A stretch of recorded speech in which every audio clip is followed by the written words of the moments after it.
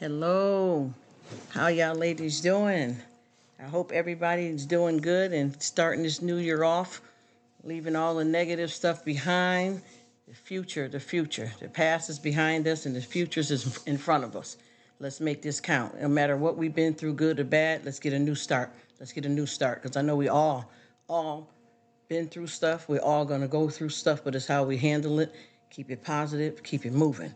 I appreciate you guys for stopping by to holler at me, and I'm glad to see you guys in the new year because we all know that everybody didn't make it for the new year. You know what I mean? So we have to give thanks and praise to the God Almighty. Amen. Amen. I am glad to be here. I'm glad you guys are here. And this is Patty. Hey, Patty Fish, and then Miss Patty.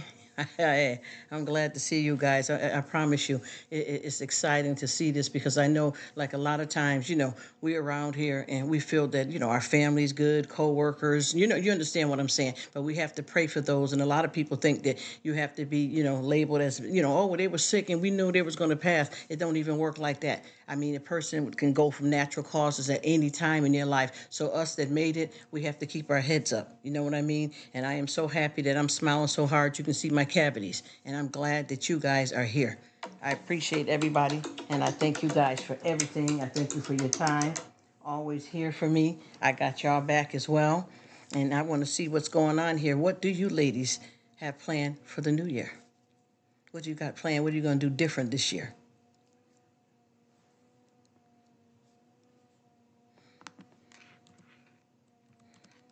I don't want to talk you guys to death because I try to leave it where you can respond if you feel like it, or if everybody just popping in, you know how that go. But I'm just, I'm excited. I'm excited that God gave me another year. And, praying over everything, being grateful. And for those who's going through things, and I mean, a lot of folks, they're here, but they're, they got stuff going on in their lives. So us that, are, standing, taller and doing all right, we need to be grateful for that. And I've learned, just to walk around the house, just praying about being grateful that I was able to get up this morning, that I can walk, that I can see, that I can hear, that God has a plan for my life, that I am somebody. And I like to use those positive affirmations all the time because that's what keep us going. That's what we're supposed to do, and we always have to give thanks and praise. And what I keep telling a lot of folks, and then even myself, I don't always seek God for His hands. You know what I mean? Sometimes I don't even pray for anything, even if I need something, because if I need it, He gonna make sure I got it anyway. But sometimes I don't even do that. I just go on and just be grateful and just say, thank you, Lord. Thank you, Lord, for your mercy, your undeserved favor. Thank you, Lord, for loving me. Thank you, Lord, for keeping me. Thank you for your promise, your word. You saved a wretch like me. I got mercy, undeserved favor. And I keep going around like that. And just the simple things, because, you can get up and set your mood. And I know that it's a struggle because we all live in the real world and stuff happens to us. And I know that sometimes you can get up feeling good and go in there and check on your husband, son, daughter, or somebody in your family, and they may not be well. But the thing is, negativity don't change. You know what I mean? A negative situation. You have to go in, with the battle of anything that we're going through because shows your confirmation of your relationship with God.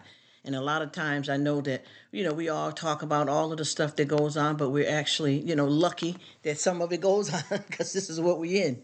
She said, I'm focusing on my self-care. Yes, ma'am.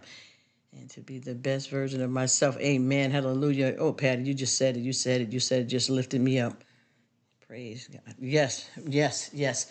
And Patty, I promise you, I've been thinking about a lot of different stuff, and I want to think about it differently. You know what I mean? I want to really embrace, and even with the self-care, I've been doing a lot of self-care, but I realize I need to do it more. You know how if you're going in, if you're taking a shower, bath, or whatever, and you got your routine, I decided, when I get in there, I'm going to stay a little bit longer, take a little bit longer on shampooing my hair, time myself where when I get up that I don't run and jump off the bed and get to going. And I'm not talking about just because I got to get out and go to work. I'm saying have some extra time to think about what you're thinking and process it. Watch what you're eating. care for other people. And that's one thing that we really have to concentrate on as God's children, is that we have to get ourselves off our mind and do something for somebody else. And when I say that, I'm not talking about just, oh, my son, my daughter, my niece, a coworker, a stranger.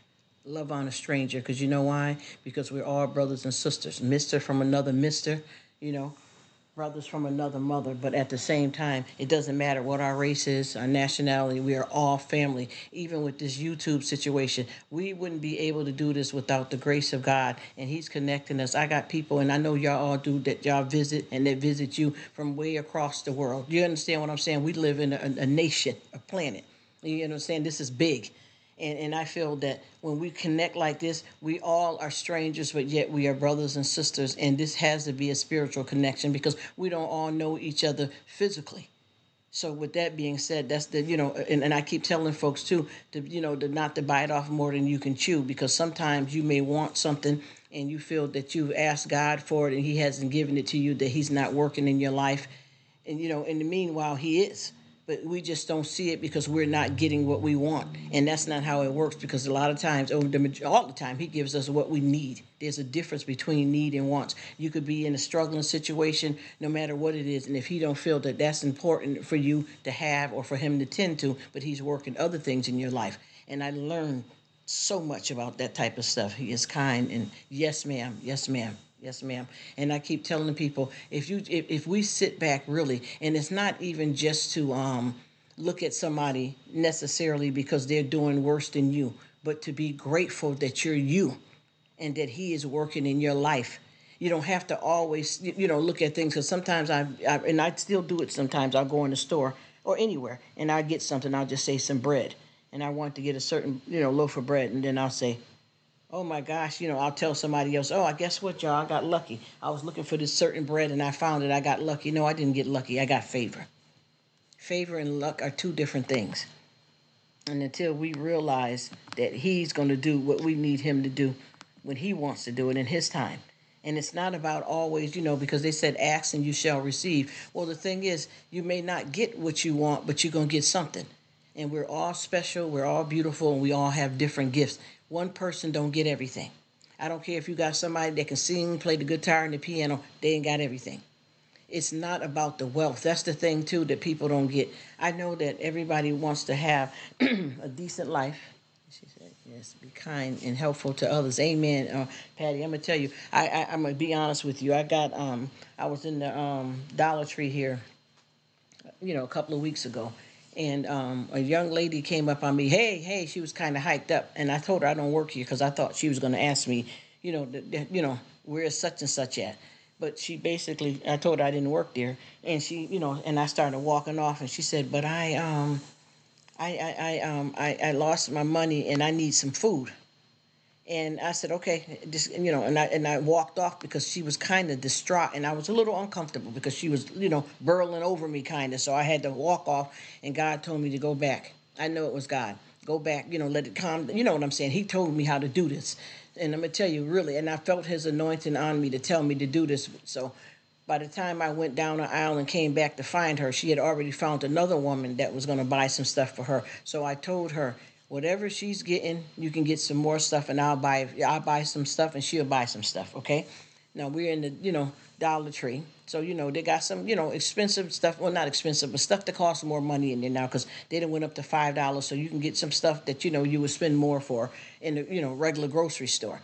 So she went and got what she needed, and the other girl had paid for her stuff and went outside, but she came back in to pay for the other half of the girl's stuff. It wasn't nothing but about $11. But I could tell what the young lady, and no disrespect, I can tell that, like with me, and no judgment, I would have got as many as things as I could have for that $11, instead of, feeling that you taking advantage of somebody and trying to get the highest stuff just because you feel. I just, something was telling me that, but I still didn't do it. I still did, what, if that's what she's doing right now, that's okay. So I paid for her stuff. Then she asked for a ride. First of all, I wasn't in my vehicle at the time, because I like to get out and walk. I walk a lot. I'll get me that little carriage and go. You understand what I mean? And when that happened, she said she needed a ride, and I told her that I don't have my vehicle with me, but I can, see you to the bus stop and make sure you got some money to get on the bus. But the other lady said, I'll give her a ride, which I didn't, I don't know if I would have did it if I had my car either, because this was a total stranger. I could have helped her to the bus stop. I helped her get some food. My safety's at risk. I got to watch myself. You know what I mean? So I went on and did that. And then by the time I got ready to leave the Dollar Tree, I was talking to the cashier and I said, I hope you didn't think I was, not trying to help the woman out. She said, no, you paid for her food and stuff. I said, yeah, but I'm not, I don't have my car today anyway. And she said, no, she comes in here and do that all the time. So when she said that, you know what happened, what that meant. She's running a con. And you know what? I did not feel one way about it. I thought about it and I said, you know what? It's all good because I did it unto God. I did it unto my Father. And once I released that, it was done. Yes, we have to be safe. And I didn't want her to think, and I promise you, I did not have my car. I walked. I walked. But the thing is with the girl is, the cashier said that she comes in there and do that all the time. And she didn't say it in a way of, like, she's struggling and she comes in there to ask for help. She said it like she's running this on everybody. So with that being said, she was, I probably got conned, but not really. You understand what I'm saying? Because I gave it to God and he told me what to do with it. And I said to myself, I said, you know what? Don't even second guess it. Just go ahead and do it and move. And I made sure I took my receipt, because a lot of times people don't pay attention with your receipts. If you use a credit card, the last four digits of your credit card information is on there. So some places you can get online. And long as you got them last, couple of digits, you can, so we all have to be careful with that. But I realized that, because I said, what? She said, yeah. She said, she comes in here. I don't know. I don't think so. It don't seem like this is a girl that, talks about church all the time, that work in the store. She said, no, she comes in here and she does that all the time. But she didn't say it in a way as if the girl is struggling and need help. It was almost like, she was trying, because she's a Christian, to watch how she say it.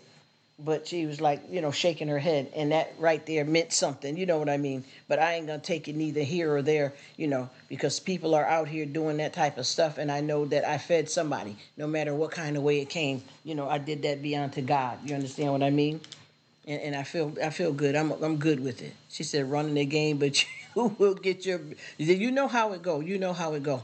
I promise you, Patty. You know what I mean. And the thing with her that she don't understand is that what's going to happen with her, something's going to go wrong, and she's going to need help one day like that, and then she's not going to get it.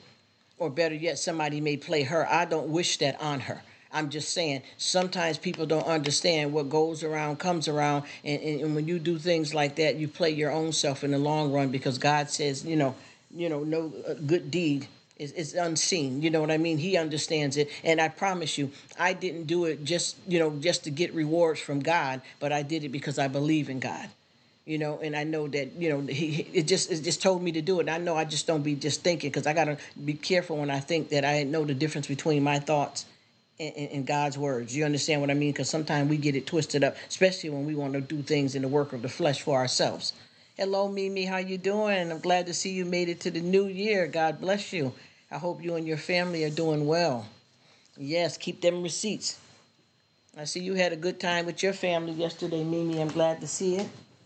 But yeah, the girl, she was running the game, and see, I'm the type that, when I see folks like that need something, I finish it off with a little bit more stuff. I make sure that if I had to, because I didn't have my vehicle, so I didn't have it with me, but normally I'll have a couple of cards on me to try to direct them towards a food program, a shelter, something to help them out. But I know she came up on me. She scared me, actually. And it's almost like, I don't know, I thought she might have been a little mentally challenged, but I don't know. I just felt, no matter what it was, to go on and just help her out. And a lot of times when people ask me for stuff like that, I usually, because you know what it be, they'll tell you, they got a certain line that they run, and they'll say to you, you got a couple of dollars, because I need something to eat. So what I've learned to say to a lot of them, if you want something to eat, I'll get you something, and I'll bring it back to you. But a lot of times they really, they don't want the money for that. But I said to myself, you know what, even if they don't, do what they're supposed to with the money, if you felt that God told you to do it and you're doing the right thing, just go on and do it and let it be whatever it's going to be. You help them in some kind of way, because I've had times, and I'm going to keep it real, that I've helped people, and I know that I helped them purchase drugs. I know I did. And not that I said, here, go buy some drugs, but I could tell what condition they was in. But what I learned is a lot of people have medical conditions that if they don't, with the drug issue, and let me read what Patty wrote sometimes. That happened to me, but I do the clerk. Yes, ma'am. Amen. See that's that's when people can see the Christ in you when you do stuff like that, Patty. That's why I said let it go. And I tell you another thing a lot of people didn't pay attention to. Even back when we first had the COVID, when the COVID-19, it's still bad, but you know what I mean. When it was crazy, they had no kind of injections or nothing for it. They didn't come up with nothing, even if the stuff they got ain't foolproof now. But I'm just saying, folks didn't realize why the package store was open, and also they don't realize that anytime you help somebody that is an alcoholic, you know what I mean? If they're alcoholic or they're intravenous user, a lot of those people, if they don't get a drink or to be able to inject something, they can die. That is a medical condition. So by me giving a person some money to go get some liquor, I might have helped them survive another day to get to rehab. You get what I'm saying? Or, and I had a girl that came up on me one day, and she scared the mess out of me, because you know how it is when you got your bags and you putting your stuff in the car. You got to lean in, even if you got to, because I have certain stuff that when I ride with it, I put it in the trunk, and certain stuff I put in the car in the back seat on the floor. So with this time, I was leaning in, putting some stuff in the back seat, and she just popped up from around the side, and I'm parked between two cars in the parking lot at the grocery store, and she scared me, and I kind of moved back. I said, wait a minute now, hey, wait now, and I pushed my door open and got out the way. I said, okay, you all right? And she said, yeah. I said, you don't come up on me like that, because you scared me. I said, can I help you? How you doing? I need money. I need a couple of dollars. I need a couple of dollars. And I told her, I said, listen, get yourself together, because you're going to overreact and hyperventilate. I said, you got a problem. I said, you're an IV user, aren't you?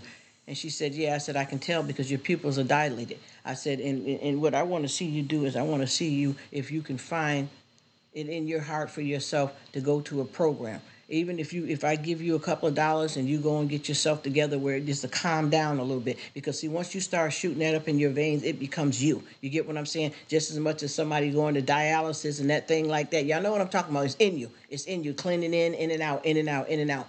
And I gave her $5. And I told her, I said, I know you got family that's worried about you, and I know you probably got some kids that's worried about you. But if you get yourself clean, there's a hospital right down the road that got programs. Even if you ain't got no insurance, you can go in as a walk-in. I can direct you to where to go. But please give yourself a chance at a better life, because this ain't what you want out here. You don't want to die in the street without seeing God's face before you go. That's what I keep telling people. If you know that you're in the right standing, no matter what you're going through, you will see God when you're going out, when you're in the right standing. A lot of people don't seem to understand that, but it's a comfort that can't nobody on this earth give you. Your mama can't give it to you. Your uncle, your kids, your husband, your niece can't give you that feeling. God can be the only one to glorify you, because, see, now you're meeting with him in the spirit. See, people don't understand the spiritual realm is different. You know what I mean? And I tried to give her the best Patty, because I can tell that she was hurting and yearning, and I could tell what she needed. She needed that, because you can die when they don't get what they need, and alcoholics too. You can die because your body goes into complete crisis and failure. And I, working in medical field, learned a lot about that stuff and worked with that type of stuff. And if they don't get what they need, they could die. Even the ones that are IV users. That's why when you have family, or anybody that people know, even if it's family or not, you have to make sure that when you're trying to help them and they out there on the street, that you take them to the doctors first. Because a lot of times when you got family out there, I don't care if it's abusing crack or they hanging out getting drunk all the time, they need to be tested for hepatitis and a lot of diseases, because they're out there in a sexual manner. No disrespect, I don't want to sound fresh. Out there in a sexual manner, doing things inappropriate for money, and caught up and laying in this flop house and that flop house. And a lot of them ain't well to bring them right in your own house. And I know some of them could be your own kids, your daughter, niece, anybody, nephew, but you got to bring them somewhere to get them some help. You know what I mean? And they could be bringing in something in your house that's contagious, herpes, things like that, where they done drunk out of something you done drunk out of and you don't know. It's nothing to be, disrespectful, hateful, and being untruthful about it. It's the truth. Just like with these folks here, they had just had one of them big old baby showers. And see, I'm not with that. I'm from the old school ways. When you have a baby, you come home, you ride the back seat. And ain't too many people coming in the house with that new baby. You take your time with that. And they had one of them old big old, they call it a sipping seat now. I don't know if everybody called that, but this new big old thing. And somebody kissed the baby, and the baby ended up with herpes. You see, so we got to look at, you know what I mean? You know what I'm saying, Patty? And I keep telling people, you can't have that. I know it may be your daughter, and maybe your niece. But if she's out there in the streets, you want to help her, but they need to go to a hospital because they don't know if they're HIV positive. They don't know what they have contracted. Even if they're not out there shooting up, sharing dirty needles, they could catch something by dealing with somebody in an inappropriate way. And have a disease that you can spread. You see how, and a lot of folks too, especially like with me knowing folks from different countries, a lot of people kept saying back when the C-19 was out, oh, well, what's going on there? Because, we live in the islands. We don't have that problem here. Listen, C-19 is global. If people don't understand how viruses travel differently, you don't have to have came here for this thing to catch you. It's out here. She said, you're always standing on the corner holding their signs that cancer. She's out on the corner every day. See, and the thing is, not to be disrespectful, Mimi, it could be true, but that's not how you get, can't nobody give you $2 here, $3 there that's going to give you chemo and radiation. So if she's telling the truth, she can go in the hospital and say that, and that's where the place she can get the help, because ain't nobody do nothing with that out in the streets. Yeah, I ain't into that, Patty. I've never been that one like that, and I'm not the type, and I'm not trying to brag or show out, y'all. It's just this different graces that God teach you and your family teach you. I'm not the type that keep an old dirty trash can out on the curb for 3 and 4 days. I get my trash can. I don't care what season I'm in, because I come in and out of the city and state, and go to the country. I always make sure I clean down my trash can, hose it out, pine it down. All of these different rules are just simple things to live decent by. Keep your house clean, keep your body clean. And that stuff with the babies, and you know what I used to couldn't stand to see, unfortunately, folks do it, kissing babies in the mouth. I don't care if it's your own child. You ate something that may be something that child can't handle right now because they little, break their face out. And that's a lot. When you see a lot of kids with bumps on their face, a lot of that is from people kissing up on them all the time. Then also people are in relationship, French kissing, doing other things with their mouth, and then they go quick to jump on a child. And I've seen people, I've even talked with people that I know, from back in the day, where you go to their house, hey, what's up, girl? Yeah, I just got up, me and so-and-so had a good time last night, child. And they just are talking to you, and then they finna feed the baby. They chewing something up in their mouth to give it to the baby, knowing that they've been in their relations with their husband or whoever. It ain't my business. I'm just saying that we got to watch out for all that kind of stuff. And folks be out here, and they think that this stuff is a game. People take all of these different things that we have out here, and they abuse it, and then they throw it out like everybody's supposed to accept it. And you got to know your place in this world. You got to know how to train your family and how to have respect and stuff for one another. I've watched how folks is with these youngins. You're not going to teach them nothing if you land in the same, mess with them. You got to stand up and rise up to the occasion and let them know that that ain't a way to carry yourself. And I've been watching this pastor here for a good while. And what he does is he really gets deep down in reading from the Old Testament. And I mean, there's nothing that, and the thing is, we have to be careful with our Bibles, y'all, because what I was noticing with these Bibles, we have to know if we are reading the actual Bible or are we reading some man-made Bible that they put together this book and put it out here, because you can go in the Dollar Tree and buy a Bible. Now, we don't necessarily know where that Bible come from. And when you enter a church, you need to, it's prevalent that you have some kind of understanding and comprehension who our Father is, because you will go in the wrong place and it ain't a church just because people in there and this person say they the pastor and the first lady and whoever congregation. That has nothing to do with it. These folks is in here saying master, not pastor. You have to know the difference between that. And a lot of people don't. They get in these places and they just let themselves fall down and don't even know what they're hearing is not. You're actually serving the devil. And do you know how bad that'll get you off track if you walk into a place? Because every church is not necessarily a church, and it's not anointed by God. God ain't even in there. There's some folks hanging in the building running the place. And I keep telling people that you have to watch what you do. Don't bite off more than you can chew. Learn how to say no sometime gratefully, because sometimes you run out here trying to do stuff in the flesh and running around, and if the anointing ain't on it, it's going to be worse off trying to do something yourself instead of waiting for him to tell you. Just like with me, I'm going to tell you, I don't know what it is, but for some reason, like with me and my family, and I promise you, in the name of Jesus, I ain't judging nobody about if they got vaccinated, if they didn't, and they wear masks and they don't. But I promise you, I haven't taken off my mask at all. Nobody in my family has. The only time that I've taken off my mask is not even when when this first broke out with the C-19, we didn't go for our 6-month cleaning like we normally do. But if we had any kind of toothaches or problems, we would have went in. And then we did Zoom with our primary care doctor. If we had any problems, we would go in. We're not ignorant in that kind of way. And then when I finally did go to get my annual checkup, my doctor, I asked them to wear a mask, and I had my mask on, so I put mine off for you to look in my mouth. That was it. You know what I mean? Because we didn't know. We didn't know. We didn't know. We didn't have no kind of vaccines on the table, nothing. And them ain't necessarily bulletproof. What did Patty say there? She said, I don't like that mouth kissing babies. Me either. I see that nasty one. With that baby pacifier, yes, yes. And yes, it's sickening. It is wrong. It is wrong. All church leaders, yes, ma'am. Yes, ma'am. You know what I'm talking about there. That ain't no game. I still wear Patty, I promise you. God, and I'm not judging other people because I know some folks, family folks, all that they feel free. They done got 4 or 5 shots and they feel like they're bulletproof. But I promise you, God ain't told me to do that. I'm not saying that he's making me special than others, but I'm talking about my instruction for me and my family. We don't feel that God has told us to do that. So we wear our mask everywhere. And then I know some people that got the vaccine and they feel that they're bulletproof. But I feel that nobody's graduated from COVID college. You feel me? So I don't think that that you got to be careful. Oh my God, we got to be careful. And I keep telling people, because I watch folks do unnecessary stuff just because they lifted the mask law. You know what I mean? And folks that went out here crazy and wild and taking trips, and people all up in these places smoking hookah. And then with folks with kids, you got to know what germs is in your mouth. You got to be careful when you have kids and stuff too, because I remember back, when you have kids and they was little, you got to know if your mouth is clean and you trying to bite something, chew it up for them. Sometimes you might be able to mash that up with your hand or get a fork and not do it with your mouth. You got to know what you did with your mouth, what kind of germs. And I know that folks say, oh, it's my kid, but you still don't put your mouth on nothing like that. I done seen a child drop a bottle and they pick the bottle up and clean it off with their mouth and stick it in the baby's mouth. First of all, now you done put something in your mouth and you don't know if somebody's shoe walked past there with some dog feces on it or nothing. The folks just out here doing anything.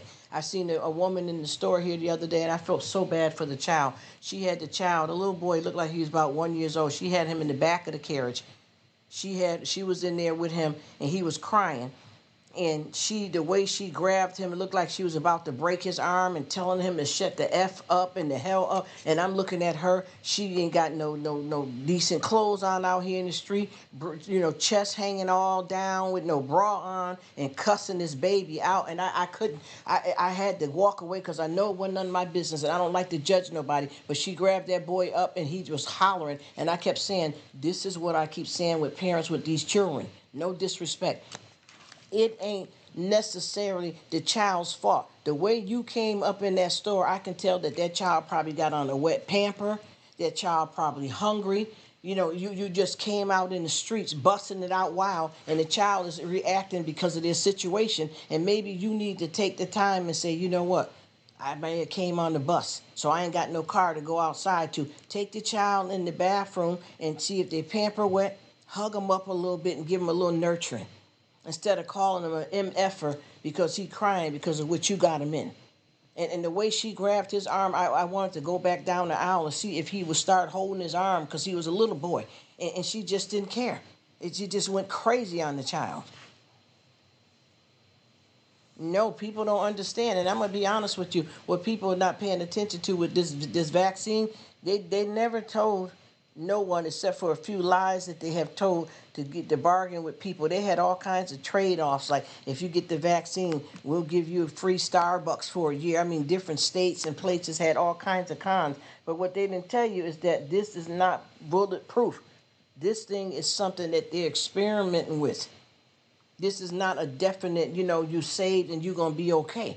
And folks are not paying attention to that. They're just so desperate to run out here and not do their research. And do you know how long the government had known? I have some family members that was still in school, and they had already knew that this virus was out here probably maybe 6 months while these children were still in school, and people all out here with no mask on, and even, with grown folks that just living, they're working their regular job every day, didn't even know this thing was out here because the government waited. And then when they decided to tell us about it, half of folks was dropping around here, sick, dying on ventilators. And then when they was offering anything, it was to the doctors first. and the elderly, but an uncertain thing, because if you had this grip on this situation and you feel that this is a good thing, why do you keep on having to keep coming up with another vaccine, another vaccine, another vaccine? Something ain't right here, and you got to be careful out here what you let people inject into your body. Even back when folks was, getting immunization shots and stuff for their kids, you have to know for sure if that is the right thing for your family. Yes, trial and error. And see, and sometimes being a guinea pig can cost you your life. So the only thing you can do is try to learn as much about it as possible, but be careful with it. Just like with the flu.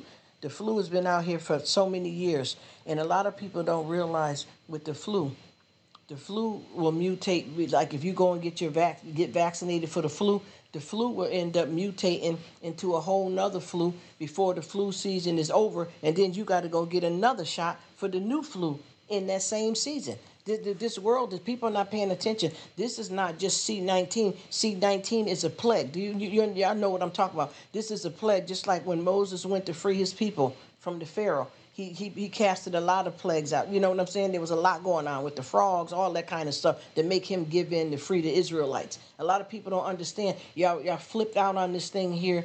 But at the same time, if you knew anything in the Bible, you know that this is stuff that's come to pass. It's just different names, different labels, but it's all the same out here in the world. Deadly, deadly. And if you know where you stand at with God, you don't worry like that. Of course, you want to be careful, wear your mask, make sure you're doing right. And a lot of folks, too, are very disrespectful to their grandmothers and elderly grandparents out here that they know that ain't well. And one man I met here in the store, and he told me that he has one son, and his son is married, and he knew the wife and stuff before this COVID hit, but they just had a brand new baby. He said this was back when C-19 first started. He said, but I can't have him over to my house.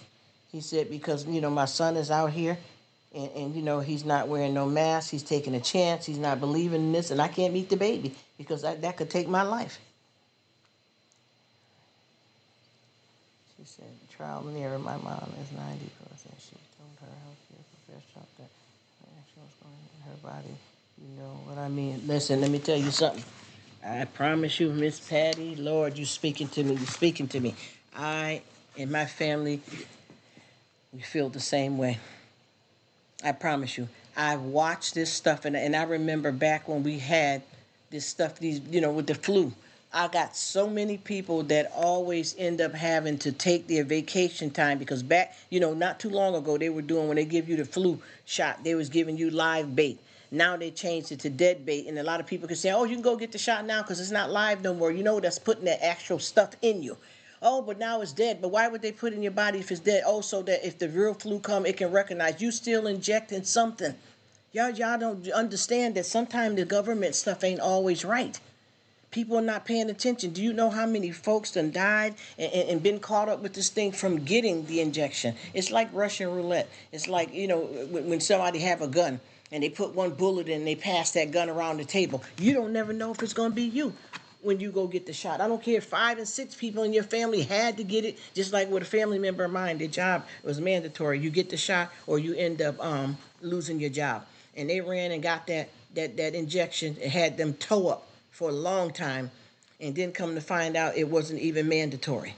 And then I don't know if you ever watched, because I used to watch the stories back from when I was younger, and then my mother and them, they used to watch the stories, so I started watching them. Even now I still watch General Hospital. If you notice on there, I don't know if you know about General Hospital, Miss Patty, or whoever else is on, in the chat, but Jason Morgan on there, which was Sonny's right-hand man, and then Jasper Jacks was that Carly's, her baby father. Both of them got let go from General Hospital in real life because they refused to get the vaccine.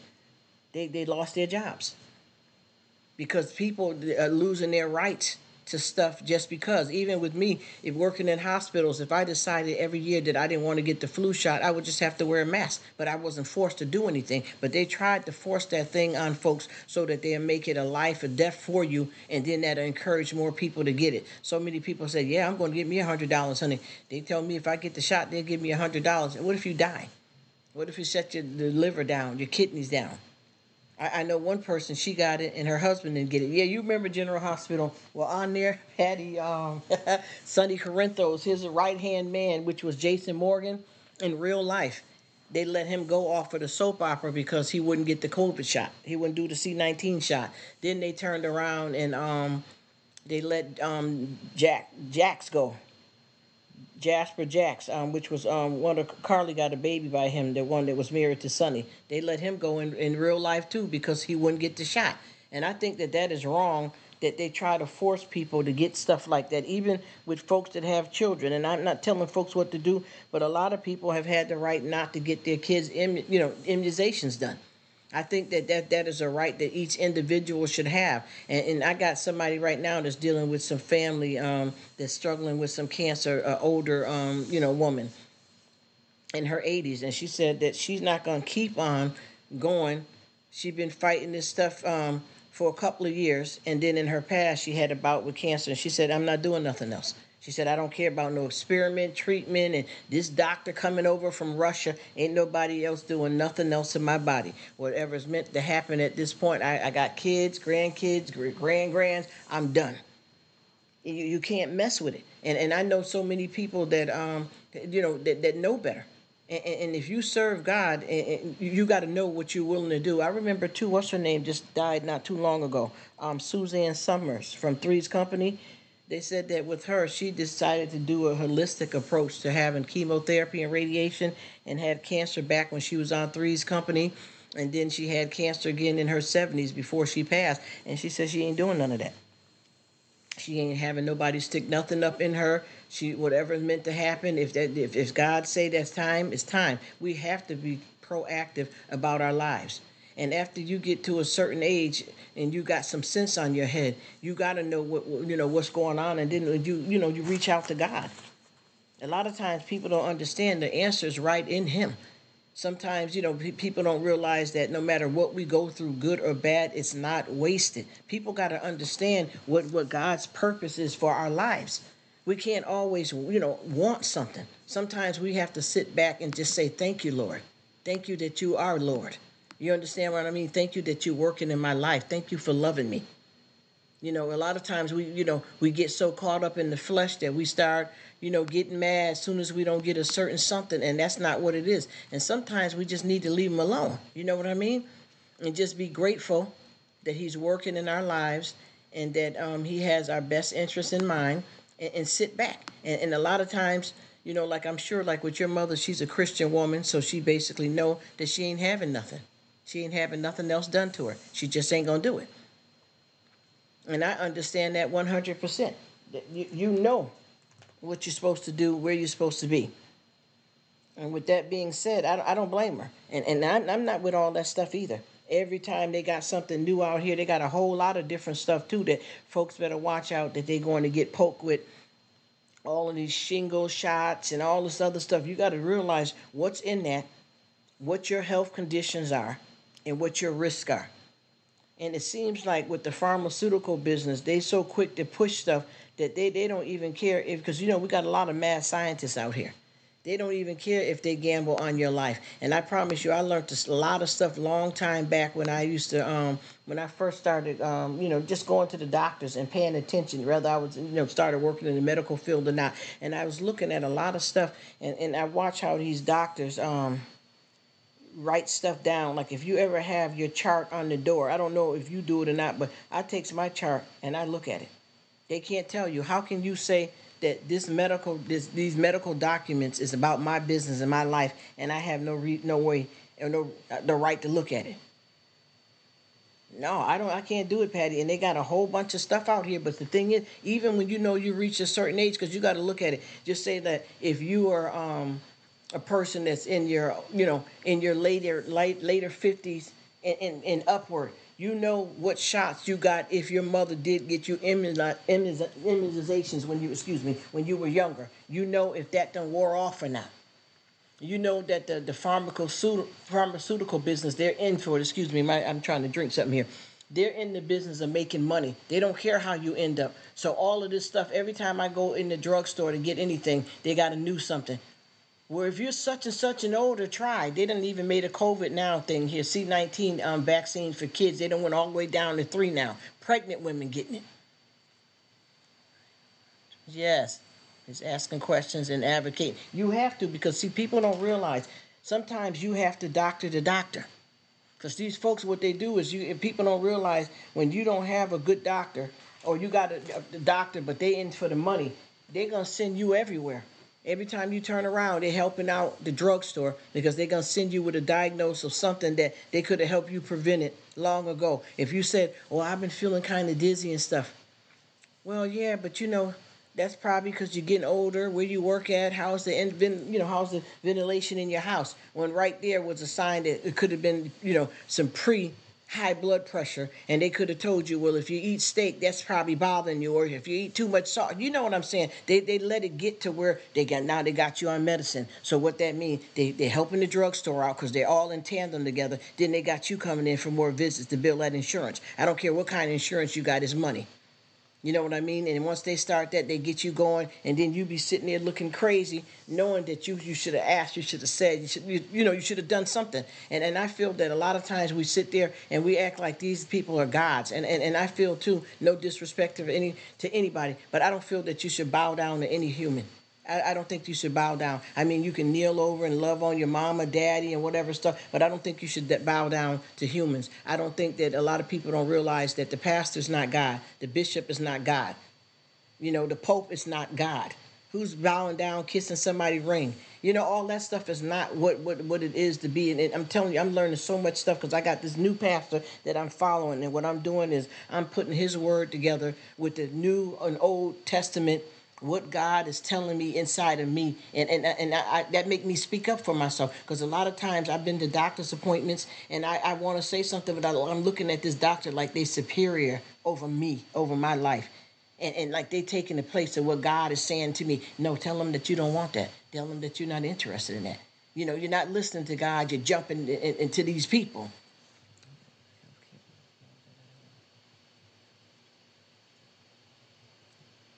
Yes, and I'm trying not to keep, and I better stop saying it too, because I keep on slipping off and stuff, because I have to talk about it so much at work that we have to call it for what it is. So let me stop too on here. But I promise you, every time I go, they keep throwing that at me and the family members over and over again. Even have a couple of courteous calls. Are you sure you guys are not interested? Because you can come in, it's free anytime you like to. You don't even have to worry about it. You can come in as a walk-in. Why are y'all pushing that so hard? Something wrong here. And then y'all not looking well, because I've been seeing some stuff here with the healthcare team, and every time I turn around, I even had, when I finally went the next year after this, this stuff had happened, I seen that the girl that I was talking to, the person that bring you in and weigh you and all that, said that she been out from that. Her son had it last week. Now the daughter got it, but yet you were working in this field and then got everything they could give you, and still been in the emergency room. I can't do it. I can't. They keep on hitting me up with different other stuff too. Once it's a different story. Like stuff like when you start getting a certain age, obviously as women, you want a mammogram. They say we know what that is, and colonoscopy, we know what that is. But when it comes to putting something in your body that they don't even know about, just like when they had this lady here, and I want to talk about that too with our man that's representing the country. This man ain't well, so I'm telling you, our man that's running the world, this man ain't well. Y'all can tell, and I'm not trying to talk bad about nobody, but I've experienced folks, and I have to say it allegedly, but like in my family, I've experienced in other people's family, people that have an Alzheimer's and dementia. I said the man that's running this country ain't well. The man is not running, he's not well. People are not seeing what that is. Anybody that know that kind of condition, you can look at that man and tell that he ain't well. And they keep propping him up there to do this type of stuff. You can tell that he ain't well either.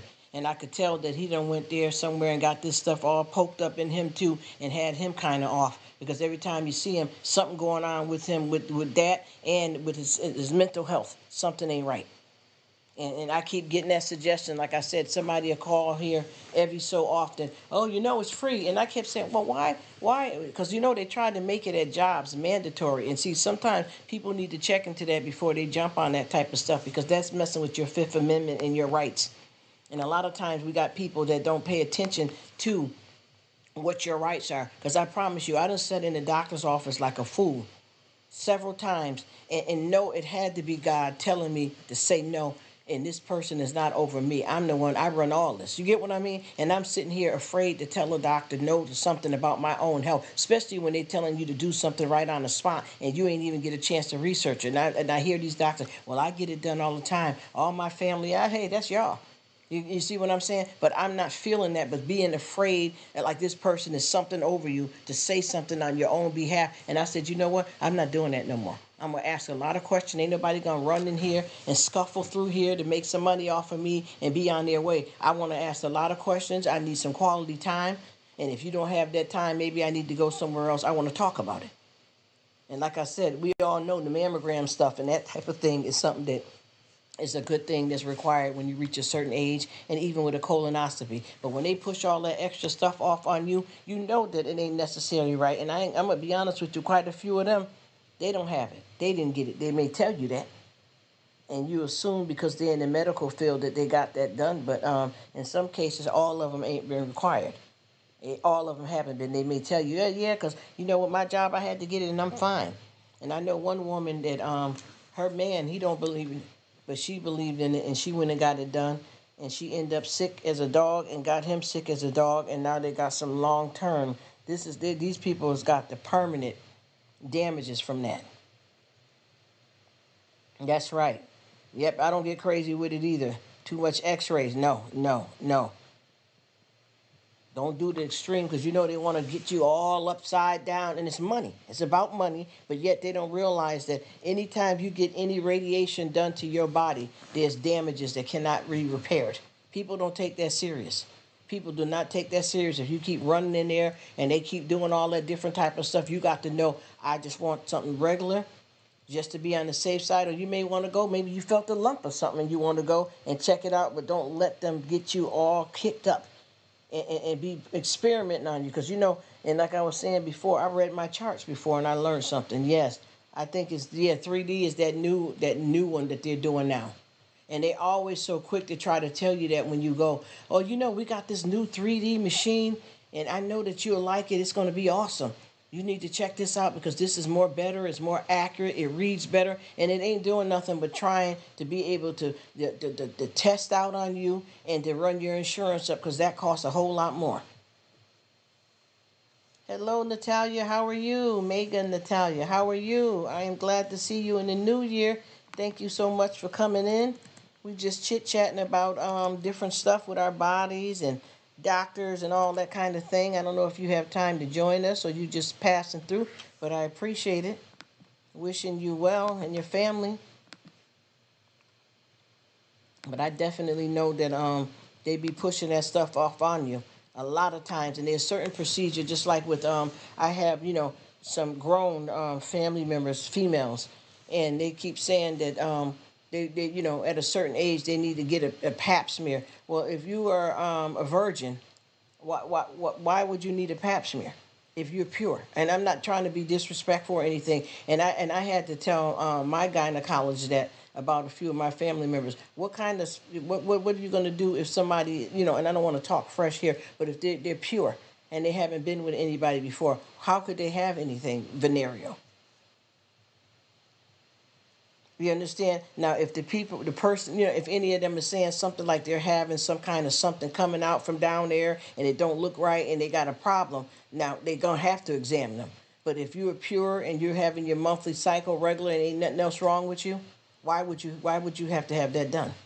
Why would you have to have a pap smear if you don't need it?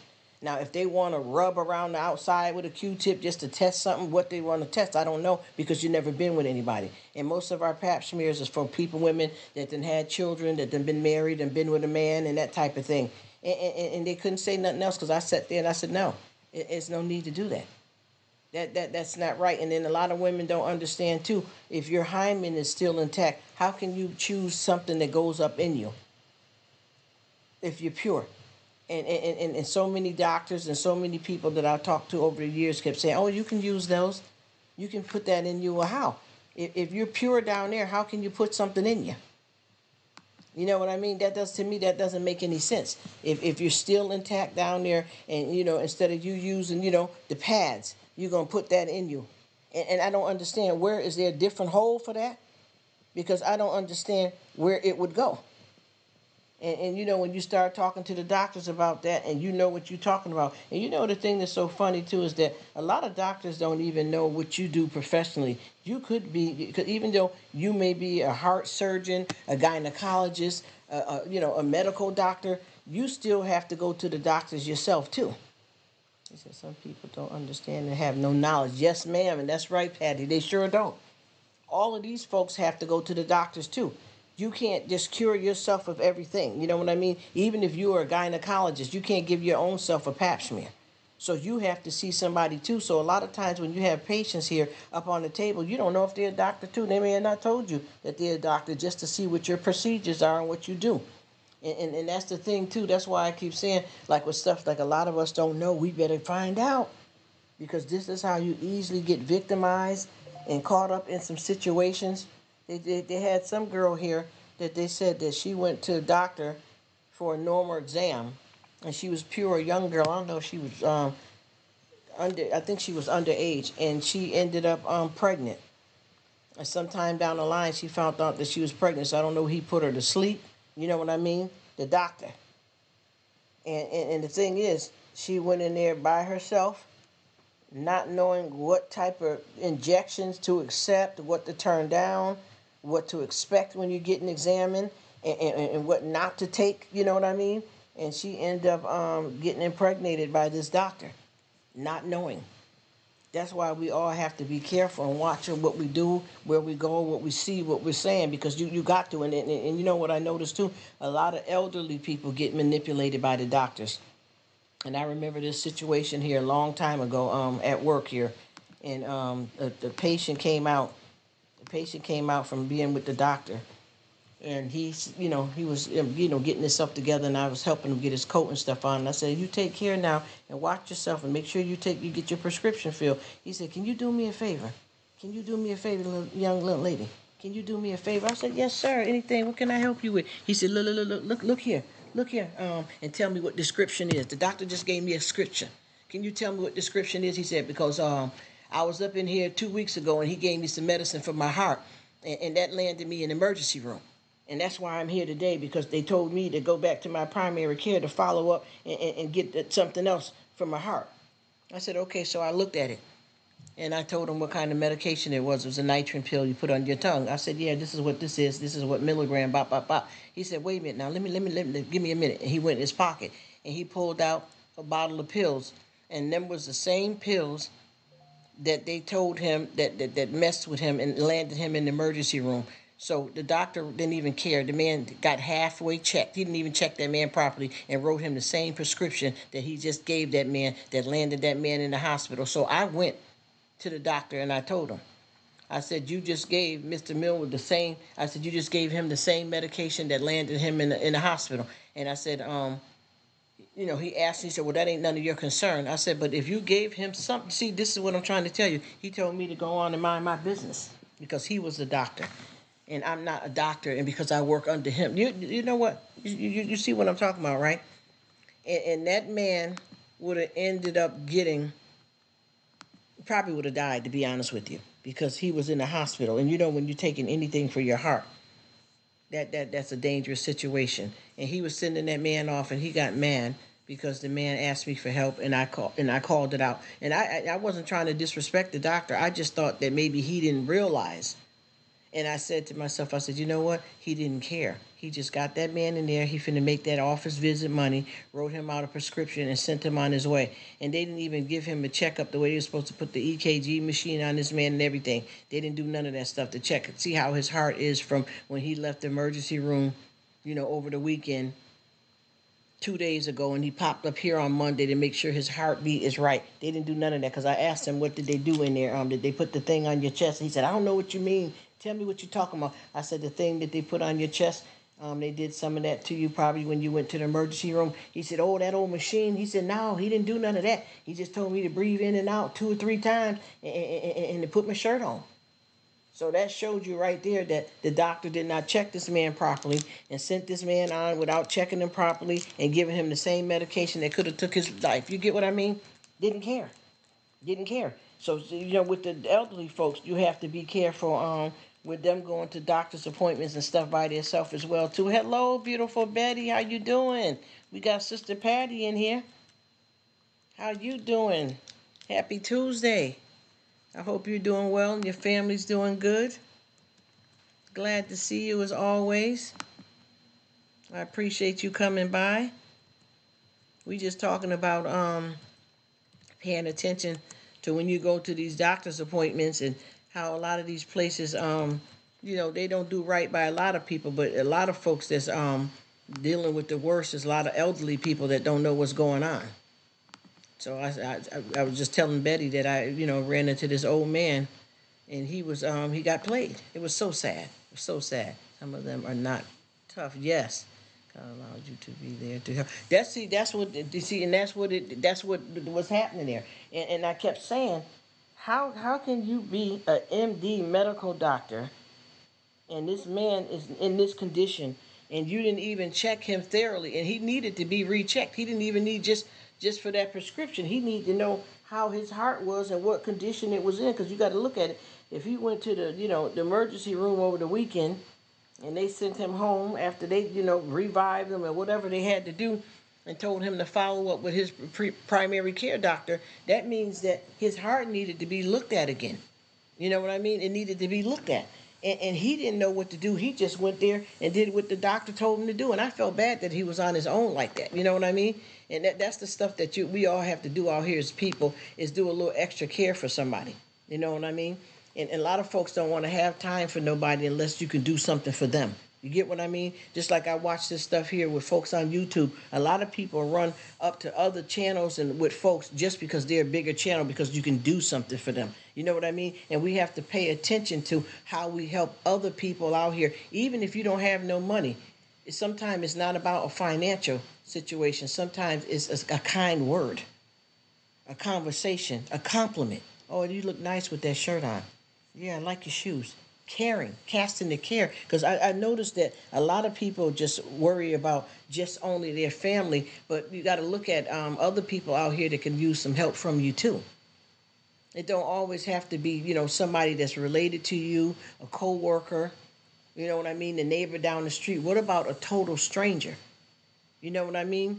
And give them some of your time, and sometimes a couple of dollars or a hot sandwich.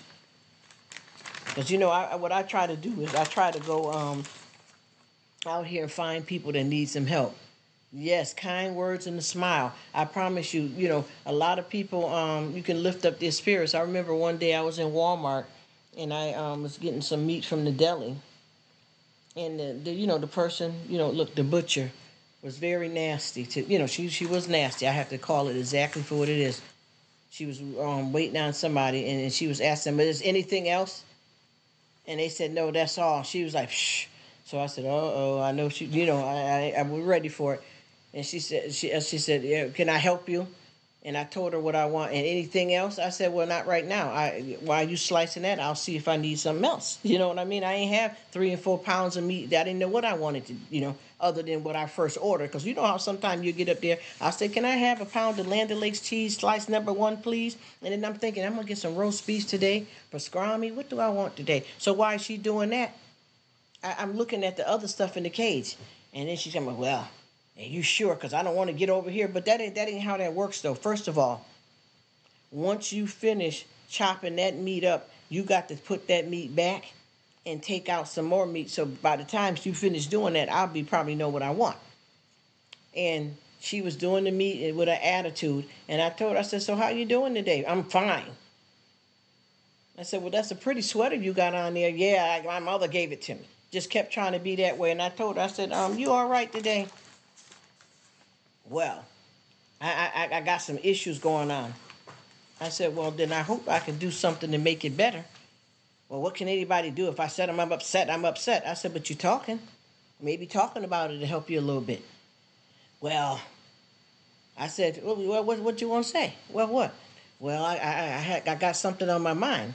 I said, well, if it's your personal business and you may not want to talk about it, but just think about what you're thinking about. Because right now you at work, right? No disrespect. You at work. And you dealing with a sharp blade back there and you're mad. What could happen? What could happen? And she said, you know what? You know what? She said, you were right, because I've been cutting my finger off because I'm mad. And I said, yeah, just take it easy. It's all about you, baby. Don't feel no way. And she said, yeah, because I'm just snapping. I said, you know what? I'm going to be honest with you now. Now, you see that woman right there that just left? You don't know, she might be going over there to complain to your supervisor or your manager. You got to watch yourself when you do that, because you're at work. And I said, see, me, if I felt totally insulted to a certain and bad extent, I'm not even going to the supervisor, the manager. I want to talk to the CEO. Because see, you back here endangering yourself and you're disrespecting me. You get what I'm saying? You got to have some customer service. And I know that the customer ain't always right, but this time it wasn't nobody wrong. You came to work mad. Now see, what your husband doing this, doing in your life ain't got nothing to do with the job.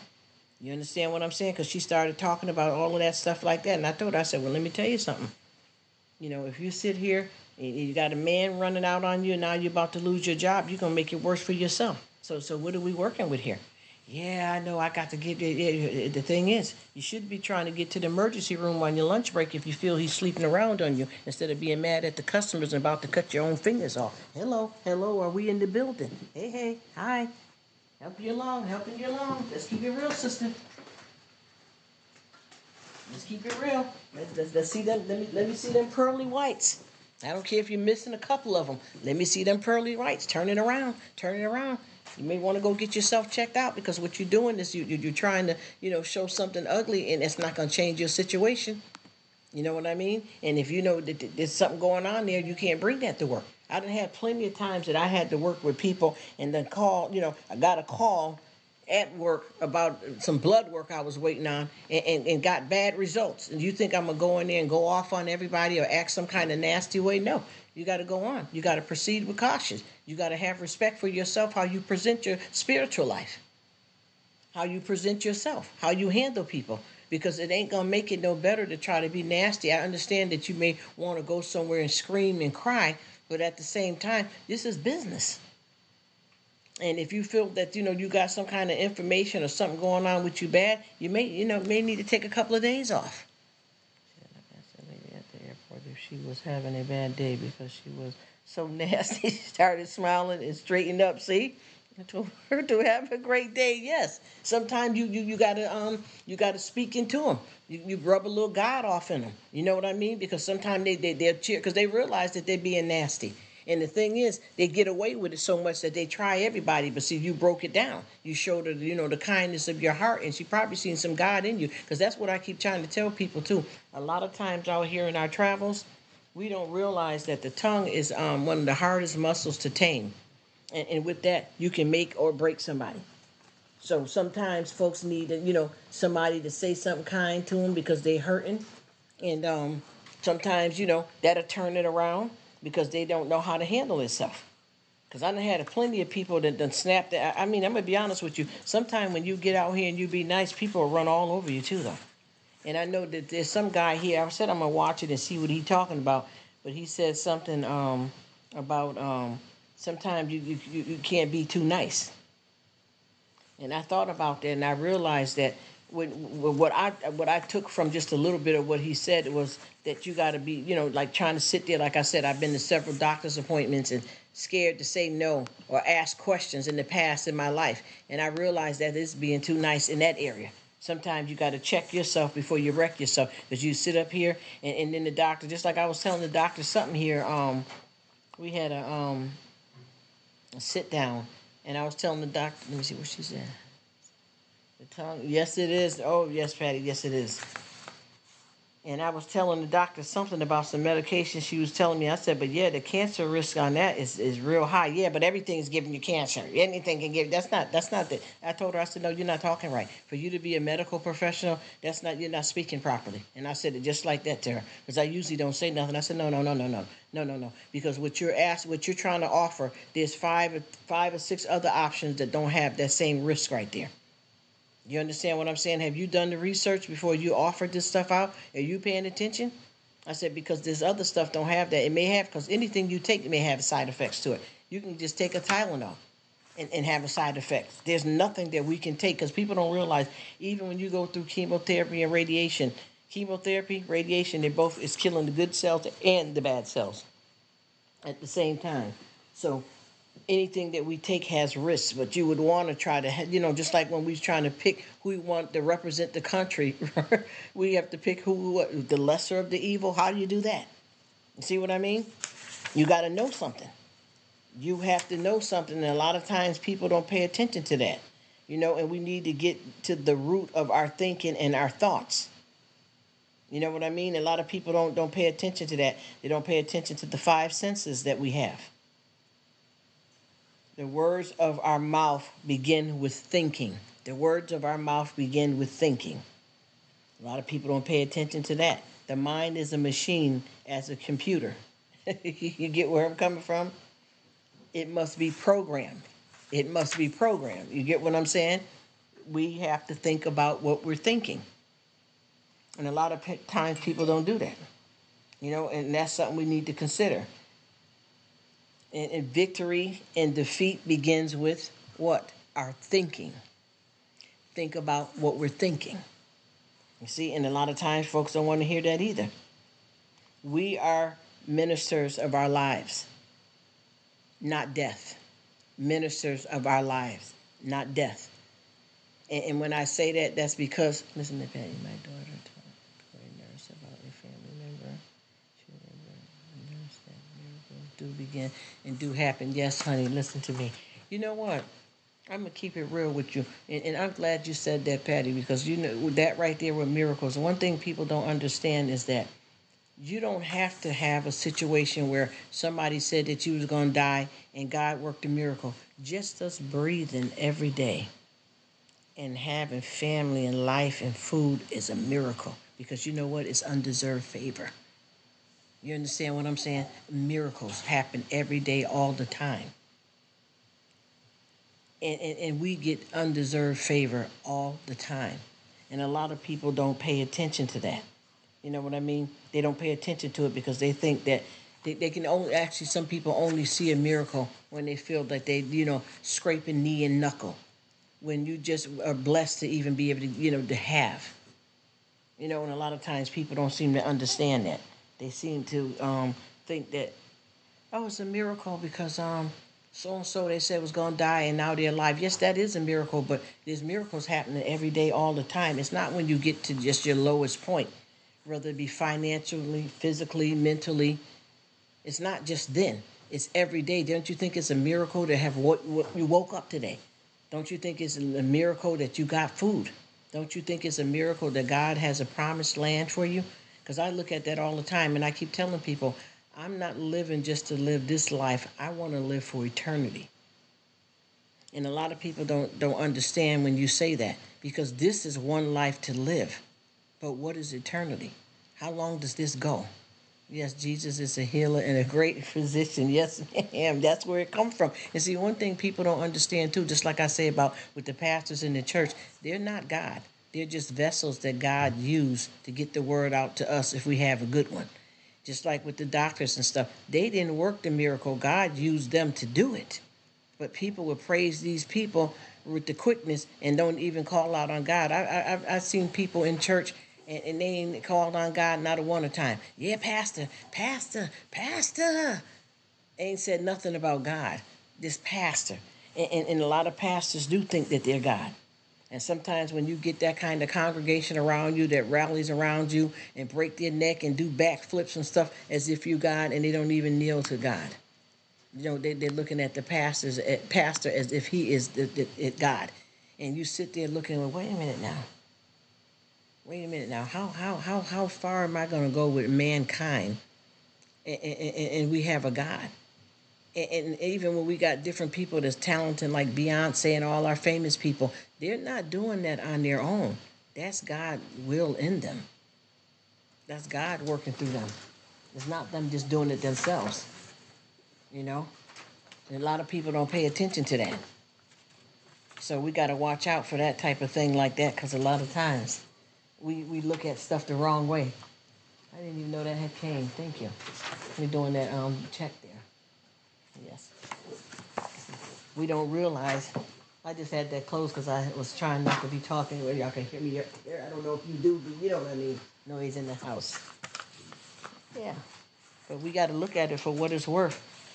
He is everything. I don't even, you know what I don't understand? How do people pick certain things that they want to claim that it's from God and then take the authority of everything else for themselves? There's nothing. And then you can't even look at it and say, well, you know what? She's Beyonce. I'm making 150,000 a year, and then you got these people over here in Africa or some country or somewhere starving. A child's being molested, somebody's being killed. You can't know all the answers to everything, because if we did, we wouldn't need God. We know that He can work miracles. We know that He can stop that stuff when He want to. You know what I mean? Just like when they was taking Jesus to bring him to the cross, He said, "Do you know that I could call thousands of angels right now?" He asked God. He said, "If it's possible, Father, take this cup from Thee. If it's possible, take this cup from Thee." You see, people are not looking at that type of stuff like that. You know what I mean? People are looking at certain things that they pick, like, well, you know what? I got out here and worked this job and got me a car. But how did you do it? How did you get the car? How were you physically able to do the work? God. People don't realize that, when you have a lot of these funerals out here, when people, when they saying, before they bury somebody, they'll say, ashes to ashes, dust to dust. Do we all know what that really means? A lot of people, hey man, yeah. What does it mean when they say ashes to ashes, dust to dust? People didn't pay attention to God will give you beauty for your ashes. But what is the ashes?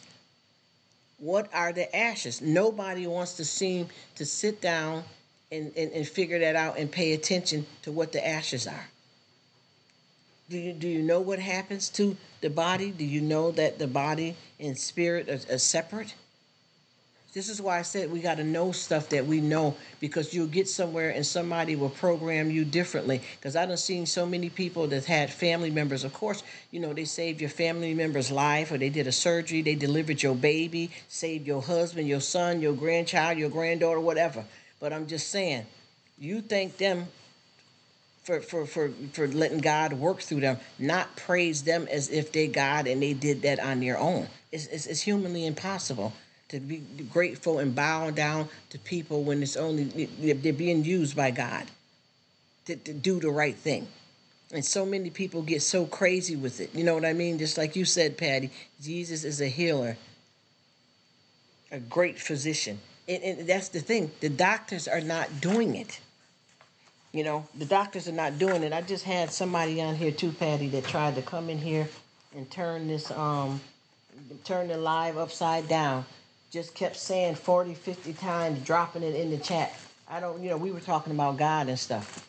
And they just kept saying stuff. I don't believe in it. I don't believe in it. I don't believe in no God. I'm not into that spiritual junk. I don't believe in it. I don't got time for that. She said, used by God. Amen. Absolutely, Patty. Absolutely. There is no way that you can tell me that you're going to sit down and thank this man before you thank God for using this man or this person to heal or whatever they've done. The simplest things, people think that they can take control of it. And I think that is so cruel and so unfair, because it doesn't work like that. That's not how it goes. You have to thank God, just like when people pray, especially if you're getting food from, your mama, a restaurant, anywhere, you say thank God for the hands that prepared it. When I say that, to me, that means thank God for the hands that prepared it, because God willed those hands to make that for you. It ain't the person. People think that they can take the credit that is for God. You give God the credit.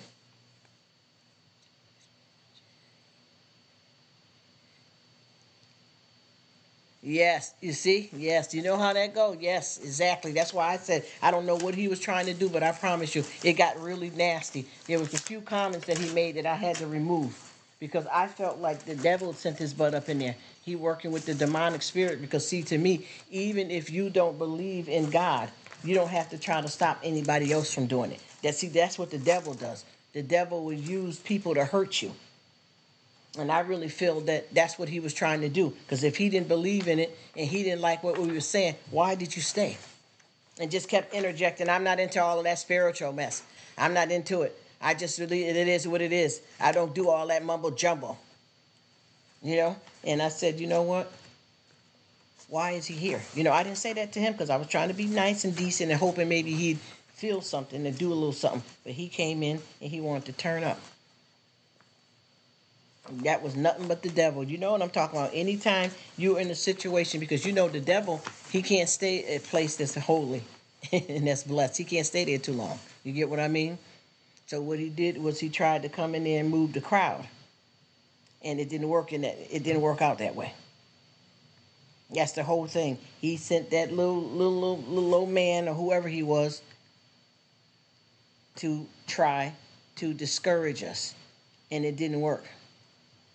And I was going to tell him that you're going to have to go on. You got to go on. Maybe you need to go and talk at the prison with that. Because us right here, we're not the ones for that. We are here for a purpose and a reason, and we're here to serve God. So there's no way that you can come in here and disturb our groove. You know what I mean? And you notice that with them folks like that, you're supposed to go on and go. But why would you? Why would you stay here if you don't like what's being said? I didn't get that at all. And I kept saying, what's going on with this man here? What's he trying to do? And he just kept on saying it. And I said, you know what? Running through here like a roach. I know what he's doing. I can tell by his presence what he's trying to do. And, he had a few comments. And I liked the way the women that I was in here, because I had some good Judys in here. Everybody ignored him and kept talking. You know, when you praise a God like that, the devil got to flee. He got to flee. And that's exactly what happened. He left. He left. And I never heard anything else from him since then. Oh, thank you, Mimi. I'm glad you're still here. Thank you so much. Oh, yeah, it's time to get that Christmas tree put up. I know that's right. Yeah, we just, covering some ground here, talking about all of this type of mess here. And I don't know if you remember, Mimi. I think you might have been in the live when that guy was saying all of that stuff, that kept saying he didn't believe in God and just kept on bringing it up and kept on talking, and then he finally left. Because I kept saying, this man trying to do something here. I don't know what, but he trying to do something, and we can't do that. We definitely got to get that checked out and see what's happening there. Because I'm not going to stop. And all of us that was talking, that we didn't stop. And I think that's what I noticed, that anytime God's in the room, folks can't stand it. So they have to flee. You know what I mean? And I believe that's exactly what happened to him. He had to flee. He had to flee, because I wasn't going to let him keep stomping around too long. But I know what it was. It's because God was, present. And he got him up out of here. Because he sure was trying to hang around us and make sure that we going to mess up or fumble or start feeling some old kind of negative way, and let him win, us over to the negative stuff that he was trying to bring. Yeah, you remember that? Yes, she said, yeah, I remember that. I called them flight. Yes, Mimi, I thought you was there with us. I thought you were there with us, and I said, you know what? This man here trying to do something, and I was wondering how many people took notice to that. And he just kept saying it, and he kept on saying it a whole lot in the chat. I don't believe in it. I don't believe in it. And just kept saying that. And once again, what was he expecting us to do, to try to change and start talking like him? And I'm thinking, with this particular man, that's probably why he was in the condition that he was in, because he was a non-believer. So sometimes people like that just come in and drop their bad spirits. Yes, that's what he was trying to drop on us. He was trying to drop some of that bad spirit. I call it that juju. You know what I mean? And then see, and one thing about the people don't understand, that the devil is not going to take you nowhere good. He may come as a false prophet in your life and have you brainwashed and fooled, but I guarantee you, any amount of money, he ain't going to lead you nowhere good. After he finished playing with you and win you over, and now he finna turn on you. We better watch out. I keep trying to tell people that he will come in the form of something that you like, to make you think that he's decent and he cares, and even try to convince you that he might be God because he's doing something good for you. Honey, that snake right there, you already know what happened to Eve with the serpent. You already know about that. And I'm going to tell y'all, we got to pay attention to what kind of situations that we're in and who we serving. Because I'm telling you right now, there is some stuff here that people are being taught up in these churches. And everybody better recognize if they know whether they sitting in the right place or not. And when I say that, because I'm going to tell you, I done talked to some people here, and I got some stuff that I need to go back in this Bible and research so that I'll know that I know. Because what I'm starting to see here is that a lot of these people here are caught up. Anyway, yeah, they're gone. They're gone. That was the last one. If you know, they're going to be more expensive. Yeah. Well, I still can give you the with the vitamins, just so you'll still get something. I haven't seen them in there no more, and that stuff is like anywhere from $20 and up. So we might have to buy it. You know what I'm saying? But yeah, and I thought about it because I done ran into some people, and I got 3. What did she say? And when you come into a chat, he knew he was in the wrong spirit. Yes, he knew it. Yeah, and you know, and that's the thing about it too, is that he came in and he sniffed it out. And he was planning on dropping all them negative spirits up in there on us. You know what I mean? That's exactly what he did. He knew where he was at, because when he came in, we were already fully talking about God and stuff like that. So I can tell that he felt it out, and he wanted to sit there and try to discourage people. Because if he didn't believe, and that was it, he would have just left off. But he was trying to make us non-believers too. And I keep telling people here, because I've been listening to some people talk here. And like I said, I've listened to a lot of people that's Jehovah Witness, Baptist. I've listened to some stuff from Farrakhan and Malcolm X. And I promise you, if you don't know who you're serving and you go the wrong way with stuff, you can easily get brainwashed. Because I just met up with I didn't meet up with a guy. I met this guy one time in Walgreens, and then I end up running to him right back again within like maybe 2 weeks, and we were having some talk. And she said some people just don't want to take the time out to really get to know God, so they just base on things on their own. Yes, on their own beliefs. And like I keep saying before, and I said it before, we got to watch out what we're reading in our Bibles. We got to watch out what we're reading in our Bibles, because what I'm seeing here is a lot of stuff that's not matching up with the word, right? And like you said, people are making up their own stuff, because that stuff right there is dangerous. Because once you start trying to do works in the flesh, man, hey, I'm going to tell you, you better ask somebody, because he definitely will let you know. You know what I mean? If we don't know what we're doing, we better ask, because I know that I've been talking to a lot of different people here about religion and how they do.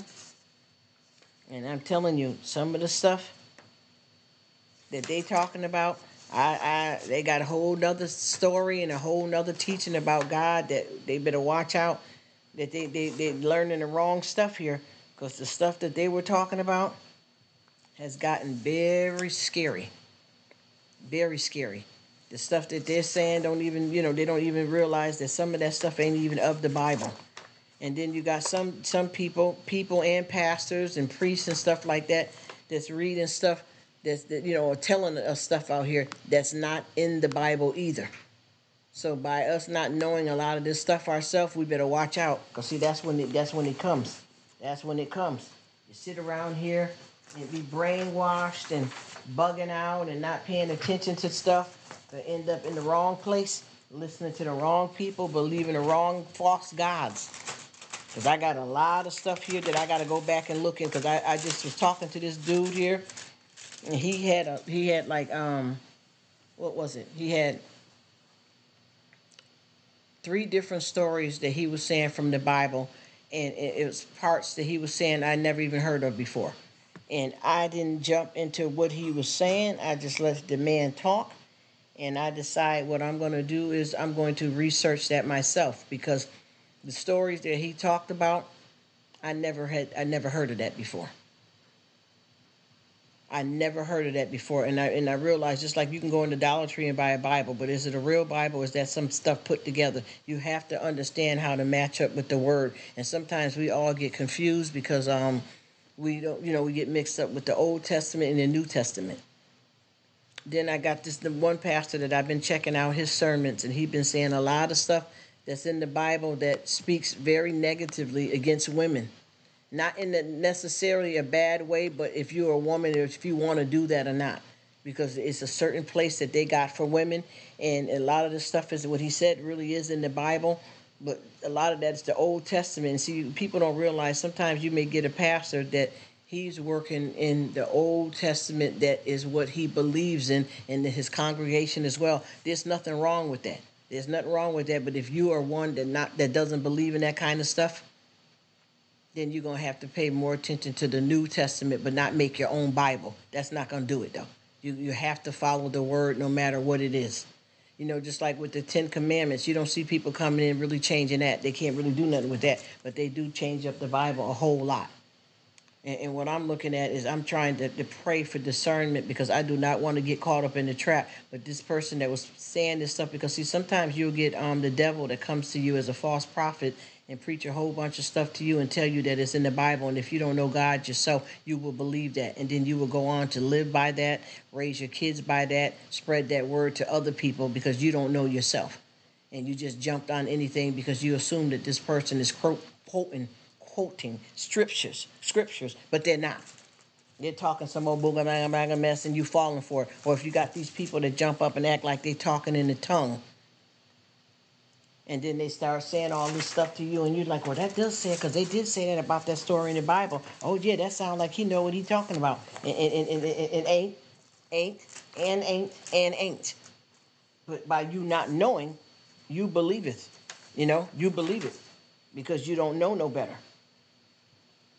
And I keep on saying this is something that's very scary, because I ain't gonna lie. There's a lot of stuff that certain people have been speaking to me about that I never heard either in the Bible, and I didn't shut them down because they weren't putting no bad juju on me. I wanted to hear what they said and keep a mental note of it and go look in the Bible, so that I know for a fact that what they're saying, and I really researched the right way, not no made up book, and researched it the right way, so that I know that I don't go by what they said and spread that word on, and then maybe you can save a few people from going to the wrong place.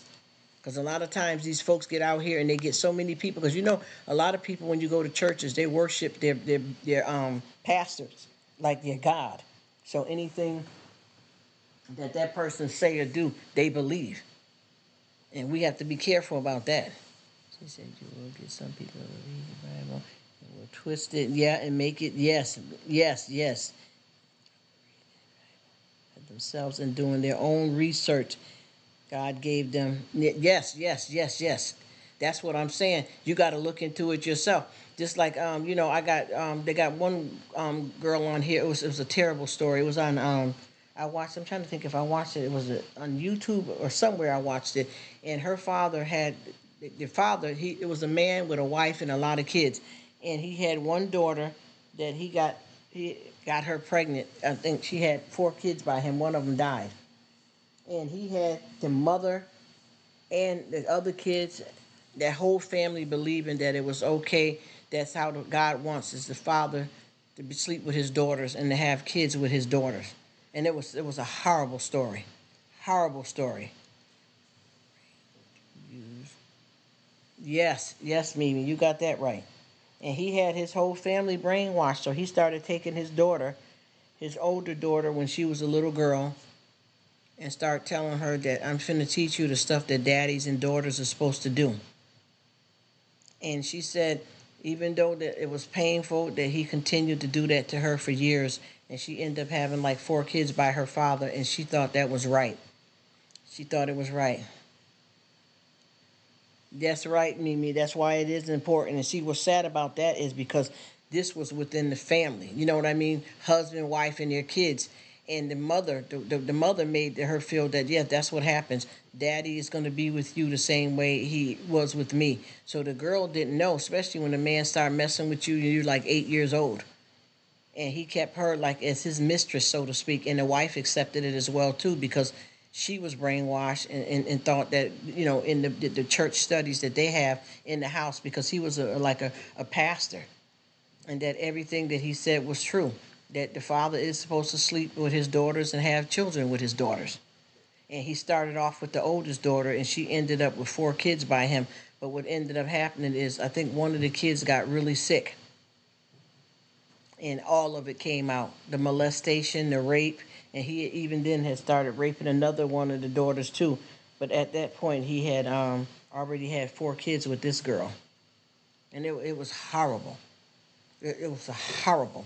And for the mother to sit up there and be a part of that, and helping him hold her down when she was afraid and in pain. You imagine a grown man getting his body on top of a small child like that, 8 years old, how much pain that was going on with that child physically and mentally. And the thing is that the child didn't know it, because they were like the type that they kept in the house, and everything was into their family and kept quiet, you know. And it came out when one of the babies got sick, and they started realizing that this man has been raping his daughter, and had I think it was like 4 kids with this girl. So, and that puts them in a bad predicament. Yeah, it is. That it was horrible, and it's a true story. The man finally went to jail. It was a true story. He had the wife caught up in the brainwashing, where all of them know that the females all would have to be with the father, which it was all his own daughters, and the wife put her daughters down in some mess like that. I couldn't. If you would see the girl that it happened to, because it's a true story, and then she started. The girl herself started making YouTube videos about what happened to her in her in her life, and that story that how they have all these different crime stories that are the real stories. She came and started making a YouTube video about it herself, and she explained the stuff that happened to her, and that her kids, she's their mother, but she's their sister as well, and their grandfather is their grandfather and their father. I thought that was some of the most disgustingest mess. And then she said that he had started trying to mess with her sister, because she was coming to the age, I guess, he started liking him. You know what I mean? That's sickness. And he was getting ready to start doing something to the sister. And she said that she told him, "Don't do her. It's just me. I'll go in. Don't start touching her." But see, what she didn't know is that he was going to continue on to touch all of them all the time, anytime, on a regular basis. And Mom was with it. Mom was down with it. Mom had set it up for them to be touched, and any of them that fight against it, Mom will hold them down so the dad could do what he want to them. I was so disgusted. I just didn't understand that, because what I was looking at is that this man was a pastor, and if you look at the church that he was going to, she didn't even indicate that he was, that all of the congregation does that. All the husbands do that to their women and children at the house. But I was trying to figure out, what kind of brainwashing this was. And that's when you get in them predicaments with them kind of people that gets into a cult. Sick demonic spirit. Yes, Patty. Incest. And the thing is with these folks, hey, Grace, how you doing? I'm glad you're here. Happy Tuesday. We getting into some conversation here about these sickos and this demonic spirit that we have out here, that these folks be getting brainwashed into and turned upside down. Because I'm telling you, I could not believe how bad that could be, especially, yes, a cult. Yes, Patty, a cult. Because you got to look at it. If this man is a pastor at a church, and then he also, is in the world. You get what I'm saying? And if he was reading any of the stuff out the Bible, none of the Bible will ever say that a father has to bed his own daughter and have children with her. And then with the mother too, even with her being up under him, she was some kind of messed up in the head as well. Oh, she's hanging there with you. Oh gosh, I hope you're all right. Oh boy, I hope you're all right. I pray that you feel some relief, Miss Grace. I'm sorry to hear that. But the wife didn't seem like she could do anything with him either. I don't know how this stuff right here, because sometimes people are caught up in these situations and they don't know of anybody else, or they get caught up and beaten, abused, afraid, hiding. I don't know how to get how you can help these people, because they're caught up. And like with these women, they were going by what it says, like for instance, and I want you ladies, because I spoke to some other women before. I think Miss Betty was in here and a few other women. I think Mimi was here when I spoke about, and this is a certain pastor too that's blowing up on YT with this stuff. He has a church and all that. He's been here for years, but it says in the Bible that a woman is not supposed to be a pastor. She has a certain place in the church, but she's not supposed to be the pastor or minister.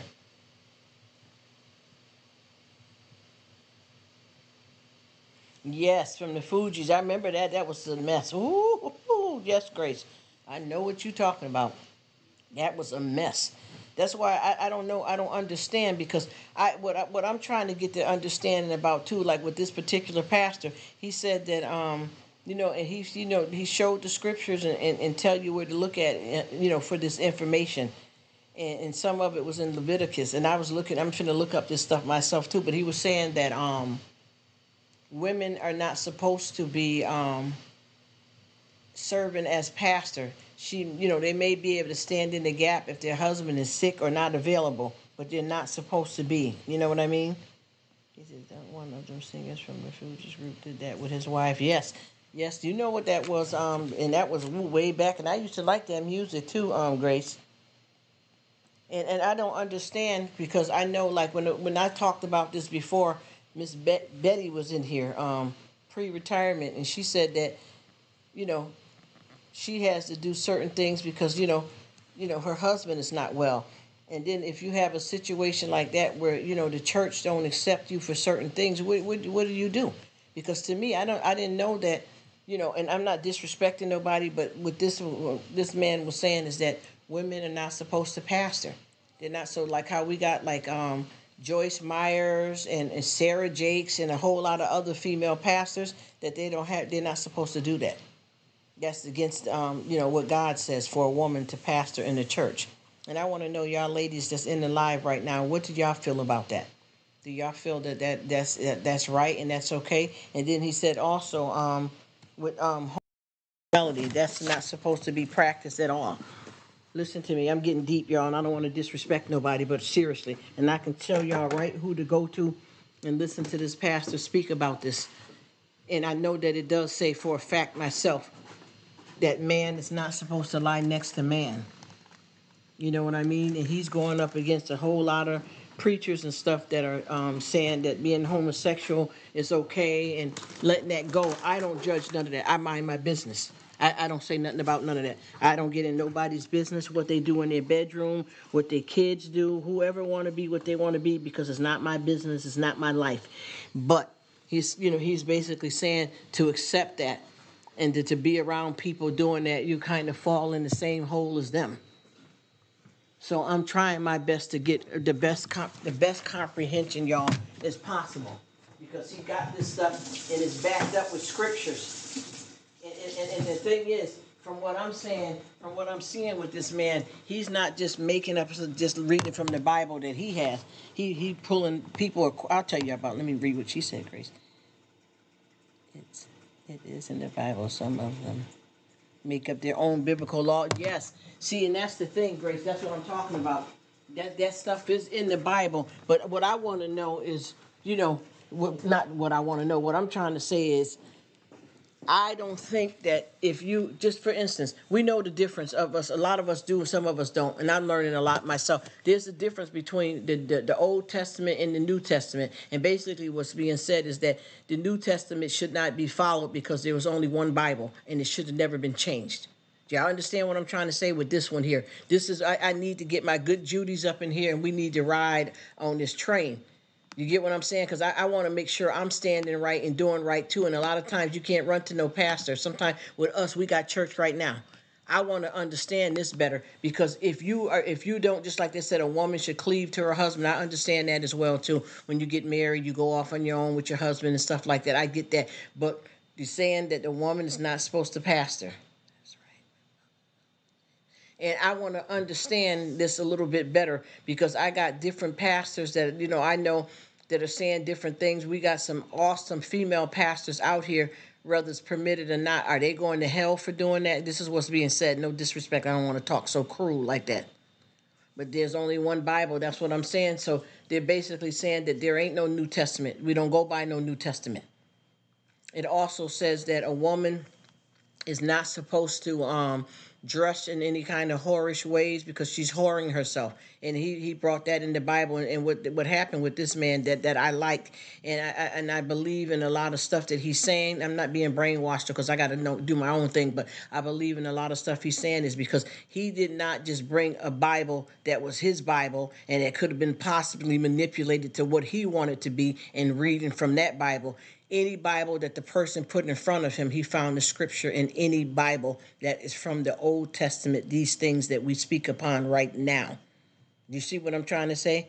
And it does say that, like in specific words, that a woman should not dress so that, she's showing her breasts and showing different parts of her body, because that's to be of the whorish ways of prostituting yourself. And that is there. Not to be disrespectful. I'm not saying to tell nobody what to do, because I promise you, I done been to plenty of people cookouts, and honey, and no judgment there. I would never dress like that. No matter what's going on in my life, I just never would dress like that. And I think that people have the right to do what they want, but are we serving God? Are we serving God? That's all I want to do. And we have to be careful of how much we decide that we want to believe in ourselves, if we're supposed to go exactly by what the Bible said, not the new Bible, not some pastor. This man, listen to me. I got young folks that he's blowed their mind with the stuff that we've been watching these services. And every time he says something, we've been going to the scriptures, and it is true.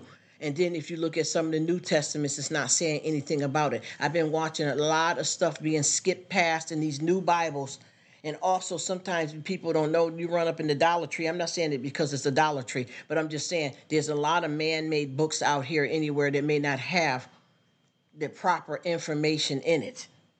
But this person is getting deep into it, and I mean, he goes deep into about we're not supposed to be dealing with people and accepting them being homosexual, because that's a sin against God to accept that in your life. But what do you do, though, if you have a child, especially, I'll just say, and I'm not, please God forgive me, and I'm not trying to hurt nobody, y'all. I'm just trying to let's help each other out here. If you have an adult child, right, and you knew that there were certain things that's going on. Let me see what she said, Patty. She said, stay into my own lane. I stay in my bed myself. Not discarded within this shadow. Yes, amen, Patty. And you know what? See, Patty, that's what I'm trying to tell you. When I was listening to this man, I matched it up with scripture. And listen, and I promise you guys, I'm just going to be raw and just say who I am and how I get down, how I roll. But what he's saying about the homosexuality, and he kept saying the F word really hard with his preaching and stuff, right out like that. I'm going to be 100% honest with you. I can't follow him fully or nobody else. I have to learn on my own, and some of that stuff is none of your business. Like I said before, if you have, I'll tell you this, I'm going to say this, and I hope you guys don't feel no different about me or nothing, but I feel that if you have a child, I'll just say, in no disrespect, boy or girl around 3 years old, if a boy want to play with a truck, a girl want to play with, if a boy want to play with a doll, a girl want to play with a truck, there's nothing wrong with exploring and being a child and doing what the kids do. But when they start coming up, when they get 6 or 7, I'm not running to take them nowhere to get no sex change or nothing like that until they get fully grown enough to make choices like that by themselves. And whatever choice they make, I'm going to respect and love them and mind my damn business. You get what I'm trying to say? Seriously. I am not going to go against any of that. I'm going to let them be who they are. I don't care if it's a coworker. I don't care if I have, a family member that has a friend that decides that they want to live in that lifestyle. That has nothing to do with me. That's none of my business. I love them for the people that they are. So with this man, I don't know if I would be able to be accepted in his church, because I'm not going into the testament like that. I don't think that that's right. I don't think that that's right for you to judge people for what they decide to do themselves. I just would not get involved in pushing my child because he seemed more girly or she seemed more like a boy, that I'm going to start dressing them at 3 and 4 years old fully of the opposite sex when they don't even know yet for sure, even though it could be in them. I'm not judging that. I'm just saying you don't start that unless you know. Just like I know so many people, that have children that were born as hermaphrodites. And I'll just say, for instance, this family had 2 sons, and the next child they had was a hermaphrodite that had both organs. And since they didn't have a daughter, they decided to remove his male parts. And now that person's growing up and want to be a man and don't have the. You see, you can't play with that. God doesn't make any junk. Y'all know what I'm trying to say here. Please, please, please, please help me. God doesn't make any junk, but I wouldn't want to have that surgery done on my child. And I'm not telling nobody else what to do until they grow up and see who they are and what they want to be and make the choice for themselves. But I will not live in this life and judge anybody. I will stay in my own lane and mind my own business. Just like what Patty's saying. I don't care what it is. And I got somebody that was just saying, well, I ain't with that mess because ain't none of my kids gay and blah, blah, blah. Well, first of all, nobody's going to ever judge anybody for whatever and whoever they choose to be. That's not your business. That's not your business.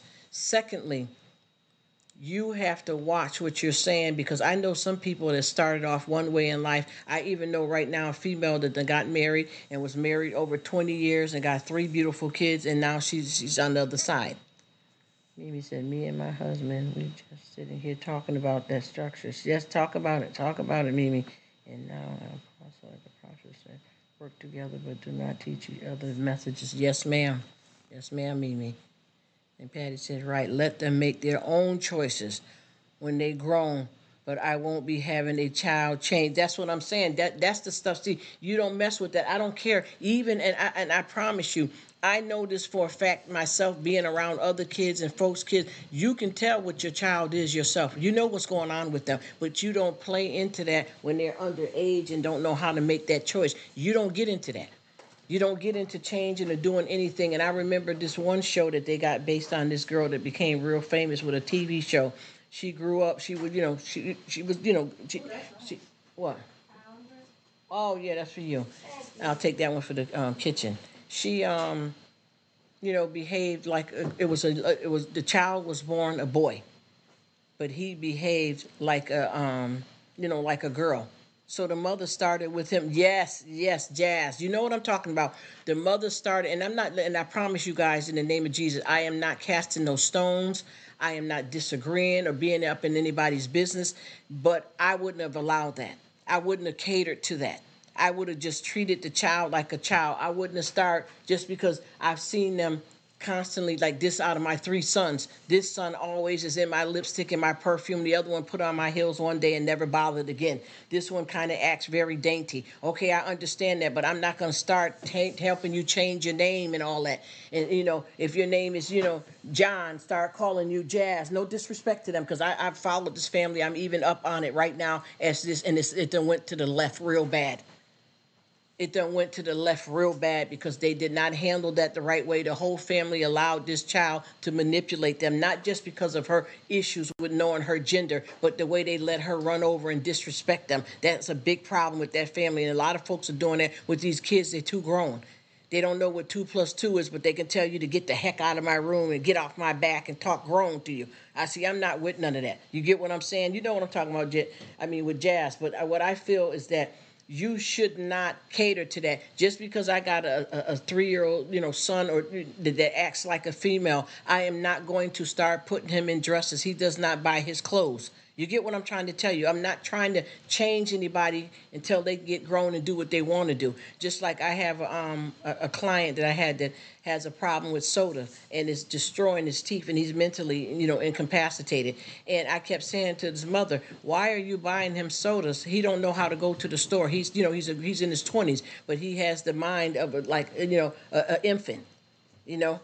Why would you buy sodas if he can't buy the soda himself? Why are you buying him sodas?" I was looking for him last night because I was like, "Where's my water at?" And it ended up being here the whole time. Oh, thank you so much. And I hear that it's that time. Look, the holiday is over, Bert. The holiday is over. It's back into life, regular routines. I know what you mean. And thank you so much for stopping in. And I just was in somebody live here yesterday, yeah. And these people would talk. The guy said, and I'm not judging what he said, but he said those are things that when you do YT that you shouldn't talk about. People's sexual preference. You shouldn't talk about religion. And he said something else. I forgot. Remember that man last night that kept making that funny voice?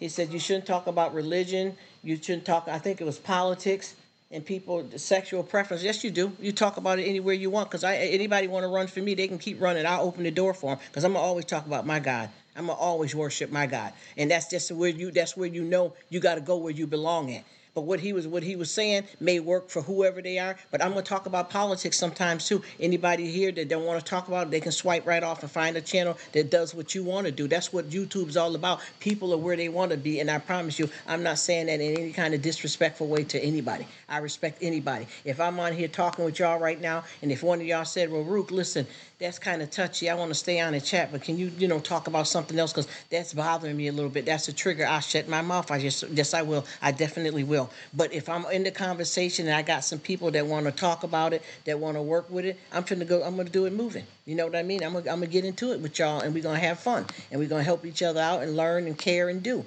But if you didn't want me to, I promised you I would stop at any point. Bless you in the name of Jesus. I park at any point you want me to park at.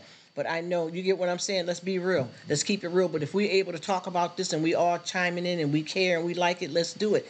But we have to be careful from forming your kids to what you want them to be. And that's not even just the sexuality, but it's also what they decide they want to do when they grow up. I know so many kids is pressured to go to college. Obviously, you're going to tell your child to put their best foot forward. You're willing to pay for college. You want them to go to college. But if they don't want to go, oh, I want you to be a doctor. I want you to be the mayor. But if that's not that child's dreams and aspirations, you shouldn't get involved in that like that. To force them, look at them and see what they want to do. Give them a chance to grow. But when you change a child's sexual preference, because I know so many folks now that's in their 30s, 50s, 60s that said that they wish that their mother didn't remove a certain part of them. You understand? Thank you, Bert. Why did she do that? You get what I'm saying? Because they wanted a son. So they removed, I'll just say you had both parts, or they had your part down there, because a lot of people that the genders get mixed up like that, physically. They structure what they want that child to be. So just say if you had a child that has, something of a woman and look like something partial of a guy, then you are picking what that person should be due to what you want as a parent. I want a son. I want another daughter. And then you go by that. And then when that child start getting to ages where you can start getting hormones so that their breasts won't go because you want them to stay a boy. That's not going to work. That the works of the flesh. I don't think there should be anything done. And I'm going to tell you another thing that I know a tribe of people that they do, and it's not my business. But they don't get their sons circumcised. They let them get grown and do that themselves. I mind my business. But I don't want to judge anybody, and I promise you, what another person do in bed is not any of our business. You get what I'm saying? Rather who they with, and it does. And I know you know this, Grace, Patty, Mimi, all of us know this, and no disrespect. I'm just saying what is in the Bible. Just saying it. I'm not saying whether I agree with it or not. But it says that man is not supposed to lie next to man. I can see when you say this, people, oh, so you're against it? That's not what we're saying. We're just saying, yes, that does say that in the Bible. That's it. I don't care. Please, oh, Grace, I love when you come on here because you keep it raw. I love this. And not just because we agree. We're telling the truth. It's real. It's in the Bible. Whether you are here to it or not, it's each individual soul and choice to raise their kids that way, to live that way. But it is in the Bible. Just like how we said the situation with women not supposed to do this in the church. Also, I do believe that women, in any of us. I am listening while working. Oh, thank you, sweet Betty. That's my mama right there. I meant to ask you what you had for New Year's dinner too, my love, Miss Betty. And I honestly believe that comfort food. I know that's right. Hey, get it in, y'all. But I know for a fact that All of this stuff that we're talking about women are not supposed to preach and all that, it does say that in the Bible. I'm not saying, and see, this is why it's hard to talk to people, because people don't realize that we have two ears and one mouth for a reason. If you hear me say that, that doesn't mean that I agree with it or disagree. I'm just stating clearly with the Old Testament what is in the Bible. It does say that. Now, how I practice it is a personal decision, if I want, which way I want to go with it. But it does say that in the Bible as well. And a lot of people seem to get upset when you are speaking about stuff, because everybody is so quick to judge stuff that's none of their business. Even with your child, obviously when you have a child, it's up to you to make choices for them because they are a child and they are innocent. But sometimes certain things you don't need to do nothing about, and you find yourself trying to be busybody when you don't need to do anything about it. Do you understand what I'm saying? Especially when it comes to your kids, when they see them, because I promise you, I have hundreds of kids that I've worked with, kids I grew up with, people in the family that have, I could tell from when we were young kids that they acted more like me, but they were a boy. It had nothing to do with our relationship. I didn't care how they acted. We all played and we were all fine. Whatever they decide to do, I'm going to accept them no matter what. But then this pastor is saying that you're not supposed to accept that and put up with it. You see what I mean? Even though it says that in the Bible, here where we go. See, this gets crazy, but it's the truth. It says that in the Bible, anything that you support that's, not of God, that you're going against God's wishes. Look, with the stuff that's in the Old Testament. You get what I mean? And they said that there shouldn't be no New Testament. But I believe that God makes old things new again. I think the Testament was changed for reasons, and I think he gives us the option to pick which ones we want to follow. And I'm taking some from both books. And first of all, I'm listening to God teach me and learn on my own. And then I take a little bit from both books because they both have good things to say. Then even with religion, I listen to some stuff from Farrakhan, Malcolm X, a Jehovah Witness, a Pentecostal, a Baptist. I take something from everybody. And if we can, agree on certain things that we know that it is not a certain way just because of your religion, but it's God's words, God's word, and it's the right thing to do. That's the path that I want to be on. Just like this man here, he just started talking to me out of the blue. He worked in Walmart, and I was in there looking around for something, and he asked me, do I need any help? I said, nope. I said, he said, because you look like you're looking for something. I said, no, what I was doing was trying to read the ingredients. I was looking, I think it was some hot dogs. And I was looking at the ingredients, and then I was looking around to see if they had some more hot dogs in another part where I was at. And then I said, well, you take care, basically, and have, blessed day. He said, oh, you're a believer? I said, yeah. He said, well, I'm a Jehovah Witness. And he said, my son is in the hospital right now with a blood disorder. And he said, but I can't donate him any blood, and we can't accept any blood because of our religion. Now, right there, he's stating who he is. I said, well, I understand, and, may God be with him. Now, see, if it was me, I would want my family member or myself to get a blood transfusion. Now, I'm saying this today, and maybe 2 weeks from now, I may change over. But for now, I would want them, if that was going to save their life. And for him and, not doing it, that's his choice. But I couldn't. You see? But that's not my business. See what I'm trying to tell you? You see where I'm coming from? That's not my business. If he decided and his son decided, and I don't know if his son is an adult, because see, that what scares me, and to have to make decisions like that for your children. But if you're raising your children as a Jehovah Witness, they have to abide by all the rules. If mommy and daddy is raising them in that religion and in that faith, they have to go by what's said. But see, I beg to differ. I don't even the part two where it's saying about certain things with women, certain things I'm not going to go. I'm going to do what I feel comfortable with. He said too, tattoos is not allowed. Tattoos are not allowed. That's marking up your body. That's of the devil. You're not supposed to mark your body. Yes, hardcore. You get what I'm trying to tell you? Hardcore. I don't feel that is necessarily something that I would fully go by. I'm not gonna, he said one guy was wearing a tattoo on his chest and it looked like a whole shirt. Now I'm gonna tell you, that's, I wouldn't go that far with that, but that's not my business. See, when you learn what lane you in, you can't judge nobody. But if you got a bunch of congregation, your wife, your kids, and they believe in the sternness of how you want to do the Bible, how you putting down your God, in your life, there's nothing wrong with it. But you got to let people be who they are, because everybody is not going to fall under your hand. But he said you can't do that either. You're not supposed to get tattoos. Us women, it's not good for us to be wearing, what they say, wigs, weaves, you understand, lipstick, perfume, a lot of jewelry other than your wedding band. Let's get it. Let's go, Grace. Y'all know what I'm talking about. You're not supposed to be wearing anything that's any kind of tight or form fitting to your body. You see what I'm saying? Now, I'm not going to run up in the church with a broad top on and some Daisy Dukes, but come on now. Amen. That's what I'm saying. Because who made the doctors? Who made medicine? If it's not for us to be used. See, those are the questions that I have. But these folks, when you deal with them, they say, well, die. And not to be rude, and I know that sounds terrible, but this is what was being said. You understand what I mean? Die then. Because if it was meant for you to live, just like what this guy is basically saying, if he can't get, he didn't say the die part, but these other people have been saying this. But he said that if God don't heal the blood disease in his son, then he has to rest in peace. We all accept it as a family because we're Jehovah's Witness and we're not allowed to take blood from nowhere, not even our own family. So what can you do? Now, I don't know if this is a minor child this man was speaking on or a grown son that follows the same faith as his dad. But I know that this man is saying you can't do none of that. Women are not supposed to wear skirts above their knees. And you got to look at, we're going into some Islam type of living too, where a woman can only show her face or even just her eyes and cover up her entire body and only disrobe in front of her husband or when showering.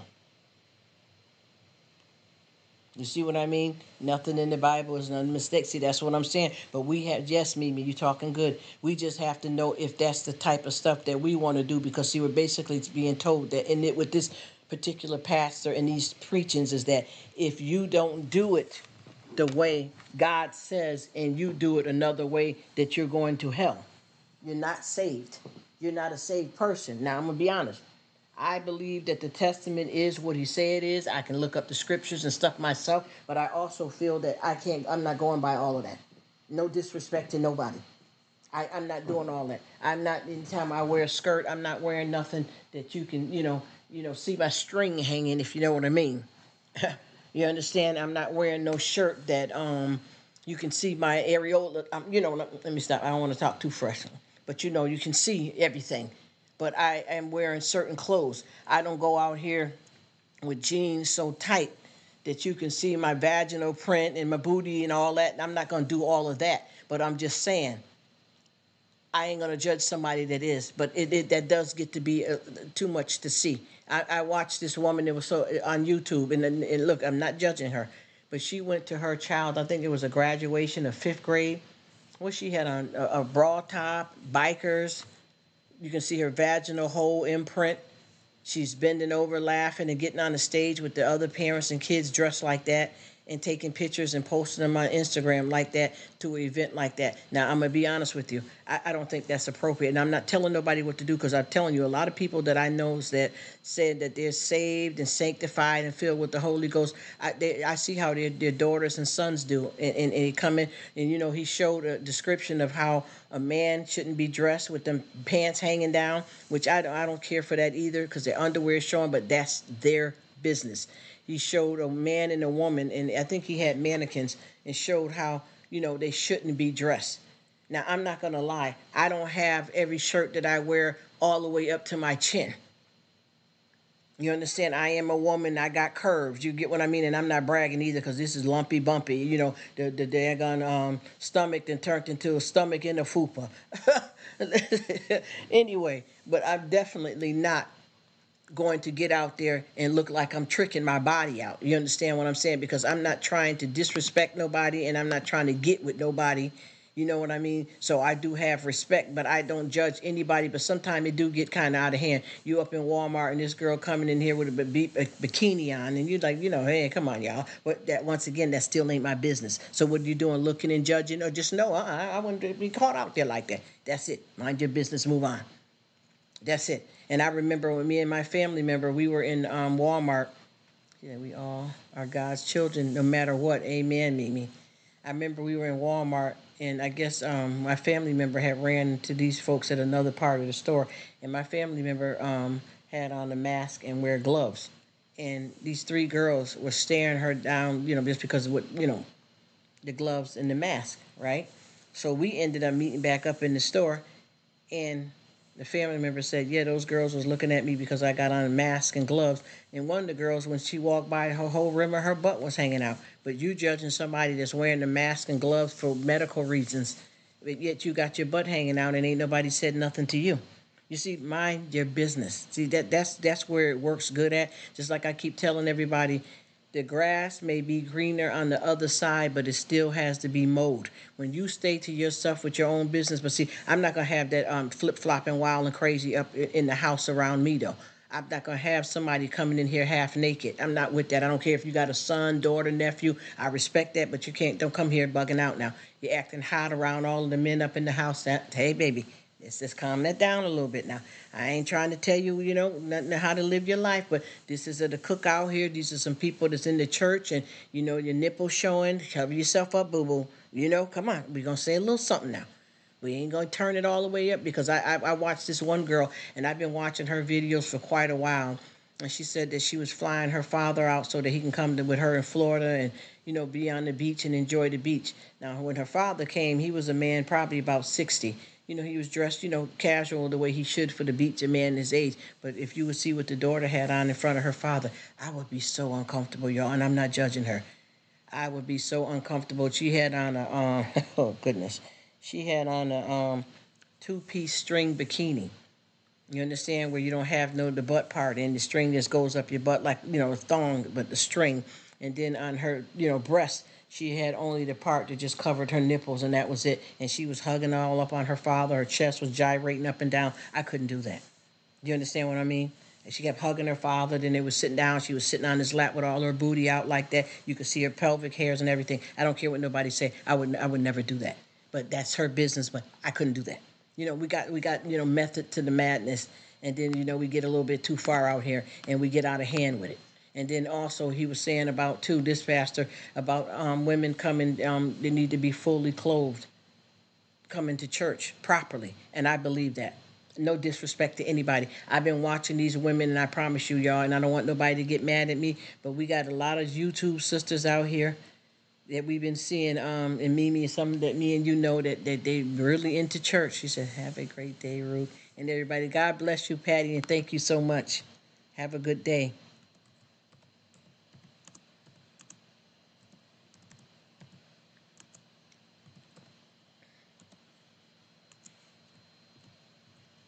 Let me see. I just want to give her some love as she head out, Patty.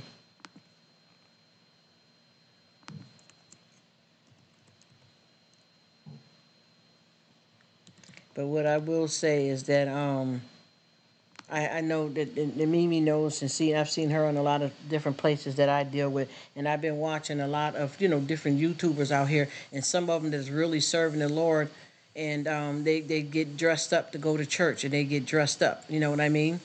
And then there's a lot of them that's wearing stuff that is a bit tight and stuff going to church, and some of that stuff we got to watch it. Watch how we go to church. So I mean, I think that if you go into a real church and stuff, you want to have yourself together, guys. You don't want to go in there with your pants sagging all down. It's not appropriate. You know what I'm saying? We got to have, just like if you got hired for a job, if you got to wear a uniform, you got to wear a uniform. Just like with these people in the school, they need to enforce these uniform laws better than what they do. These kids are wearing these uniform, these girls with these tight khaki pants on, and you can see their whole bra through their shirt. Boys are wearing the uniform khaki pants, swagging and all that. That's not how you're supposed to dress. If you're working at Friendlies, they're not going to have you in there dressed like that. You get what I mean? You got to get yourself together for the job. Dress appropriately. And I've been seeing a lot of women here on YouTube and in person that dress like they're going to a nightclub to go to church. And their heels are incredibly too high to be going in there for service. But it's still not my business, so I don't want to say the wrong thing about anybody. But we have to watch out for that. You know what I mean? We have to watch out how we dress, how we do, out of respect for our God, number one, and ourselves and our family and kids. And I got a lot of women that I've been watching in person and on YouTube that kids are embarrassed of what their mother's wearing in a lot of places. And they keep telling their mother that they don't want her to come there like that. Please don't come to my school. Please don't wear that to my school, Mom. I don't want my friends to see your butt. For real. I'm being honest with you. So we have to watch out for all of that kind of stuff like that, because a lot of that is going on. And we got to remember where we at and what we're here to do. And I got a lot of women that I know that come to church, and I think a lot of them is coming for a lot of show, instead of, being concerned about what's the appropriate way to be dressed in the church. You got to watch what you're wearing, because this is not about a fashion show or outdo anybody. Even too, we got a lot of first ladies, the first ladies of the church, and they are, in there where they are overdressing. And the hats is too huge. They can't even hold their head up. They're overdoing it sometimes. And sometimes it's about a certain presence that they're trying to present, so that you can feel that they are on top of their game, or because I am high standing. This is who I am. This is how I dress. This is how we're supposed to be. And to me, when God says, come as you are, he's not looking to be impressed. He wants you to bring your soul there. You know what I mean? He wants you to bring your soul there and not worry so much about trying to one up, or trying to look cute and tight stuff on and act a certain kind of way when you walk past the men, and look at the pastor, see this, and look at her, look at how I'm shaped, how I'm built. That's not what church is for, though. That definitely is not what church is for. I don't care what nobody say. And I got so many people that say they serving God, but I'm watching what they're doing. And certain things, you do have to be respectable. You do, and I'm not talking necessarily no Old Testament, no New Testament. You want to be in the presence of the Lord. You got to present your spiritual life. And your spiritual life is not your physical body wearing some tight lipstick tight pants and ruby red lipstick and 6-inch stilettos and swaying up and down the aisles and bending down with cleavage and all that. That's not what church is for. You don't go to church to get a religion either. But you definitely, amen, Grace, you definitely do not go to church dressing like that. And like I said, with these guys wearing 3 and 4 chains, they got their pants sagging down where you can see their underwear, they bopping with some sneakers on. Why would you do that?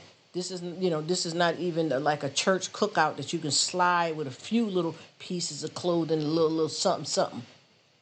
But you don't want to come up in there like you don't have no respect for the house of the Lord, if that's a real church that's anointed. You know what I'm saying? If that's a real church that's anointed. Amen, Patty. But you know what I mean? We just want to be careful that we know what we're doing when it comes to that, because I've been seeing some stuff. And once again, too, because I know I can sit next to people talking, yeah, what she got on today. Yeah, but watch when I wear my alligator shoes next week. Why would you even come there with that? If you're coming into church with that type of attitude, we know you're not here to serve the Lord. You're looking for a man. You're trying to one up on another woman. You're coming here to flock with the congregation like you in some kind of mini club scene. That's not what that's supposed to be about. And people gossiping about people and talking about you when you go there to go to the bathroom, or you got up to go to the bathroom 2 or 3 times within an hour, and they whispering over there, yeah, look at how many times she need to sit down. I'm getting tired of that. Well, you don't know that the woman got a medical problem or the man got a problem. That's why they sit in the back, so that they can go to the bathroom as often as they need it. They showed up. They're here. They're trying to have a relationship with God, and this is all you can do. They're not interrupting no service if they're sitting way over in the back corner, just wanting to be here. But they got a reason why they got to go to the bathroom. And a lot of times, too, with churches and stuff, I don't go for all that stuff where you could keep sending your kids downstairs. You better know who downstairs. Hello.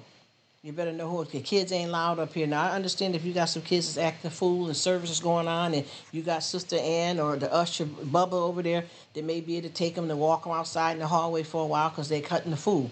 But just to have your kids thrown down somewhere because they don't allow kids up here and all that, well, it depends on what you're talking about and how old the child is. You get what I'm saying? And I don't know Sister Betty downstairs and Aunt Margaret and Aunt Mamie and all them.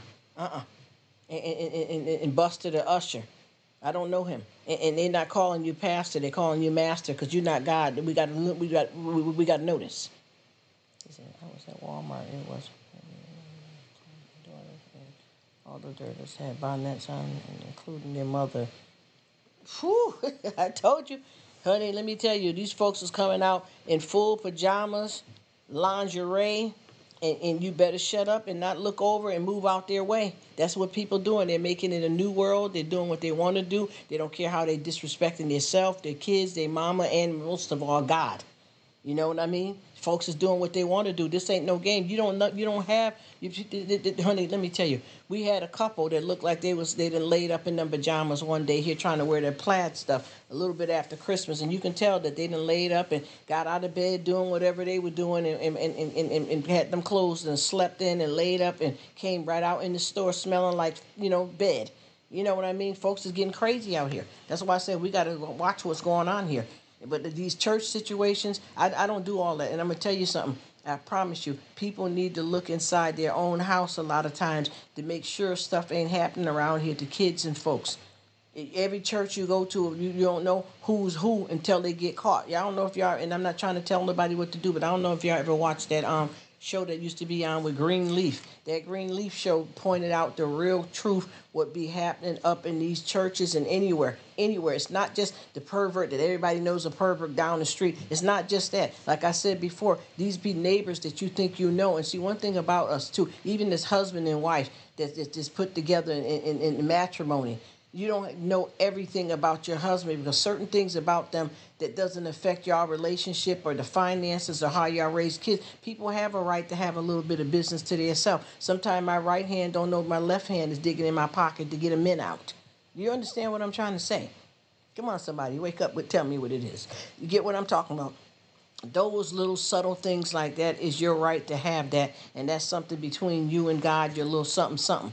Even if you have a situation with your husband and y'all put your money on the table together to pay the mortgage, the car note, or whatever, and you tell him, well, from now on, I'm going to be tucking away a couple of dollars, or you don't. You put your little money up, and if y'all have a big bill and you know you sitting on that money and don't tell them you got it, that's a problem. But if you saving up a little extra money for something, ain't nothing wrong with that. Ain't no deception there. You have to have something about yourself, some kind of pep in your step. You know what I mean? But we got to pay attention to what's going on here because a lot of time, if you're trying to represent God, you can't just do it any kind of way you want. I don't care, Old Testament, New Testament, back door, grandma said, uncle said. I don't care about none of that.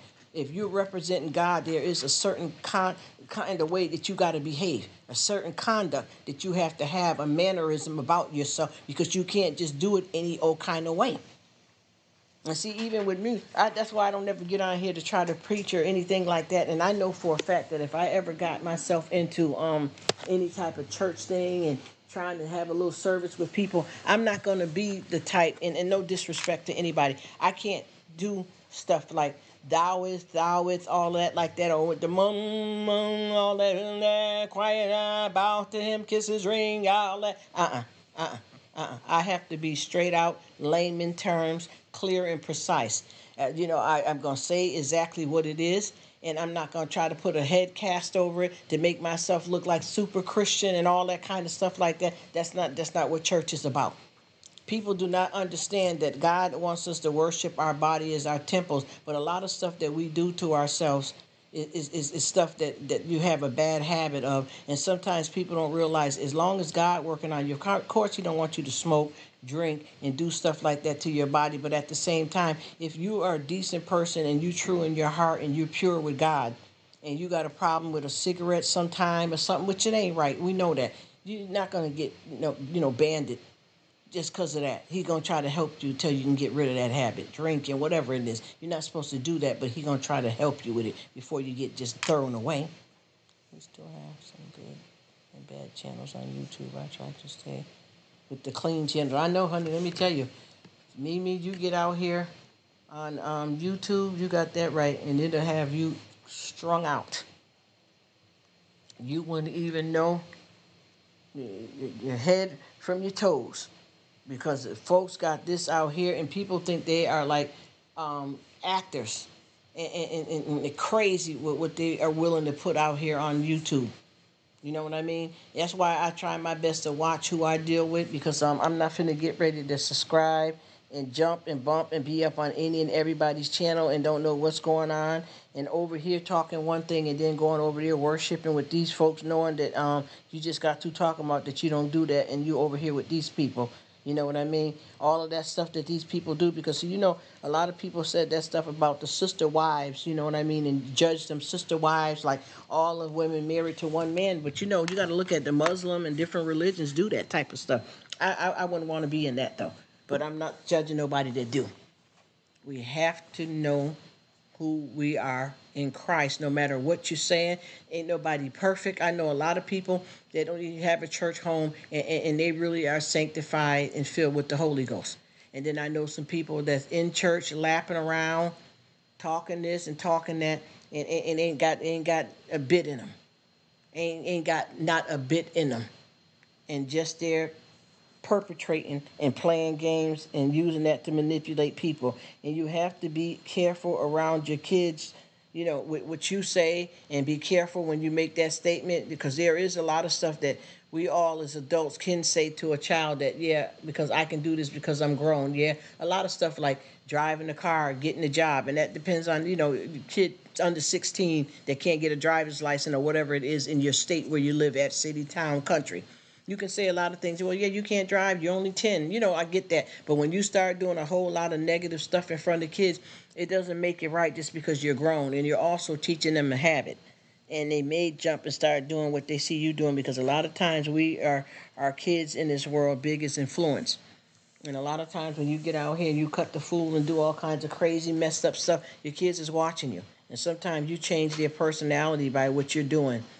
And then when they grow up in the house like that with you, that's the first thing they turn to when they get old enough to start getting something to drink. Or mom used to smoke, so now I'm going to smoke. You know, a mom used to, you know, hit dad. So, you know, when I get with my man, I'm going to knock him upside the head. You know, so all kinds of stuff out here that we all have to understand. And then, too, with this pastor, too, he said that you should only ever get married once. And he said that's in the Bible, too, that you're only supposed to get married one time. And some of that stuff I can agree with, and some of it I can't.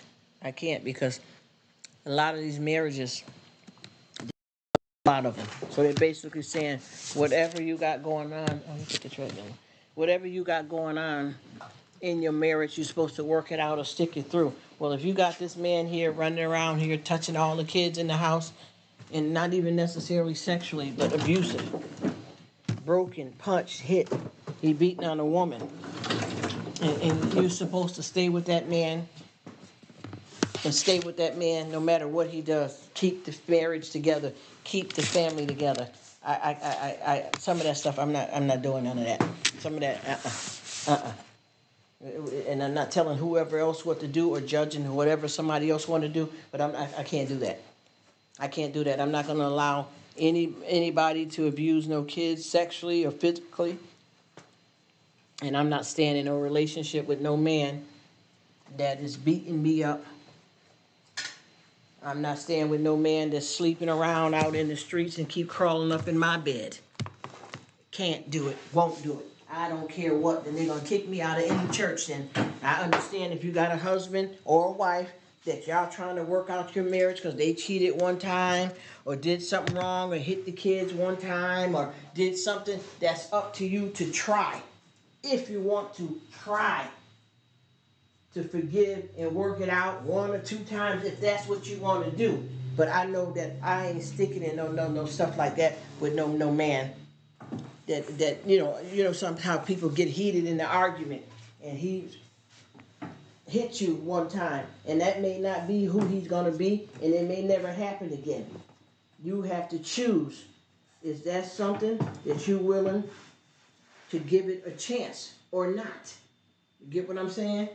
Or if you got this man in here and he going to discipline these children, say it, Mimi. It depends on what you're able to forgive and how many times, because you know God is forgiving. So who are we? That's not what I'm saying. But I'm saying a dangerous situation. How long do you stay with this man and you know he done touched your kids abusive wise? Every time he spanked them, somebody's arm broke or hurt, sprang, or every time you turn around your eyes is blackened. How long do you put up with that man? Because I'm going to tell you something. I'd rather be out in the street with my children if that was the case. I'd rather be out in the street homeless and living in a shelter than to be living in a house with that happening to me, and knowing that you can't keep all the secret from your children. You may think that the kids don't know what's going on, but honey, let me tell you, you let them kids go to school and start talking, or when they grow up, they're going to tell you hundreds of incidents that you thought was hidden that they knew had happened to you. And you think, oh, I told them to be quiet. Oh, we went in the other room. And I'm not talking about just somebody abusing you. I'm talking about your sexual conduct in the house with children hearing you moaning and yelling in the next room over and down the hall. You got to get it together better than what we do. Period. A lot of stuff does not happen to kids just outside. It's around some other people. It's happening in their own house with their own mama and their own daddy. People don't pay attention to that. They do. You got to look at what you putting down up in here. And you can't make what you think is right, right. If it ain't right, it ain't right. You know? And that's the thing, too. The kids are so innocent to that type of situation because they don't have a choice. They don't have a choice. And one thing people don't understand, that you can't pick your family, but you can pick your friends. That's a big difference. You know what kind of hell that a lot of people are going through inside their house because of the kind of family they got, and there's nothing that they can do unless somebody at school, they're able to tell the teacher, or some friend went and disclosed that information that their friend looked like they're being abused. The kids can't do nothing about it. They're forced to be in the family that they were born to.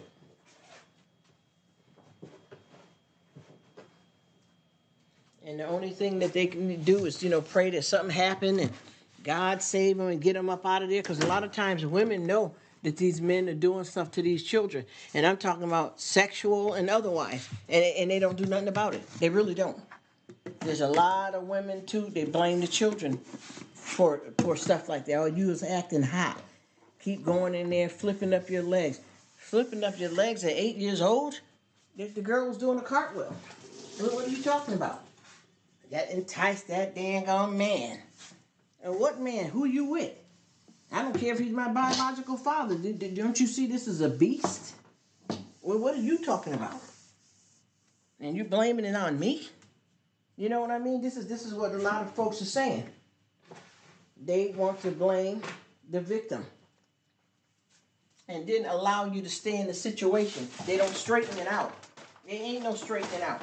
Anytime that you got, I don't care. Now, see, I'm gonna tell you something. That, we talk about and cover a lot of ground here, but I'm gonna tell you something, honey. There ain't gonna be no forgiveness for me that if I found out that this man done touched one of these kids and we done went to the doctors and they done proved that this man done this to this child body and all that. Ain't hell, it ain't no. I don't care who married.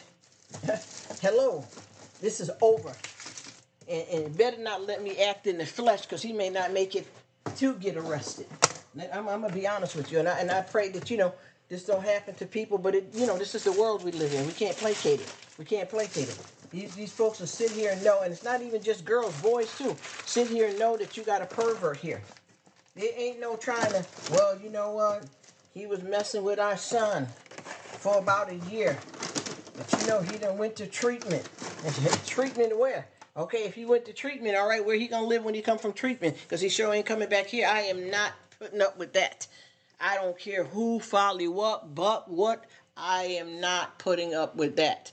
Anytime you have some kind of freak off like that, no way in hell. You understand what I'm saying? No way.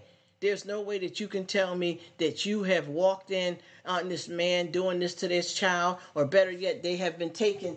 I'm gonna give it a story. I ain't gonna make up nothing. I'm gonna say what it is. This child, mama, first of all, the women, what are you doing? Do you know when a child's hymen has been messed with? Do you know when a boy has been messed with back there? How wouldn't you know if this child is still at the age where you got to bathe and tend to this child? You understand what I'm saying? There's no way in heck you can tell me. I know when you got kids at a certain age, when they start getting probably about maybe I say maybe 10, 11, you may not be concentrating on their body as much and scrubbing them down in tub like you did when they was little. But when you got little girls and boys like that, you always have to check on their hymen and their private areas and make sure that they're intact, because a lot of times those areas have been penetrated. You can tell that, you can see that if you're paying attention and taking care of your kids. A lot of folks know that stuff be going on and they hide it and they don't care. You understand what I'm saying? They don't care. They sit back and let this, you know what I'm talking about, Mimi? Yes, ma'am. You know what I'm talking about. You sit back and let these people do this, and then you blame the child for it and tell them they was a hot whore or you wanted it. You wanted it. You was the one. How can you say that to any child? I don't care if you got a daughter that's 17, 18 years old living at the house. What girl want to sleep with her own daddy and her own brothers? What did you raise her to be if she's like that? And you the mama, and you right here, and you see what's going on, and you ignore it. You done walked in and seen this man several times. You see how this man is looking at this child. You can see how this child is, getting upset when this man come around. And you stay just letting it go like you don't know nothing's going on, and then gonna get in the bed with him too. You're still with him, knowing that something ain't right up in here. You get what I'm saying? This is the stuff that people sit back here and let folks get hurt. And I don't care what nobody say. I think certain things that happen to us in life, we have a wonderful God that works miracles. But I think when it comes to stuff like that, being bothered like that, molested, and deaths in our lives is something that no matter what, it's going to always hurt. You can believe in God and all of that kind of stuff, and it'll cleanse you, but you're going to always feel it. I got a pastor that said that they was molested for like 15 years, and even though they saved, filled with the Holy Ghost, sanctified, married, and got kids and grandkids, they said once in a while that feeling come on them, and it hurts. It hurts. Because you got to look at, first of all, people don't realize that when these perverts is out here molesting and stuff, that stuff don't feel good. It's not emotional hurt. It's painful physically for a grown man to get up on a child. Or how do you feel when you looked at your father as a comfort and now he's doing something that's weird? And you can tell the difference of when a person's doing something to you that just don't seem right. I don't know how people don't get that kids understand that this does not feel right. And you know that from a young age when you're younger, your mama, and even look, that daddy that turned out to be a pervert at some point has told you what the good touch and the bad touch is. And you got a lot of men. Don't let nobody touch you down there. You know better than that. Don't let nobody ever touch you down there. And then they start doing it, but they training you into, well, daddies can do it though. It's all right for a daddy to do it, but you can't just have anybody doing it. But daddies is okay because that's what we're supposed to do with our daughter. That kind of mess. And have the person thinking that that's okay, or either that they're forced in it by fear. They're forced in it by fear. So with that being said, there ain't no choice to be made. It's being taken from them. And you got to look at these relationships that these people have. Some of these relationships that I looked at, that's a close father. He's one of them good dads, and people are not used to seeing dads like that. So that's why they're looking at it. Nah. I can tell. I ain't no, you're a damn lie. You're a damn lie. I can tell that's sexual. That ain't no daddy, daughter, nothing. And if you pay attention close enough, you can tell how he keep on pondering this child and always want her on his lap all the time and defending her over the other kids and wanting her to be this, bringing special treats for her. You know what's going on here. Stop playing with it. And you sit back there and get right into bed with this man knowing that he's a pervert and try to act like you don't know what's going on. When the mess comes out, half the time you be in it. Because I know some folks is raised up, they don't even know that their little brother's actually their child that they had when they was 10. They just kept it a secret in the family, and they was young, and they didn't really understood what happened to them, and had a baby by their own damn father, and being raised up in the house with the baby as if it's their sibling. Didn't know nothing. Because when you're young like that, you get brainwashed to stuff, and something happened. Because you can take a child young like that and deliver a baby from them, and they don't know what that is, especially when they're young. And then some of them do, and they live with that hell inside that no one can help them get out of. Feel dirty, disgusted, sad, hateful, cruel. It changes your way as a person in life. And you know that one thing about that, we know that we know that God is our Redeemer and He's a healer. But He knows that we're gonna suffer through some of them pains like that. I don't care what nobody say. People misunderstand you when you talk the truth about stuff.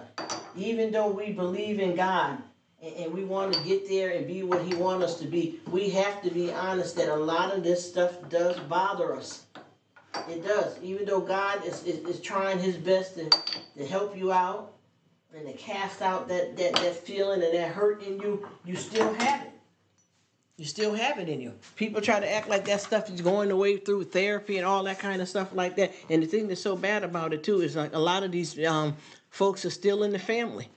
You get what I'm saying? I know a lot of boys and girls that's been bothered by females in their family, and everybody's so hush hush and secretive about it that you can't say nothing because they can they all right because he didn't do too much. It only happened 2 times. You know what I mean? And I cleaned her up.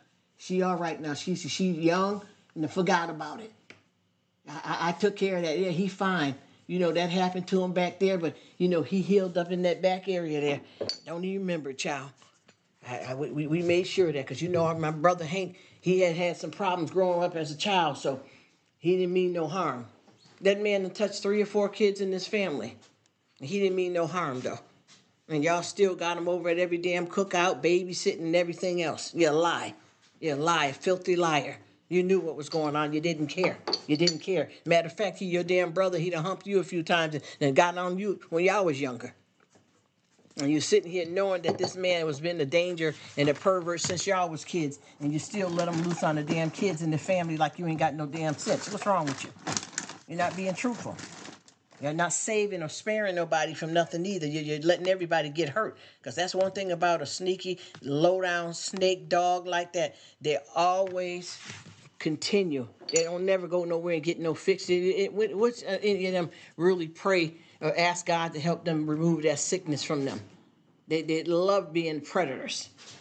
There's no way that folks can't say that a lot of them, they didn't know that these people was doing this in the family. And I know about having some weirdos, and I know a whole lot of stuff about folks that got females that done stuff to them, and a lot of the boys, because they're dudes, and when they get up, or when they're younger, they think that's something good, and then some boys really feel insulted and taken advantage of. Yes, Grace, you know what I'm talking about.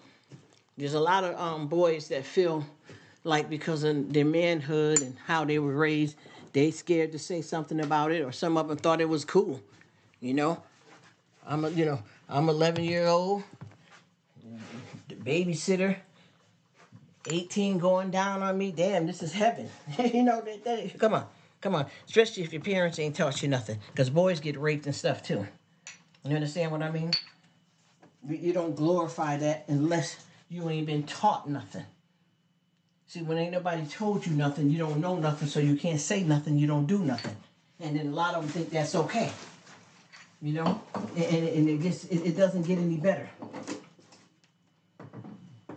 Because as long as you sit back and allow them people to be up in your family like that, knowing that they doing stuff. And a lot of times, too, you got a lot of phony people that feel like, you know what? Yeah. My uncle was like that when we was kids. But you know what? Now I'm grown and got my own kids. I just don't let them go over there. Well, how about when they at your mother's house and they go over to your mama's house and that's her brother and he's over there? Do you think there's somebody protecting them over there? Your mother lied about it for years. She didn't even get no help for herself and other family members. She letting them right in the damn door. And you think he ain't done nothing to your child or ain't gonna do nothing to your child? Your mother ain't protecting nothing because that was her brother or that was her sister. And there's so many females that's coming out now saying that they were touched by other females in the family, babysitters and otherwise. And it ruined their life, and they haven't even started their life yet because it was interrupted by that disgusting sickness. You know what I mean? And with that being said, the more you expose these people and get it out there and get it known, that's when folks can get some help. It's not going to change as long as everybody keep covering hiding. You're not protecting nobody. The only thing you're doing is just giving this pervert more people to bother, to hurt. You know, you got to really think about when you do that kind of stuff. You know, what's really going on here? What's happening? Why are you not saying anything when you know how it felt when you was little, when your same brother used to bother you, or the sister? Because these stories that I'm getting from these clients and these girls is horror, and it's not just something that's being done by men. They're talking about females doing stuff to them. That's not a game. That's it's the same. I don't know why a lot of people feel like just because it's a female that it's okay. That it's okay. And people don't realize that that saying that they have about in the Bible, and I think a lot of folks play games with that. They act like, and a lot of men feel that way too. And I'm not judging all men. I'm just saying in some cases, you know, two women, that kind of thing. You know, like that's good. That's a good something to bring into your marriage, to bring another woman in, and that's gonna be okay. And that's gonna be the last or first or only time you ever do that. It's not. And a lot of people feel that women don't do that kind of stuff to folks. Yes, they do. Yes, they do. Women are just as cruel. You know what I mean? Women are just as cruel as a lot of the guys that is out here, and they may have that perverted gene in them. You know, and then I always tell too with women and men both, don't have nobody having you because you their wife or girlfriend do something, you know, in the relationship that you're not happy with. And like I said, that could be bringing another person in there. Yeah. Okay. Oh, wait. I'm going to take my shower. Yeah. Oh, okay. No, take your time. I'll wait. I'm good.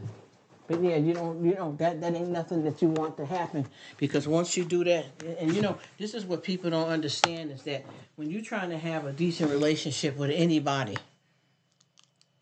15 people up in there, it's going to be a problem.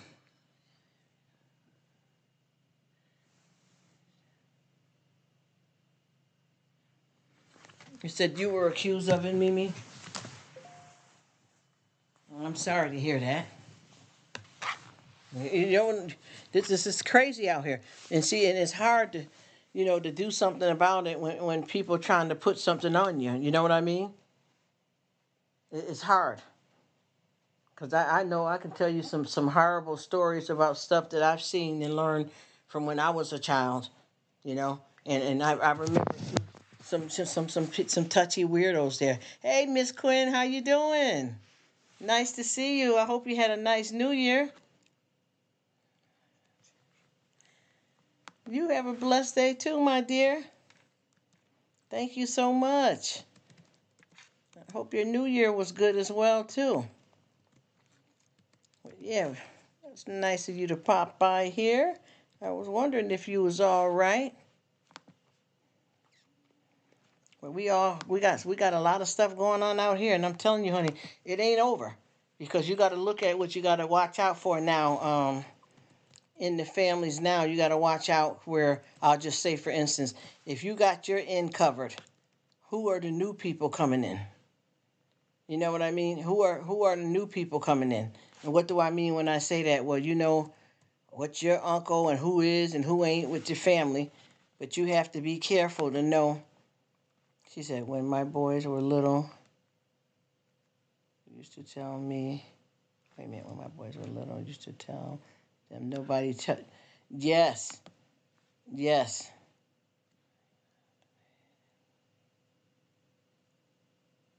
Oh, okay, that sounds good, Miss Quinn. I thank you so much, sweetie. How nice of you. Thank you so much, my dear. But yeah, we got a lot of crazy stuff out here that we got to pay attention to, and that right there. And I said, even with us, we all know when you start off with young kids, you let them know right off the bat about good touch and bad touch. You know what I mean? You have to teach them that right out the gate, you know, from when they're very little, so that they'll know, you know, what to expect out here and what's right and what's not right. But when you have a whole bunch of different people in and out your house and stuff like that, you don't know what's going on because you're not in control, because you got too many people running in and out, too many people watching your kids, and you teach them one thing, and then you got this person. Well, how many people is supposed to be able to change the pamper then? You know what I mean? Who's supposed to be doing what? Because a lot of times we get that mixed up. The kids going to any and everybody's house, and who got Bubba and Sam over at that house, and then you divorced now, and the kids is going over to dad's house, and the new girlfriend that he got a weird old brother that's coming through there, some kind of crazy sister, and you done told your children not to let nobody touch them there, but at the same time, they go over to their father's house, and his new girlfriend's brother's changing their damn diaper. You know, we ain't got a lot of choices here. This stuff is whacked. This is not a game here. The kids are innocent. They need to be protected. This is horrible. Especially when I first started dating men. And honey, say it. I know what you mean, Amy, because that right there, that right there stuff ain't no joke right there. And they got quite a few of them too, because see, they do all that stuff, them compounds like that, be having all them cults and stuff like that, and they get all of them women over there. And I remember one man he had with the women, he was being with the women. Let me see what she said. Happy New Year. Oh, that's so sweet. He was being with having relationships with the women, and he separated the men from the women. This was a true story. He wasn't allowing the men to be with their wives no more, so he would separate the men from the women, and then he would have the women and children around him. But he was sleeping with these women, like I'll just say, if you had one woman, she may have two daughters. One daughter 12, the other one 8. He was sleeping with all three of them, the woman and both of her daughters. And this was like 5 and 6 different women, where he had a concubine of women and children that was basically there to service him sexually. And the men couldn't do nothing about it. And if they said anything about it, they would get killed, knocked out, and beat up by the guys that work under him. And this is like all of that stuff, which y'all remember, all that mass suicide with like them kind of cults like that with the David Cohorts and Jim Jones, all that old mess from back in the day. This is that type of stuff where these people are so brainwashed and afraid, or they get into this cult and they get into a compound that's off the grid and away from the rest of the world. You can't run nowhere and get no help. You try to get halfway down the street, half the town know that y'all live there weird like that. So if one of yours try to run up into one of the stores, one of the daughters or the mothers, they'll call that cult crowd to come and get you, because nobody wants anything to do with you, because they look at you as you diseased coming from that compound. They know what goes on there, and nobody says anything about it. How is somebody walking around there 10 pregnant by a 40-year-old man?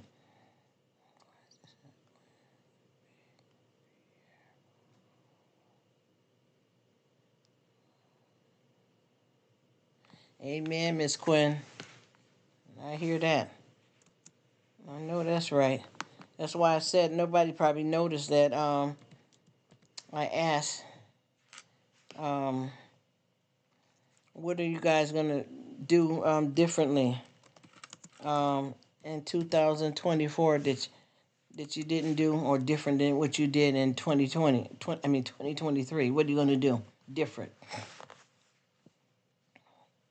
I put that in that pinned comment up there. I don't know. We be talking here so much, people probably didn't even see it, but that's okay. But yeah, I keep saying that stuff. You got to watch out what you're doing. And what I don't understand is how do too with a lot of these women, and it's not judging them, because I know a lot of people ain't well out here, but I don't know how a lot of these women can even take, first of all, it's hard if they're, it's a different story, them taking the abuse themselves. But why don't you stop it with the kids, though, at least? You know what I mean? Why don't you let them go and get them some help? I don't care if this man would kill me. I would get the kids up out of there. And if I was going to stay and let him do whatever he want to me, but I would have to get the children out of there. I couldn't, but I know that in a lot of cases, women are so afraid that they get brainwashed out and just let anything happen. I can't. They love that high. Yes, they do. Yes, they do, Mimi.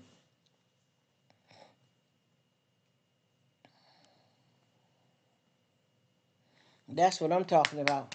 That's what I'm talking about. You got that right, Grace. And they do love that high, Mimi, because they're caught up in the trap. And some of them, I ain't gonna lie, some of them go along with their lifestyle and don't mind it. Because I remember one situation where this woman and man, they were he was he was a pervert, and huh? Okay, he was a pervert. Thank you. He was a pervert, and she was deliberately, running a foster care with him and making sure she supplied him kids that he can do anything he want to do with. You know what I mean? And that's right. Take care of yourself first. She was doing that because she was allowing him to do what he want with the kids. And I didn't understand how. Then I know a lot of women that were that were involved too as well. Them and their husband both were the ones that they wanted kids to have for both of them to sleep with together and stuff like that. I don't know what kind of sickness that come upon these people, but I'm telling you, it's a dangerous situation with that. And honestly, I don't know, and I hate to say it because I know there's a God is a miracle worker, so I know that He can work any kind of miracle out. But I just don't know how people that kind of sick, if they don't turn it to God, how can anybody help that? How can you fix that? You know what I mean? I don't get that. Did they say that already? Wait a minute. What's that? Exactly. This is a year it's going to be the Lord. That's right. You got to. You got to. But yeah, as I was saying, see, and I understand what you're saying, Miss Quinn, but the thing is, the problem with that is everybody don't believe in God. You know what I mean? That's why we got problems, because everybody won't believe and won't follow God and don't want to make it a better year and do right. Some folks want to do the same thing they were doing, and it gets worse and worse. And I'm just looking at that situation is just a sickness out here in the world that so many people, are dealing with. And we just got to, try our best. When you know it, call it out. Because if you don't, you keep letting it happen. Because everybody out here wants to be loved and looking for a place to belong. Sounds good.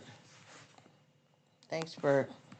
We all have to watch out for that kind of stuff like that, because it's happening. And see, everybody ain't going to do right. Everybody ain't gonna do right. We all the ones that are positive people have to keep our head up and give it to the God and lean on God. But a lot of folks don't want to follow right in that path. You know what I mean? So we have to watch over them and help the ones that can't help themselves, and pray for these beasts out here, because it's a lot going on. And if you don't try to stay on the right side, it's easy to fall. And I notice a lot of people will get with you and in your life deliberately because you got kids. It don't matter, because I know a lot of times I've seen men that get in relationships with very volatile women, and these men may have kids from their ex-wives, and they will bring their kids around a woman that they know for a fact that woman don't like or accept their kids, and allow that woman to abuse their children, and not necessarily in the sexual way, but physical and verbal abuse. And you know that woman don't like your kids from your ex-wife, and you letting the woman run over you, and now she's abusing your kids as well. A lot of that is happening too. Because I promise you, women ain't innocent. All these women out here are not innocent. Women out here get down and just as crazy and messed up as any kind of guy. Any guy you say something negative about, I can put 10 women that's just as bad. Because women do a lot of stuff too. There's a lot of cruel people out here in the world. And I know with the way God is trying to, He's trying to make it right. But it's hard because some people ain't gonna come, they don't want to come to do the right thing. Some folks want to stay, cutting the fool, doing what they want to do, and bringing the danger. You know what I mean?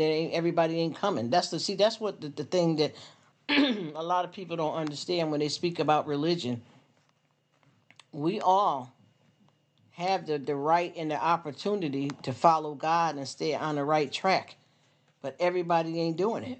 You know what I mean? And everybody ain't going to do it. And then a lot of people that keep running around saying praise the Lord and all that stuff, them the ones that ain't even really saved. Those are the tricksters. You know what I mean? Remember Jacob and Esau in the Bible. One brother was a trickster. And the mother, she basically was down with it. She had the the brother that she favored the most. She helped him trick the father into giving because they were twin brothers, but whatever one's the firstborn, even though they're twins, they was the one that was given the birthright. You know what I mean? And the mother helped the other one trick the father into giving the birthright to the other brother. The mother was involved in that. That's the point that I'm trying to make. The mother was down with that. And because the father was very feeble, old, and sick. And she had the brother that she wanted to get the birthright, she had him go in front of the father as if he was the one that was supposed to get the birthright. And, once you do that, you can't take it back. So that was a trickster. And like I said, she was running around trying to act like she was trying to be the loyal, good wife. And yes, God's going to bring it in this year. And we're going to do right. And this is going to be the right lifestyle. And this is going to be this and that. And them's the ones that we talking about, there's some false prophets in the Bible. Everybody that's calling out God and speaking about God ain't necessarily saved or good people. They're just using that as a manipulation tool or to pretend that they doing what they're supposed to do to fool and brainwash folks so that they can get up under you and then you get to see what really is happening. That's the whole thing with all this. Everybody ain't, that's why I don't be up with folks, anybody, and jumping out every time somebody murmur the word God and stuff, because a lot of these folks ain't who they say they are. And after a while you can start telling that they ain't, because the masks come off. You know what I mean? The masks do come off. What's she saying, Mimi? So true. Yes, you know what I'm talking about, Grace. That's why whenever a family member, I don't know, I'm not trying to meet them at the point. That's right. Nope, I know what you're hunting, Mimi. You know what? I can help you, me and you. I can write the book on that, because I'm not with that game. I'm not with that game, and I promise you, I had been around some family. Well, they weren't, I can say a lot about mine too, but they weren't my family, but they were family. You know what I mean? And they used all of that old church booga booga, because they wasn't doing nothing but shooting out lies and deception. And they used all of that kind of stuff like that to manipulate and pretend that they were good people, big time servers inside the church. Praise be, Lord be, all that over and over again. Praise the Lord, all that kind of stuff. And keep on saying it and ain't even believing what the heck they're saying themselves. And living in sin and lying, perpetrating. I'm serious. I've had a lot of that. I've been watching that for a long time. And those people was the ones that was constantly at the church, day and night, having the bake sales. Oh, Sister Mary and them need a ride to church, and I'm going to give them a ride, all that old stuff. And come to find out, they were sheep in wolf clothing. Con, lie, fake, pretending that you worshiping God to make people think that you are when you're really not. Pretending you weren't walking with God and just as evil as you want to be. Keep coming around people pretending to be cool one minute, flipping out, bugging out the next minute, and ain't doing nothing but carrying that demonic spirit from person to person, pretending you got somebody back and you walking in the same lane as them and playing games with it.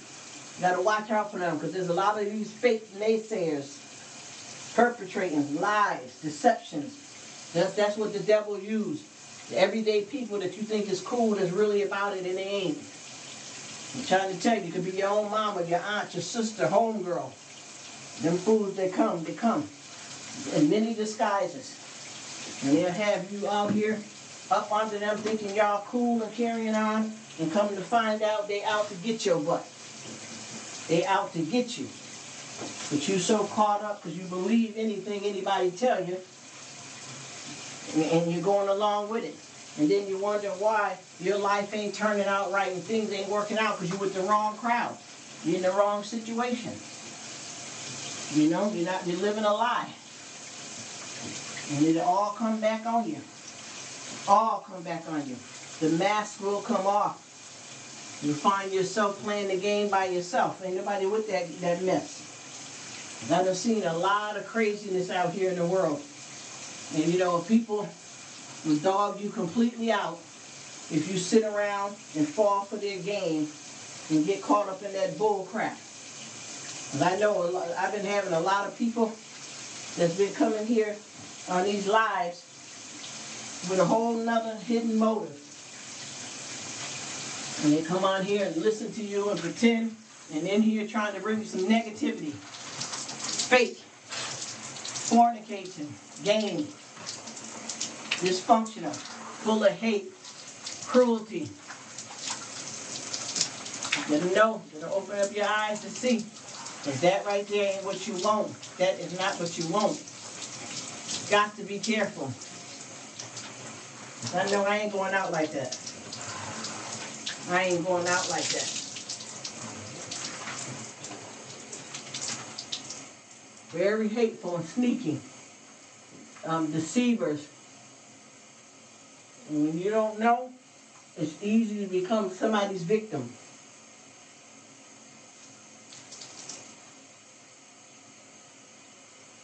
I'm coming right out, y'all. Had to jump in the shower right quick.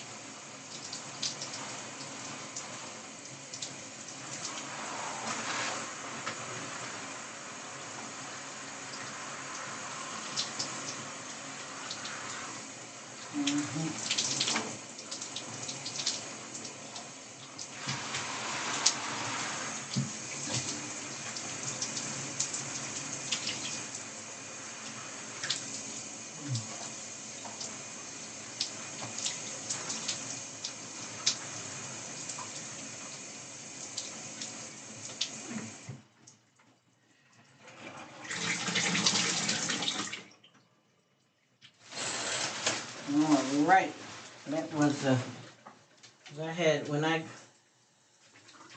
started this live here. I had came home,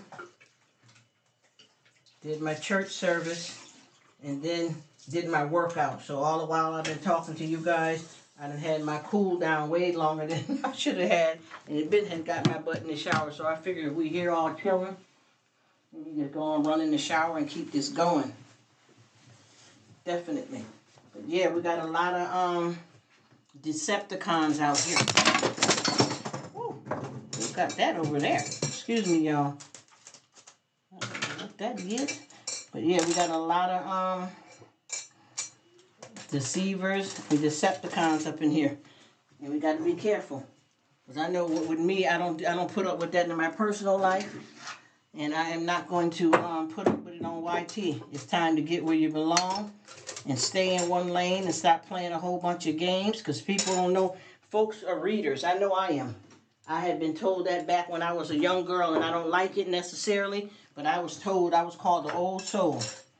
And I mean, I don't know everything. I don't play all that psychic mess. That's not what I'm talking about. But I know that I see and know a lot of things I don't like to. And I'm not talking about in no spirit and third world and all of that stuff. I just have a good insight. And a lot of us have, our instincts about stuff as well, too. So that's like a given, something that God puts into us, all of us, naturally, that we have.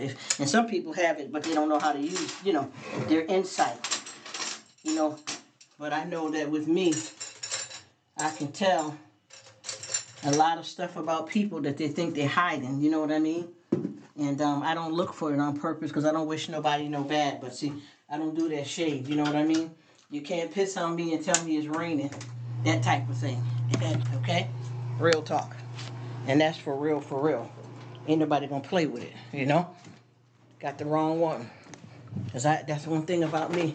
I've been lucky enough to get myself together because I tell you, I have been played and through stuff. And I'm not saying that it'll never happen again because we live in this thing called what? Life. And people can be what? Up, down, all around.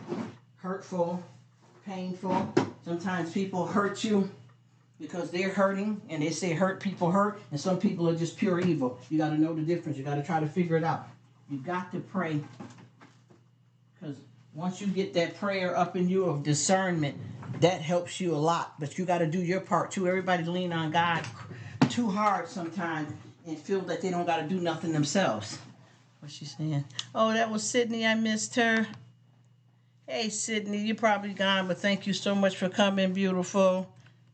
All right, you're starting off your new year, huh? I hope you're doing good. I appreciate you. Yeah, we got to be careful because we got a lot of, as I call them, Decepticons. And I tell you, those ones right there, those are the ones that will come and get you. Because I think a lot of times people, they get off their game, especially when it comes to a woman. The women, they usually let a lot of women trick you into stuff to get you caught up. She says, I'm not going to try to fix it. Okay, let me see. Okay, hey, Katie. Hey, Katie, how you doing? I hope you're doing well. Thank you so much for coming. Well, yeah, there's a lot of people got on these disguises and these masks, y'all. Better watch it. Have them take it off. You know what I mean? You better be able to see, use your spiritual eyes and your mind eyes and see through that mess, because if not, you definitely will be taken for a ride. She said, I'm still here. We had to start a load of laundry and get some more coffee. I hear you, Miss Quinn. Do your thing, honey. We only have one life to live. Yes, Happy New Year's, Katie. Happy New Year's, everybody. Because even though that was New Year's Day, it was yesterday, this is still a new year. We're not even in the middle of the year or first week of the new year, so we can all keep saying Happy New Year's for a good while, right? You know what I mean? We haven't even touched the New Year's only 2 days old, so let's keep saying as long as we can. That helps too with me with these videos when you go to do the comment, when you can say Happy Thanksgiving or Merry Christmas. In some cases, that helps out a lot with responding to people, wishing them something well and positive. What does it say?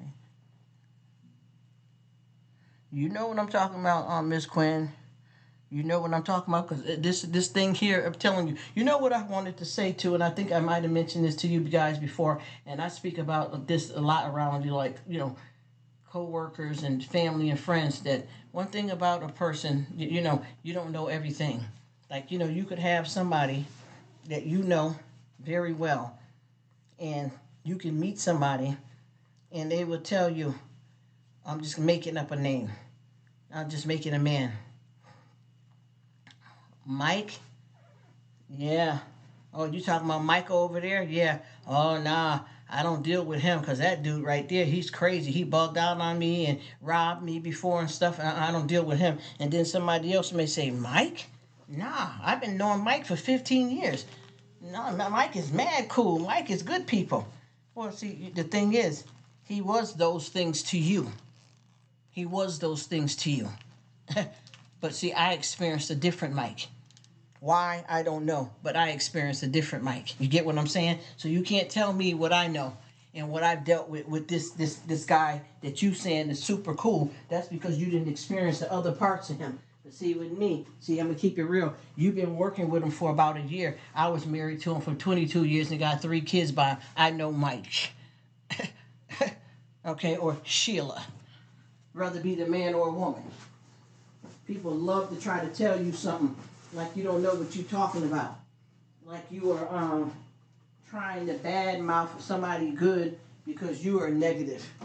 And you trying to come at somebody because they bound to this person. Because see, I ain't never been. That's one thing about me with that insight. I don't play with it. You know what I'm saying? I don't play with it. A lot of times people can tell me anything they want about a person. But when I know different, I know what I know. You can't tell me that you're dealing with this man now and you're telling me how good of a person he is. And like I said before, people like that try to be all things to all people. So they got one crowd over here that they're dealing with, that they're perpetrating the fraud with. They got them thinking, that he's one of the nicest guys in the world or she's one of the nicest girls in the world. You got that crowd fooled because you treat them some kind of way.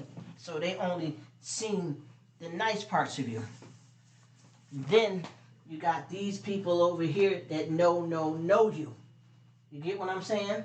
And that cracks me up with that because a lot of people act like they don't got the damn sense they was born with when it comes to them type of situations. You may know what you know, but I know what I know too. You get what I'm saying? And when I say that, I mean that because of the simple fact that people don't understand that we experience different parts of people. Your experience with somebody may not be the same one that I had because that person is a Decepticon. But I guarantee you stay with them long enough or you have the relationship that I had. See, you may be a female co-worker of his. So you wouldn't experience that wrath with him unless you vetted him, unless you dated him. You get what I mean? You will never see that because you're a co-worker female. But to be a baby mama, girlfriend, or wife of him, he'll show you a different him. See, people don't pay attention to all of that kind of stuff. You always want to believe what you want about people. And I'm not saying that just because somebody said something negative about a person that you're supposed to jump up and believe that. That's not what I mean. Do your research. You got to do your research because everybody has a past. You know what I mean? Yes, say it, Sydney. You know what I'm talking about? Everybody has a past. And a lot of times you didn't meet that person, in that situation. I knew them from a different walk. I was with them in a different way. So that's the reason why I know what I'm saying about them. You know what I mean? And the people go off on you, honey. They'll go crazy if you say something to somebody that's been good to them, because I promise you. I got a family member, and everybody act like this person can walk on water, but they don't know what I experienced with them. Even if I told them, they wouldn't believe me. But see, if I started talking to it, I'm going to prove everything I said. I'm going to prove. I can show you the marks. I can tell you the documents from the court. I ain't going to play with it. I'm going to come with the truth. You know what I mean? The freaks come out at night. Yes.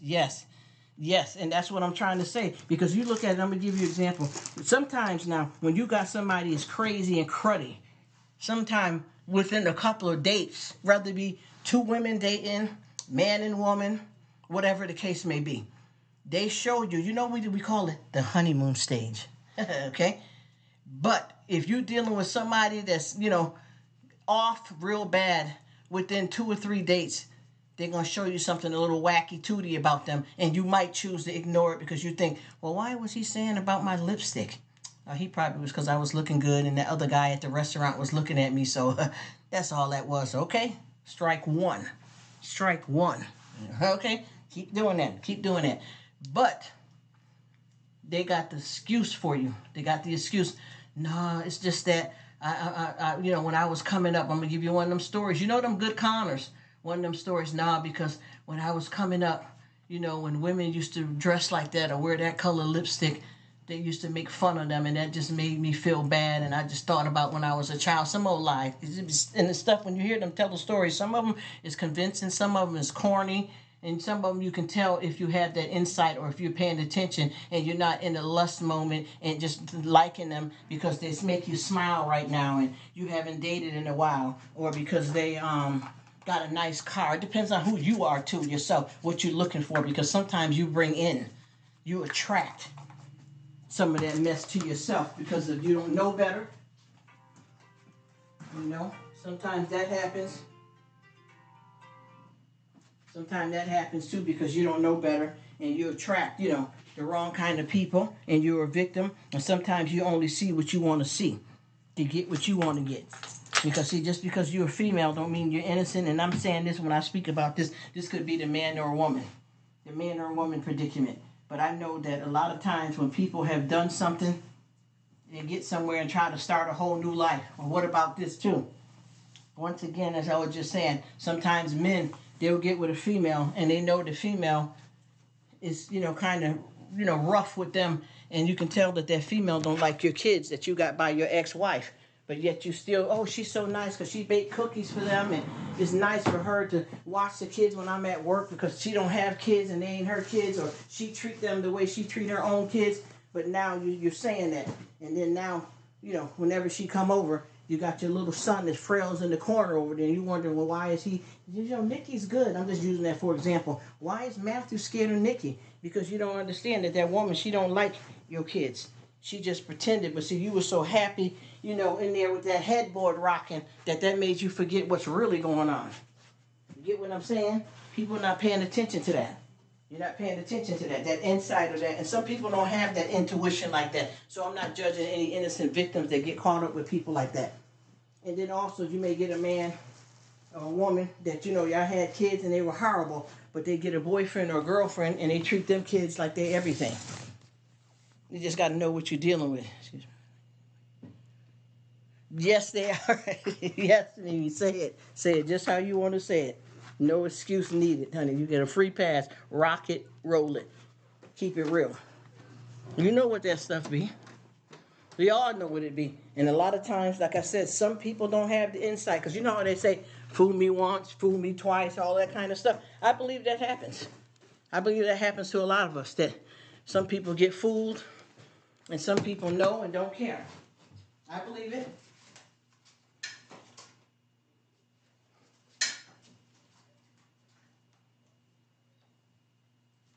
But I do know that folks are some good tricksters and cons.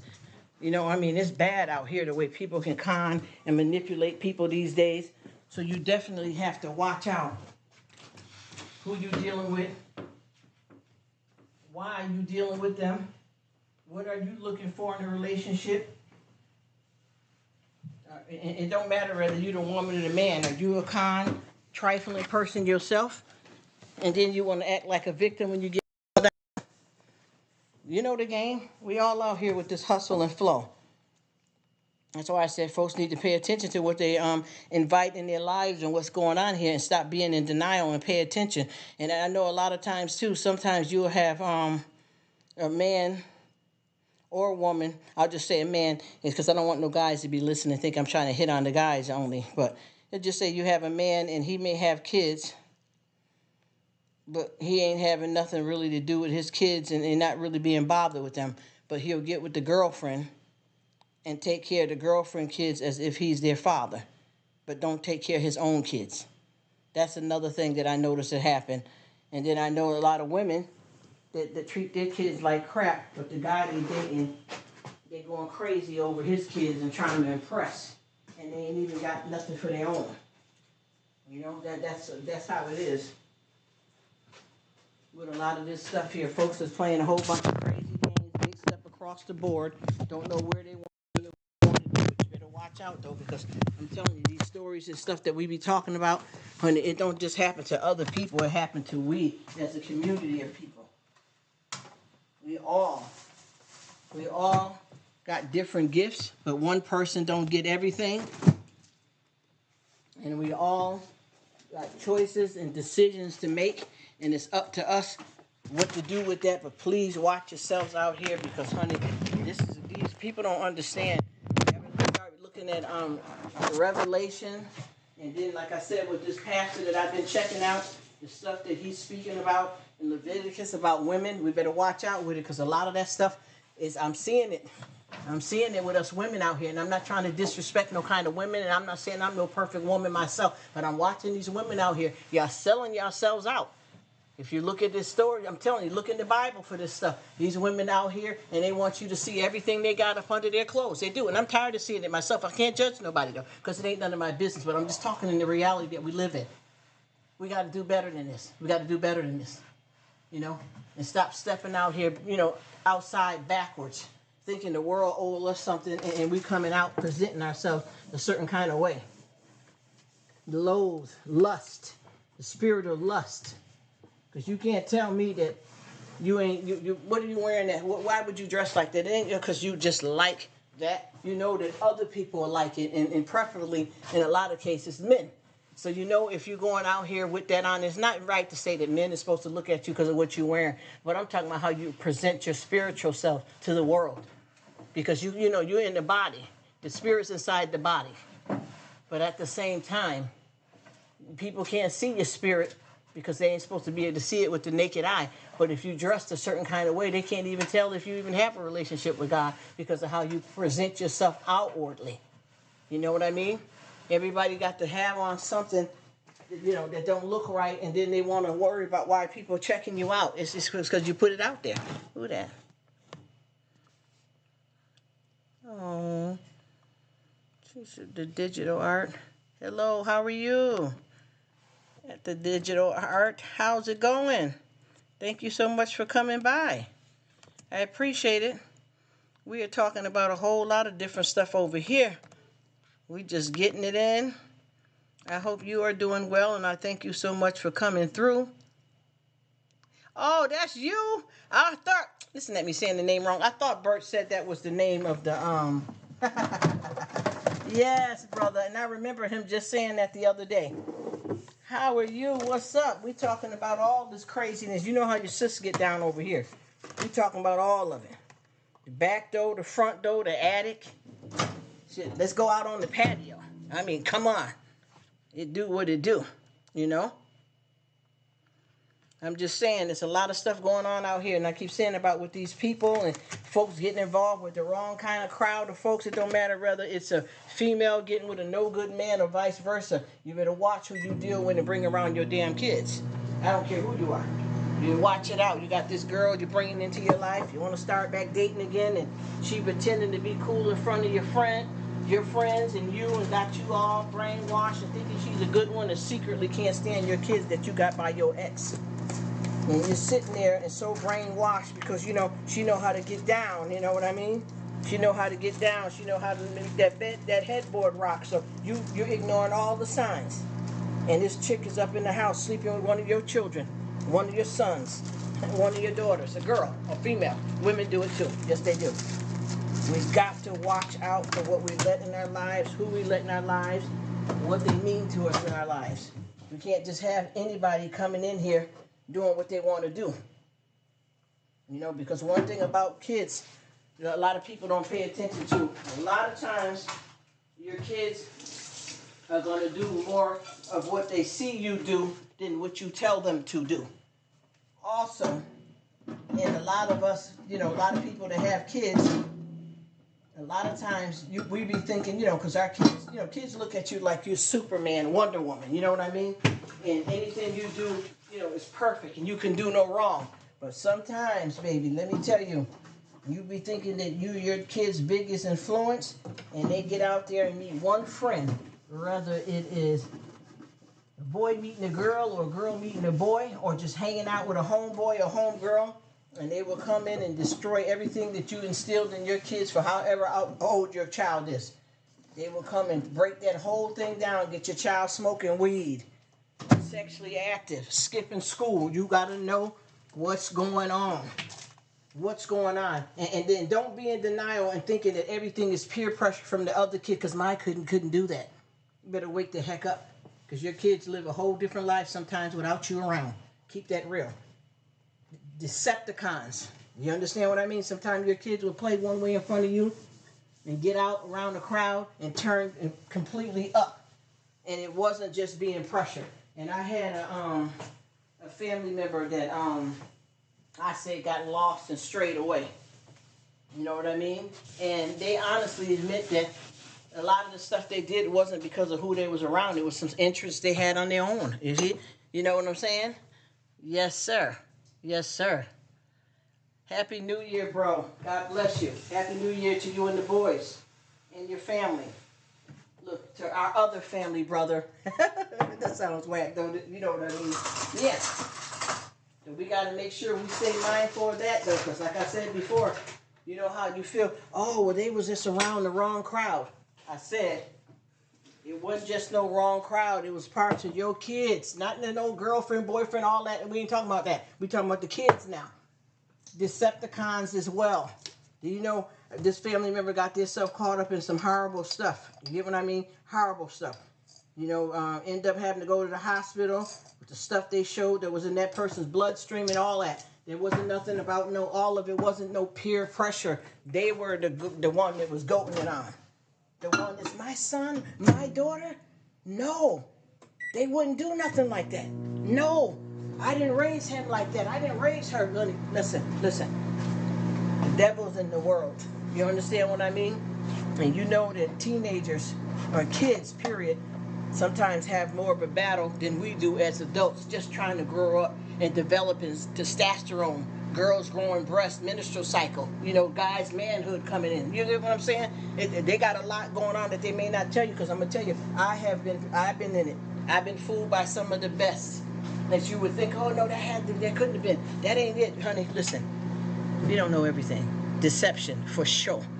And it can be in your kids, and it may not even be their intention, because the devil will use people to hurt you. But I'm saying sometimes your kids are liars. And I'm not trying to make nobody think bad about their babies, but see, I work this. You get what I'm saying? I work this. I got family. I've been there. I've done the work. Yeah, I got some videos up that a lot of people don't even know that I got up, that I've talked about different job descriptions of stuff that I had going on. I had one of the stories, and it's still up there now, and this is real. This is not like, I ain't gonna say no story time. Real life. I ain't gonna call it no reality and none of that. Real life. And I forgot how old they were, because this was some years ago. But this girl, she was struggling with telling her parents that she was pregnant. I'll just make it. The girl was about 12, and then I said that, well, maybe, do you think your brother, because, she needed help. This is the real stuff that happened. And I said, well, maybe your brother can talk to your parents for you. So I say the girl's about 12, but if y'all would look at the story, y'all know that these might be off, because this has been some years back. So I said, well, maybe your brother can soften the blow and go in and talk to your parents. And then, you could, y'all can work it out that way.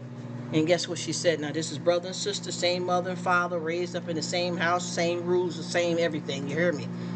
And I said, well, why don't you just let your brother break it to your mother and them, or you go in there and you and your brother talk to mom and dad. And she says, no, that won't work either. And I said to the girl, I said, well, why? This is me physically with these children. I said, well, why won't that work? She said, because I'm pregnant by my brother.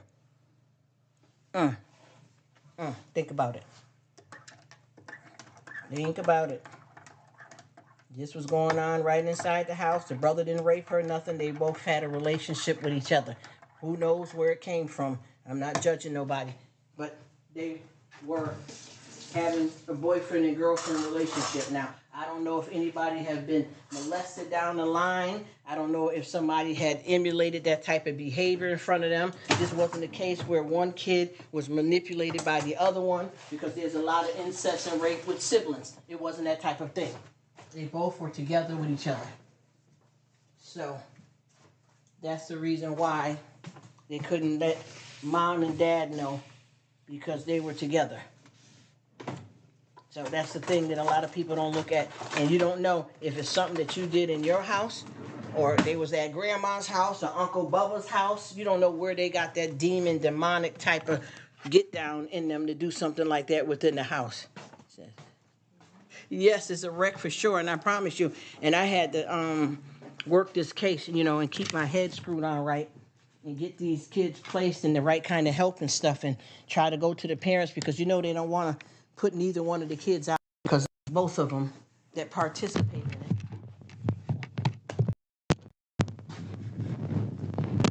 it.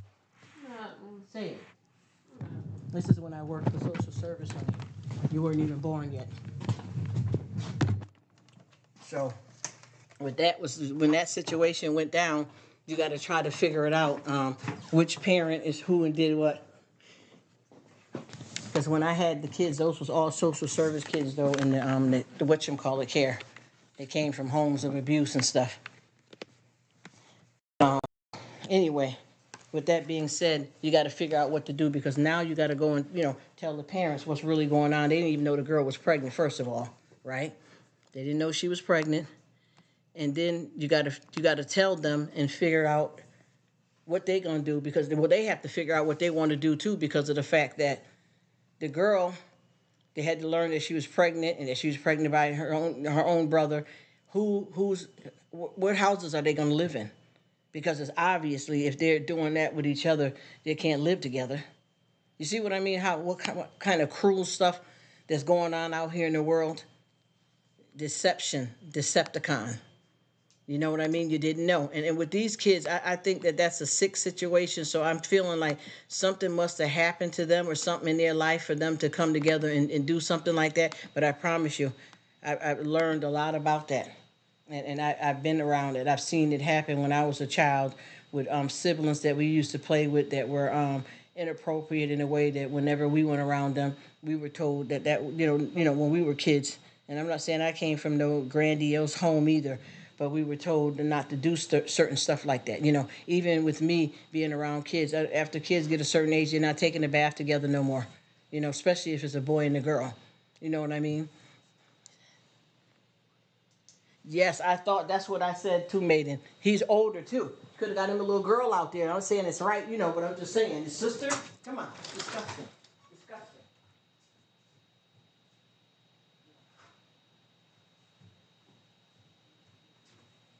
And the thing that's so weird about it, years later here, I just watched the episode that was similar to that. Don't you remember that on that show we watched? When the girl and her brother were together, and that lady was peeping in the window, and she got pregnant by her brother, and that woman delivered and kept the baby. That was similar to this real life story that I'm talking about. It's weird. Yeah, crazy, wasn't it? And you figure too with the boy, I'm not saying that telling what age to let your kids date. I'm not saying that I would rather you don't want him to get no girl pregnant. He's too young, any girl, but it's better than being his damn sister, at least. I can say that. It's not right though. I'm not trying to, cause not trying to pick which is the worst of the evil and all that kind of stuff. Which one is the worst? But I tell you, it's better than the sister. I didn't understand where they getting that from. And neither one of them, like interviewing them together separately, neither one of them could say anything in their life that happened to them that would led to that, like in the family of siblings being together, like your mother and them, an older crowd of people being together. You seen that from some friends or nothing? No, we should love each other. I don't know what that was about, but it was a twisted, because you couldn't talk. You couldn't talk to neither one of them about what was going on, because they both were so washed out with each other that you couldn't say that you understand that. First of all, that was more important to me. One component of that is being siblings. To be like that with each other was a horrible, horrible situation to deal with, period, that part. And then being so young and then hiding a pregnancy. And I think she's probably about, when they found out, probably about maybe 8 months pregnant. So she had no kind of prenatal care at all. Hiding it, not eating right, and all of that kind of stuff like that. but they neither one of them, whether you interviewed them together, separately, they had to be put in separate foster homes because the parents were being evaluated to see if they, any cause of that situation. Then the parents didn't know which one to take in to keep the girl because she's pregnant, or let the boy go. So both of them had to be put in separate foster homes, and they both continuously they're in they got in counseling, but they both continually said that they were in love with each other, and they just couldn't help it. Once they started reaching like the adolescence and stuff, they had a crush on each other. I don't know if that kind of love and relationship stuff like that. I don't know, but there's nothing that I could say to them that shook them to say something. Well, so and so did this, and when I was over there, I found out, that my mother and father were brother and sister, so we thought that was all right. That's what happened in the church, or we used to be in the cult. I mean, you try to find something to blame it on, and there was nothing. There was nothing. They wouldn't break it. And I figured, maybe at some point, because, after I did that with the case, it was over for me. You know what I mean? I was done with it.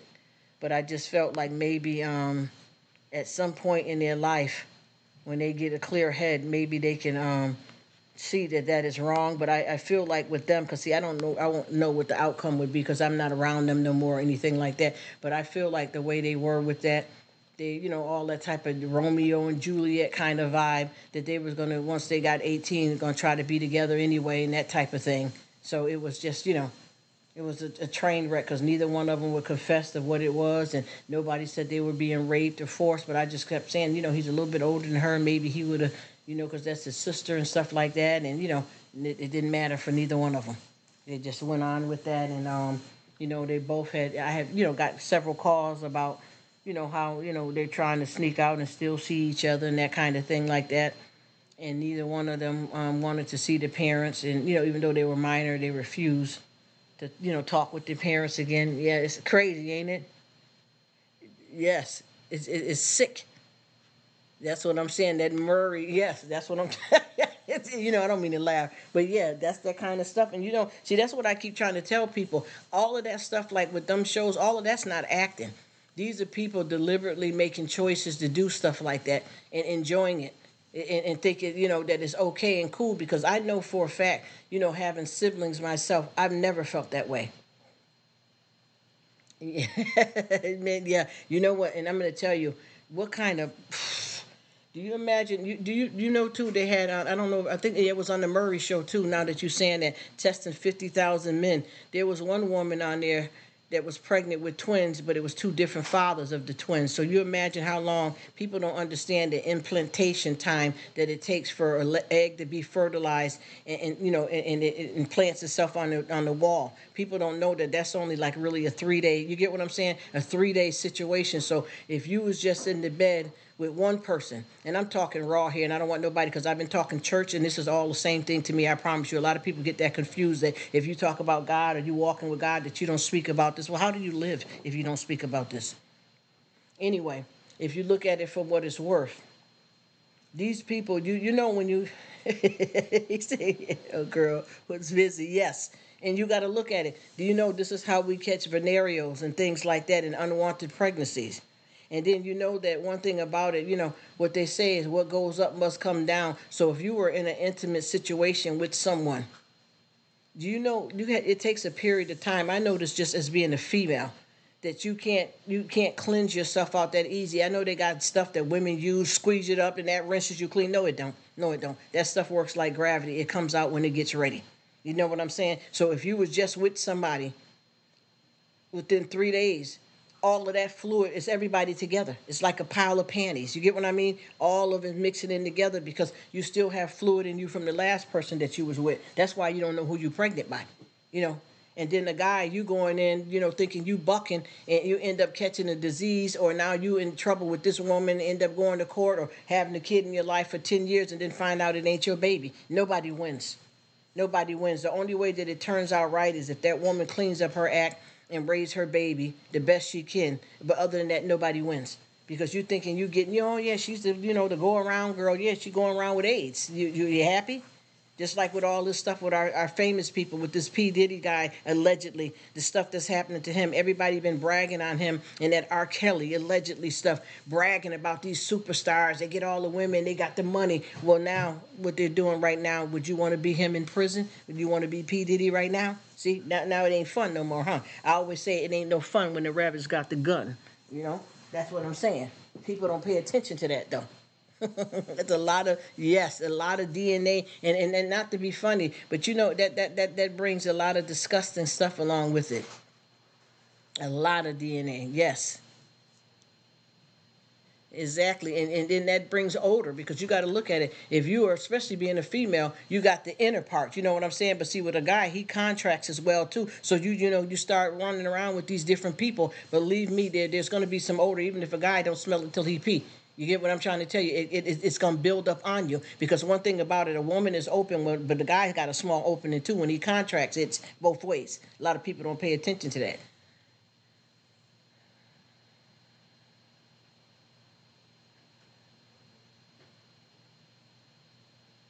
That's exactly. Oh my gosh! You see what I mean when I talk about the Bible, when I talk about this stuff, and you see what you're saying right now. That's in the Bible. That's why I said I don't know why people get this stuff so mixed up when people talking about stuff and keeping it real. It's like, well, if you're Christian, you can't swear one time, you can't slip and have a drink, you can't curse, you can't do nothing.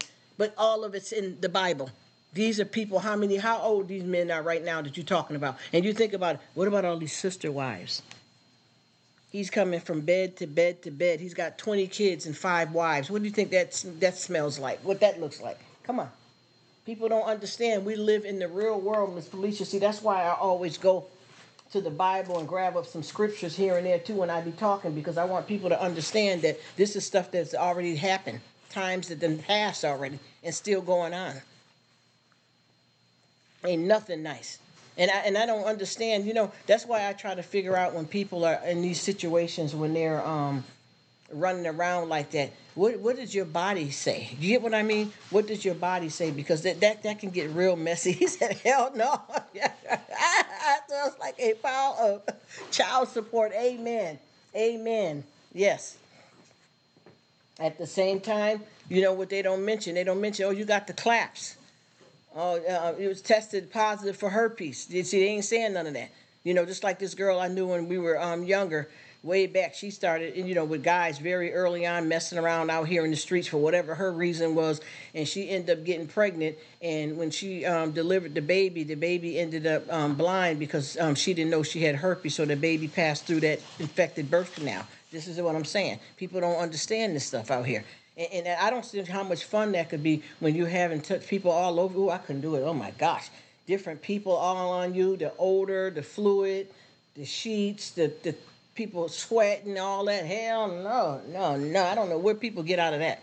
And you know what I don't understand either, not to disrespect, but I keep saying this to not just men, but women too. Watch yourself up in these strip clubs. You're not the one. You're not the only. I don't care if she want to go back to the side and bada bop bop bop bop bop. You don't know how many people that's already happened with. This is how disease is spread. People are not paying attention. This is how disease is spread. See, we ain't got no choice if we get out here and get caught up in COVID and all that 19 and all that crap like that. We can't do nothing with that.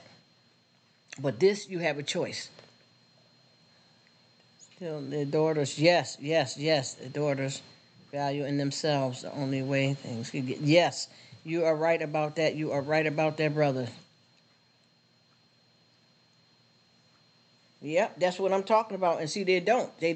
And sometimes, a lot of times, these kids fall to the side like that because they don't have that in their life. They don't have that nurturing. And one thing about with a female, sometimes their first experience with that, knowing how they're supposed to be treated, is because of how their father treats them and their brothers. And men that should be role models in their lives. You can't run your body like a gas station. You know what I'm saying? And a lot of people are making mistakes, doing it for love and all that, but I'm telling you, they don't show the seedy side of it. The cycle repeats, because you bring up the daughter or even a son, and they don't have no self-worth or value in life because they've seen what you've done, and you taught them what you done was okay because you felt that it was all right. You done got these kids down the line and raised them and stayed at HOE your whole life, their whole lives. So then what they do, they repeat the cycle. And then sons, they don't have no respect for women because they see how y'all done laid there like, gutter. So then they get out there and they run women and treat women, like they ain't nothing because they seen their mother lay her body down or sister. And then, we got all of these, obviously, these unwanted pregnancies. You know what I mean? And then what I can't stand too is that when these guys get trapped up with these women that you thought was something decent, and then she got you caught up in her game, and then you find out the child ain't yours, and you've been paying child support, and you invested and loved this child. It's sad to get like that. I mean, I think you can go on and, if you want to stay there and be the father, but it's a mess. And what about the diseases that nobody mentions about? A lot of people hide that. And see, I dealt with it. You know what I'm saying? I've seen that. I know what that is. Diseases that you have for the rest of your life. You have to live in a certain type of congregation of people now because you belong to the HIV community now. You know what I'm saying? Yes, that's exactly how they, yes, man. Yes, brother. Yes, brother. That's exactly what I'm talking about. You get taken down. I'm telling you, a soldier will fall on their own sword. I'm telling you. That's why I keep saying you got to watch out for that because a lot of this stuff right here is ruining people's lives. And I tell you, if people don't know, it's just like when people get out here dating, they go on dating websites. If a person got a drinking or alcohol problem, they go to AA. Well, when you end up with HIV and you're honest and you don't want to infect nobody else, you stay in the community with people like that. Some people find some other people outside of that, but for the most part, you're in the herpes club. And I'm not trying to make that a joke, for real. Yes, will ruin your life. Let me tell you, don't tell me about it. Shoot, let me tell you, that stuff will ruin your life. That stuff will ruin your life just in the moment. Just in the moment, making a mistake or don't got no guidance. Because I tell you, a lot of this stuff, honestly, no disrespect, begins at home. A lot of this stuff begins at home where you can put a lot of structure on your kids as they're coming up so they will have a viable option of doing the right thing and avoid a lot of unnecessary mistakes if they're coming from the right home. Now, I ain't gonna lie, there is some kids out here that cut the fool and they came from a good home and they one of them seeds. Come on now, we can't be in denial about that. We got something like that, but for the most part, you can start some of that stuff at home. And then sometimes kids they've been brought up in a good home, but then their parents divorce. And then they get volatile because of that.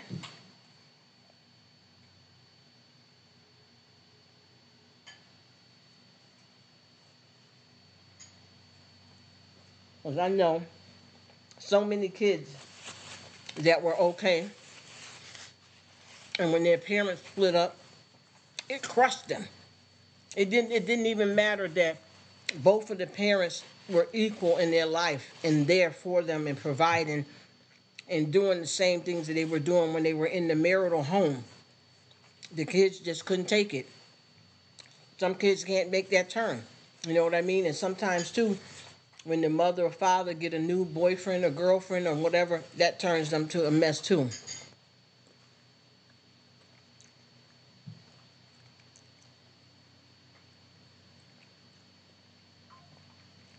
Oh, my gosh. Are you serious, bro?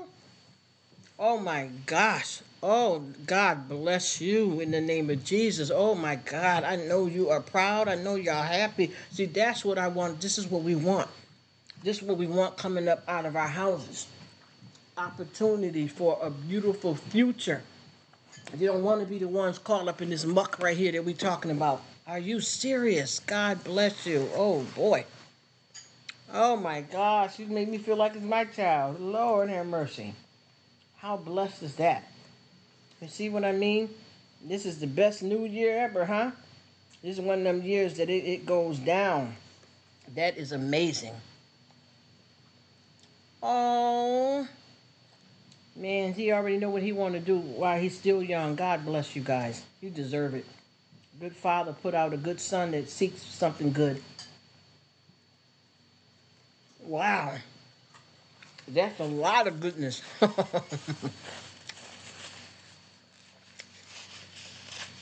Okay, sounds good, Bert. It's a bad boy.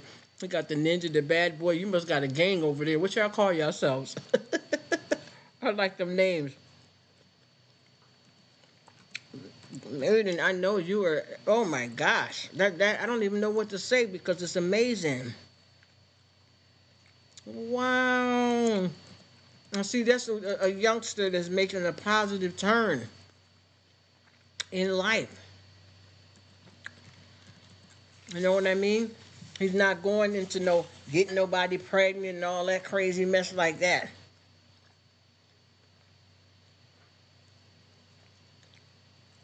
Oh, that's that. He gonna learn something in that too, Bert. That's gonna be a especially for something like that, for treatments. Oh my gosh, that's amazing. He gonna learn something spiritual off of that for sure. Oh my God, that's amazing too. So that's a good thing for a young person to want to commit to.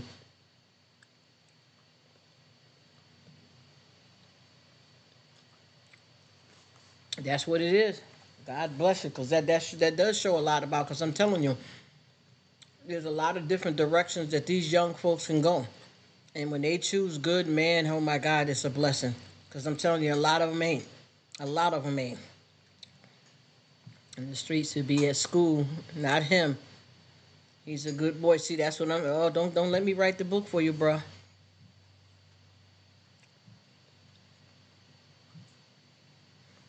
This is not one of them. I know that's right, because I tell you, I've been through a lot, but I didn't produce no product like that myself. I got virgins in my house in their 20s. I ain't gonna play with it. I'm gonna keep it real, real. I'm gonna keep it real. Don't let me write this book. Hey, hey. Sounds good, Bert. I hear you, bro.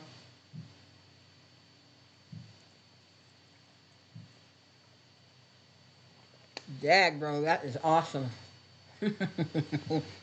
This young man is definitely got a good future. And see, he's gonna set the bar right for what kind of women he deal with too.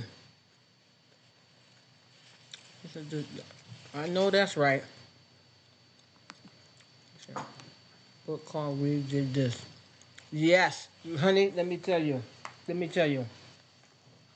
This is everything. And you know what I say? Now, and a lot of people don't get it because I usually refer to God. But I tell you, when you become a parent, you behold something greater than yourself. I promise you. I know that. Right? That, oh my God. Oh.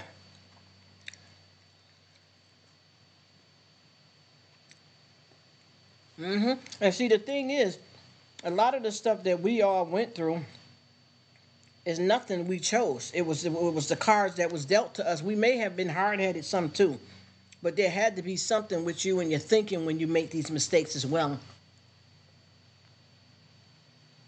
Because I know a lot of stuff I've been through. I horsed around. I ain't gonna lie. My book be called cracked up. I know that's right.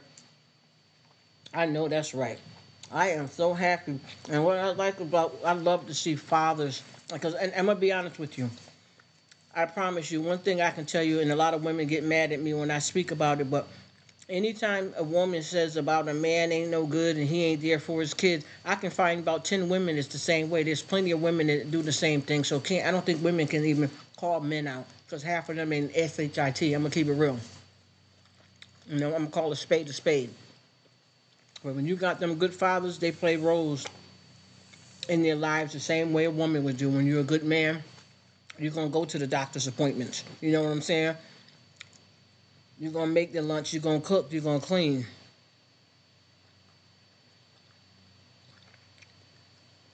You know that's right. That's what I'm talking about. People don't understand that, Miss Quinn. This is the stuff that I'm saying. I promise you. This ain't, people don't understand. This ain't what you want. This ain't what you want. You do not want to sit up here, especially if you know you've been through some mess, for a next generation to come in to just keep that mess going. You want to be able to have something, good in life that you know that you did, no matter where you came from and what you've been through, how you turned your life around to make a difference for your children. And in my case, I've helped out a lot of other folks' kids. Okay, what it says, the man, woman you mess with. Amen. You got that right. You got that right, Quinn. Miss Quinn, you got that right. I know what you're talking about. I know exactly what you're talking about because I'm going to tell you, you got to look at it for what it's worth. A lot of us get out here and clown around and make negative choices ourselves, and then some of the stuff you don't have the right control of yourself, and you make mistakes. Yep, and you leave. Yes, yeah, and the rest is BS. Damn, you. Hey, yeah, I co-sign on that. Yes, and that's what I keep trying to say because even when you've done stuff, whether you've done it on purpose or not, you still know that it wasn't right. And the love that you have when you have kids, all that shit goes out the door. You feel me? You feel me? I'm still here. She said, I'm still here. Ain't no fun if the homies can't have fun. Amen. Can't have none. I know that's right. I know that's right, Miss Mimi. But yeah, I keep trying to say that people don't understand that when you have kids, especially when you've been about a mess, and what people don't realize is that when you've been through some stuff in your life, a lot of times you make the best parent.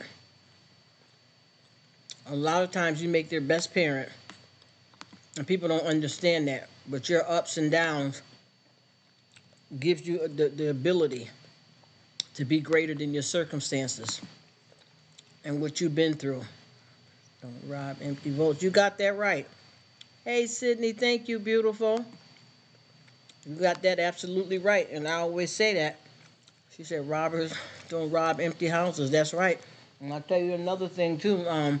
Locks keep honest people honest. Hey, I'm telling you, we got a whole lot of stuff going on out here, y'all, and I'm telling you, to be having young kids and folks that around here and got their lives together and doing what they're supposed to be doing, it's amazing. Hey, Sydney, thank you so much, beautiful. And we got so much going on out here in our lives and bad things in the world, and your kids could easily slip around and get around the wrong person and get discouraged. For them to be onward and upward and look in 2024, because honey, a lot of stuff is falling down out here in the world. A lot of stuff is getting worse, and for you to be able to know that your kids or child ain't going down that lane, man, it feels like you grew your wings and you can fly. Or yes, they sure will. You got that right. I'm gonna tell you. You saying that right? They'll rob you for your damn dirty socks. You got that right, bro, Nathan. You saying that right. And I told you here, me and a family member, female, we went to this Dollar Tree that we usually don't go to, and we went later, at a later time than we normally would have ever went there. And as soon as we got out the vehicle, and as we started walking, some old young boy started trying to, because I was, getting myself together as I got out the car. And my family member was like, what's wrong with him? Looked like, what he trying to walk over this way for? And I said it straight up. Just ignore him. But he kept coming towards us. I said, let me tell you something. Don't test my gangster. That's all I'm going to tell you. Don't test my gangster. Run up on the wrong one, get circumcised again, and don't play with it. I'm licensed to carry too, so that'd have been a quick fix. Don't play with it. You know what I'm saying? I wear body suits, not body bags. Watch yourself, and I mean that. Watch yourself. Don't come up over here like you're trying to rob or jack somebody outside a dang Dollar Tree. You try to snatch my pocketbook, the only thing you're going to get is tampons, some perfume, and lip gloss. I don't carry my stuff like that. Okay? I'm going to keep it real. Let's keep it real. And I know that was a rough cut, but it's a reality. I mean, I don't use that. I use something different, but I'm just saying, in the pocketbook, that's just a show. Hand sanitizer, some extra mask. You go ahead and snatch that, and when you do that, you'll get circumcised again. You probably don't remember when you got circumcised as a child, but you'll remember this. Play with it. Thank you, Sydney. You know what I'm talking about. You got to let them know. Don't test me. Don't even try to. And that it's not that we were feeding into it, but he kept just walking right straight over to us. And I'm like, ain't no way in hell. Who? Where? Okay, now, you listen. I believe in God. I love God. But I tell you one thing. He ain't make no fool. Play with it if you want to. You will drop where you stand. You feel me? And I'm an old, tough, rough one, too. I done went to karate school. I know the pressure points. I can get my fingernails done today and do an oil change 5 minutes after that. I don't play with it. That's what I'm trying to tell you. They don't understand. And I keep telling these young duck knuckleheads out here, listen to me. This ain't what you want. Wrong day, wrong brother, honey. Let me. You know what I'm saying. You already know. You already know. You see, this is the thing. You know, we always say, you got the wrong one. But, honey, you come running up on me like that, you got the right one. You know why? Because I'm going to end it. It's going to end here now. You won't be able to do this to nobody else. You better sit down. You better sit your butt down somewhere because you're running up on the wrong person. And I remember a time that I had, there's this girl that I knew, that I knew from work. And, when we have different type of parties and stuff for the holiday and things like that, she brought another friend with her to a few parties over the years. He said, LOL, yep, it's done. And you know that's right. So she got this one girl. So after she done brought her a few times, to these different company cookouts and stuff, I see the girl say hi, whatever. So one day the coworker that I work with told me that that particular girl, teenage daughter, had ran away and that they were looking for her. And little be known, one day I go into a corner store with a client, a little bodega shop. Go into this corner store, and they had three girls in the back of the store laughing and giggling. This was school, hours, by the way. And they laughing and cackling and stuff back there. And I didn't pay them no mind. I, the client was in the wheelchair, so I left him at the front of the store, and I went and got what he wanted out the store. And when I went down one aisle, then they came down the aisle, and I realized the coworker's friend, there was a coworker friend daughter. She was no more than about 13 years old. And I said, Sandra, is that you? And she tried to ignore me. I said, girl, is that you? She said, yeah, Miss Rap, because there will be someone crying and slow driving. I know that's right, Miss Quinn. Your life is ruined, and now you are labeled. Amen. Amen, Miss Quinn. Amen, Mimi. So I said to the girl, I said, is that you? And she tried to ignore me. And I said, girl, everybody's been looking for you. You need to at least call home. Your mother been looking for you. It's been about, at that point, about a week. So the little girl she was with, now these young girls, 12 and 13 years old. So the girl that she was with, one of them, because it was three of them, it was the girl that was running away and then her two friends. She said, well, who is that old lady? Who that old lady talking to you? She need to mind her business. Who is that old lady? What's she worried about it for? This is what one of the girls said. I said, let me tell you something. First of all, I ain't no damn old lady. Your mama had you at 14, 15, and I'm 30. What?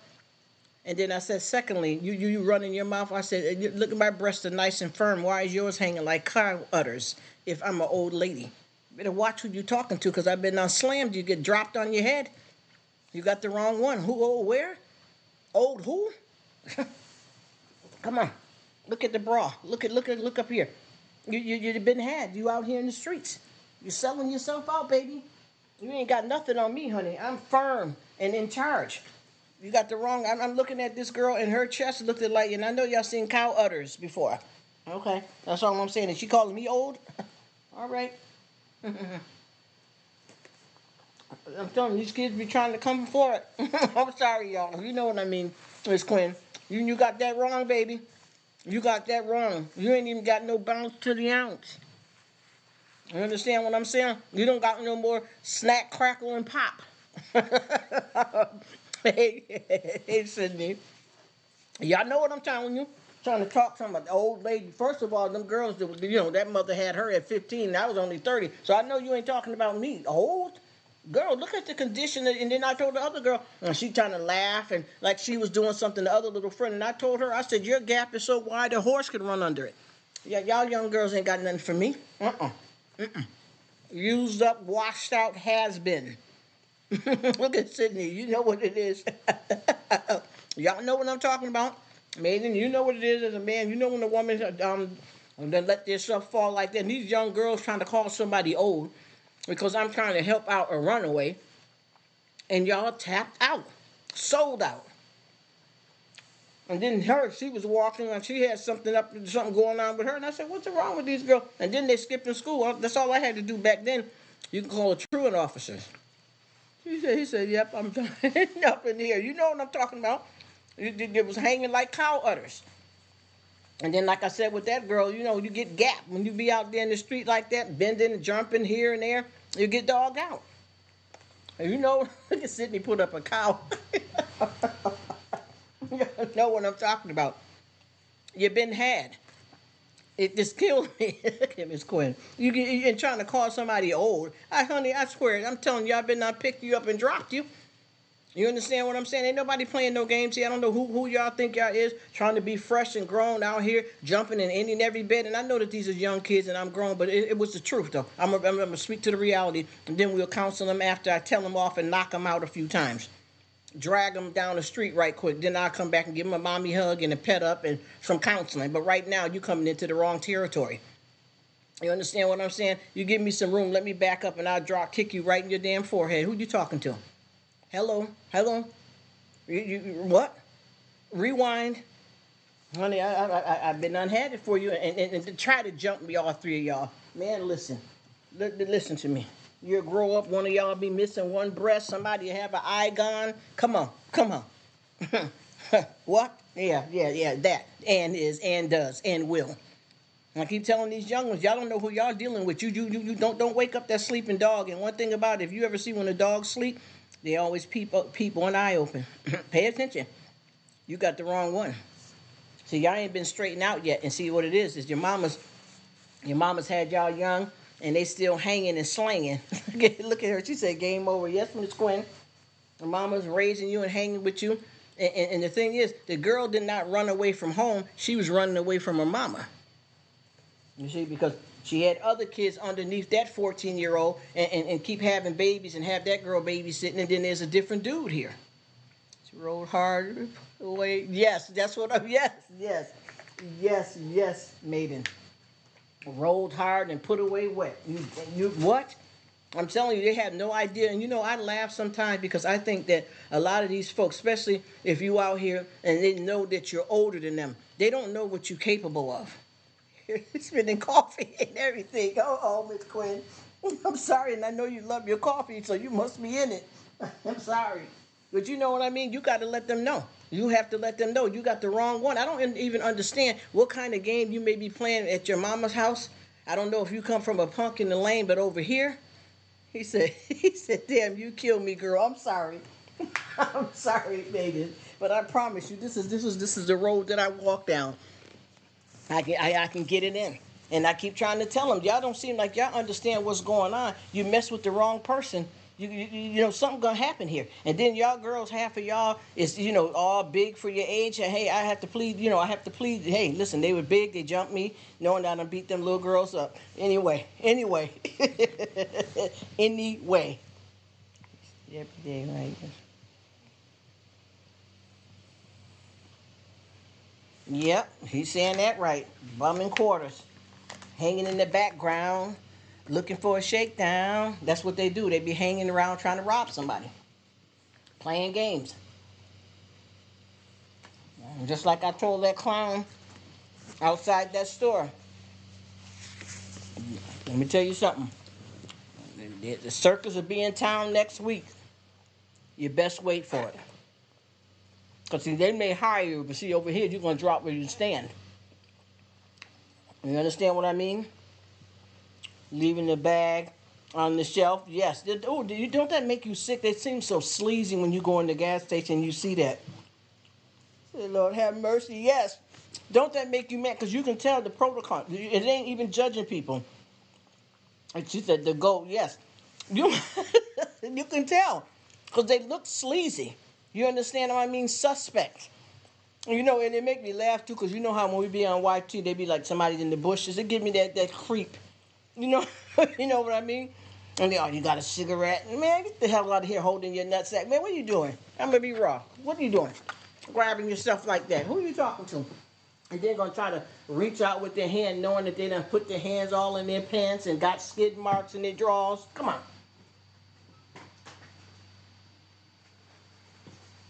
Definitely ain't coming over here with that. When people, they kill it. Sure, and everyone has their uncle.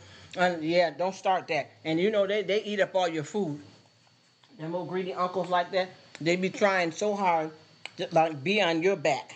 But no, they laying up in your house, ain't doing nothing. Laid up on that couch, the couch smelled like feet and socks. Come on. You know it. You know it. Got an odor. Got that couch be funky. Trained in no class or common sense. Amen, Miss Quinn. Acting like the stuff is cute and it ain't. Yes. Yep, he said we had one damn boy be sleeping all day and gone all night. Yes, that's the routine. That's the routine. Just last long here. That's exactly what it is. They'll lay up and then get out in the streets and just keep repeating the same routine over and over again. And when you try to talk to them, they try to go off on you. And you know, I'll stay here and anything you ask me, I'll do it for you. I just like to have a little bit of fun. I've been putting in a couple of applications. They just ain't called me back. Well, man, listen. If you don't get your crazy ASS up out of here lying, you ain't doing nothing. You're a freeloader. You ain't doing nothing. You ain't fooled nobody. And you know, people put up with those family members like that. And then they never get themselves together. But when it's time to hit the street, they get out there with that hustle and that flow. And I had, I'm going to tell you about something here. We had a situation here. You got them scum ones too. You ever have any of them kind of messed up neighbors that look like they want to, every opportunity they get, they want to try to take a package or something off your porch? Well, let me tell you. Y'all, I better not tell y'all that because y'all going to be like, what are you, Rruk? What are you? You don't want me to tell you because, honey, what they did was they delivered our food on the wrong porch. People clearly had to know that that wasn't their food.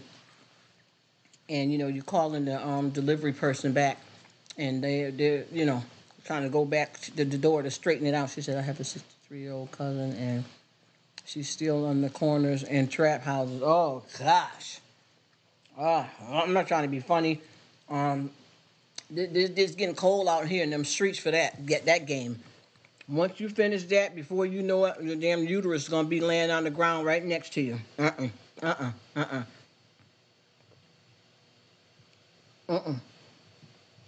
She better get herself together. She better get herself together because I'm going to tell you something. That ain't going to last.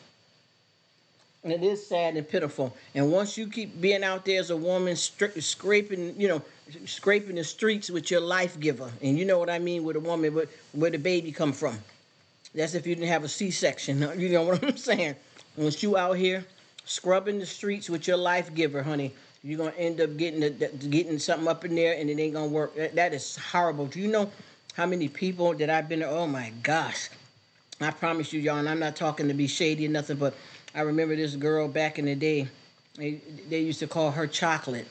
And I promise you, I seen her a couple of years ago, and she looked like the Night of the Living Dead, y'all. What she say, Rruk? That's a favorite movie. Hey, run for her, Mom. My goodness, I love these movies. I like to chat so much, Rruk. Keep it real. Oh, thank you, beautiful. Oh, my God. Sydney. Oh, she's so sweet, sister. Oh, thank you. What she said. Oh, Sydney, thank you. And I'd be here crazy as I don't know what. Thank you for this compliment, Sydney. Yes, thank you so much. All you guys are amazing. I tell you, I get around here and I ain't gonna lie. I'm crazy as a jaybird, but I try my best to keep it real. I do really believe in God and am a decent person, but I live. You know what I mean? And I know what it is. She said uterus laying next to them on the ground. That's what I'm talking about. Because see, one thing about it, what goes up must come down. That gravity will get you. I'm going to tell you, that gravity will get you. Save it whole with some, yes, thank you. Yes. What's really going on? That's what I'm talking about. And I'm going to tell you, too, about these girls here. Honey, let me tell you, I used to babysit for this lady. And she had 3 daughters. And I babysitted for her when I was younger, but then I never seen her no more for years. So by the time I ran into her again, well, not even her daughters. One of the ones that I babysitted trying to talk about, she going, oh my gosh, y'all. She going to reggae night, and she finna bring her somebody that can eat under a two-legged table and knock the headboard off the hinges. Okay. I said, all right. Okay. She said, yes, she get right up there with Medea. Oh. Oh, y'all so sweet. And I'm just as crazy as I want to be, y'all. I start talking about church and we go into the politics and come back around the corner and hit the crack house. You know how we do.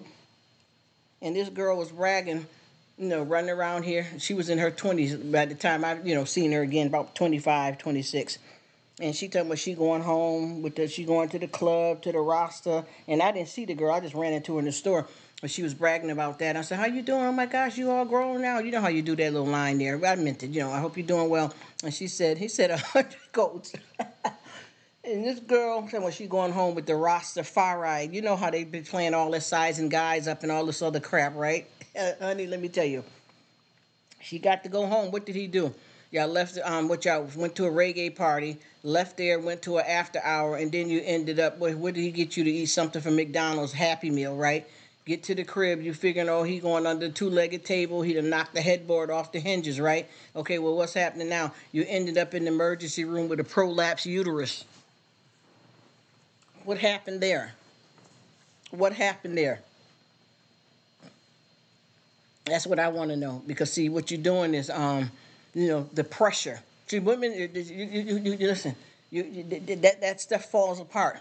You understand what I'm saying? That stuff falls apart. You are already dogged out because you've been ran through. And then you're going to try to take on King Kong. Okay, good luck. Good luck. You understand what I mean? Because, you end up getting a little bit older and decide to have kids and can't have none. The bottom knocks out. Like when they hit the baseball, boom, home run. Oh, thank you, Mimi. Look at Miss Quinn. Y'all know what this is, though. Keep it real. These folks out here be crazy. Crazy, crazy. And I'm telling you, this world, and these folks, and you know what I kept saying? I'm going to tell you something. I kept telling people that I'm going to restore candid camera. He said, hello, yes, yes, yes. I told you, when you yell hello, hello, like 6 guys answer you back, mate. You know what I'm saying? These girls got 6 guys, the same, somebody still left up in there. He fell asleep. You know what I'm saying? The echoes. No walls, and ain't even had a hysterectomy. You get what I'm saying? And no disrespect, I'm being for real, for real.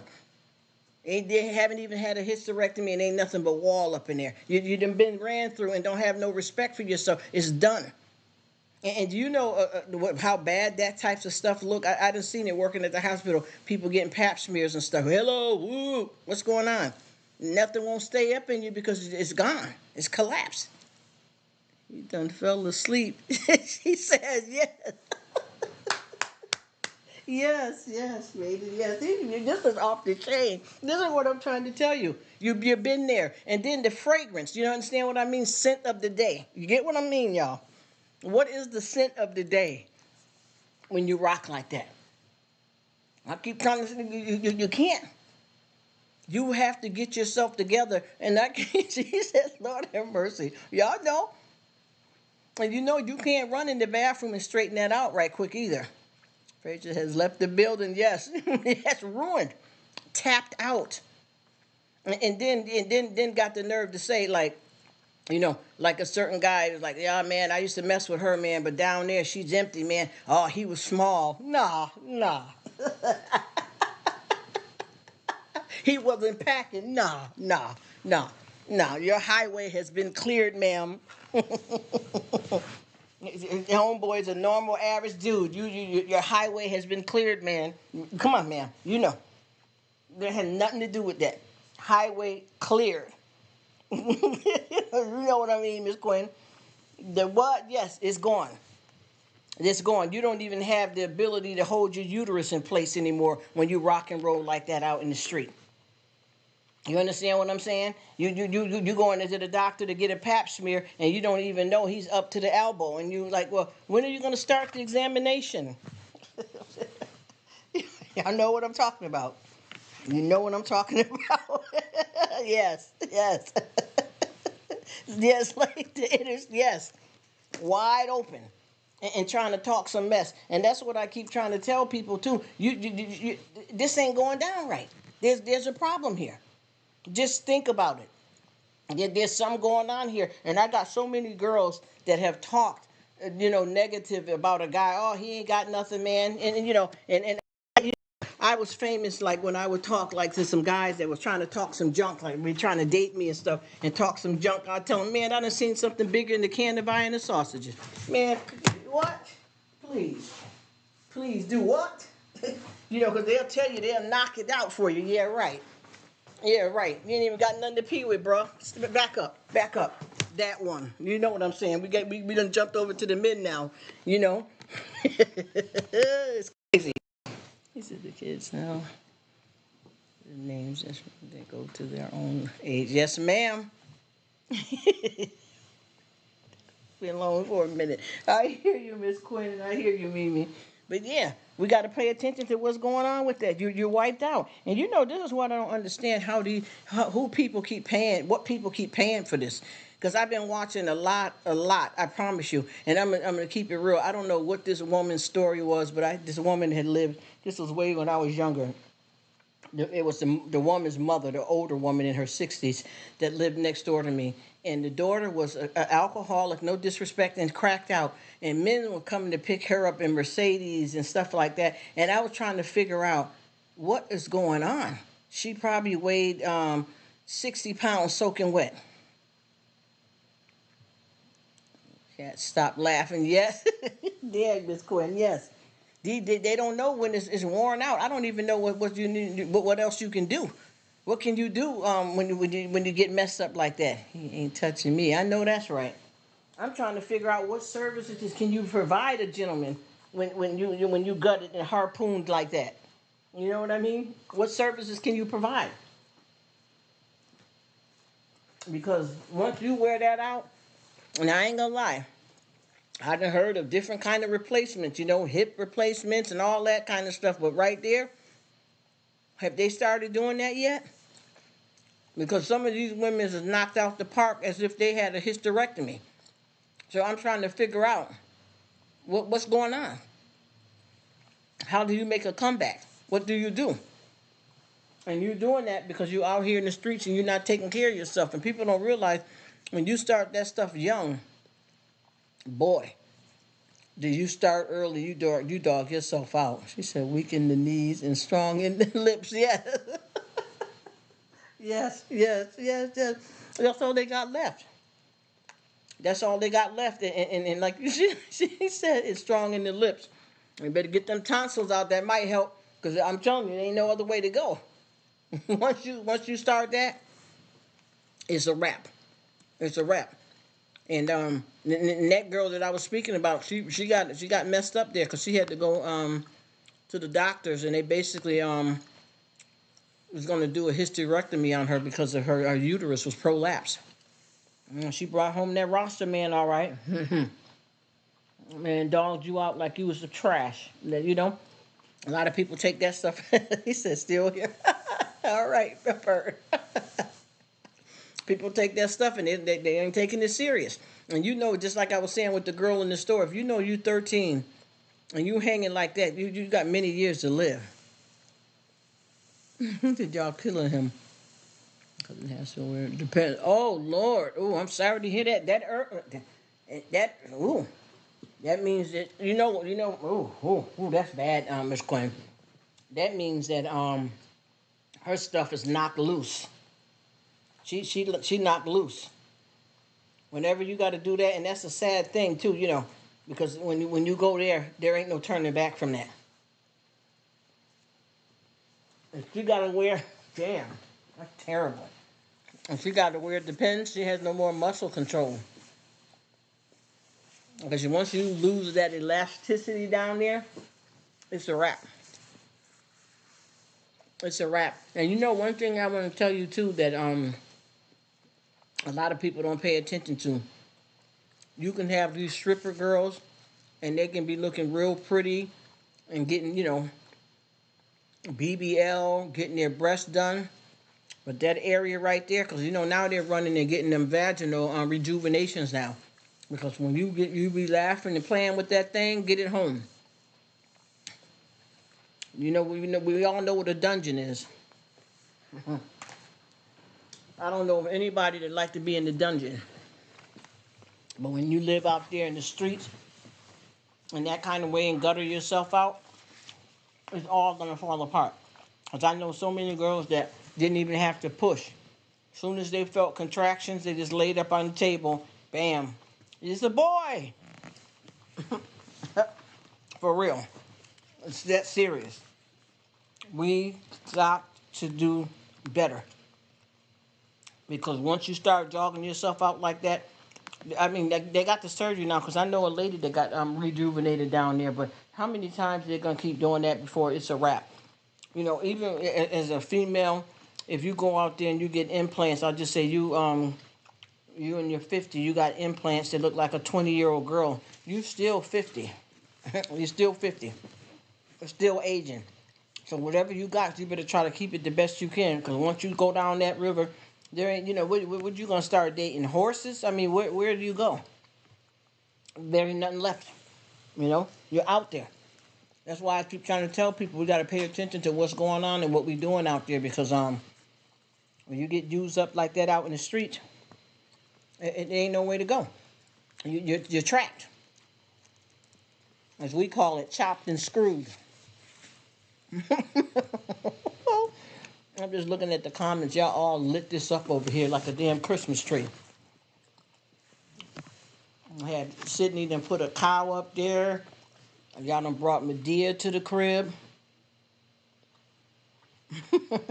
Wow, I am so thankful this is the conversation I needed. Tell me about it. Me too. Because we're living in the real world and we're keeping it real.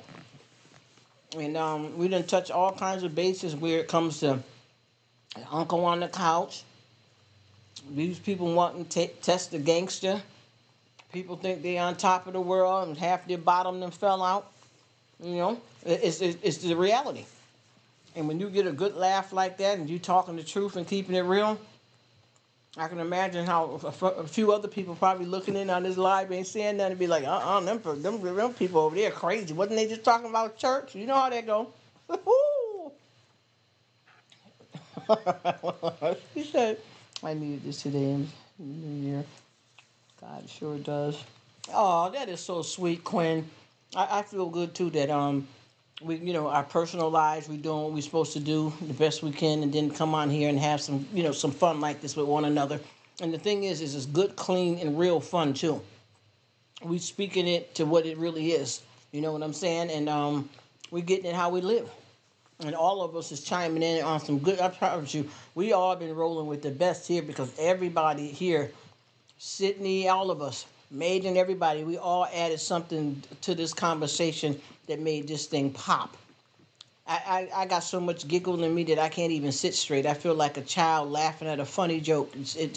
I just, the click is on. You know what I mean? It's on. We're doing this. And I be keep looking back at this like while I'm talking to y'all, looking at what everybody else added to the conversation, and we just tore this thing apart. And it's incredible that when people get together, click like this, and have a good time, and keeping it real too, because we speaking truth. And we're saying stuff, and we're only 2 days into the new year. So, oh gosh, if this is what we got, imagine what it's gonna be. Everybody in church ain't saved. Amen. Amen. Everybody in jail ain't guilty. You got that right. See, that's what I'm trying to tell you. That's why I said this is what we got at the end of the day, the reality. The reality of what's really going on. And it's wonderful to chill like this and just bust out, keep it real, speak the truth, and have fun with it, because it's what it is. And I mean, this conversation has taken all kinds of turns. We were just up here talking, folks talking about how their kids is doing good. We talking about Happy New Year. We done dragged Medea over here to the hood, We got cows coming through, you know what I'm saying? We doing this. And I tell you, man, we got a lot going on here, and I keep trying to tell these folks out here, and I know a lot of times especially with young folks. You got to let them fall on their own sword, but sometimes you interact with it because you look at Sydney. Oh, thank you, sweetie. Oh, you know how it go. She said, "Love." Yes, I do too. That's what this is all about. Is having a good time, some clean fun, and doing it, moving, and saying stuff and stuff too that we're all talking about is true. It really is true. The stuff that I'm saying, this stuff really happened.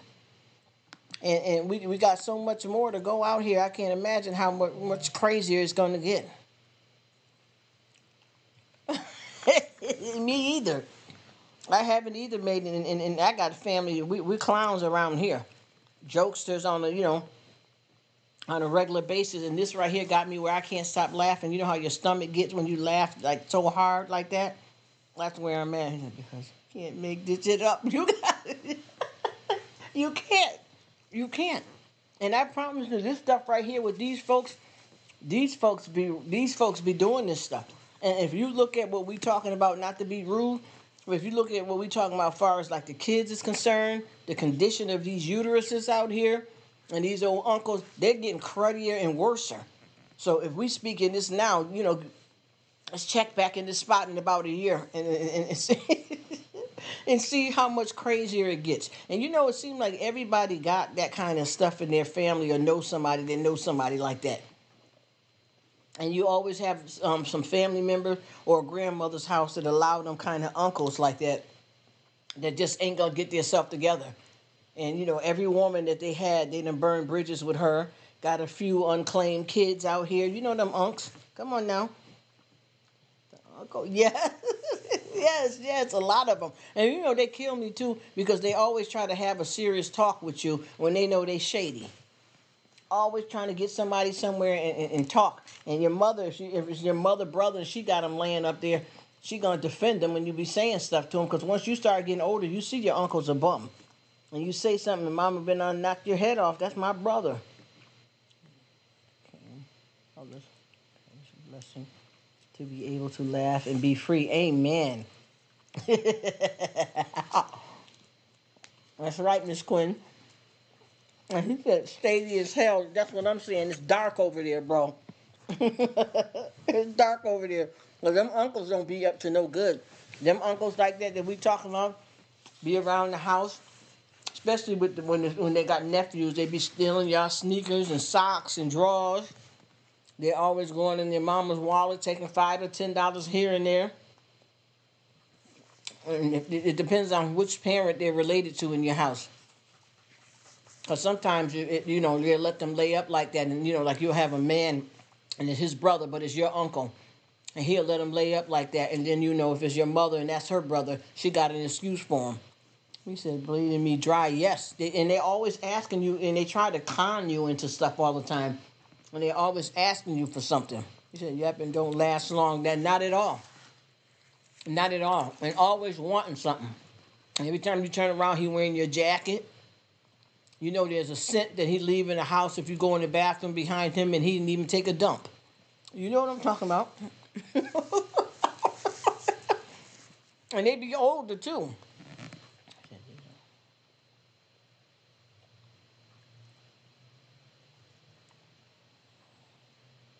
Yeah, damn, Miss Quinn. Yes. He said to look at them sideways. Yes, got to know. Yes, Miss Quinn. Stop lying. Yeah, you did. Yes, because they act like it because you're younger than them that they playing you, but you be knowing, and they try to turn it into something else, and always wanting money. Yes. Not by example at all. At all.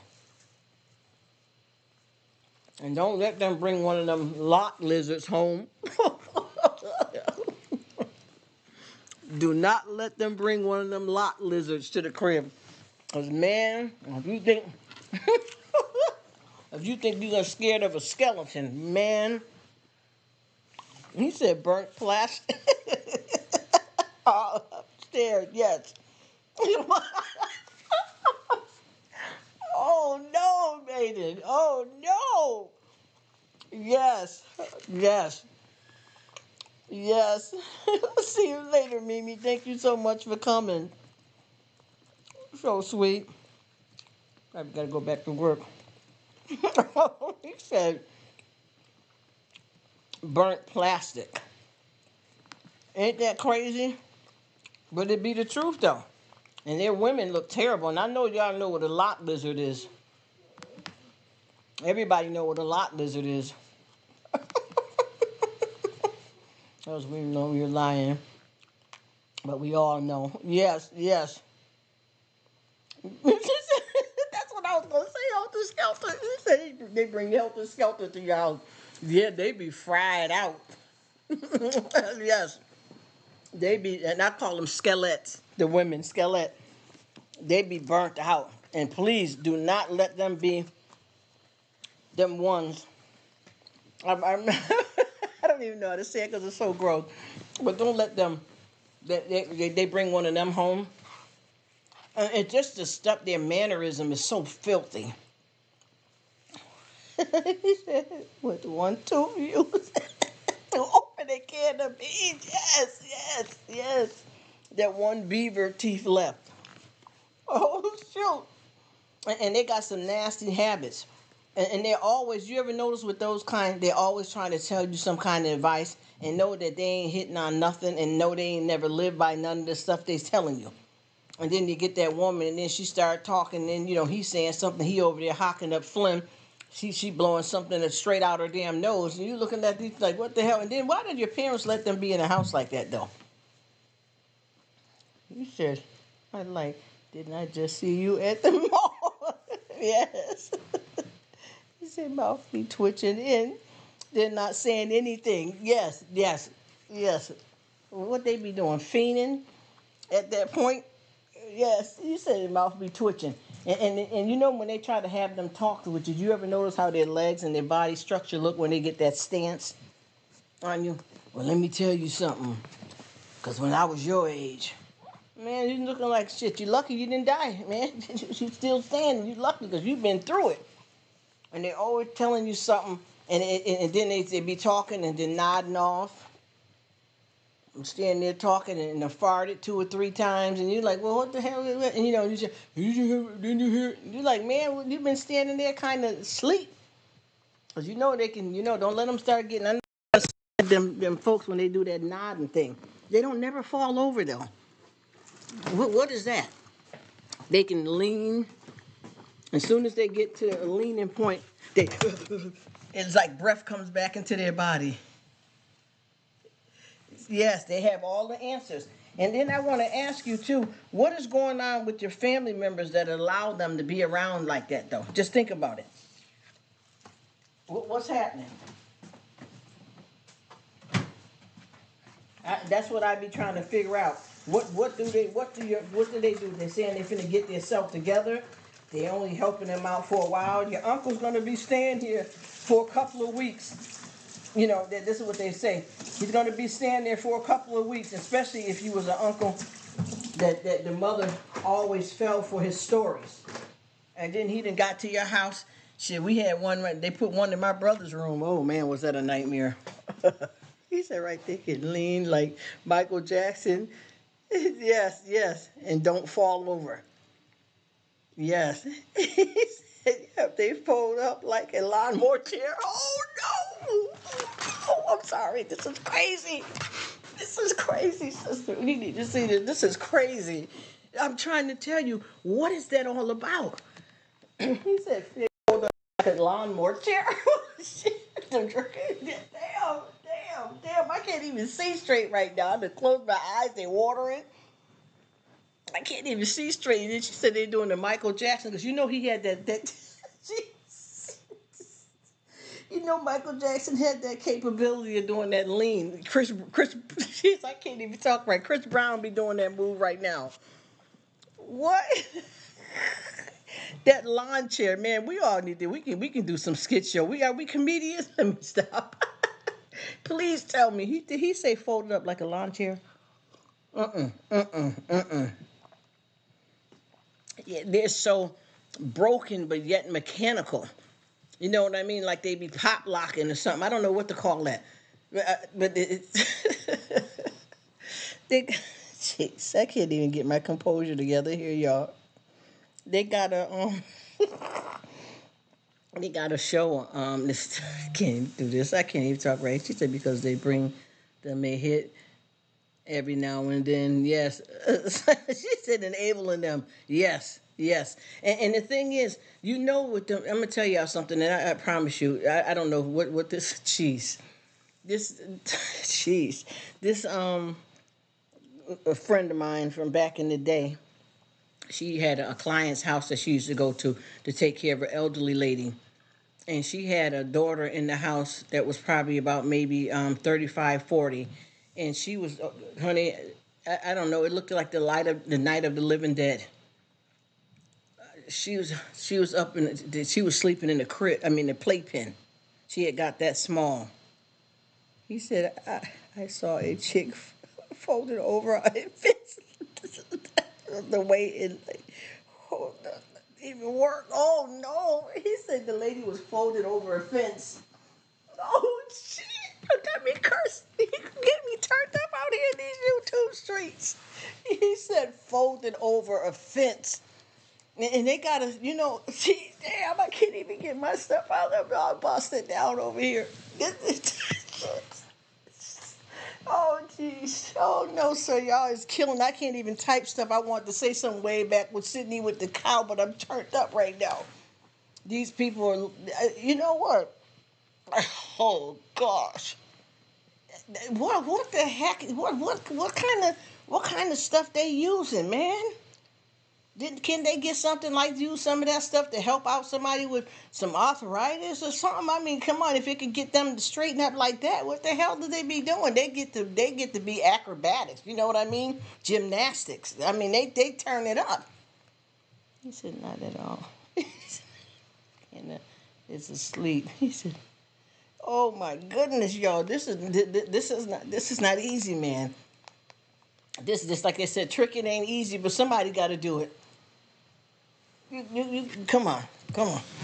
This is crazy, and you killed me with that. And that one teeth that he said to open that can, that remind me of one beaver teeth, and they do everything with that little gnawed off piece of teeth. Everything, and they show it a lot. And you ever notice, y'all? That's what I wanted to ask y'all. Do you ever notice with people with bad breath love to whisper, and people with effed up teeth love to smile?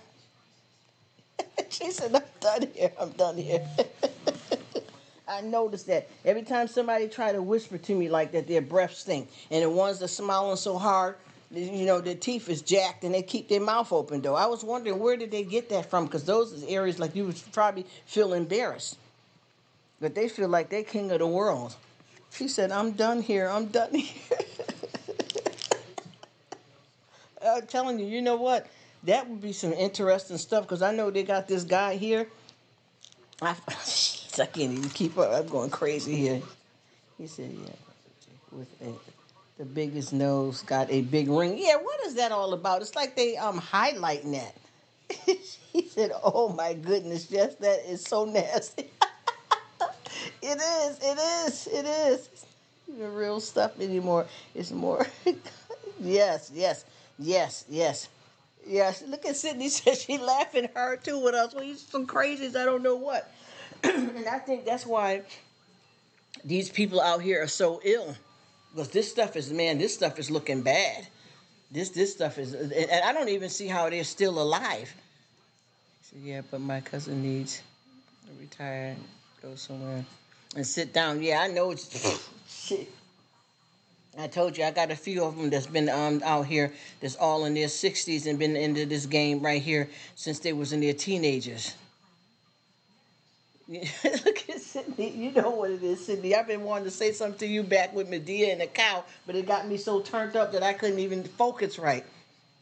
I'm telling you, this game out here in the streets here will dog you out. And you know what kills me too? When you got those ones that they act like they're standing in front of you and they got their full faculties, like everything is fine, and it's not. and they're sitting there trying to argue or act regular, especially like how we said with them uncles. Those uncles try to act like they want to come jack you up, knowing that they ain't even got themselves together and never have. When you were born, you remember they weren't nothing. And mama keep him around. That's my brother. And you looking at your mother house, they be getting on you about cleaning your room, but they letting uncle lay up on the couch like that and got the house smelling like booty. You know how that go. He said, you can go to the beauty supply store nowadays and get teeth. Oh.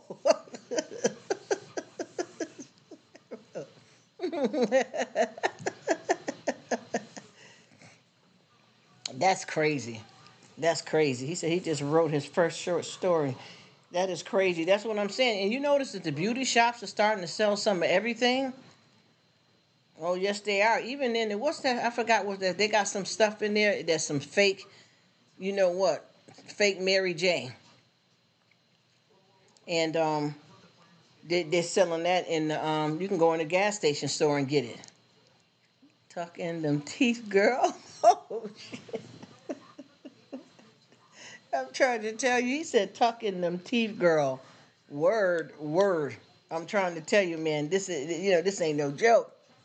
He said, tuck in them teeth. And he said, spice that. That's what I'm trying to tell you. That's what I was saying. Come on, pull it together a little bit and act like like it's okay. Then they stay up in your face laughing and stuff. He said, I'm listening to y'all. I'm so sorry. We over here cracked up. Look, we cracked out over here, y'all. We can't help it. We over here turned all the way up. The volume is up. He said, put some chiclets. Yeah, and you know what? Yeah, that's like that one teeth with the can opener. One teeth with the can over here next door to us. A guy OD'd on that fake. Honey, let me tell you, they're using that they're using that narcon. What's that called that they use to bring people back to life? Yeah, and they don't do nothing but get that and then go right back and do it again. He said, struggle teeth. Who can hear? Oh, shoot, made it. Jeez. Damn, man. He said somebody just, I keep trying to tell you. Oh, yeah, that narcon. Yes, I'm acting so stupid I can't even say it right. Yes, and and the thing is, they keep doing it. They keep doing it. I was just watching this show the other day, and the guy was walking down the neighborhood with all that stuff going on. And as he was doing that, he says, going to put the headphones on. Okay, brother. Thanks. Thanks, Bert. And he was doing that walk. I don't know where he was at. Where he said there's somewhere he goes and videotapes all these people like that. And as he was there, somebody they had to call the ambulance for parties to open. He said to open up the beer caps. Oh, and then risking that one teeth so much too. Maiden, how do they do that? He's like, wow, you count these? Yes, she said, Miss Quinn, you is crazy, girl. You is crazy as heck. Damn it, you better get out of here. Y'all are crazy. And they just keep doing it. That's what I don't understand. They keep doing it. And I remember this man, he said, poke a hole in the cap. Oh, no, he didn't. Oh, no, he didn't. He said, poke a hole in the cap. Damn. Oh, you already know what that is. You already know what that is. And it was so sad, too, because they had this guy walking down the street that'd be doing these YouTube videos with that.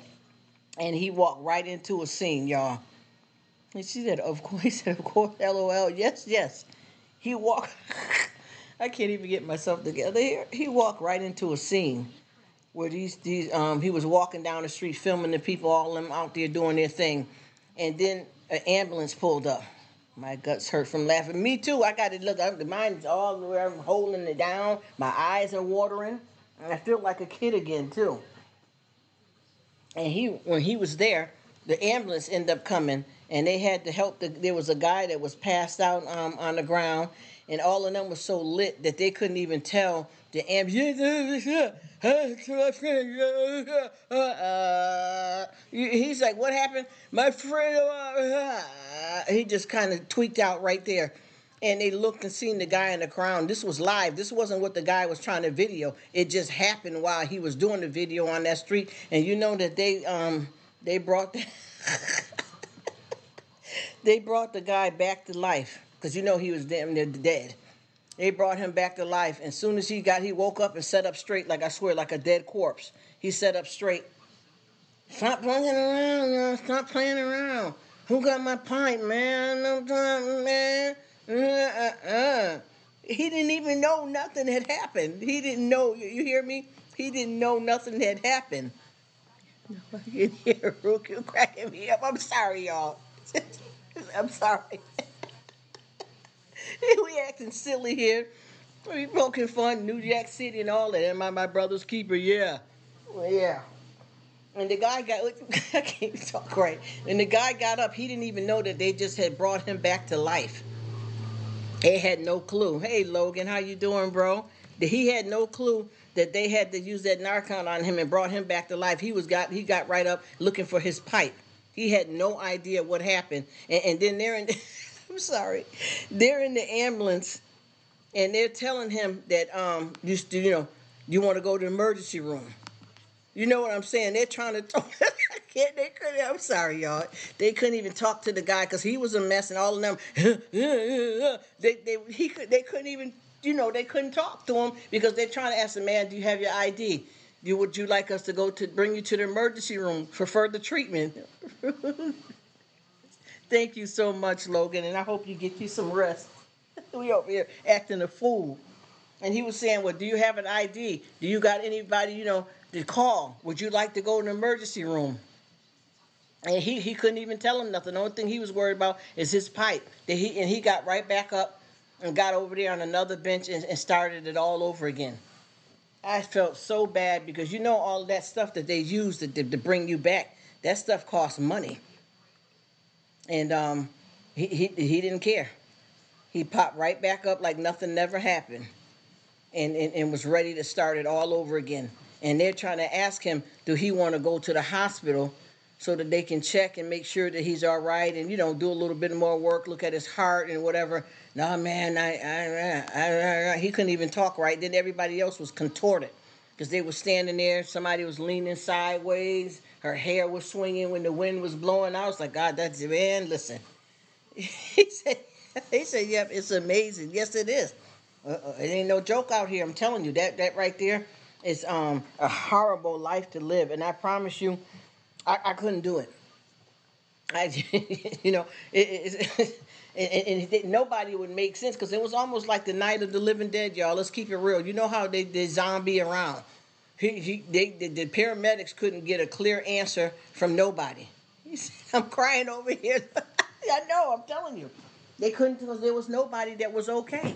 And then what about the ones that you got that's out there, but they want to be like, it's about 5 of them in one spot, and this one, she tried to be the level head. Oh yeah, that's Can Man over there. Oh yeah, that's One Leg Luke right there. Yeah, that stuff is okay. Smoking ball. Yeah, yes. Yeah, he got his tent last week because his family, they stopped by and gave him his. And they act like they're, like this stuff is okay. She said, walk into some interesting stuff. Yes, we over here bugging out, I'm telling you. She said, not the dance jig. Yes, you know what I mean? And they act like that stuff is okay. And they had one guy that he went to talk to. Well, he was walking down the street, and he said, man, if you don't mind if I talk to you for a few minutes about what's going on out here, man, how you doing? And I promise you, y'all, the whole surface of the top of his hand was gone. He said, I'm sorry I didn't get the notification. Oh, but yeah. His whole surface was on his hand. It was gone, and he was talking so fast, and he was running around. He had went somewhere and boosted some sweats, some hoodies, actually, and he was trying to sell them. And the camera guy, I guess he may give them a couple of dollars to do an interview, and he couldn't even talk to the guy. He said, yeah, so So what are you planning on doing with yourself? Because I got a few programs there somewhere we can go and get. Yeah, man, because you know I'm gonna get $3 if this number's that. What you say? What you gonna give me some cigarette? What he saying? Let me go. He couldn't even. He never said. You know, I was trying to help you out. If you want, if you want me to help you out, he couldn't even. I don't even know what he said either. But I know that he was out of it, and I promise you that was one of the best. I mean, one of the worst cases that I've ever seen, where this guy had an abscess. I think that's my delivery for today.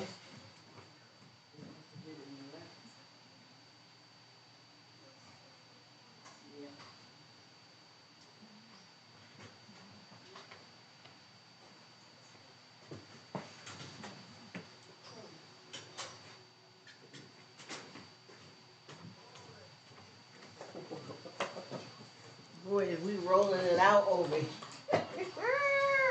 Up in her. What you got? Okay. What did he say? We got it going on up in here. He said, I forgot this dude that was on meth, and he literally had to choke him out to stop him from coming at him. Oh boy, I hit him like 20 times, and the dude was just, yes, like a zombie. He says, I didn't want to hurt him. Yeah, you, damn, Bert, you know that is. Oh my God, they got super strength. That's what I'm saying.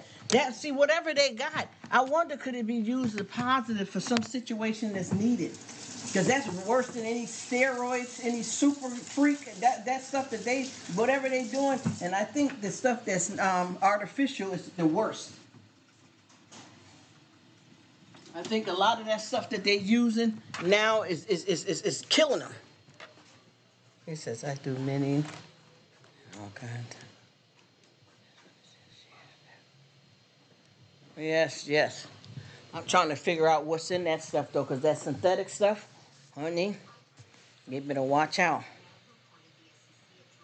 You never know what they're on. Honey, let me tell you, and that's you know what? I keep trying. I was just talking to somebody earlier about that, and I said, listen, and no disrespect to anybody, but anytime that you have a family member that's out here on the streets and they doing that, don't bring them right to your house. They need medical care. Do not bring them right to your house. Half these people are running around with syphilis, hepatitis, herpes, because they're living that type of life where there's no boundaries, there's no limits. He said they call it, yes. And I'm telling you that them folks be messed up bad.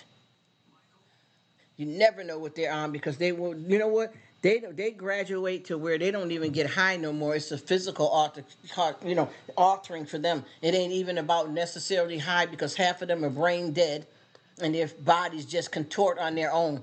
Because you could be talking to them and they just nod out on you like nothing ever happened. And as soon as they come back up, they start doing the same thing over and over again. Now, those people right there, they can make some money off of starring in the Night of the Living Dead. They could really pull that off. Because they're crazy men, zombies, right? I was trying to not get. It's blood on me. Yeah. Yes. You saying that right? Because you know what? Oh, she said it. He said horse. She said, damn.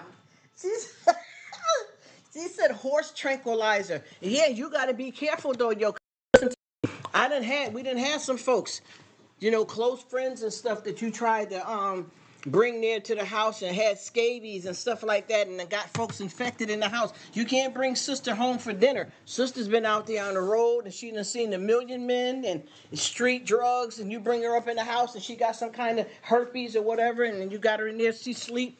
And y'all done put her to sleep for the night and y'all went to bed. She done went in there drinking juice and stuff, and you bandaging her up and don't know if she got hepatitis or something that's contagious through the blood. We all gotta watch that right there. Ain't no joke. That right there is, and they're strong as I don't know what.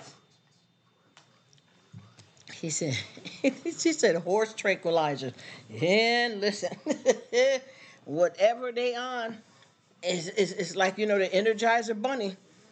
Because they keep going and going and going. And see, a lot of people don't realize that the different drugs do different stuff for you. Like crack have you, popping around like a tick. You know what I mean? He says, I don't think they will bring them down. Yeah, because they are a lot of, yes, yes, yes. Great dude, yes. Yes, and see that's the thing too. There's nothing you can do because see once some people reach that kind of level, and in some cases, some people brain is gone. They don't even have the ability to think positive or do anything anymore, but just get high. Just like with that guy that when they brought him back to life, he jumped right back into getting high. It was like nothing never happened. He started right back. He was looking for his pipe and all that kind of stuff. Didn't care nothing about. He didn't even know that he was revived back to life. He just wanted to, where his pipe was at. Yep, they're Walking Dead. That's why I said they can make some money in their movies. He just, jeez. Basketball player, NBC player. Yes, it's gone. Once they get like that, there's really nothing you can do because they don't know how to ask for help or how to get help. I think also that some mental illness. Yes, you know what? Yes, yes, yes. Hurt. Yes, yes. And left you would come. She said I. She said I did and sold rocks, but back in the gap and figured out that I was not born like that, and I met the weirdest people. Yes, I know exactly what you mean, Miss Quinn. And I'm telling you, that right there, that ain't no joke though, because a lot of them too, and I promise you, just like we see a lot of these people out here, it's a lot of stuff people don't realize is that it's a lot of mental health, a lot of untreated mental health, and people get on these street drugs to kill the pain instead of maybe some stuff is good because I know a few people said medicine that they get for mental health don't make them feel right, and some people have found mental health medication that work. She could throw a carpet fresh on the floor. They drive on the floor like it. Oh, shoot! He said like a Olympic swimmer. Oh no, he is that Quinn crazy. Oh no! Where's were the most screwed when they tried it and they left. Crazy friend. Yes, I know. I have too. Oh my gosh, I have too. I know exactly what you mean because, she's I could throw a carpet fresh on the floor and they dive on the floor like Olympic swimmer. You know what you got? You know what? I can't do this right now. Please don't do this right now. Oh heck no, heck no. This is terrible, terrible. And I promise you, I've been around them too. I've been around. I've been around a lot of them, and I promise you, they're gone. Do you understand what I mean? Reality, they're gone. Oh my gosh, they're gone. He said, I love. You are welcome, my brother, and God bless you. Whatever you get into, do it well and take care. Take care, bro. I appreciate you coming by. We over here turning up. She just killed me with that one. Jeez. And like I said too, a lot of people, hey Patty, a lot of people are dealing with mental health. And see, one thing people don't realize if you look into the psychopathy of what drugs do, prescription and street drugs, you basically are you got to run for your money because a lot of times the street drugs is soothing something that they needed to be treated for in a more professional and legal way. And by them getting into them street drugs, they end up where they can't get themselves together. They done because even when you get real medicine from the doctors and stuff, you end up if you don't do right, you get addicted to it. Certain painkillers and stuff like that. But with this stuff here, they're in trouble. They're in trouble real bad, and there's nothing you can do with them because they don't feel. And half of these people we're talking about are obviously they could be somebody's mother, somebody's son, daughter, fathers out here. You could see somebody that you knew that had a really good life, and you look at them and you wouldn't even know the difference between them and a can of Oops paint. You know what I mean? Because of how bad they get depleted by these drugs out here. Yes, that's yeah. He said, "Oh shoot!" He said the first one is free. Yes, it will cost you. Yes, it is. Yes, it is. Because if you look at it for what it's worth, especially if you got that addictive personality too, and you get out here experimenting, ain't nobody gonna keep giving you nothing for free. They're gonna start charging, and then that's when the game begins. That's when you hook, line, and sinker. And then what I feel too, that I noticed too, it don't do nothing but get worse. Because you know how people always say, well, pot is the gateway. Then you turn around and then you have people that start the pot. Then they start drinking. Then they popping a few pills. Then they sniffing something. And once they start, intravenous, it's scary.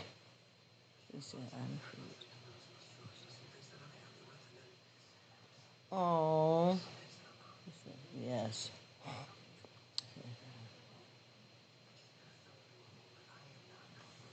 I'm telling you, man, we got a lot going on out here, and I think a lot of times when people run like to just think about it though. When a person has a glass of wine, okay, when a person has a glass of wine, what do they drink? Why are they drinking wine? Yes, it is crazy stuff. Why are they drinking the wine? Just think about it. If you want to have a beer, what do you want to do? Do you want that to stabilize your mood? And I mean, far as having the buzz or to relax you. Are you think drinking it just because you like the taste of beer or wine, or do you want it to make you feel a way? Yes, I know what you're talking about, honey. I'm gonna tell you, we were babysitting for a lady, and they was sniffing dope and tried to have us doing it. We didn't know, teenagers, parents, nobody checked. I'm telling, don't let me start writing the book. Here we go again. Here we go again, my friend. Because I know that kind of way when you're in the wrong situation. And like I said before, you don't be trying. A lot of people are doing it. The people that are experienced, they're doing it because they know that it's going to change their mood. You can have a housewife, and if she is drinking a half a bottle of wine, she can't say she's not buzzed, because you're going to get a buzz, because you got to look at the amount of alcohol that's in that wine. So you can't say you don't drink liquor because it's in the wine. How much alcohol is in the beer? So once you start doing that, it must make you feel some kind of way, because if you want something just for the taste, you can go over there and drink you some Kool-Aid, get you some water. Hey, what's up, DJ NA? How you doing? Thanks for coming through. You understand what I mean? It's an escape. Yeah, it definitely is. And with that being said, you start there. But see, after a while, once you start depending on substance like that, you get immune. And once you get immune, you go up to the next level. And then it just keeps going. You know what I'm saying? It don't stop there, because now you're fiending. Your body wants it. You get what I'm saying?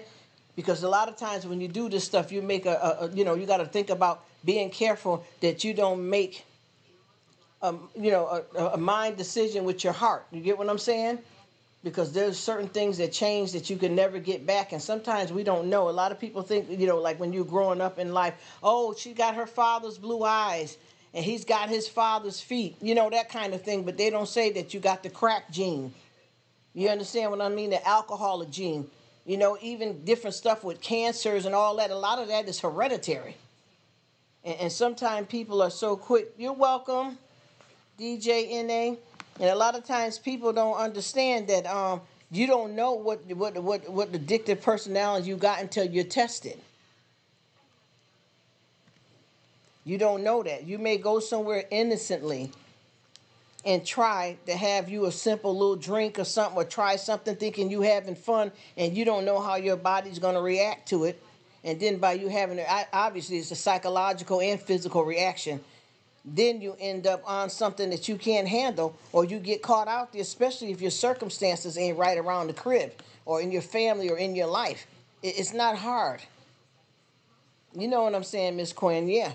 Because you're running from something. And see, we all know that you're supposed to be able to say, you know what, I'm going to have a glass of wine, and that's it. You don't have to turn the bottle up. You get what I mean? Empty the bottle out. Oh, well, we're having a football game or whatever. I'm going to have about 2 beers. Okay, I may not drink again for 3 or 4 months. That's the normal way they say you're supposed to do it. But if you're dependent on that, that's because there's an emotional, psychological, and physical attachment to that. And now you need it.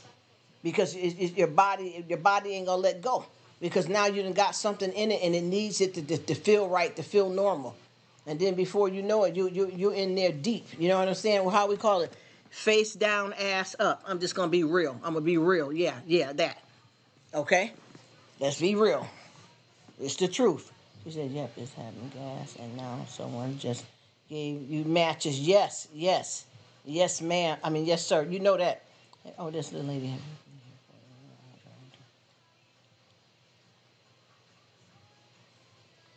You are welcome and take care, Miss Tina. Thank you so much. You just never said nothing because I don't see you in the comment at all. I hope you're doing well and Happy New Year to you. We are having a ball over here. And I thank you so much for coming, my lady. I didn't even know you were there because I didn't see you in the comments at all. You just popped up, huh? I thank you dearly. And I hope your family is doing well.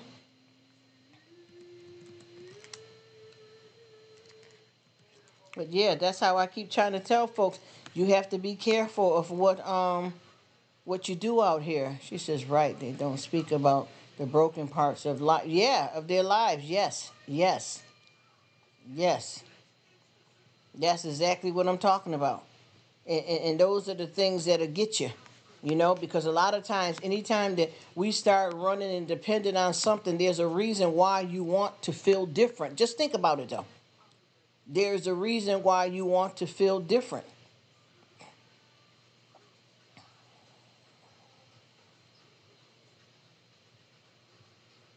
You know, and that's the whole thing that I keep trying to say. Because like right now, if I'm sitting in here and I say I want something that tastes good, so that means that I'm gonna go in here.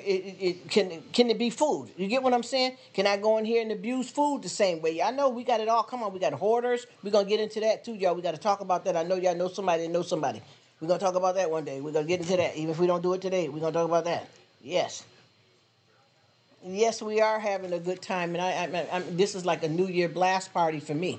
But you look at it for what it's worth. If you're going in there and you saying that you want something to drink, if you're going to get something to drink, it's to, you know, even like when it's to eat, it's not for you to pack your ass. You're supposed to eat food for nourishment, you know. But we got the itis. It could be a good feeling, and then sometimes it's not. But when you go overboard with anything, it can be a problem and a noose in your life. So you think about, if you say you want something to drink just for taste, you can go in there and get you some juice, Kool-Aid, soda, water. Come on, anything you want, and have something to drink. But you're not going to get a buzz off of drinking water or Kool-Aid unless you put something in it. You see where I'm coming from? So once you start depending on those things, then we got a problem. Yes, food doesn't judge me. I know that's right. I no, but it is though. Come on now, it's a big difference though. It's a big difference. He's kind of joke, but that is the truth. Yes, I know what you mean, Maiden. I feel the same way. And see, the problem is, I know y'all done seen that 600-pound thing. You know how that, and see, that's different for them. Because they done got into that. You see what I'm trying to tell you? Anything like that could be good for you or okay to have. Just like they said it's good to drink some red wine. It's supposed to be good for your heart and all of that type of stuff like that. But how much is too much though? And when does it go to the next level? One beer turned into 2 beers, 3 beers, 4 beers. Before you know it, you done drunk a 6-pack of beer that's equivalent to a half pint of Bacardi rum. I'm just saying, I'm just using that for example. I'm not quoting the right math here, but I'm just giving you, a synopsis. Just think about it. And then it goes on and on till the break of dawn. No, so let me stop. But yeah, it's crazy. It is crazy. All of this stuff. And then before you know it, you're finding the comfort every time you have a problem, something that you probably can handle in certain situations, but you run to go get drunk though. You see what I'm trying to tell you? Sometimes it get past that because now it's not just to unwind a little bit. You're trying to cover up pain. It's not that you want to. See, people don't plan to get addicted to anything. They don't plan to be out here. It happens, unfortunately. And then you lose control because it's doing you. You're not doing it. And then you get out here so far that you can't even see straight. Nobody give a damn about a newborn baby at the house or a damn job that they making $150,000 or more a year, that brand new car. They finna sell that car, quit that job, leave that baby. Men and women both. It's gone. We're out there. You know what I mean? We're flying. That's why we got to watch this, because this man, I'm gonna tell you, it's lit. It's lit. And I know so many people. I know this one man that's been a active alcoholic his whole life. And that's hard to say that, because you're not trying to put nobody down, and you don't want to give a compliment to an addiction. But they never never messed up in their life with their job or anything. Been working at the same place for over 45 years and still drinking, and just living just like that, and perfectly fine with it. Just won't, can't stop, won't stop. Let's get it. You know what I mean? It just, it is what it is. And if you look at it for what it's worth, it seems like anything that we have in the world, if you abuse it, it becomes a problem. And I mean, that right there is a whole lot of different stuff. I don't even care if you're the type that like to buy sneakers, because I'm a sneakerhead. Sometimes it's too damn many. I mean, I ain't never messed up no money over, thank God, that type of thing. But I know that I got too many of them. Can't even wear them all. You know what I mean? And, it's all kinds of stuff like that if we don't do right with it, it does become a problem, even if it seems okay. I've seen a woman that had a problem with, it was just having some wine to have fun. And then it became, the body was craving it. So if she didn't get wine, she didn't feel right. But before, it was just to have it. So what's the problem? Unfortunately, it got the best of her. And ain't that interesting how you can have like all of these genes in your body that you're born with, that you didn't even know could be a problem in your life. You know what I'm saying? And it's weird too, because I always thought, like I said, when you have hereditary stuff like that, I always thought it was stuff that was like, medical issues. We got high blood pressure in our family. We got this in our family. I thought it was only those things, but addiction is something that stays in the family too. I didn't know that though. And a lot of people need to get some help out here though, and they don't. And they don't know how to get some help. And I know a lot of people too have stuff wrong with them, and they don't know that it's mental illness. And then they basically run and try to, get comfort, for that, and then they end up on something. I'm telling you, that stuff still kills and destroys. And there ain't too many people that can fight the battle and win. I know a lot of people have, but there's not too many people. It's just as many, actually it's more that lose the battle than the ones that win. So I just pray, gosh, I pray. And I try not to jump into something else I want to talk to y'all about, so that we'll have something to share and speak about the next time that we all link up like this. I don't want to use it all up now. Well, it's a million things I can keep going. I'm long-winded. So I definitely can keep going, but I don't want to use up all the goodness right now. I know that a lot of y'all probably going to soon be having to leave off and do what y'all need to do in y'all lives. You got, kids, jobs, food to cook, houses to clean, things to do. And like I said, I've been available to do this differently now, because before I had a different schedule. And I just came in from being gone here, 12 hours, work out the dough, and then come home, and I done my workout, and I done my cool down. First of all, I did church before I even got out, started with anything. And then I went out, get that coin, you know how that go. Came back in, did my workout, set up the live. I'm rocking, I'm rolling, I'm flowing.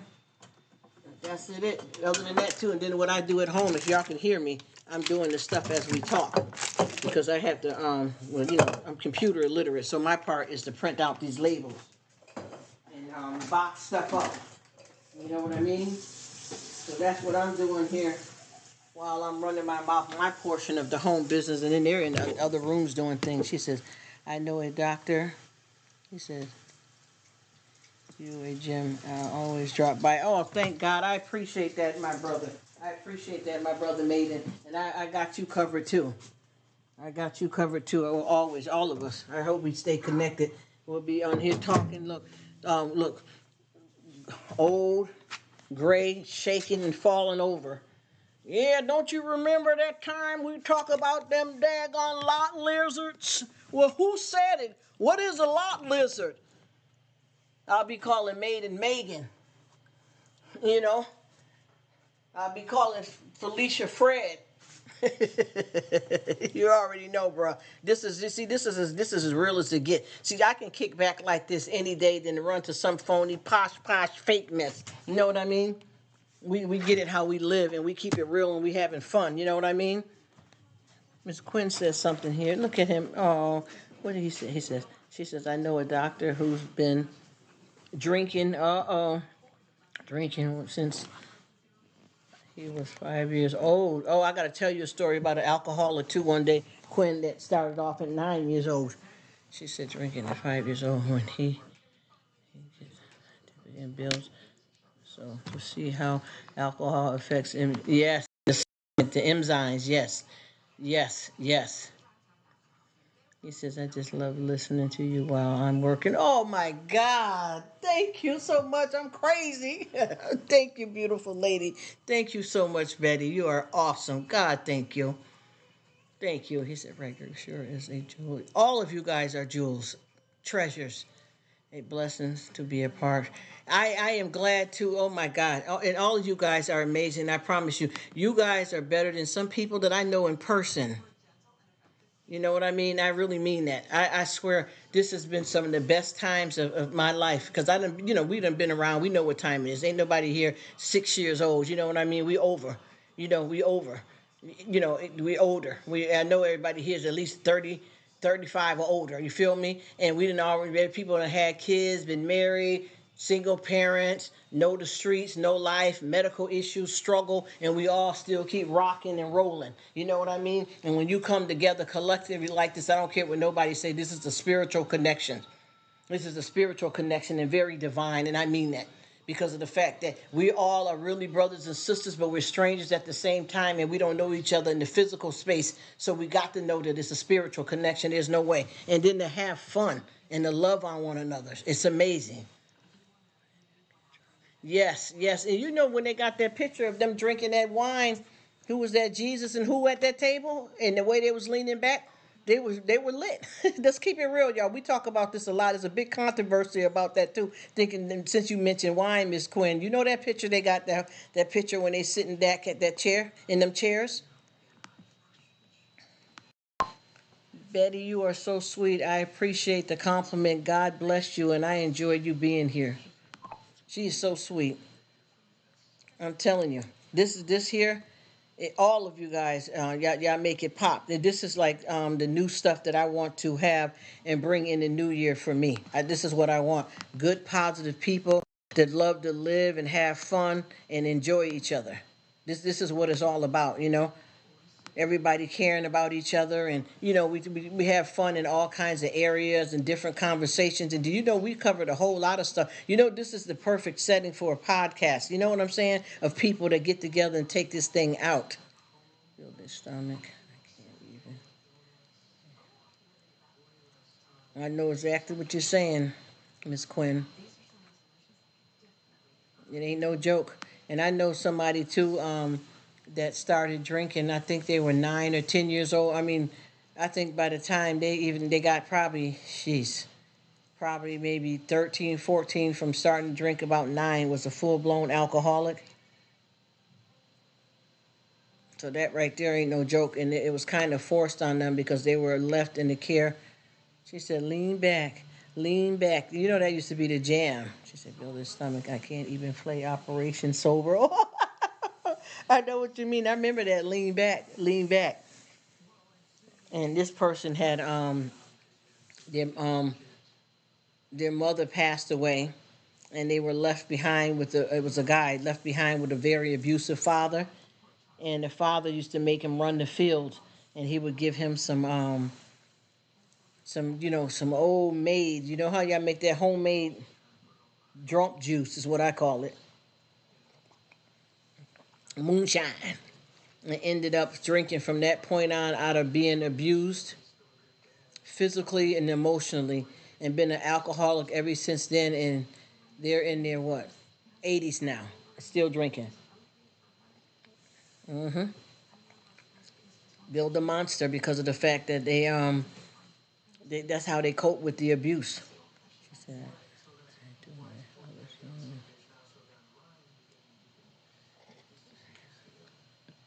I tell you, we are having a roast here, sister. I know what you mean. I got some family here that we were supposed to try to do some stuff here too and get something going. It's just so hard too with people's schedules and stuff like that. Because I know that a lot of this stuff that we're talking about is amazing, Miss Quinn. We definitely have to know, when you meet the divine connections. And I had this little business I was supposed to do, me and a person that I knew a long time ago, but they did not have the right kind of people. You know how when you try to do something with somebody, but you don't find that right niche and that right crowd. And I kept trying to, tell them that certain people that you have in your life are not the ones to bring into this, and they didn't want to do it. They didn't want to do it unless they could have that kind of family and crowd. And somebody was, for real, was, on drugs really heavy and prostituting and carrying on. Other was an alcoholic hustler. And I was like, we trying to run a real business and have a contract. That ain't going to work. You know what I mean? That ain't going to work. And they went behind my back anyway and tried to play me and got played.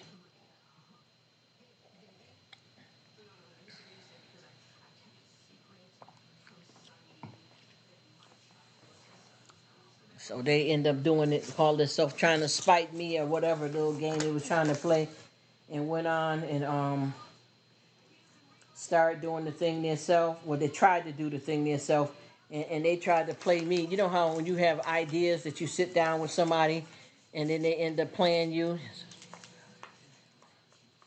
Yes, sure do. I thought me and this person was too back then.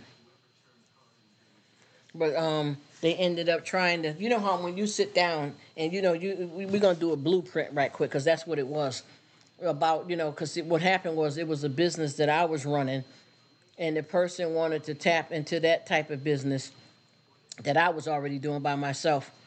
And I decided that to offer another way that we could do it. So we were going to do a business together. And what they did was they wanted to invite the wrong people in it. And this is serious stuff that you got to get serious tax and all this type done. People that got drug tests. You know what I'm trying to tell you.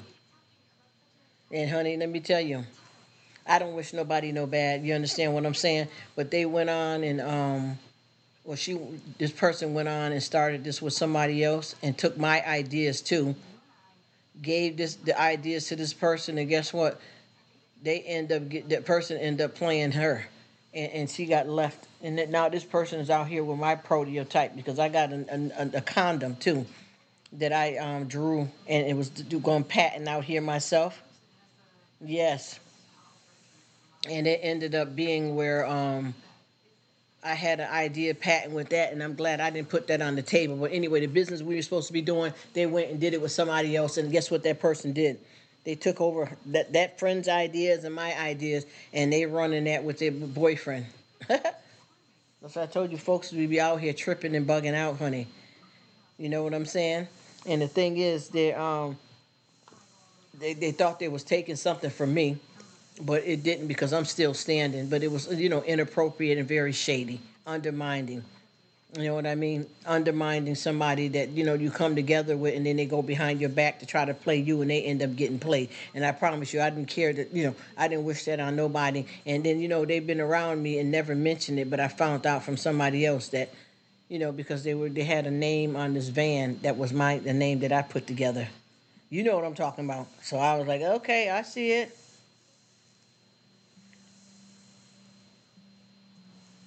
It will all work itself out, definitely.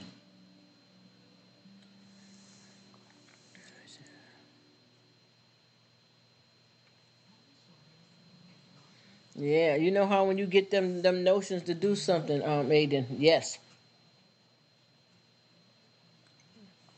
wax house.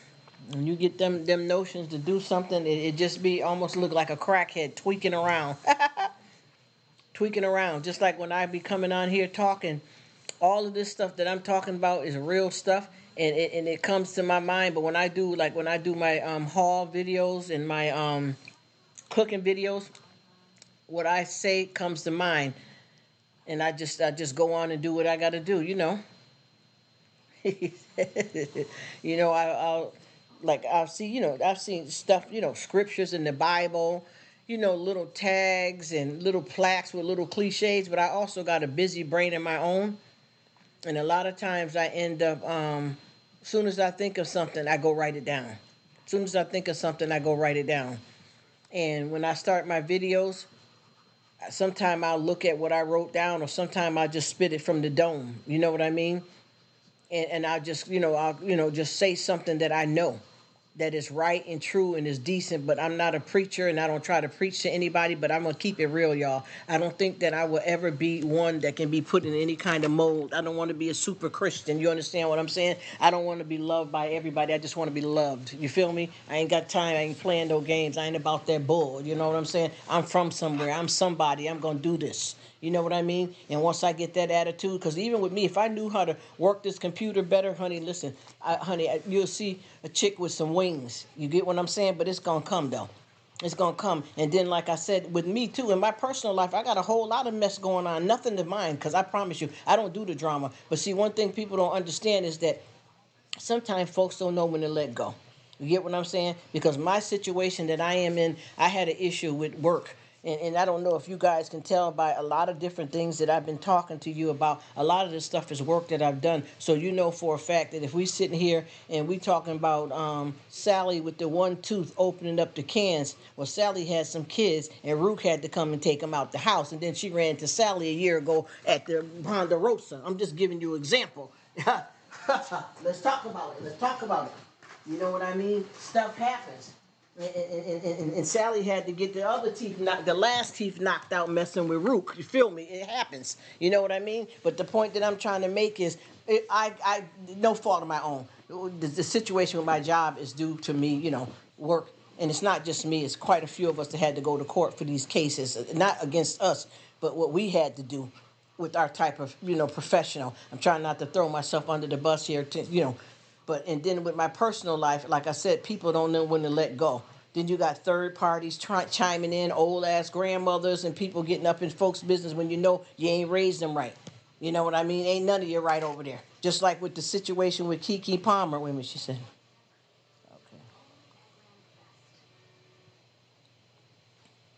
Amen, amen, Miss Quinn. Just like with the Keke Palmer situation, y'all, I don't know if y'all heard about it, but I'm finna start back doing my reviews. So I've been looking up some stuff, and a lot of stuff popped up when I'm on a computer or on the TV, regular, watching news and all that type of stuff. And she's in a relationship with her baby father. They're not married, but he's been putting hands on her. And when the whole thing blew up, it turned out that like the baby father that was hitting on her, his brother's girlfriend came out and said that she was getting beat up too. Then the boy's mother, both of the men's mother, came to cuss out Keke and the other girl, and come to find out the mother got a restraining order against the father, and she's supporting these girls getting beat up by her sons, but yet she was a man that was kicking her ass. You see what I'm trying to explain to you? These women that support these dysfunctional people, and it's not just men, because females, I'm telling you, they have criminal minds too. Don't let it slide. You understand? People try to act like women. Oh, that man, no, I can find a chick that's just as dirty. You get what I'm saying? And then you get women that support that, you know? You get women that support that, and then we got a mess on our hand. You know what I'm talking about? Yeah, people be playing games, girl. I ain't the one for it, but I promise you, once I get myself together and I come on camera, it's going to be a lot of people that's going to come in like trolls with a whole bunch of lies and games, and I ain't trying to be funny. Come make me famous, baby. Come make me famous. Because if anything anybody say about me is true, I own it 100%, because that made me the Don that I am. Test the gangster and what? But what? Me guan so. Tú lo sabes que yo lo dice, yo no juega con la puñeta. Tú lo sabes. Don't play with it. You understand what I'm saying? I will come all races. It ain't even gonna bother me. You know what I'm saying? I wish they would. You know what I'm saying? It is what it is. Yep. Grimy, yes. especially when you got people stocking and all this whack crap. You know what I'm saying? The documents are there. That's one thing about me. I always have my receipts. I don't live like I have to prove anything to anybody, but I always say stay ready so you don't have to get ready. I'm not playing the game, but I got, folks around me that I don't want nobody to get in no harm way because somebody done went cuckoo for Cocoa Puffs. And they ain't even got no milk to put on the cereal, but they going cuckoo for Cocoa Puffs. It's a wrap. People don't know when it's done. People do not know when to move on and go on with their lives. Folks want to bug and trip out on you, so I had to change up a few things. If not, I'd probably be locked up. Them silver bracelets? Yeah, because I'm not the one. I had to go the other route with God because, see, I don't let nobody bother me. So I decided to take my higher route and do what I had to do, and just change my life a bit. But I'm going to be coming through. And like I said before, if you want to come and come with it, you come on with it. People going to be coming out from the crypts, under the bed, out the rat house. You know what I mean? You're invited. Okay? You feel me? You know how that be when you be dealing with folks and they got other people, especially when you dealing with somebody and they you know that they ain't doing right and people backing that up. And you got an aunt trying to come say something. People trying to find out where you live to send folks over that you don't deal with no more. Yada, yada, yada. And the people know that you're a good person, but they side with the trash. It's like I said with that one with the Kiki Palmer. She's the famous actress and she sings. She's dealing with being cussed out by her baby father's mother because he's beating her up. My son didn't do nothing to you. He didn't do nothing. That didn't hurt you. Just because he smacked you one time. All that old crazy mess. Round two. I'm ready now. I know that's right. You know what I'm talking about. Y'all know what it is. And once you're starting to do something, because I got this nice YouTuber guy that's been coming to visit me. He just popped up, and me and him been mad cool, and he's way young. He's like probably 20 years younger than me. Nice guy. This is real talk, like young brother type thing. He's dealing with a problem now that he's got some ex-girlfriend that's trolling on his channel, and then he got a new girl he trying to get with, and she over there trolling. You know them kind of people. They don't know a good thing till it's gone.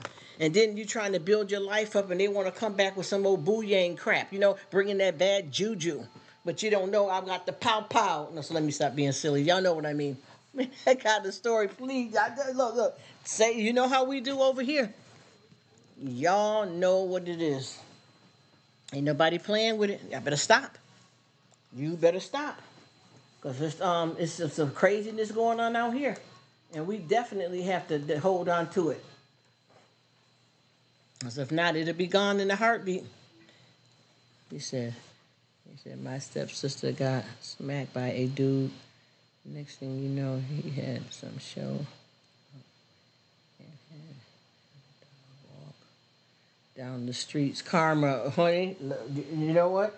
See, this, I'm gonna tell you something, and I promise you, that right there, what you saying, I know exactly what you're talking about when it comes to that type of thing right there. See, that's why I keep saying, when people be trying to run something on you, they end up playing their self. He says straight dog walking. Honey, let me tell you, I know exactly what you're talking about. I know exactly what you're talking about, because that right there, when you do stuff like that, it comes and knock back at your door, and sometimes it's worse than what you think you did. You understand what I'm saying? You about to get got. You know what I mean? Some people done bagged it. You know what I'm talking about? Some people got bagged. You're dealing with the wrong people, a crazy crowd. That's why I don't fool around out here. That's why I don't fool around. And I promise you, I've never done anything to harm anybody unless somebody did something to me in self-defense. And I try to stay out of a lot of them situations because I'm living for a better purpose than that. But we know this is the real world we live in. You know what I'm saying? And some people got to get taken care of. Got to be shut down. You know how many different guys that I know that may have put their hands on a woman and her brothers came and said, what? You'll never find them. You'll never find them. I'm trying to tell you, and I told you, these people be trying to hurt and harm somebody. Because I know I had some times in my life where I was out here hustling and acting a fool, and the streets was more of your family than your own family. And I had some business going, and I hired somebody to do some business, and they got up there, started messing up the business. And honey, I'm gonna tell you, they did. The dog that damn near ate them up. We talking about dog walking. Oh man, listen to me. The scene, it was like a crime scene. Somebody was tied all up and jumped out of a window to get away from it. When you do stuff, you don't know how people are going to react. We do not support no violence and trying to hurt nobody and talking and crazy. But when you travel in this world out here, people do things. You know what I mean? People do things. You may do something to somebody and they come back for it, and we're not trying to co-sign, because see, people don't like when you keep it real. They like to sit back and judge somebody, or like to say, oh, that I would never do that. And knowing that you got somebody up in your house that done killed somebody back, you just don't want to talk about it. Or somebody that had a fight, or somebody that got jumped. It's not just other people. It's we that live in the world that all of this stuff occurs around. You know what I mean? He said the streets will always keep things equal. That's what I'm saying. See, people don't understand. You got to know how to walk the walk and talk the talk. You can't just do one. You got to do both of them. Because if you don't know how to roll right with it, you're going to end up playing yourself. And we have to be careful. And I know with me, too, I realize, too, a lot of times being kind gets you in trouble. Too kind. And this guy got a video up that I want to watch, and it says, this is the reason not to be too kind. And now I get what he's saying. I understand it. Because you get played in certain cases and certain people. As I realize with me, sometimes being too nice, that people take that as some kind of sucker, and then they run all over you and take advantage of you. And I'm talking about everywhere. I'm talking about in the church, out the church, down the street, in Walmart. You run across the wrong person, and they're going to take you there. People a lot of folks out here are users and takers.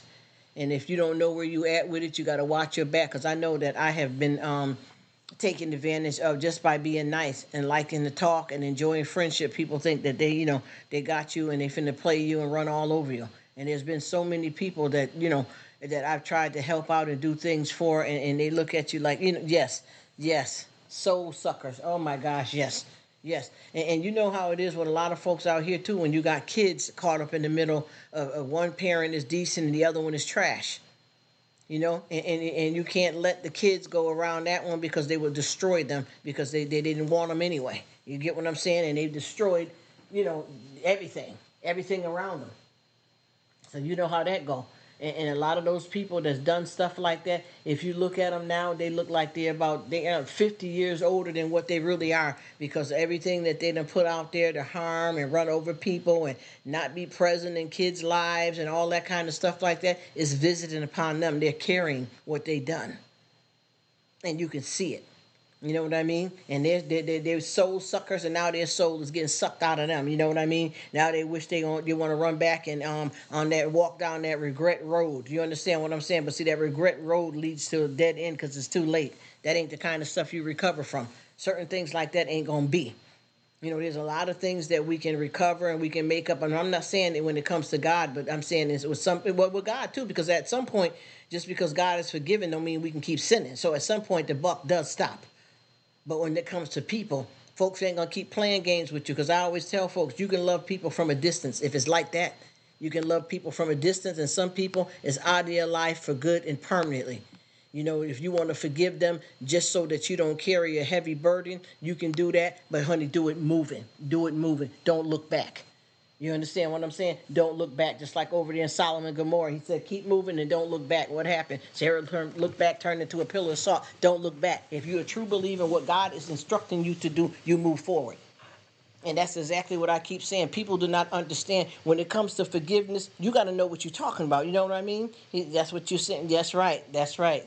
That's exactly what I'm talking about, man. There's some people you can't, just like, I know so many people, whether they're single dads or single mom, and if whoever the parent that's sticking together with the kids and got the kids going right and doing right, and that other parent want to come in with their boo-boo mess, they ain't going to do nothing but ruin the child's life. You don't got yourself together.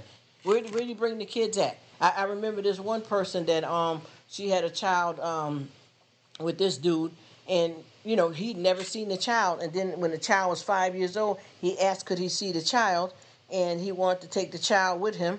And he was like, no, because the child don't know you. We can go do an open something somewhere. You know what I'm saying? I don't care if you blood dad. I don't care about that. If the child don't know you, how is that child? And I don't know you. We ain't seen you in 5 years. This is what the person's saying. So how are you going to let a child just go and they don't even know what the heck you are, what you doing, and none of that? You got to watch all that stuff. And then I remember this other girl, a situation where the kid's father wanted to take her oldest son with him, and the son was like 13 years old, and he came and got the child and had the child spending the night with him when he was in a damn recovering house. He said, nope, he ain't. That's what I'm saying, right? That's what I'm saying, Maiden. And she said, "Hey, Rruk." Okay, thank you so much, Katie. You see what I'm saying? You already know. You know what that is like. When you have a situation where the person, the other person, whoever that other parent is, ain't got their ish together. You already know that the kids can't be over there. Ain't nobody playing with no cracked out boyfriend or girlfriend in the background. You over at some alcoholic grandmother house that's a flop house. You talking about you want to spend time with the kids and you bringing them over there. There's a lot of division here with people that they don't understand. This can't go down that way. You know?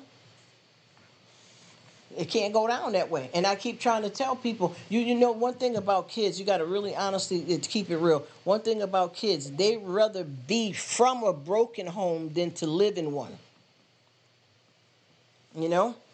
And that's the truth. That's the whole thing. A lot of people are not understanding. You can't do that. That's just like, with some couples. One of them's cracked out, one of them got it together. So, it's going to be a hard situation with the kids. But when they're asking you, can they come and get the kids and you let them go with the kids, they got you over. How the heck are you going to be living? Do you know what? Seriously, and no disrespect to anybody. And this is a good thing if somebody's in rehab and they're trying to get themselves together. But how are you going to bring a child to live with you in a rehab program?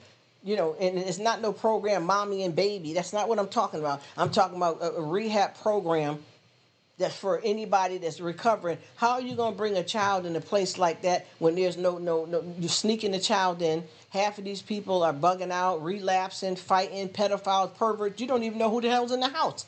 And you're going to bring a child that you ain't seen in 15 years up in something like that. And then when their parent find out and they go and get them and you saying they don't want you to spend time with the child, that ain't even the right kind of environment. You're not even clean.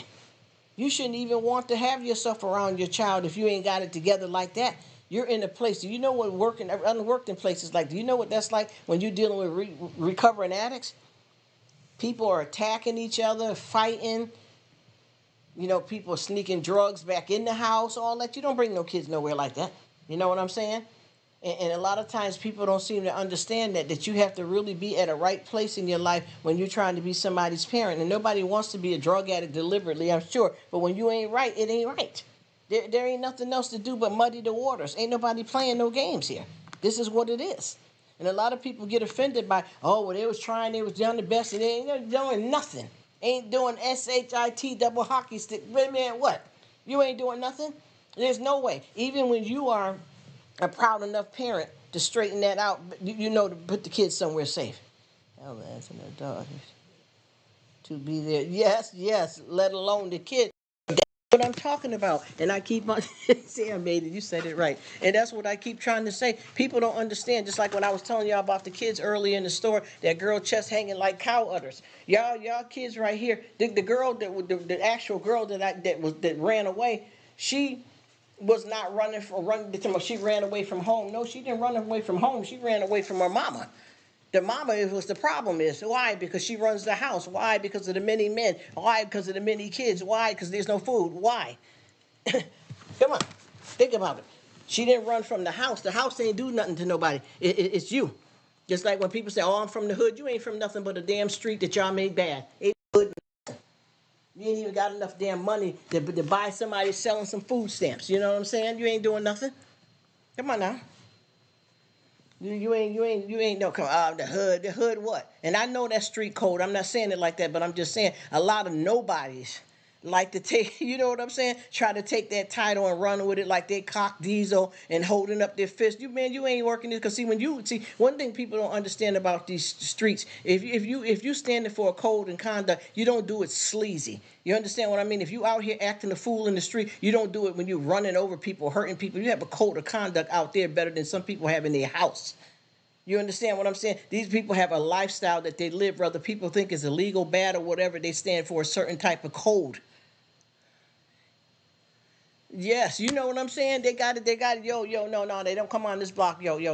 They sell they sell it over there. But over here, this is how we get down. They know not to come on their peeps, don't walk down. We know. You know this. But you're not bothering anybody. You're not, robbing Peter to pay Paul. You getting what you got and you do it moving. But these clowns, they want to come and create a new game and don't even know how to put together a damn puzzle. I know you're not talking to me. You better wake up and ask somebody, because this ain't it. This ain't what you want. You know, and then a lot of people said you got the wrong one. No, when you come over here, you got the right one, because it's going to stop right here.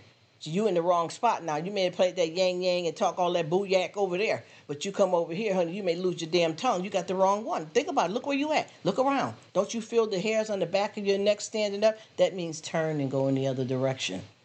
You get what I'm saying? Look at Miss Quinn. You know it? That's why I keep telling people, watch what you're doing here. Kids are the most innocent things that we have in this world. They're born into whatever we put them in. And I know that we all make mistakes and all that stuff, and we know that. But if you're woman enough, man enough, get them somewhere safe until you can get yourself together, if that's what you want to do. But I know a lot of division is going on here, and a lot of these children, they're a product of their environment, and they're coming out here and they're bugging out. Yes, he said. He said most time it's our uncles. I'm trying to tell you. I remember we had a uncle here, and I don't know how that aunt was letting him, stay there with all of that mess in her house, because homeboy had got into, and I ain't even playing no games, y'all. Raw, straight shooter. Uncle had started, had a good job and everything, and started messing with that crack. And end up, she said, come on now, say it. You know what I'm talking about. He said, Richard, that's deadbeat. Yes. Started messing with that crack, started bringing them tricks in the house, and before you knew it, the whole house had crabs, gentle crabs, down there crabs. And it was sad, too, because the aunt's daughter and son, they were young kids, they're still virgins and stuff, that crabs, they ended up with crabs. You understand how that stuff hops around? Crabs is something that you can get off a toilet seat. And he was bringing all them cracked out girls in there with that trick stuff, and ended up having them crabs up in her house. So, there was no choice of them, but she kept letting him stay there. Oh, that's my brother. And you know how he is with fam, talking all dumb like that, slow, like she ain't got no sense. You know what I mean? You know how he... What the hell are you talking about? What are you talking about? No, hey, what are you saying? Are you using with him? Because right about now, you look like you on something your damn self. What are you talking about? You know how it is. Know how it is what? This man that brought prostitutes and stuff up in the house. There's crabs. You understand? You don't have to have been with nobody to get crabs. You can get the crabs off the toilet seat. What about this bed bug situation? Come on now. You ain't paying no attention, didn't let them keep staying there. You going all up there, all kinds of burnt spoons up in there. Now you ain't learning nothing yet? He said nasty. Yes.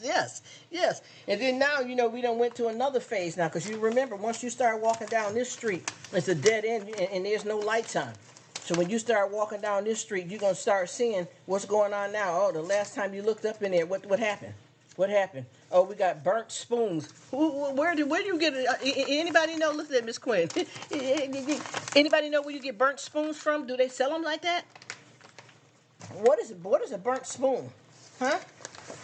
What is epidermic needles doing around and ain't nobody here diabetic or nothing? What are the needles doing around here?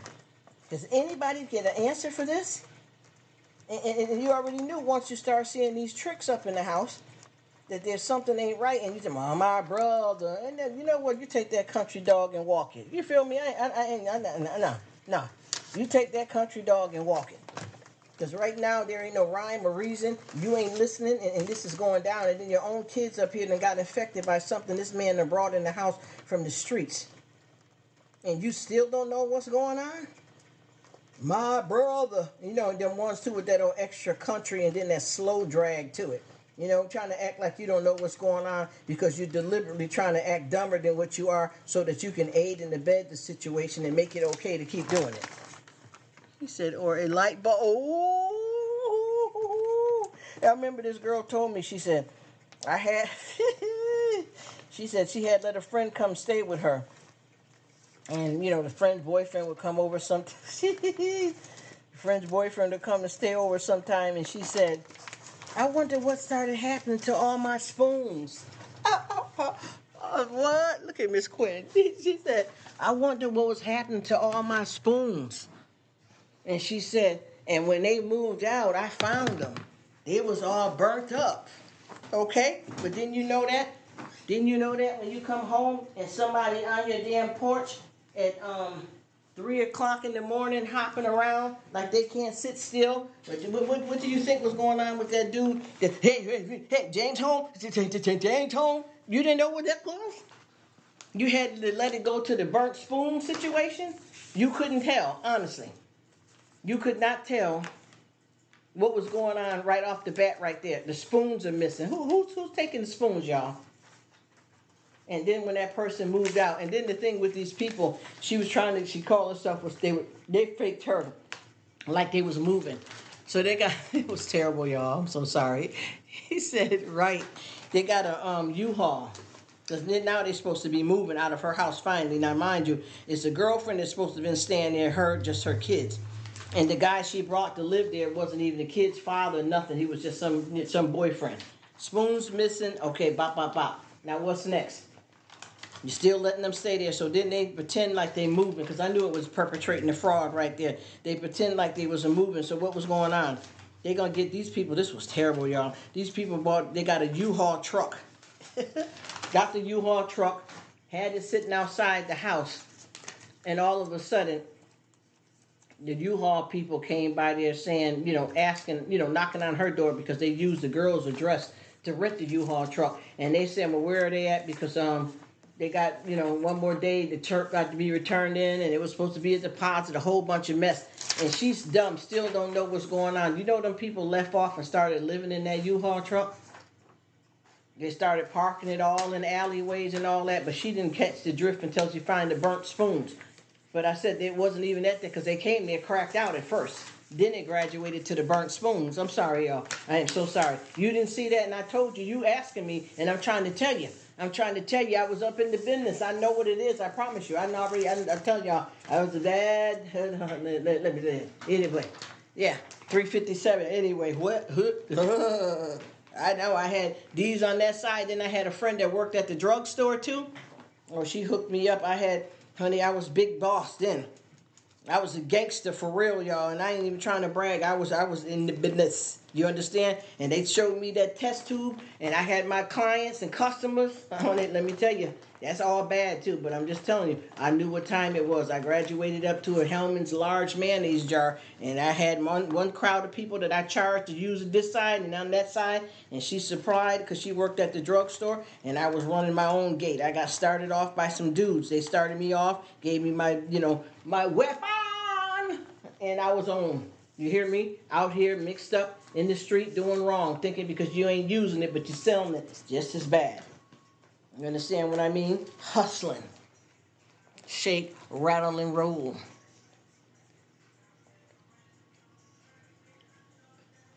She said, find one to light a candle. Damn. Ah, yes, everything gone.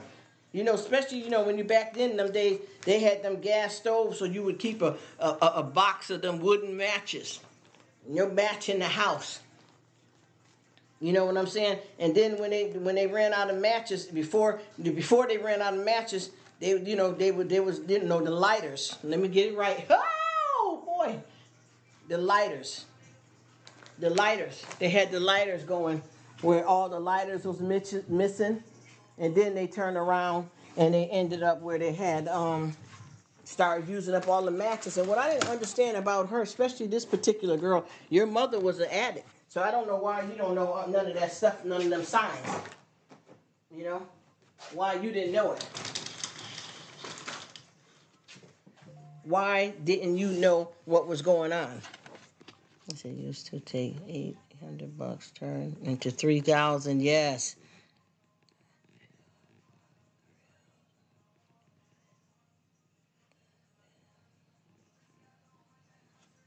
Oh, see, man, yeah, oh, boy, man, don't start it. Brother, I'm telling you, don't start it. You saying that absolutely right. Oh, my gosh. Man, I'm telling you, when people put you on, especially when you start, because when we call it a gate. You ran a gate. And I started off, you know how you start dealing with somebody and they front you the stuff, that type of thing, and get you straight. And then I went into full bloom on my own.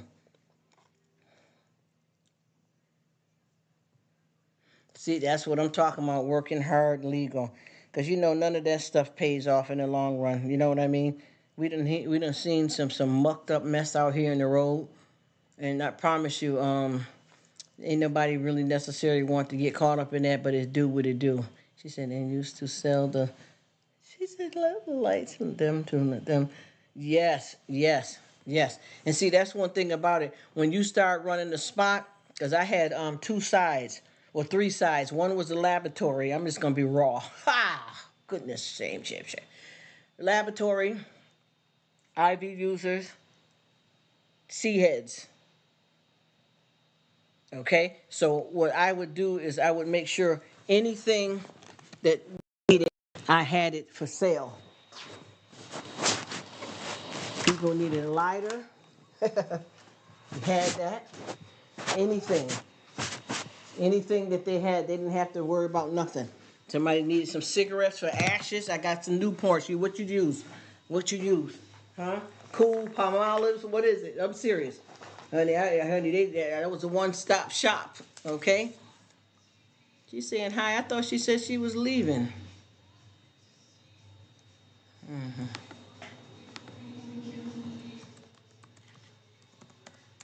I thought you said you was leaving, Miss Lady. I didn't know you were still there because you said, I didn't even know you was there from the first get-go. I'm sorry, Miss Lady. I did not know you were even there.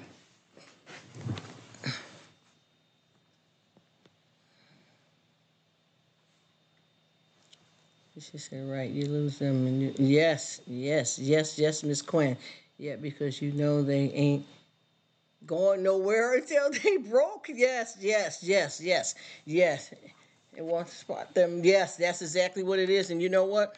See, then that's when some also come in because at some point you get them, and once they get broke, once they get broke, they're gonna try to linger, and then that's when they're gonna start wanting favors. He said, "Ran to smoke." Oh, say it. You know what it is, and once they get low like that on the cash, they're gonna start look, as they call it, fiending for favor. Fiending for favor. What flavor would that be? And I'm serious though. You know what I'm talking about? Yes. Yes. You get what I mean? So then sometimes somebody gonna try to test you. You know what I'm talking about? Somebody gonna try to test you, and then you gotta be ready. Yes, yeah. He said a new yes. Oh man, you already know we must have been working right across the street from each other. What? Yes, you know what? We finna start coming in. Somebody, I remember somebody brought a used microwave and they didn't even have the decency to try to clean it. I can tell that they took that right out of the house that they living in where everything was turned off and nothing was running. I promise you. She said, yes. Right back to Sears. Say it. Yes, yes. I mean, man, listen, I'm gonna tell you, I had in real talk, I had a female that offered me services, if y'all know what I mean. Honey, and I told her, I said, let me tell you something, sweetie. You might have to go check some fellas about that. Say it.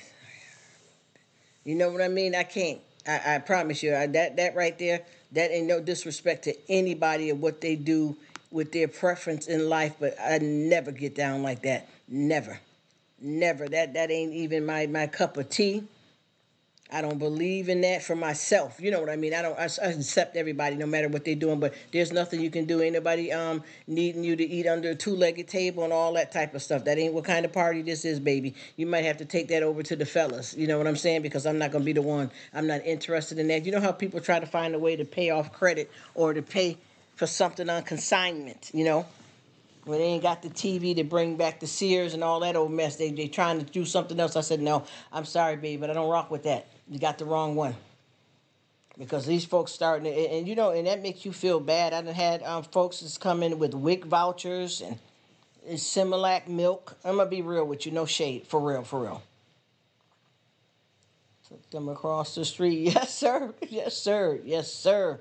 You know what I'm talking about, man. Yes. That's exactly what it is. And they start selling everything. I'm talking about everything. I promise you. And I don't know if y'all remember those little carnation flowers you used to have in that little glass. Y'all know what I'm talking about. I used to have them too. Jar, anything you want to get, I got you. But that, I ain't doing. I don't need no services. That's one thing that's not gonna happen. Is any kind of services. I can't help you with none of that. If you got that going on, you're gonna have to deal with some fellows over there, because you know the men was definitely getting over it when it came to that. Damn Bill, that's right. She said I had coats, TV shows, wallets, purses. Yes, yes, yes. Yes, that's what I'm seeing. That's what I'm saying, Miss Quinn. And I promise you, these folks right here, they were selling everything. And you know, some people got to the point they were selling their kids. And y'all know I ain't making no joke about that, but I'm just saying it got real filthy. And see, anytime I started dealing with anybody like that start getting down to the gritty, because I ain't gonna lie, I don't, they bought a lot of gold and all that. Come on, come on. Come on, somebody gonna get bringing their mama a car and all that. You know what I'm saying? Registration and stuff with it. You know what I'm talking about. You know what I'm saying? But when I get them ones that start getting too desperate and crazy and thirsty, and you know that they starting to be that one that's gonna be a problem. You know, we're gonna call it sneakers. Them ones that go to the people with sneakers. You get what I'm saying? Once you start with them ones, when they get their head out there like that and they start getting crazy, and start bringing too much stuff, and after a while you realize this might be the one that's going to make the whole castle crumble. Do you understand what I'm talking about? You got to stop dealing with them folks, because them be the ones that you know, what we call it, an itch or a what? Okay, yeah, you know what we talking about. Yeah, them is the ones that you got to get ready to stop dealing with, and then have to have some muscle around for the ones that start hanging out long and the soul, their soul and everything else, and now they don't want to leave. Now they don't want to leave, so now you got to get somebody to get them out, and then they start, their mouth start, turning sideways, looking like they done had a stroke. No disrespect. Come on, come on. He said, yeah, but once they gonna, yes, that's exactly. I tried to talk in code. Yes, up for $20. Yes. Yes, you know that's what I'm saying. That's what I keep saying. Them be them ones that what? When they start getting too crazy, that itch, they get to be them, you know what? Yes. They try to snitch because now they mad at you. They already owe you a damn $1,000. No, so I ain't never let nobody get that much from me, but I'm just saying. They already owe you. They know that they're not capable of paying you what they owe you. And then they still want something else, and they keep just going and going, and then they get kind of crazy. Then they want to go down to the P office and start running their mouth up in there, so your gate is jeopardized. You know what I'm saying? So now you got to figure out how to shut that person down. If not, they're gonna have the wrong people coming to the door, and then the spot is blown. You feel me? And honey, I remember them days way back. I remember even before I got into that part of it, that folks was trying to use. You know what I'm talking about? I tried some things. Oh, man. Oh, boy, honey, let me tell you. Boy, have we tried some stuff. And I'm going to tell you something. The way a lot of people was out there doing that and experimenting, I was hoping that I could just get out of my mind, out of my life, and hoping that I could try something to get me like them. So I didn't care. Let it all go. I didn't have no kids or nothing like that either. But I'm just saying, just let it go. It never worked for me. Never worked. I always was boss. And I'm not bragging. It's all wrong, obviously. You know what I mean? But I couldn't get that. I wanted to be like them. I'm just watching these people like zombie. They didn't care about anything in the world. You know what I mean? They didn't have no feelings. They didn't love nobody. You know what I mean? And I kept saying, maybe if I can copy them and try to get on board with that, maybe that can help me get away from all of the hurt, all of the pain, not wanting to exist, hating life, hating situations. You know what I'm talking about? I'm going to be real with you. So a lot of the girls started that. I remember as a teenager, young, way back, babysitting for some family that had a problem and didn't know what they had y'all over there doing. Young girls, when your mom and them should know who you babysitting for. You don't just send your child to babysit because the neighbor's 3 houses down and you don't know who the hell this person is. They were professional shoplifters. And they had me and a friend babysit. And they were drug addicts. We didn't know what that was. You know what I'm saying? We had no idea of what they were doing. We just was, they'll come on and try this, and then we're going to go. Now, they was trying to get us to try something and didn't watch their kids, though. They're asking you for spots. Yes, yes. Have cash for your boys. Operation LOL. It's about done here. Pay the bill. It's your place. Yes, yes. I mean, Dan, you know what we got? We know too much here, y'all. We know too much here. Y'all know what this is, man. We all clicking and chiming in on some levels that are, a lot of people don't understand. You know what I mean? A lot of people don't understand. I promise you. And that right there, it's a dangerous life to live because you got the robbers. Somebody want to come, somebody want to come take your place over here. I know what I'm talking about. We all know we got all kinds of, because when you live in that life, you in danger. Yeah, you know what? I'm gonna tell you something. I don't even know why some of this stuff be going on. I mean, I know why, but it's just something that happens in a lot of our lives because see, we can't always say the other people.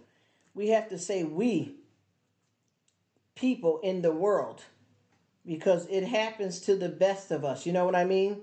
And a lot of people are so quick to say them and point the finger, but in fact, it's we as people in the world that anybody could be victim of that type of stuff. You can be on one end or both ends with it. You know how they say light a candle at both ends? Yeah. Well, I tried the other end a few times, quite a few times, different times out in my life, and it didn't work for me. I seen everybody that I was sitting around, they all out of it and don't care and all that. It didn't work for me. I felt dirty. I felt grimy. I felt alone, weird. I couldn't do it. And I mean a few different things. It wasn't my forte. It wasn't, as a matter of fact, I'm going to be honest with you. A lot of that different stuff out here was never nothing that I could stay with permanently. You know what I mean? I tried. Because everybody, it looked like it helped you escape. You know, we talked about this already earlier. Like some of these other people that we see out here. You thought you could get something and just die kind of to self, if you know what I mean. Whatever your problem was, you thought that you could soak it away and do what everybody else doing, but it wasn't meant for me. Then I tried the other worse side of it, which is the hustle and flow. And that wasn't for me, but it worked for a while. And we are free at last. I'm telling you, and I promise you, I think that all of us are supposed to have different experiences, whether they're good or bad, because it's our journey. You know what I mean? It's something that's meant for us to travel down.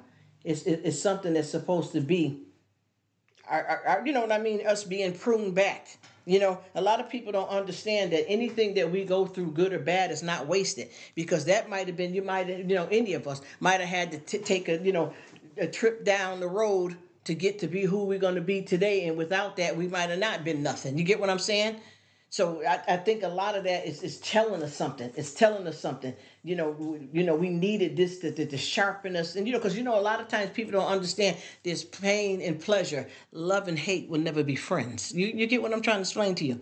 So somebody got to be that one. You see what I'm saying? Somebody got to be that one. And a lot of times you test your journey because people don't pay attention to when we talk about the travel team and stuff like that. When we talk about religion, as far as the 12 disciples and all that who traveled with Jesus, they never see. That's the problem. I got a lot to talk about with you guys. I got a lot to talk about. I ain't gonna try to rush this on you. I'm just saying they don't mention a lot of the other people that was on the travel team. They keep just saying the 12 disciples. They walk with Jesus and travel with him and all that stuff. There wasn't just that though. Come on.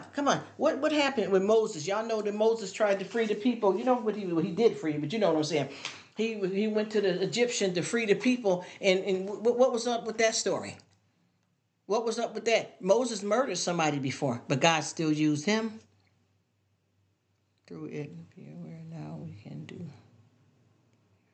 Yes, free. And see, the whole thing is, it may not even be, like, we know it was some messed up stuff, but at the same time, that was meant to be our life at the time, unfortunately. You know what I mean? And people don't understand that, the gates to heaven is short and narrow. And like I said before, did you see how powerful Moses was in the Bible? He murdered somebody. So what do we think about that? And most people, they murdered somebody, they need to go to jail for life. Well, God used him. Who was part of the travel team? Come on. Prostitute, adulterer, a gambler, a liar. So we're not the first people that done something wrong, y'all. Come on. Who lives without sin, be the first to cast a stone. Come on. Think about it. Still wants to trap now so they can get free now. Yes, yes. Boot leather. Yeah. See, that's the whole thing. Because I'm gonna tell you what the problem is. I keep saying this to a lot of people that they're not understand. Because I can tell with me, some of us haven't forgiven ourselves fully for that. But as I said before, would why would God use those type of people to travel with his son? Why would he use those people to travel with his son? People that's done bad things in the world, and he used them to travel with his son. That means something, y'all. You get what I'm saying? Yes, it is. It sure is. And I'm going to tell you, Miss Quinn, I got to touch base too. I'm going to talk to Miss 50 and over. I got to touch base because I'm going to tell you, honey, I got some stuff that I need to look into because I done learned a whole lot of different stuff and I don't know how I missed it. But there's going to be 3 stories that I really have to look into, and I'm getting my Bibles and searching them out. I'm going through the Old Testament, the New Testament. I also want to make sure that I'm not reading no man-made Bible because the stuff that I'm learning, a lot of people keep saying it ain't true, but it is. It is. You see what I'm saying? This ain't no joke. She said, God can't use you unless you go through something. That's right. How can he use us and he, not use us and he let his only son go on the cross for us? Come on, we got to keep this real, y'all. So that's why, and my whole thing is we have to know that even though we're free now, we were free then because we had free will. We just took the wrong turn and it was for a reason. Sometimes people don't understand your journey is planned out for you. You got to do that to do this, you know? That's what people are not understanding about this thing we got out here that we call life. It's not, some of it's not, sometimes some of the stuff is situational. Just like I know with me, a lot of stuff that happened in my life, I finally realized that I was, a product of my environment, and things happened to me that changed my flow, how I react once I started getting outside the house. You get where I'm coming from? I didn't plan on doing none of that stuff. And then some stuff I was hard-headed, but all of that was there already. You know what I'm saying? All of that was already, see, one thing that people don't understand, all of the stuff that we go through, good or bad, is not wasted. But this was a journey that God already knew before he even created you, that was what you was going to do. You're going to be a gangbanger, a killer, a prostitute, a whore, whatever you want to call it. I don't care. I don't know. Nobody misunderstand me. Out here in the streets, doing bad, harming somebody, some pedophiles. Come on. He got free will. He works miracles all the time. Why do he let it happen? It's something that goes on. It's something that goes on. People don't take that serious, but it is. It is. That's why when I keep saying that, when I speak about God, I'm never going to be that person that keeps it all. Well, you know what? Your skirt is too short. You can't come in here dressed like that. You look like a harlot. Oh, you smell like a little bit of alcohol. You're not welcome here. I'm not with that. Or all of that. Oh, no. Can't do it. Can't do it. Well, I read many different books, text. Yes, that's what I'm saying. I'm not gonna play the game with nobody because see, when you get people that know how to come and keep it real, and a lot of stuff that I got going on in my life is not because I've been through something bad. It's my journey. It's my business. It's who I am. It's how I'm built. I'm not gonna apologize for that all the time. You feel me? I know what it is, and most of all, I hurt myself and involved in. But see, I did not deliberately choose that. I may have been hard headed. You know how some things you shouldn't do, and it's God speaking to you, telling you not to do it, but He already know that He's going to try to convince you not to do it, but it's still going to happen. He already knows what your journey is going to be because your life is already out there for you. People are not understanding that. People just they gotta understand this before they can even come and try to speak on it or cast any kind of judgment towards anybody. It's not about that. And I promise you, and no disrespect to anybody, because I know a lot of folks here, we talking and we got kids and stuff. People got kids, people are parents. But I promise you, there's nobody in this world that's going to ever live and not get hurt. It's impossible. It's impossible. You ever heard about the church hurt? All this stuff. There's nobody in this world, and you know that people as parents don't ever want to see their children hurting. That's inoperable. There's nothing you can do about that. It's just what you do about it after it happens and how you clean yourself up and change your life around. But there's no way around that. There is no way that you can live this life and not experience hurt. A lot of people don't understand that. We have to take that serious. There's no way around it. You're going to experience stuff. And see, the thing is, you can't live here and be pure because of the fact that you won't learn nothing. You will not learn nothing if everything is hunky dory, hunky dory. No.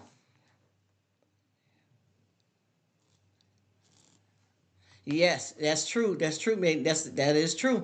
That's what I'm saying. And like I said before, even though we're speaking and we're going across the board with all this stuff, I know for a fact that and we all know this, that just because God is forgiven, it doesn't mean that we can keep sinning too. We know all of that. But at the same time, you know what's up with you, and God knows what's up with you. And sometimes folks can't judge you. Right.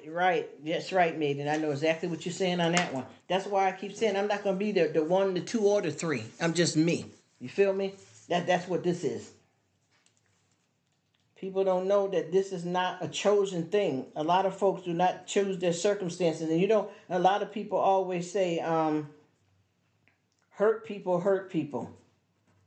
And I truly believe in that, but there's also some people that are pure evil as well. I believe that too. But hurt people do hurt people, and we got some pure evil people as well out here.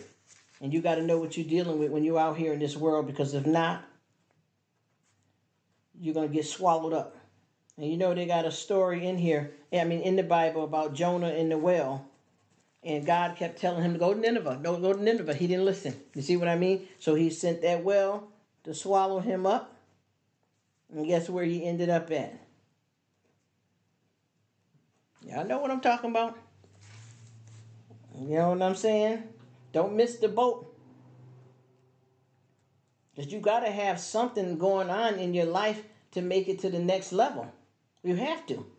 You can't know how to have discernment if you don't go through anything. We really have to think about what that means. And a lot of this stuff, just like God said, the battle is mine. But you got to do your part too. A lot of times people are constantly always asking for God for stuff, but they seem to forget that they got to do their part in this too. You can't just sit back and wait for God to do everything. You got to be proactive yourself and willing to live your life and do your thing, because a lot of folks don't look at that. He said, I'm paying the price for now. Yeah, she's okay, yeah. I'm done and didn't do. Yes, ma'am. Dad, he's saying it. The whole world, yes, sir. This is what I'm telling you. It's going down, y'all. It's going down. And the thing is, too, we're gonna have a lot of stuff that we still, because you gotta, with us as people, what we gotta look at too is that we have folks that are parents out here. He said we always have to pay the man. You pay me now or pay me later. You decide. Yes, I like that, bro. Yes, that was good. That was good, brother. That's what I'm talking about. That's why I said what goes around comes around. And when you know better, you do better. You know what I'm saying? And that's just what it is. Because I know a lot of stuff. You know how when you know some stuff that you've done that it was because you were hard-headed. Sometimes we don't have the ability to make the right choice sometimes too. And that'll get us caught out there too. Because I know a lot of stuff that it's not just about, you don't need backbone. You don't need wishbone, you need backbone. And sometimes we're out here and we're struggling. It's like, almost drowning in the sea. You're trying your best to, to keep swimming, but you're sinking. And it's not what you want, but you're defeated. And a lot of times life will do that to you. A lot of times people get screwed up just because they don't know how to make the right decision with certain things in their life, and it gets crazy. It gets crazy because you get combative with yourself and confused. And do you know what it takes just to be a human being and to be able to survive this thing called life? And especially too, it's hard for kids that with different development stages in their life to be able to deal with peer pressure, your body developing and changing, your emotions and what I want to be, who am I supposed to hang around, all that ain't easy being a child. It's not. People don't know that all of this is a struggle, but at the same time, there's so much beauty in the world. It's just how you look at it. As I know, honey, there's a lot of stuff that's happened in my life, and I'm starting to look back on some of the stuff and try to figure out if I would change anything, only because of the fact that it may have been what I'm supposed to go through to be who I am now.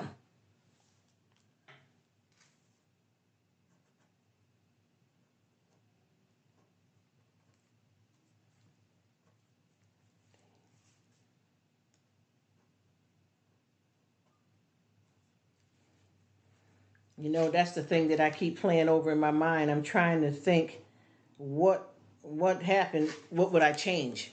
You know what I mean? And there's a lot of stuff because see, one thing about regret will eat you up like a cancer. So you have to make sure that you are clear on what you willing to forgive yourself for and not have regret, because regret is like I said, our past is not our destination. You get what I'm saying? So if we keep going back there looking at that can mess us up, but then also there's some good things that happen in your past that you can bring with you forward, but you got to know what that is. And I keep trying to think about like stuff that happened in my life. What would I change? And some of it I kind of get confused only because there's a lot of stuff that I would like to say, oh, I wish that wouldn't have happened. But after I seen what it did for me and what strength is putting in me now, I have to rethink it. And I mean that. I mean, I'm sure we all gonna find plenty of things that we wish never happened. You know what I'm saying? I remember almost getting attacked by a guy. Well, he did attack me, but he wanted to do something else. I'll tell y'all that story in another time. But yeah, I wish that didn't happen to me because it was something bad. But at the same time, I learned a hell of a lot of stuff that I learned. What I learned from it. I feel that I wouldn't have got that nowhere else. It's weird. It's weird because it ain't just about, oh, I read somebody's story, I seen it on the news and I cried. What happened to that girl? Well, I was that girl. Okay? You see what I'm saying? It ain't gonna be just somebody else. Or why me? Let it be them. That's not how it works. We all get something, but we all don't get everything. That's what I keep trying to say. Many are called, few are chosen. Yes, and I mean that dead on. Dead on. I look at that stuff and I keep trying to figure out, because sometimes people don't realize that a lot of the bad stuff that happens to us is a learning for us. Maybe God got something planned well, I know he got something planned, so I won't say maybe, but a lot of stuff that we've done wrong, God is using that for something that he's going to use us for in the future, to help somebody else, to help your own kids, to keep you on the straight and narrow, to have a better life now than you had in your younger years or them bad times.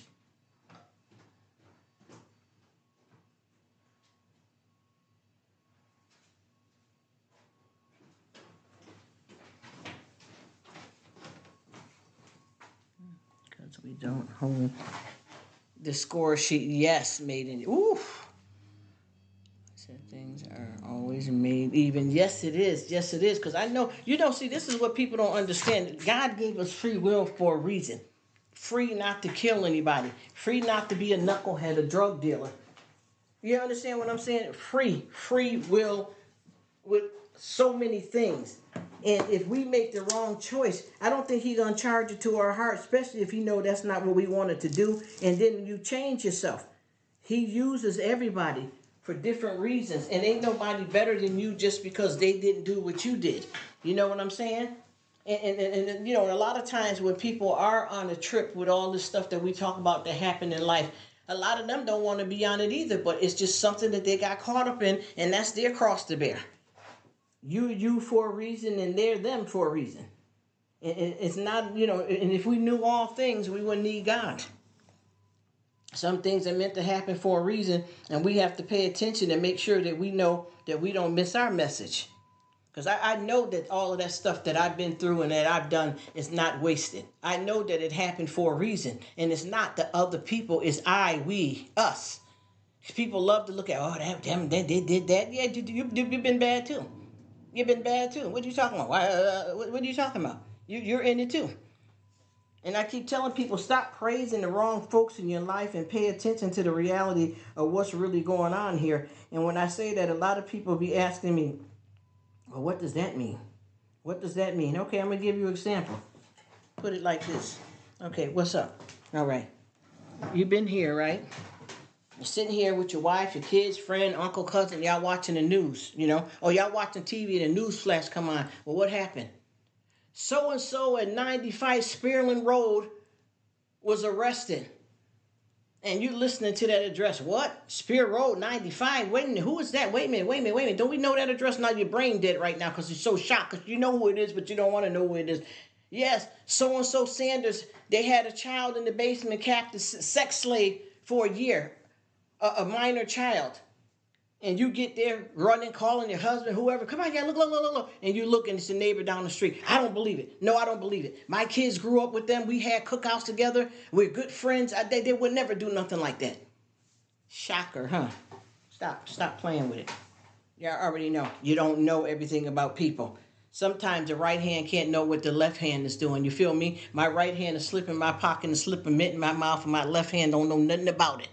You don't know everything about people. Sometimes people will shock you because you never met them. Get what I'm trying to tell you? You never met them. And I tell a lot of people, and they don't understand when I said I haven't met me. That's because I've been programmed to be somebody else so much in my life that I didn't even know I could have a favorite color. Y'all, we're going to write this book. I'm telling you the truth about me. You hear? Stop saying it's somebody else you didn't know. That don't be in denial. Keep it real. Why would these people on the news? Okay, I'll give you an example. Oh, they got that mixed up. But how can they come to my house right now? And I'm not saying that. I don't want nobody to jumping in the background, the bushes, and think I'm somewhere bugging out. But they come to your house and find a child chained up in the basement. Okay, well, what happened? Well, I live here, but I live here with my adult sons and kids and uncle and cousin now, and I didn't know that was happening. Okay, you're saying that. You're getting away with that. That's what you're using. It's like, okay, they're questioning the whole family, blah, blah, blah. Well, how come some of your DNA was found on the child if you didn't know that your cousin, uncle, brother had that child in the basement? You're all in it. Oh, but that ain't. No, listen, I said you don't know all about that person. Do you know how many people, like I got somebody that I know, people act like when you speak about that person like God or angels walked in the room and they know that person for 15 years and then I know that person with some paperwork. You get what I'm saying? Got bruises to show it. Listen, wake up. Stop playing. You didn't know them. You never met that part of them. Just like when you're in a relationship with somebody, you get that honeymoon stage. You understand what I mean? You're going under that two-legged table, somebody down on the knees, the headboard rocking, everything going good. Once you pass that honeymoon stage, well, what is that? When it start coming to, well, you know what? She don't like to keep a clean house. He don't like to work. Oh, he likes to hit. This one got a drinking problem. See, now we're coming down to the layers. You see what I'm saying? See, people don't want to face that. That's the stuff that you got to really look at. People don't want to face that. When it comes to that kind of stuff, that's when it gets tricky. Because, see, people now, we're not having fun anymore. You understand what I'm saying? We was getting the dessert, the meat and the potatoes and playing games and loving and laying up. Now it's time to get into it. It's time to get into it. Dessert is over. Let's get to the meat. Okay, let's get to the meat. What's the serious part? Well, how does this person gonna act? Well, how did they change on you once y'all had a child together? You didn't know this person was the IV user. They kept that from you. You get what I'm saying? All kinds of stuff. Well, baby, I need to tell you something. Well, what's been happening? Well, my blood count has been down, and I didn't even realize it because I haven't been to the doctor in 2 years. And we've been together 3 years, but I haven't been getting myself checked out, and I don't know what's going on. Well, baby, when we got married, I had hepatitis. I just didn't tell you. Come on, stop. You see what I'm trying to tell you? This is the real world that we live in. People are not paying attention. Folks don't know each other. Jumping in the bed. When you're doing all that kind of stuff, a lot of times people don't realize before you go to the altar, go to the hospital.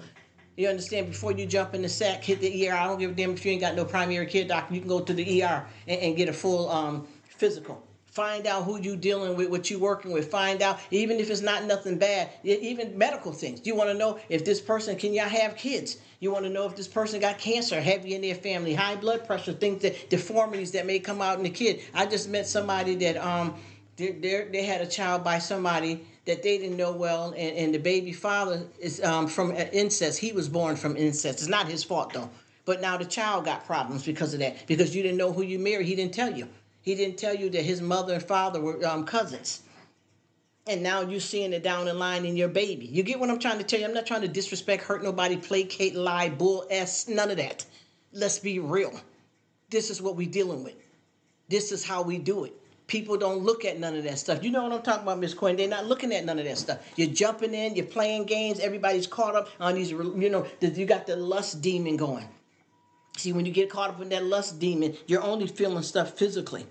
And it only lasts a certain amount of time if you don't have no real love that's going to last past that. Because what happens when this person is in the wheelchair and they can't operate down there no more? What's going to happen to your relationship? Are you still in love now? You get what I'm saying? This is the stuff, that the glue that we need to hold real relationships together. And a lot of people don't understand that once them honeymoon stages is over, all this masks come off. You start learning, oh, what? You had a chance to, turn that O into I know before you did what you did. You didn't have to do that. And another thing I like to tell ladies and gentlemen, and even including myself, don't try to have a child with everybody you get with. I mean, it doesn't work. All these kids with different last names and maybes and ifs and all that kind of stuff. Half the time the women don't even know if they delivered the child because they got so many. Don't play yourself like that. You know what I mean? Let's keep it real. It's crazy. It is crazy. We really, really, really got to be more careful. Because I'm watching a lot of stuff here and it doesn't make any sense. You understand what I mean? 1 + 6 is not 2. Okay? 1 + 6 is not 2. You didn't add because you didn't care. But you're busy subtracting. Users and takers. You know what I mean? That's what we're dealing with. Users and takers, because you didn't go in with no plan, because you didn't have no plan, because you was laying and playing. You understand what I'm saying? And I'm not just talking about other people. I know I done a lot of wrong like that. Come on. You ain't looking to get married. You're looking for that feeling. You're looking for that feeling. And then if you are looking to get married, why didn't you see what you was getting with, though? And then sometimes you may be getting with somebody that turned out to be, SHIT. Let's keep it real. You know what I'm talking about? Because the one thing about it, people are quick to sell you a dream, but they never tried to become an actor. And I don't know why. Because if you're good at the game like that, you should make some money. You know what I mean? You ain't got to destroy nobody in real life. You can just go in there and play Erica Kane and get some money and have 15 husbands, and it's not real. You get what I mean? Why come in somebody's real life and hurt them like that and dog walk them? You get what I'm saying? Because you are very talented. You are a good actor. Because a lot of times these relationships that we get in, we end up not even really knowing a person. And sometimes it's not that you didn't do your research. Somebody sold you a dream. You got played. And obviously none of us don't want that to happen. But sometimes it do be that. It don't be just like, now we got those cases now. It be that you just jumped with somebody, didn't pay attention who you was with and all that. Yeah, that definitely happens a lot. But a lot of times you've been lied to. You've been played. You didn't know that this man that you with is a whoremonger, for real, or this woman, it was a trick. You didn't know that because you didn't check it out or she played you. People are good actors out here. I'm telling you, a lot of these people that we deal with could really, really get them a good acting career if they wanted to. Because the game that they play on you, and especially if you're a skilled person and you know a little bit of this and that, people will run a whole script. You know how many people that I know that's been married for years and really did not know a lot of things about who they with. For real.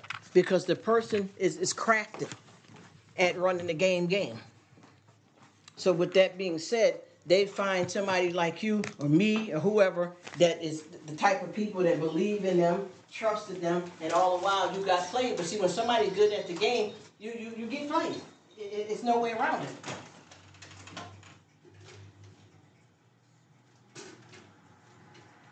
Because I know I done had all kinds of people. I done had people that I have worked with. I done had people that I was friends with, male and female, that had me thinking that they were a certain type of person, and you dealt with them and you rode with them for a long time, and then your friendship came to a test, and then you really got a chance to see what they really were, and it was all a lie. That's because people are good at their craft. You know what I mean? People are good at their craft, because I know a lot of stuff happens to us. You know what I'm talking about, Miss Quinn. A lot of game running, jickling and jackling around and thinking you got somebody and found the right person, and it was a script for them. There's so many people too, just like right now. I don't understand what's going on here, but it seems like they got it going as if all of our not all of them, but too many of our rappers seem to be on the down low. This is bad. I don't care what nobody says. And the thing is, what I don't like about this situation is that people are not taking this serious, because if they did, they would have been knowing a lot of this stuff been going on a long time ago. There's so many of these different guys that being outed. I already could tell. You know what I mean? I already could tell. But it seemed like too many of our famous rappers here are getting this caught up in this thing. I don't know what the heck all this is, but a lot of them is getting caught up in, in the closet, in the basement, peeping out the attic. You know, can't call it all kinds of names, because that's what it is. It's starting to get to where you don't know what is right, who is who, and what is what. But I know some of these guys, they says to me suspect all the time. I promise you, there ain't nobody right now. I promise you. Even I have a family member that is young, that's up on all that kind of stuff, and I ain't been in that game for a long time. And I told them about quite a few of these rappers out here, and they didn't want to believe me. Oh no, I said, listen to me, listen to me. I'm getting tired of y'all running around here talking crap about straight weird, yes. I get y'all running around here talking about this rapper and this ain't that and this person crazy and he just running his mouth. We're gonna be real, y'all. We're gonna be real. Just like when that stuff happened with that stuff with that Chris Stokes and that group. Y'all know what I'm talking about.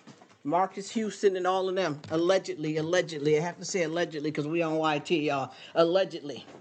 First of all, he had custody, he had legal rights as his guardian. How are you going to show on YouTube? I mean, well, it was a video. It was played on YouTube, but he did it on, interview or whatever. How are you going to have an interview and, once again, allegedly, you showing that you living famous and that you're making Marcus, because you got legal custody of him and you're making him famous. How are you going to have a child like that in your house, a minor that you're raising up? He was a teen or whatever. But why do you only have one bedroom? Did anybody pay attention, or was they all caught up in the glitz of the nice living room set? You know what I mean? The chandeliers that you didn't realize. How is this man raising this boy that he got in his custody and he only got one bedroom in the house? Who the heck rich like that is going to sleep on the couch? So what you saying, you giving the young boy the bedroom and you sleep on the couch? It's a lie. Y'all know it showed it right in front of you. And they got mad when that Raz B boy was running around telling everybody that man did stuff to them, allegedly. He was telling the truth. Oh, he crazy. He cracked out. He don't know. Okay, just like Orlando Brown, allegedly. They used to be with the play on That's So Raven. Oh, he's crazy. He's a drug addict. None of that stuff he's saying is true. Now it's coming out. You understand what I'm saying? You do not go to a doctor to get examined and they find some fluid in you from a man that's 50 years old and you 11, and he can say he didn't do nothing to you and he had you in his custody living at his house. Y'all need to stop this, acting like y'all don't see this stuff. You can tell. Yes, the B2K, yes. They got mad at this boy and everybody outcasting him. He been blackballed in Hollywood and stuff, talking about he crazy and all that kind of stuff. No, him and that Orlando Brown boy, they, and I'm saying allegedly, became suicidal and drug users because of them being abused in this industry. But I want to ask, and no judgment to anybody, who the hell's letting Leah, allegedly, be on a bus with R. Kelly? How old was she? Come on, let's stop acting stupid that we ain't tricking our damn kids out. I don't give a damn if Michael Jackson, I don't give a damn who it is. Let's stop playing with it. Yes, that hurted me. Oh, gosh. Yes, he was whacked. And see, that's the thing is, you know what, you said it, maybe. That's the whole thing that I'm trying to say right here. Look at it for what it's worth. Let's be honest.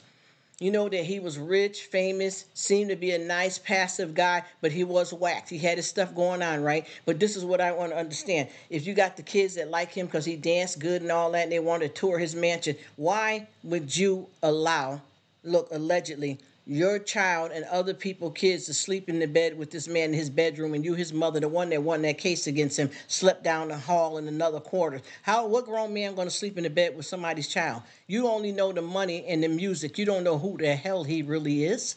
Think about it. I don't give a damn about no title. I don't care about no mansion and rich and stuff. You tricked your child out, baby. Come on. She said, yes, Raspy told. Yes, he did. Yes, he did. I always say that they're crazy, yes, and on drugs, yes, and they got on it because of you, but the story is real. You feel me? Who molested MJ is a question. That's what I want to know too, Maiden. That's what I'm learning. I want to know that too. Yeah, it is a weirdo, and that's the whole thing. But this is the thing I want to know too, though. With us knowing that, this is what I'm gonna tell you. There's no way in hell that I could have a child that has a chance at having some talent. And I found out that we went to Star Search, just say that for example, and they got a chance. Okay, so now that they've been spotted and seen, you get a pitch coming out from Birdman, allegedly, I'm just saying, and you're gonna let your 9-year-old son travel with Birdman? Just because he's rich and he got money, but you don't know the man, you don't know the man, and you're gonna let your son, no, no, no, no, no. You got to figure out if you got a job, you're gonna have to take 6 months off to travel with your child. You don't send them off because you know the money, you know the music, you don't know the man. And that's the stuff that I don't understand. What parents, and I'm not judging nobody, I don't get it. It don't make sense to me. Can't do that. And all that weirdo stuff that we talking about. These people are giving their kids up to these folks, y'all. This ain't a game. These people letting their kids go. They're signing paperwork.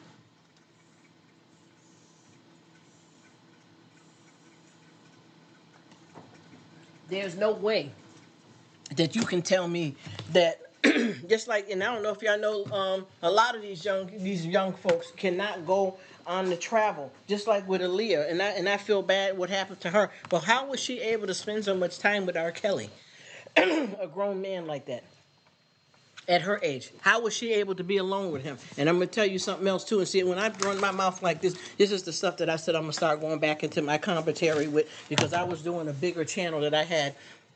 And I had got up to like 6,000 people, and I had to let it go because God was telling me, because I was using, y'all know where I come from, so I was using them words. He went down on her, and you know what I'm talking about, that mother bleeper bleeper. God said you can't do it like that. So when I first started YouTube, I was trying to figure out how to go about the business and who I started doing business with. I was responsible for getting the subscribers and providing the content, and the other people that I was working with, they did all the technical stuff. So whenever money was going to be made, I didn't know nothing about watch hour, none of this YouTube stuff. I was just, I knew what I wanted to make for money. But once I told them, I'm telling you, if I show y'all some of my videos that I got put up, I put up a video, I promise you, and I'm not even bragging, y'all, because God said no. Honest, but I put up a few videos, but I'll just say one of these videos I put up within 5 minutes, I had 15 views, and not no peep and click impressions, none of that. Straight up watch the whole video. You understand what I'm saying? I was balling right there, but God told me not to do that. He told me that's not how the language you're going to use. So when I told the people that I was working with that I'm not going to be able to do the commentary with the cursing and going totally in. I'm talking about y'all. I was talking dirty, down, worse, cussing worse than a sailor. So we ended up breaking off where the 6,000 people that I had, I say with that, about what, 1,000, I believe, like 1,000 came with me when I changed over to Rruk, and the other one, well, before I changed to Rruk, the other ones went with the crowd. And I promise you, and I'm going to be honest with you, the people that I was working with, they have a big channel now. They got millions of subscribers. Got some people in the game that the woman was a nurse, the husband was an engineer. They were able to quit their jobs and do YouTube full time. They clocking. And one of the people that I was working with got around this woman. They got a big channel. And I know some people that know her. She ended up growing her channel up too, and she ended up being taken to court because she was doing some stuff here on YouTube, and she started exposing Cardi B, and Cardi B ended up taking her to court in real life. So she made her channel get up that high. She got so high that she ended up having, Alicia Keys' husband, Swiss Beats, was her doula when she delivered her baby. So I knew people that went that far with it, but I couldn't do it because I couldn't use the language. And y'all know how I run my mouth. We cracking about Medea and all that, but y'all know what I'm talking about. You know what I'm saying, where we can go with it. And I had to get out that game because I couldn't use that language. He just married Tony Braxton. Who married Tony Braxton? Yeah, they pimping their kids out. And I'm going to tell y'all another thing that I did some checking on, right? Now, you know that with P. Diddy, allegedly, all of this stuff is coming out the woodwork around him. Now, what they said was, now listen to this real good. Now, they brought the Usher situation in, right? Now, all this is allegedly. They brought the Usher in, and they said, now, they showed an interview because I had to do my research. Usher mother said this. Now, listen to me good. That he tried something. I guess Usher told her that he tried to get fresh with him or something. And she said that she talked to P. Diddy and got it straightened out, allegedly. And then she let her 14-year-old son go and live with P. Diddy for a whole year. Who the hell are you going to talk to and straighten out a sexual thing that occurred with your child? What do you?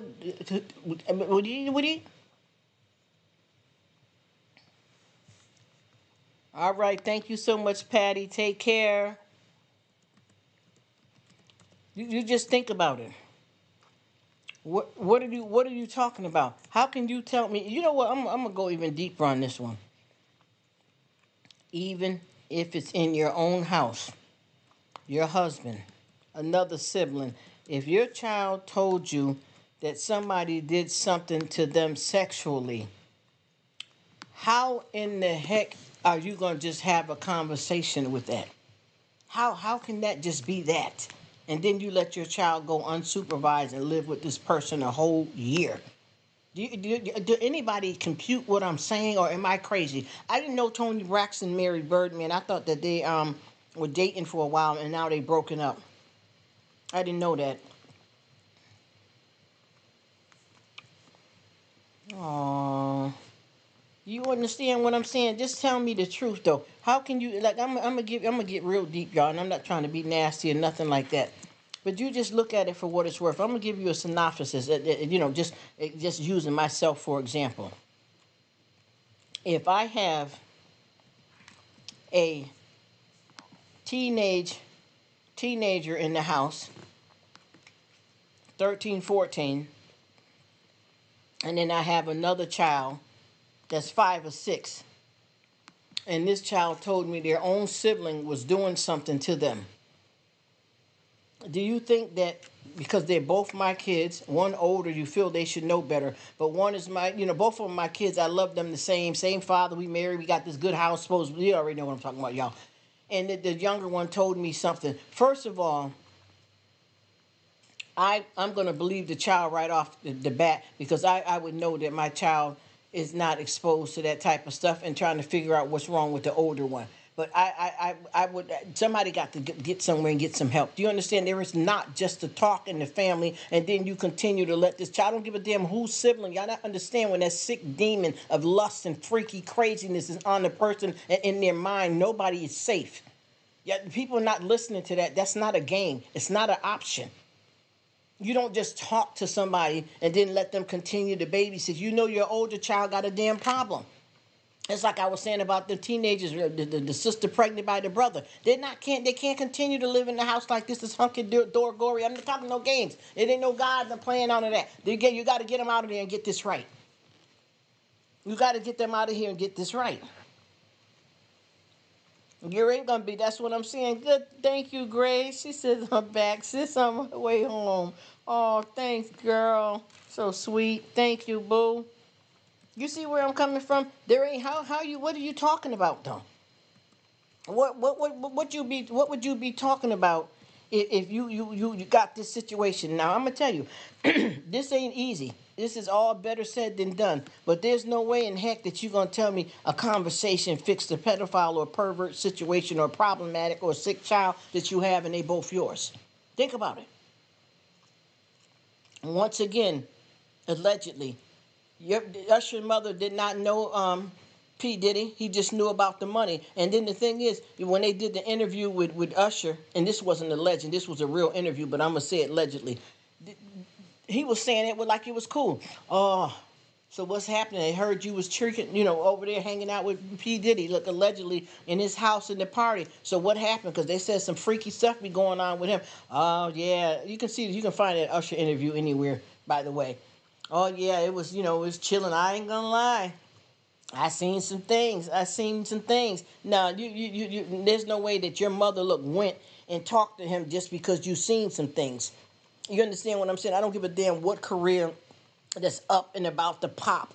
If my son even told me that he's with a grown man that I have no business of letting him be with alone just because I know the money and not the man, that you're going to tell me that I'm going to let my child even be alone with this man, even if he showed me, older people ain't got no business, not that old, showing no child that's a minor. Usher was 14, no porn.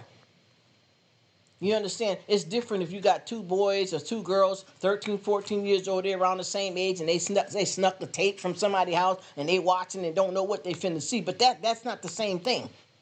People not understanding that's not the same thing. Those are two different situations. You can't tell me that that's going to be okay. That's not how the cookie crumbles. That's the stuff that I keep saying. People full of crap. That is not how this situation goes. There's no way that you can say that that's something that you're okay with. Even like I said, when you have children in the house. And like we said before, they had all of these people that was coming out back then saying something. And a lot of times what I'm not understanding is, I'm going to keep it 100. If you have a guy at any age go to jail and he's assaulted by another man in jail, if that's not his sexual orientation, he's not going to continue to do that when he's back in the free world. So with a lot of these guys, I don't feel that anybody can get turned out, because that's something that's real serious, and that's something that's in you naturally. You get what I'm saying? So with that being said, I don't understand how a lot of these guys are still going through this type of stuff and being with these guys. Now, it's different if something happened to you and, you got molested and stuff and you were a minor underage. But if you grown and you still running through the trenches in Hollywood with all kinds of men here and there, that's who you are. That's who you are. You buy. Because a lot of these guys are using women for beards to cover up, like they, all the way on one side, and in fact, they don't even really want to be with no female in some cases. And then some of them are bi. But you can't tell me you don't know that. There's no one can say that they don't know that, because you don't have to keep doing it. Especially if you done got famous and made your way around. Why would you still go over and be in a situation like that? Especially if you got, because with these guys, I noticed that a lot of them have a lot of blackmail tapes. You know what I mean? Like when the time that they did something with you, they had a camera running you didn't know about. So now they want to blackmail you by saying that you were down with it and you wanted it to happen. You get what I'm saying? That's a whole nother story. But for me, I feel that whatever money that you had earned during that time, and if this person wants to force itself on you again and all this is going to keep happening, you would have to leave it alone. This is not meant for you. It doesn't make any sense to stay in that if that's not what you want. Even with, and I say allegedly, but this was something that was news, with Bow Wow. I think that what was it? It was his, let me get it right. His I'm sorry, y'all, I'm playing somebody else's video. It was his I think it was his bodyguard. And they said that he hurt him really bad. I mean really bad, where they had to send his child back up. From that happening to him. So what I was saying is that most likely, if that happened when he was little boy. But if you still are dealing with men in any kind of capacity right now, that's your choice. Because you're not necessarily being forced unless, like I said, you're being blackmailed. All this stuff, we got to stop this and make it make sense, y'all, because they'll have us on the crazy train and all of them are doing what they want to do while we here trying to figure it out. Some of this stuff just ain't right. I don't care what nobody says, something about this just ain't right. And we really, really have to take this seriously and pay attention to what's going on here. Just like with, Mr. Diddy, look, allegedly is trying to drag in this famous pastor into all of this whack stuff that he got going on. You get what I'm saying? Something ain't right here. Something ain't right. And see, like they said, the mask will come off. But I know for a fact, and no disrespect to anybody, because I think he's, a decent pastor. I've seen him do all right. But at the same time, the other pastor that I told y'all that be coming for it, he be speaking about that pastor and calling him a devil. He said Obama wasn't good. I mean, all these people, he's going by the actual Old Testament. But I know that with this particular pastor, there was something that happened with his son, with an escort allegedly, but this was real news and stuff like that. And then also the pastor was called out about something as well, allegedly, but we know. And then Kirk Franklin was called out about something allegedly. You see where I'm coming from with all this different stuff? There's things that's happening here. And a lot of people are not paying attention to what's really going on out here. We got to know that we know. And something is definitely up. and a lot of people are not coming out to the truth of what's really going on here. Because I'm telling you, I've been doing my research and stuff, stuff ain't going right here. There's something creepy and weird here. And if you look at it for what it's worth, you have to take it serious and know that you know. Yeah, something is definitely wrong here. And a lot of these children here are victims, and then a lot of folks ain't. And then I know a lot of times when it comes to that kind of preference, people are shamed and they're blackmailed into doing things, and some people just stick with it, if you know what I mean. But yeah, I don't know who's still around. If y'all want me to keep chopping it up, if not, I'll shut it down. You know how that go.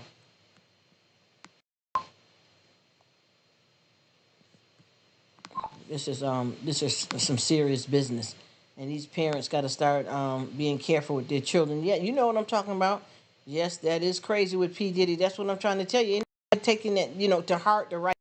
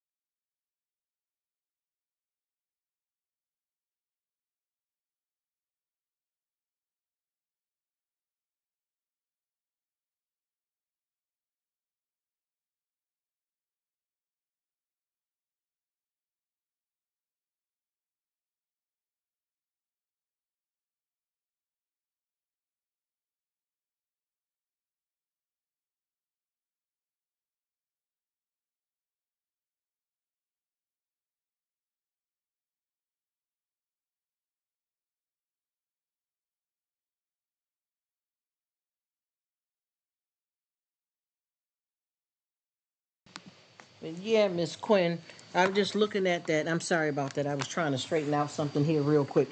But yeah, I don't want y'all to think that I'm on here running my mouth and bugging out and anybody get a word in edgewise. But I'm telling you, all this stuff here is crazy.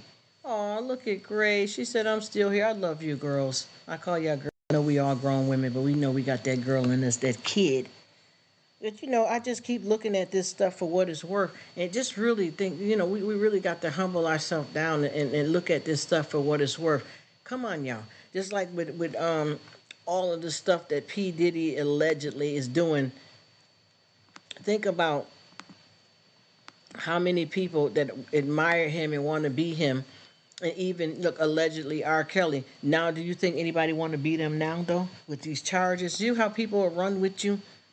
know you a buck crazy and doing all kinds of harlot and got the demon lust all in you and all that mess like that, and they'll rock with you and run with you. And soon as something happens, you see what I'm trying to tell you? Just like with look, allegedly, when that stuff went down with R. Kelly, you had P. Diddy and several other famous people chiming in, talking crap about him. And you tell me how much difference can you see between the stuff that P. Diddy did? I mean, R. Kelly did allegedly. The difference between the stuff that allegedly happened, R. Kelly. How different is the story about what they're saying about P. Diddy? The stuff looks similar to me. The stuff is similar. You can tell that these folks got the same identical stuff, and the reason why is because they all traveled in the same circle and slept and dealt with the same people, allegedly. Because you got to look at all of these men, just like they keep on bringing out, and I'm going to say this, y'all, allegedly now. Once, when that stuff blew up with R. Kelly, allegedly, a whole big old scandal came out about him having herpes. But you remember years ago when he did the video, him and Usher, same girl. You know, like when Usher first started off at the height of his career, it started off back when he was 14 with P. Diddy.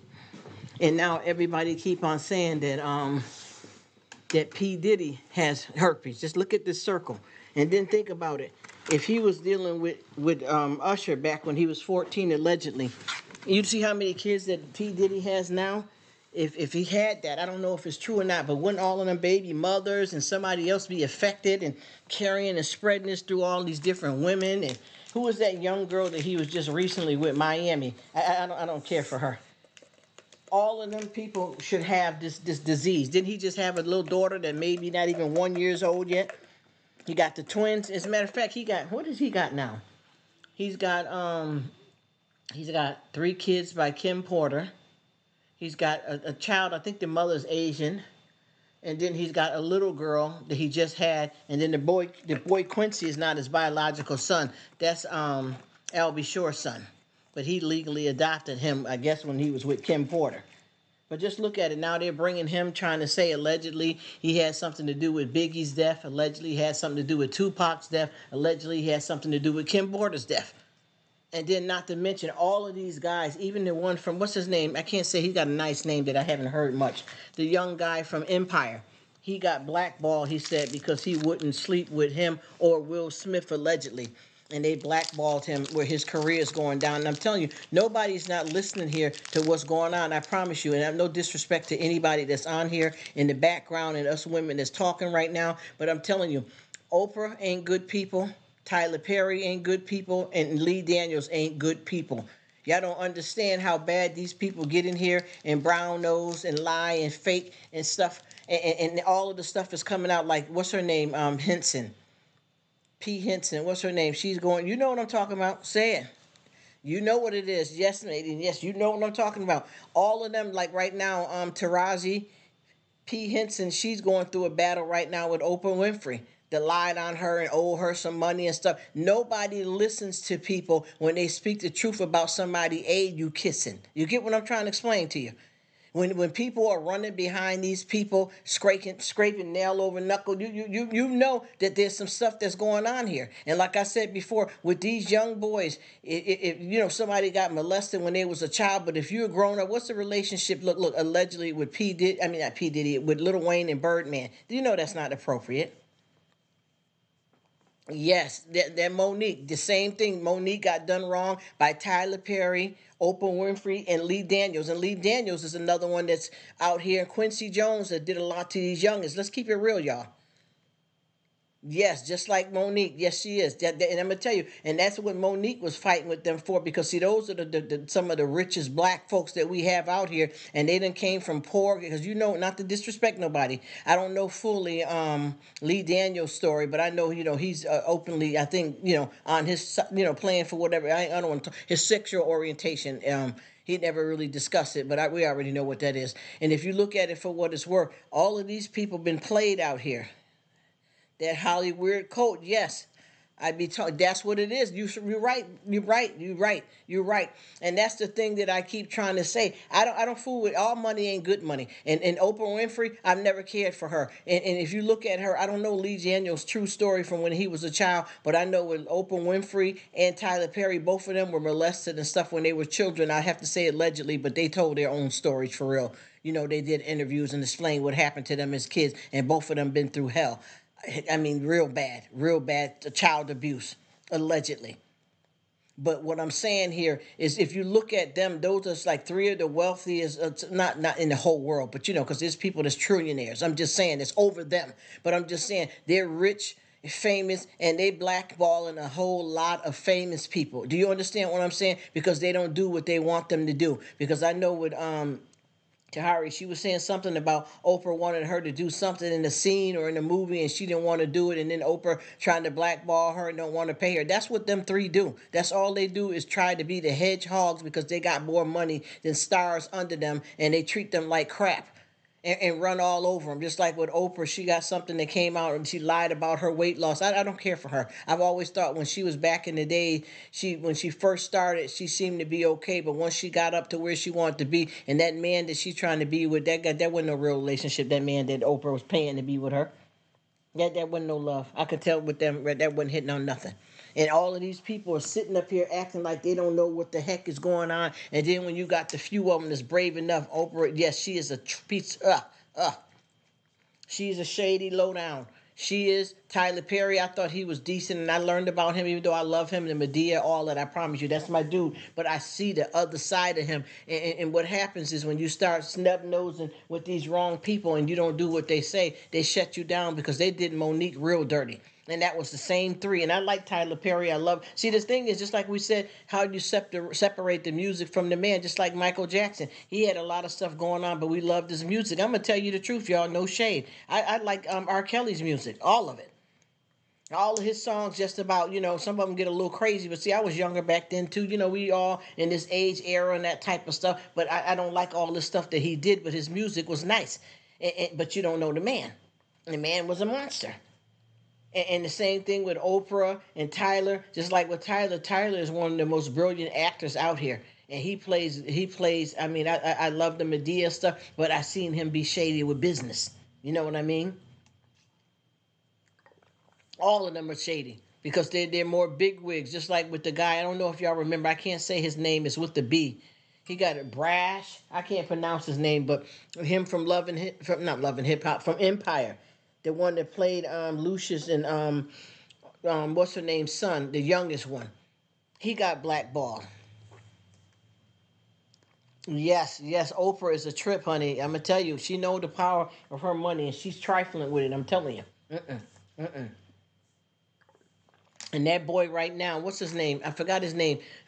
He played Lucius and what was it? Cookie Lion. He played. Yes, I love that name. I never heard it nowhere before. Felicia, and he played their son on Empire, and he said the reason why he got in trouble too. He was on the news, look, allegedly for domestic violence with his wife. That's another story, but I'm just saying with the business part, he said he got blackballed by Will Smith allegedly and P. Diddy, and he's suing them for like 50 million because they blackballed him because he wasn't willing to let them do anything to him, you know what I mean, wise. Now I don't know if it's true or not, but he's doing interviews. You get what I'm saying? And all this stuff is disgusting. And it's crazy because a lot of people know that all these kids and stuff was victims and everybody ignored it. Did y'all ever notice that a lot of our child stars out here grow up to be kind of crazy, and then once you do the research of their life, you can tell that there was some type of abuse in their lives that led them to that, and mostly is highly weird stuff that happened to them. What happened to Amanda Bynes? What happened to that girl? I don't know what her name was, but she was on Saved by the Bell. She about crazy out here. I'm talking about bad crazy. Her and Amanda Bynes. And Amanda Bynes was a crazy talented. Yes, Corey too. Yes. Corey has been, saying it for years, and nobody wanted to listen. That's the stuff that I'm talking about. And the thing is, I don't know why See, this is, and I don't want to judge anybody, y'all, but just like with Corey when he was saying that, I felt so hurt by that with him. But where's his parents? What was his parents doing? Yes, Grace, you know what it is. What was Corey's parents doing? Did he not tell them that all of these grown folks, and I think he said something with Charlie Sheen and a few other allegedly guys that done stuff to him in Hollywood, and the other one named Corey that he worked with before too, that they did stuff to them. And I'm wondering if a lot of these youngins parents don't know because they didn't tell them. Something to that. Yeah, you know what I'm saying? Say the name, but ain't they all? See that sign that you know what? And I'm gonna ask you all a question. Please tell me with that Scientology mess there. Please tell me with John Travolta and that mess that happened with his son. And I'm not talking bad about nobody's children because I don't bring people kids up like that. But what happened where they covered that up in that religion? What happened to his son? And what kind of sick stuff is that though? All that stuff is crazy.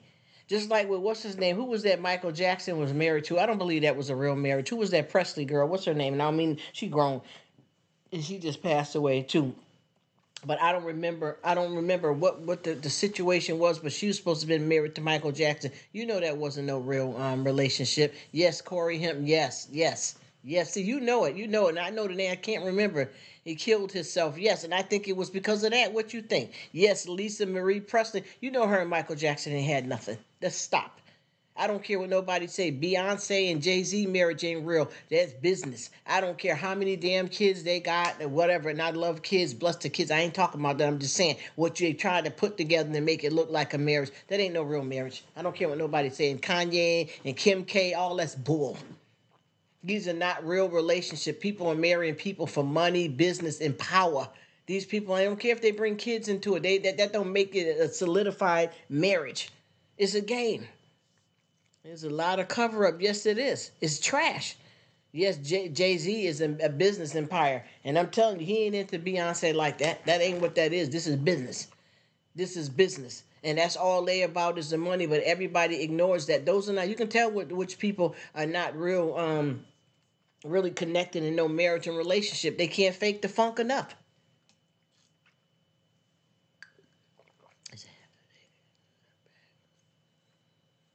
Yeah, oh, well, you know Jay-Z ain't playing, but you know he caught all up in that conspiracy mess too. Yeah, Jay-Z, we got to keep it real. Cause see, a lot of them my boy, but this stuff about them, I can't fool with them on this level. But Jay-Z is in a lot of mess too right now, you know. Dr. Dre too, yes. Because if you look at it with Jay-Z, now he's what did he say?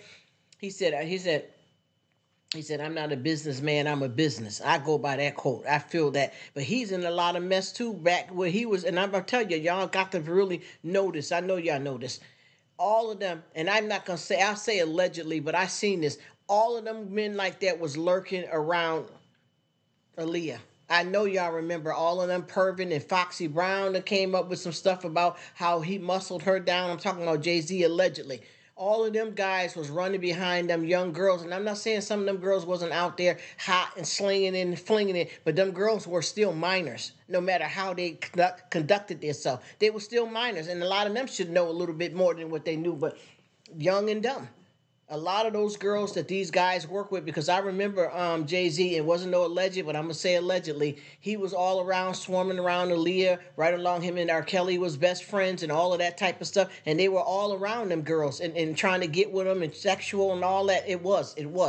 If you go back and do the research and see what it was, they was right in our face doing it. And a lot of us ignored it. They were right in our face doing it. It was too close up on a girl. How the heck is you're already 27 and this girl's 16 and you all booed up on her like that. That wasn't right. It wasn't right. Y'all always trying to date Aaliyah. Sniffing around Aaliyah. Let me get it right. Who was it? I know for a fact, obviously we all know R. Kelly, but Jay-Z was around her too.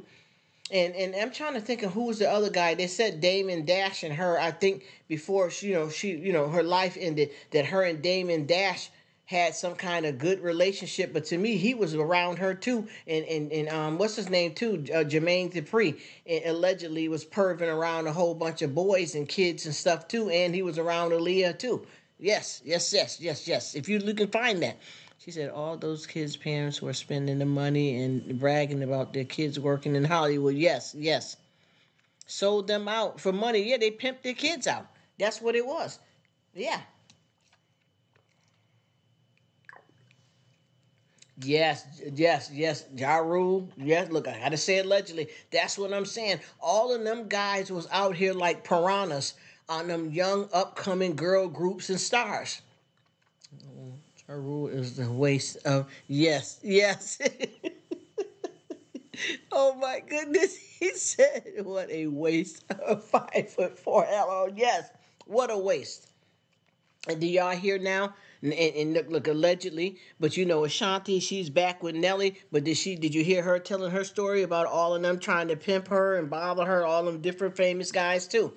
And that's why she hadn't made music and stuff in a while, because a lot of them blackballed her because she wasn't willing to sleep with them and stuff to be getting no fame. Foxy Brown, all of these girls is coming out there and they proven it. People bringing out documents. Yes, you know what I'm talking about. Yeah, that wasn't appropriate. You know what I'm talking about. They made some music together, but there was more stuff going on behind the scenes. And you know for a fact that a lot of these parents were giving their kids permission to be out here with these grown folks because like she just said and like we all know, for the money they was pimping their kids out so that they can get rich and famous. But how can you live with yourself though if you generally love your kids? Just like I said, that one that won the case. But see, the situation with Michael Jackson, it really bothered me, allegedly. But what happened was that one boy that won all of the millions from Michael is because he was able to describe Michael's private part. And what they were trying to say is that he shouldn't have known that. But what happened was with Michael Jackson, he's supposed to have been alive. I don't know. Listen, y'all already start that allegedly. And he had some of that down there on his private, and the child was able to tell what was going on with his private. And you know, anytime, just like with Usher, you know, allegedly, but these were cases that was won. Three people brought cases against Usher for herpes. You see what I'm trying to tell you? And everybody ignores this stuff. Oh, they just want money. And I ain't gonna lie. You know, a lot of people are lying on P. Diddy right now, too. And a lot of it's real. You know, a lot of people lied on R. Kelly, and a lot of it's real. But for the most part, these people are doing this stuff. And what you know what I'm going to tell you, too. I'm going to be honest with you. There is a lot of famous people that I like and respect when it comes to actors, you know, rappers, singers, R&B and stuff. But I'm going to tell you, I don't know them. You know what I mean? He said guilty. Yes, yes. Guilty people don't settle. Look how quick R. Kelly settled with the girl that impressed. I forgot, Cassie. Look how quick he settled with her. Was it overnight, they said? Bam. Come on, come on.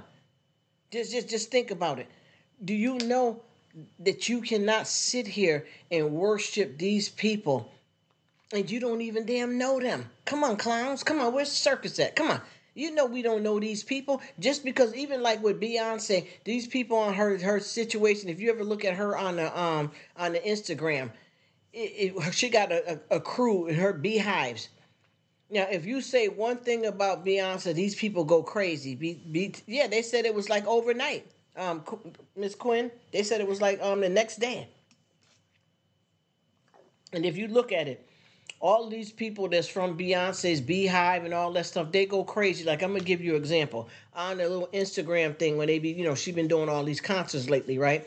And they had one person that said this, and this was plain and simple, and it wasn't a dig, it wasn't nothing disrespectful because she's a crazy Beehive fan herself. This girl, the only thing that she said, well, that last concert, I'm just making it because I don't remember exactly what she had on. You know what I'm saying?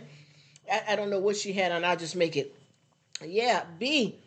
Oh my gosh, I was so worried about B because that outfit she had on was nice, and the shoes she had on was nice, but I was worried about her, you know, twisting her ankle because those shoes was high and it looked like she almost slid. Oh, I was so scared. I was praying on her. They went crazy. You B, don't talk about Beyonce. And she wasn't. Y'all don't even know this woman. She don't give a damn about you. Yes, a salvage coat. And you know, Colt. And you know all of them did. Come on, what is the Illuminati, y'all, allegedly? What is that? What is that? That's like that Scientology crap. You know what I'm saying? Just like I didn't like that time. You remember when they were doing the awards and Taylor Swift won over Beyonce and Kanye West tried to get up there and try to go off? What the heck was that? This is whack. I'm gonna say Beyonce's cool, but I'm not really a fan. And also with her, look, allegedly with her father, everybody keeps saying, "Oh, she was the most talented one," and the other girls didn't have as much talent as her. Well, a lot of this stuff was going on. They said Papa was a Rolling Stone up in there around them young girls. I said they said Papa. Okay, so let's keep that real. Papa was cutting the food up in there around them young girls. There was a lot more that nobody didn't want to say about none of that either. That Papa was up there dealing with them young girls. Some stuff went right, y'all, up in there. And that father was up to some stuff, y'all. Let's keep it real. He was a Rolling Stone. Yes, he was. Right on the thing, music introduced for the black community. Yes, they wanted to eat him alive. Yes. And a lot of them girls were saying Papa was being a little frisky with them. Once again, a whole bunch of Destiny's Kid. What was that group called? Look, allegedly. A lot of them girls were saying and telling their mothers and them different stuff about this man was coming for them and doing different things to them too. And a lot of them girls dropped out of that group, not just because Beyonce was the most talented one. Some girls wasn't going for that perv crap. A lot of mess was going on there that people won't talk about. You know, he was a mess, a mess. And, you know, and a lot of people ignore that. Yeah, Destiny's Child. Yes, that was crazy. Everybody was in denial about how that group was going. A lot of people didn't pay no attention to what was going on with them and this man. Once again, how do you got your teenage daughters rehearsing with this man? How do you get when your child gets a manager? How the hell do you know him? How well do you know him? Now, if you started off where every time your child had to rehearse that you were there and you were part of it and you were proactive and y'all start building a real bond over the years and you really know him and you trust him, that's a different story. But half of these people are sending their kids out like sheep to the slaughter at a different gate every time you turn around. That these parents is not, this is all, I don't even know how, I couldn't do that. I don't understand how you can put a price on something like that. I don't get it.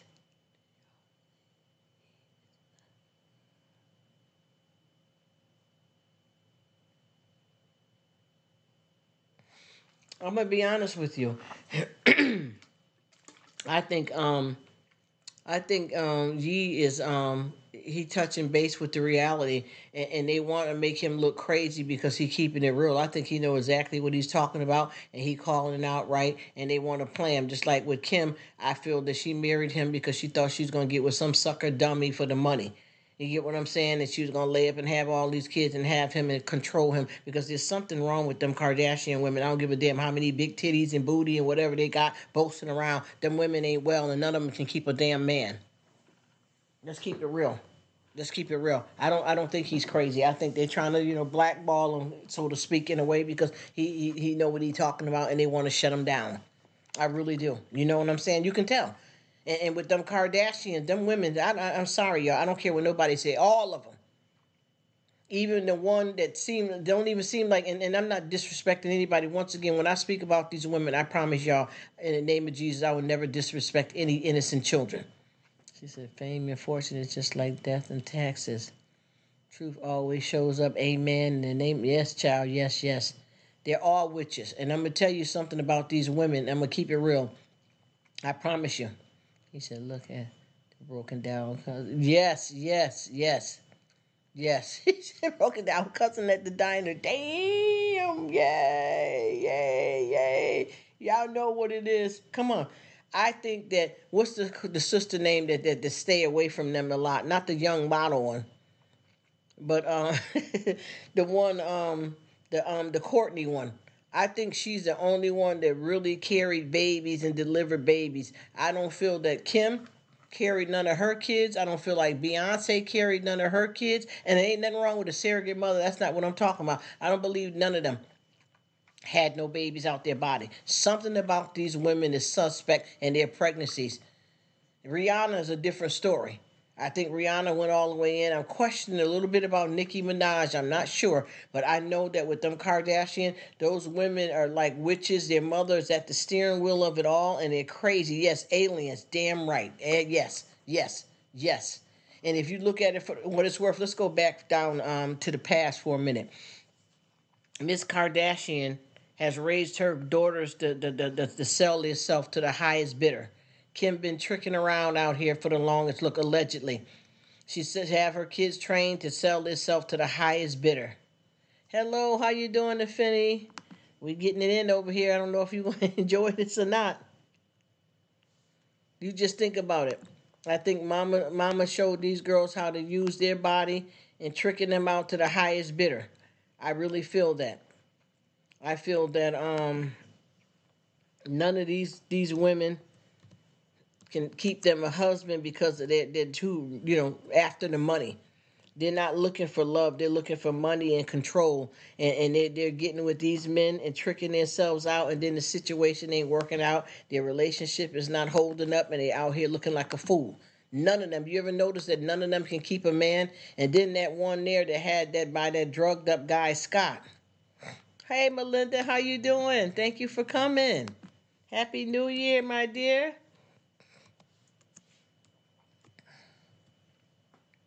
I think there's something definitely that's not right with that situation with all of them with the relationship they get in because we're gonna go back, y'all. We're gonna go all the way back to if the glove doesn't fit, quit. Y'all know what that means. Come on, y'all, come on.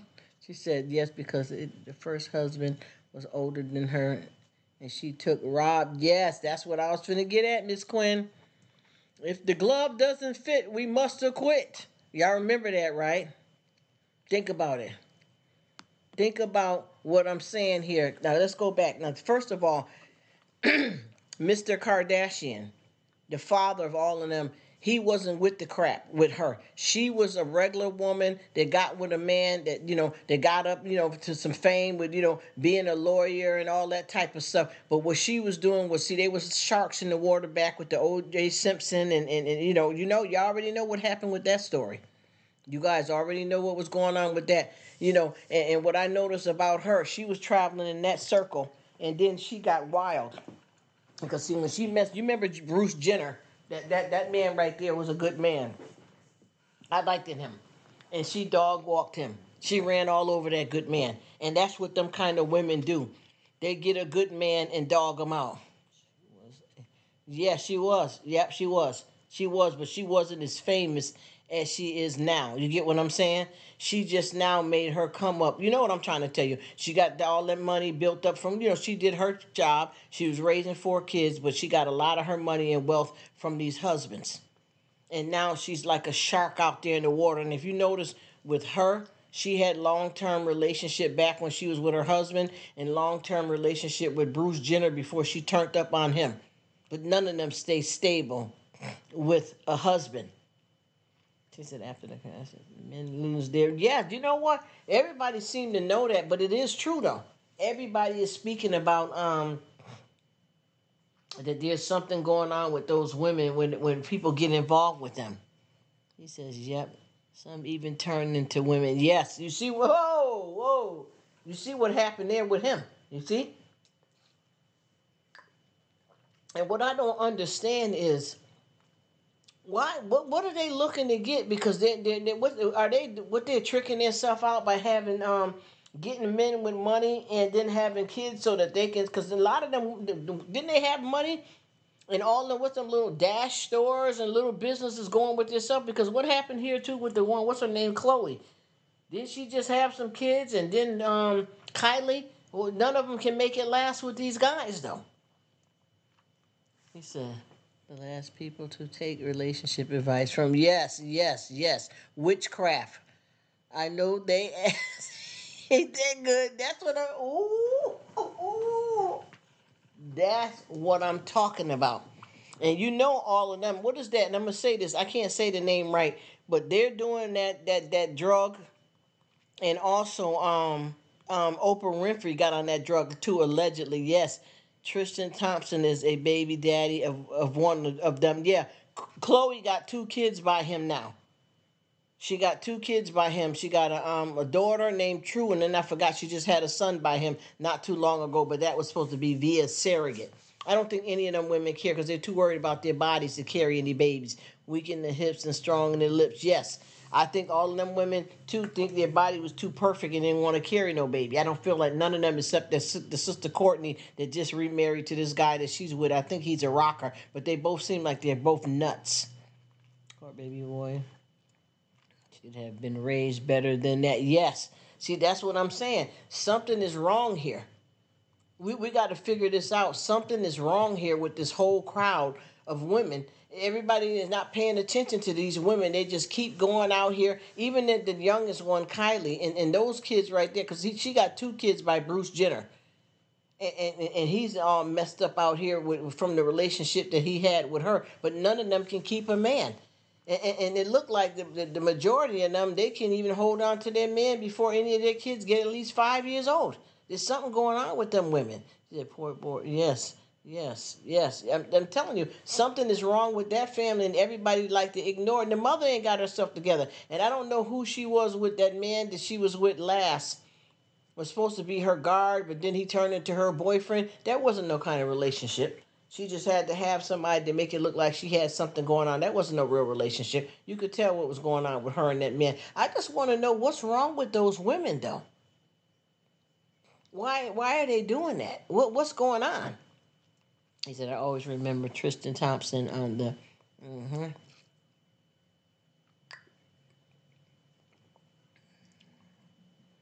Oh, yeah, yes. Yes, Tristan Thompson, yes. You see what I'm saying? That's what I don't understand. Is what kind of relationships, what's going on here? How can all of that be the same for all of them women? And then what happened to their brother Rob, y'all? She said Corey Gamble, yes. What happened to their brother Rob? Why does it seem like he don't even exist? Why do you think he stay hidden like that, y'all? Because he don't seem like he want nothing to do with that family at all.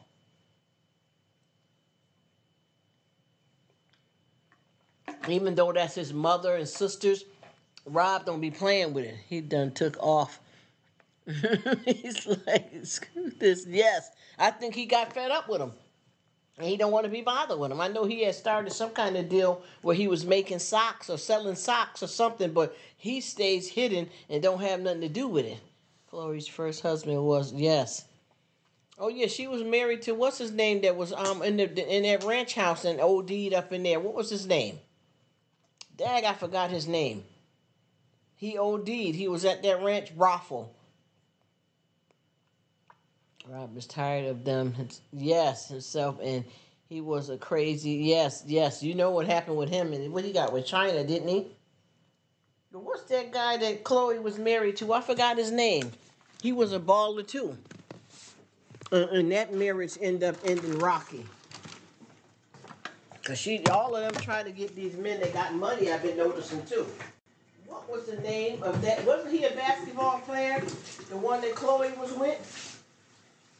I know he was a basketball player before she got with Tristan Thompson. She was with that other guy.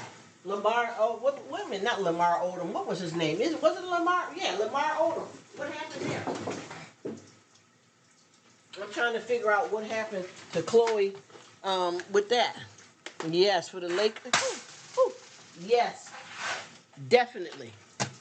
And it seemed like all of them too seem to be trying to get with men that got money, but they can't hold a relationship together though. I've been noticing that with them. None of them. And then that mess too. I remember Black China. Wasn't she trying to sue them and lost the case? I knew she wasn't going to win the case against them anyway. Because they got so much tricks and turns with them, that family. I knew China was not going to win that case against that family. And then she didn't handle herself right with the case.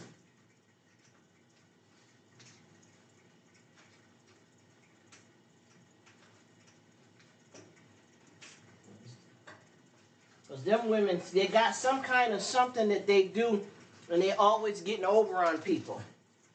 What they got going, I don't know how that always works in their favor, though. All of them women. Except for the one sister.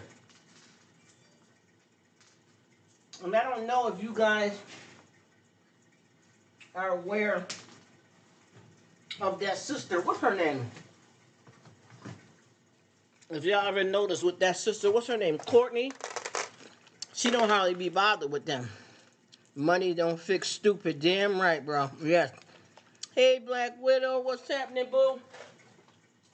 How you doing?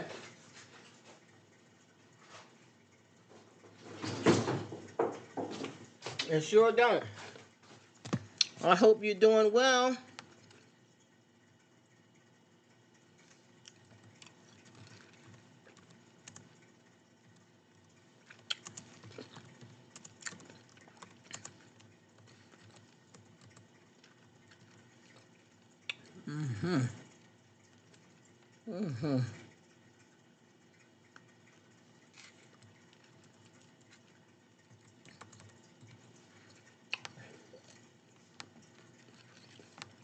You know what I noticed too with a lot of relationships out here with people is that a lot of them are quick to try to have a fix-it baby.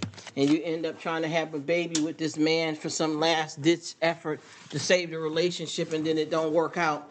And then you got this broken family once again. You know, because all these women try to get with them famous guys and make sure they have a baby. If they got to hire a surrogate because they either can't get pregnant or don't want to carry a baby because they don't want to mess up their body. But I do know the majority of them women has got something kind of going on. I don't know if their mother taught them some kind of craft, but there's a problem. There's a big problem with all of them women. And that one sister don't have nothing to do with them either, though. It's not just her brother Rob. But do y'all know what's the name of the guy that the other sister's married to that don't be around the family, the one named Courtney? She got what's she got? She got 3 kids by the guy named Scott. And now she's married to somebody Barker. I forgot what his name is. I don't know if any of y'all are aware of that.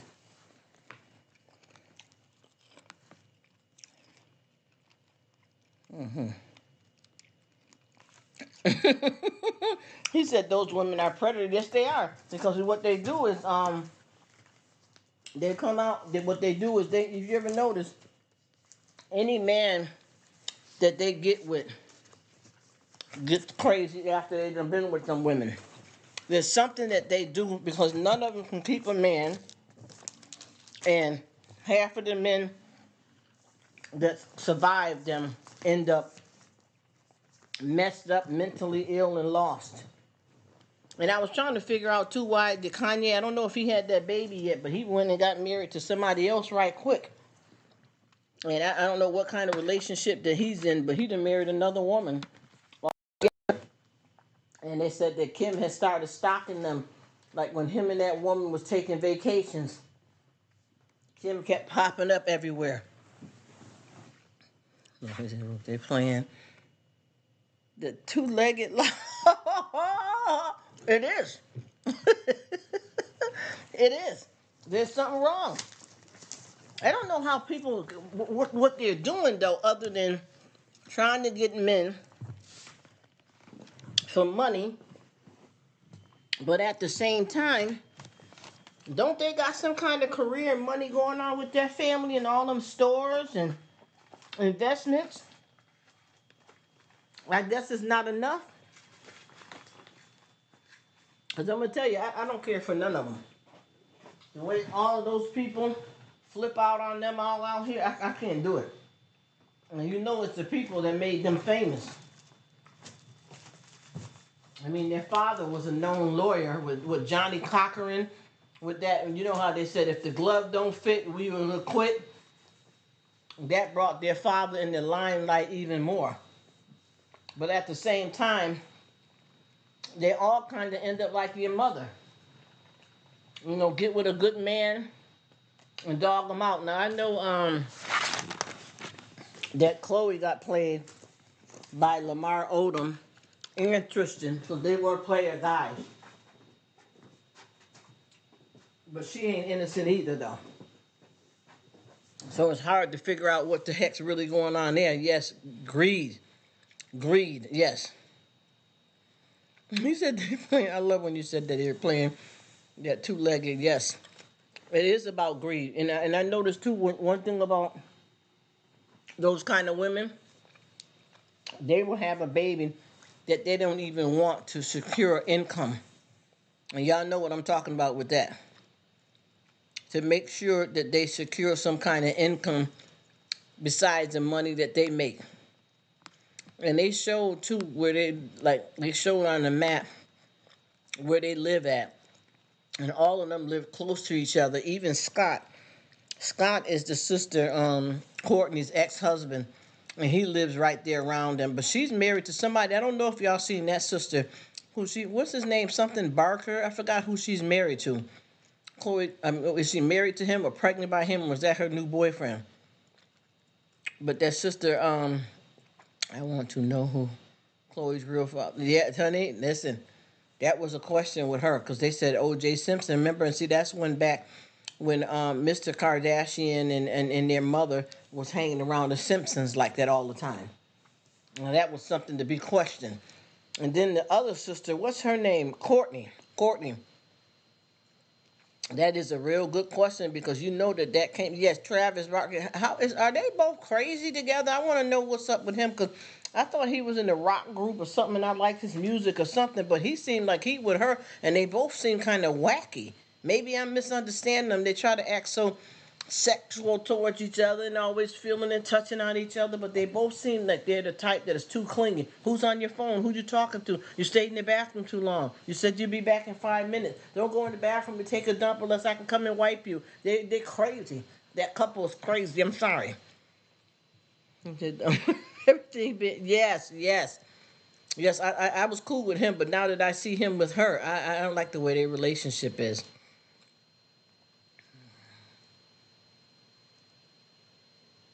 Oh, yes, Tommy Lee is another. Oh, don't go there, y'all. Oh, boy, that's a mess. Thank you so much, Afeni. Thank you so much, my brother. That was so nice for you to say that. But y'all, please tell me what is really going on, y'all. Because some of this stuff it seemed to be cray-cray. A little weird and a little dysfunctional with their couple, their relationship, because I've been watching them, and there's something wrong there.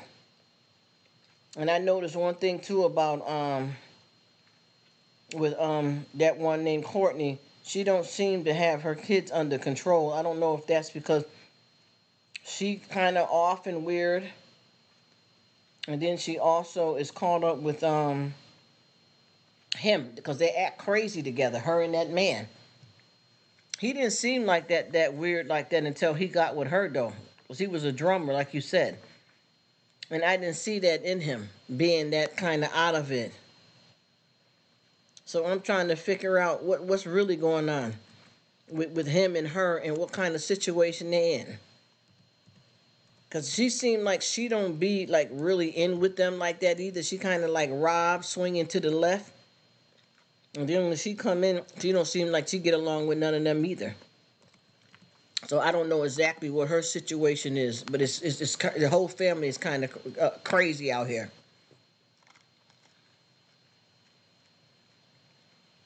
Trying to figure out what's really good out here, because a lot of this stuff we way out of bounds, y'all. We way out of bounds. Because one thing I noticed about that sister there is that anytime she get in a relationship, that one named Courtney, she seemed to be struggling with having to have a man that she has to be up under every 5 minutes. She said they all speak this. Yes, yes. Excuse me. Yes. They all speak like they're slow. Yeah, you ever notice they got a certain kind of terminology? And I want to ask you a question. Is their mother there? She said interbreed. Yes. I want to ask y'all too, is their mother some kind of pimp or what's the deal with her though? She said they all speak slow. Yeah, they got some kind of language it ain't the right kind of stuff. She said, I don't know anything about those people. Well, they have a big butt. And they bought them butts too. Black Widow, yes, they bought them butts. They did the BBL. They went and got the surgery. That's them bought booties. It sure is. Them butts is bought booties. Them women got BBLs. They bought that butt. And you ever notice too, with those women too, that they keep on getting those surgeries, and that's what I wanted to say before I forget too. What was it? What was it? They got some kind of what's that? It's Ozempic. I'm probably saying it. It's some kind of medication that's to be taken as a medication for diabetic people, and all of them are using that for weight loss. And they called Oprah Winfrey out for lying and saying that she lost weight, her natural way, but she was taking that as well too. And that's what all of them has been on. Y'all didn't see how skinny the one named Chloe got.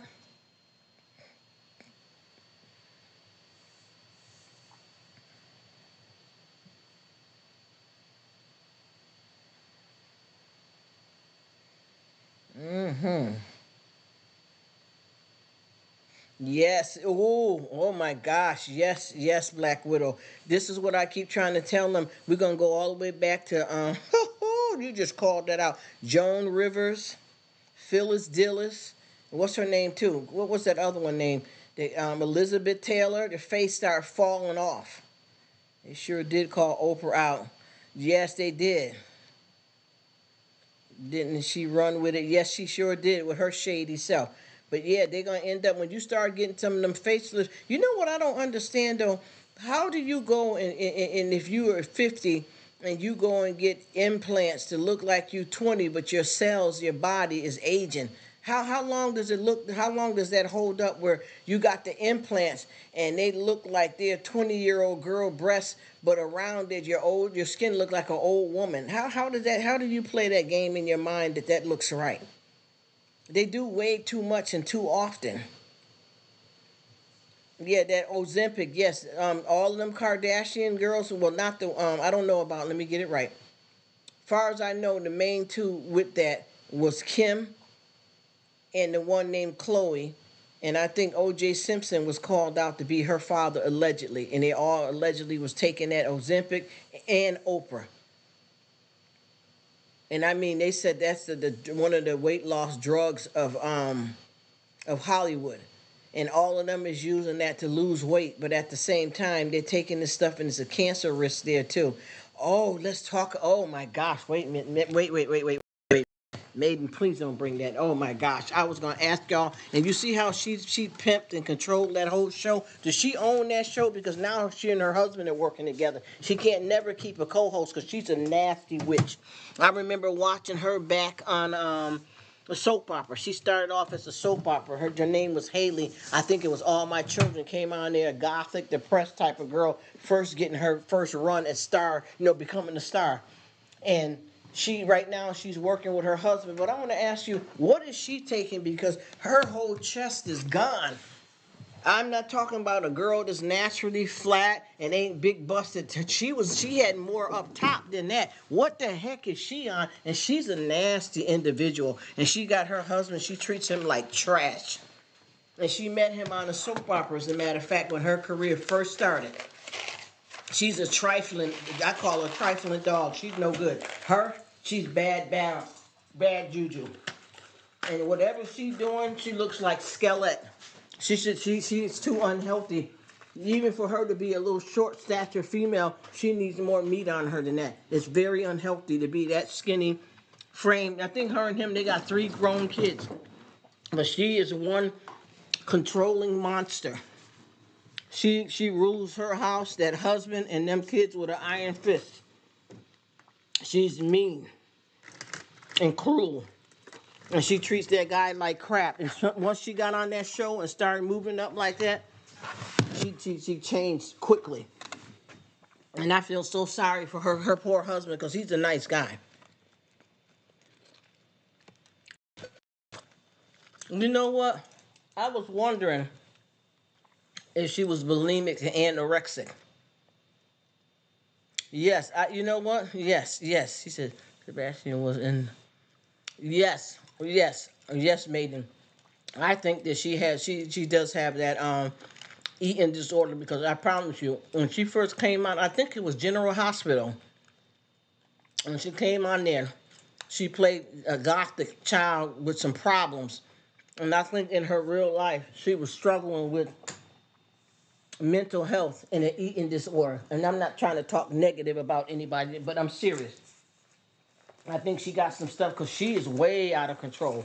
The way she looks now, she done drained herself out completely where she don't even look like a woman up top no more. I just watched her. Who did she just? She just did an interview with Nicki Minaj on her show, and what's his name? Ryan Seacrest just left from working with her again, and now she hired her husband on to work with her. She can't keep nobody with her because she's too controlling and hateful.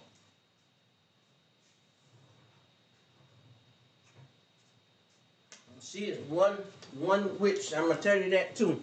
She's another different type of them Kardashian type of women. Like with her, she got a real good husband, and she dog walks that man real bad. She has a wicked crack hat. You know what? That's what it is. It's got to either be drugs. It's got to either be drugs, or she's got some kind of problem. Because I promise you, when she was younger on that show, and this is when she was really first starting to become an actress, she looked like she was struggling. She played a role, but whenever they showed her in her real life, she seemed to be struggling with some kind of problem. I promise you. I've been checking that out about her and trying to figure out why is she so frail? What's wrong with her? And I kept saying, might be bulimic and anorexic for real in real life, struggling with trying to eat. And I want to know, what is her take on that show, though, too? Yeah, that Michael Stratton, what happened to that? He said he's back in out of the real. Yeah, I think he learned what she was and got up out of there.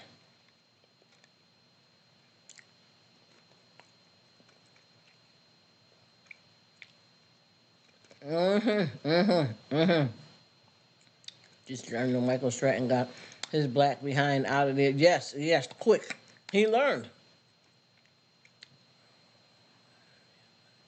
Yes, it is true though, Maiden. It is true. And Miss Quinn, y'all both nailed it. That's exactly what's going on with her. She's a basket case. And I don't know, because I think he was more famous and more richer than her, but I know that she fully controlled him. And she got the more money. And like I said, they got 3 kids. And she has been a wreck. Everybody that worked with her says she's whack. And I can tell when she's doing the shows that she's crazy. Because she don't really connect with people. It's all phony and staged the way she interviewed people. And she just did an interview, and I'm gonna tell you, I like me some Nicki Minaj, but I'm a little concerned about her whatever she's using. Because a lot of stuff went down with her, and I know that it's true. Um, what is that guy, Meek Mills? Oh, look, allegedly that she was in a relationship with. When they broke up and he went to jail and all that. When he got back up, we started doing a lot of interviews, and he said that him and Nicki were addicts, allegedly. Okay. Yeah, because it would be her kids because I noticed that she's trying to control the whole thing. And whose show is that? I want to know how she has so much control over that show, y'all. I really want to know how she get to keep that going all the time. No, I don't remember he fell. I don't remember him falling, Maiden. I don't remember that.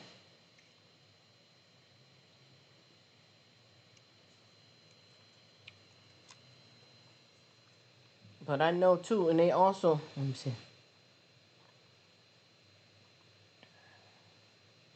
Or he said it was. I don't like him. I never cared for him too much. He seemed to be kind of rude and nasty. I don't know what kind of relationship that was that he had with Nicki Minaj, but something ain't right. And Nicki, I like her, but as I learned her, she's mean. She's one of the mean females. Very nasty. And I'm gonna be honest too. I like Rihanna too. Well, she's not really nice either. If you get to know their real personality, they're not nice. And I like Taylor Swift too. But Taylor Swift is a mean girl too. She tried to play that Little House on the Prairie routine, but I can see right through her. And she's running through too many guys.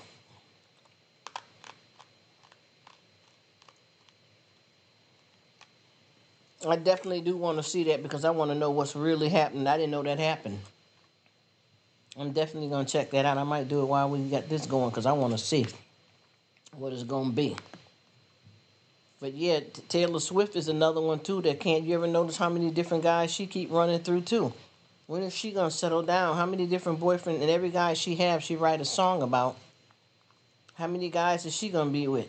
What is she trying to do? That's why I said I don't know how people can sit back and look and see these stars, how who they really are, and flip out on them constant like that and go crazy for them. I don't know how they even find it in themselves to be so strung out on these people they don't even care if you're breathing. Because you know the people is the one that make them famous. They don't just get fame by themselves. They get famous because of who cares about them and who buy their music. And a lot of times these people are running and going crazy for these famous people and they don't give a damn nothing about you. And they're mean. And who is all these different stars too that keep on getting sued, that's lashing out on the crowds at the concerts and all that mess there? What's going on there with these people that's like Cardi? Oh, I see them falling. Oh, heck no. I'm watching it now, Maiden. Oh no. Ooh. Oh, he got backed up, huh? And that was real too. Oh, that's what he get too, trying to act like all that.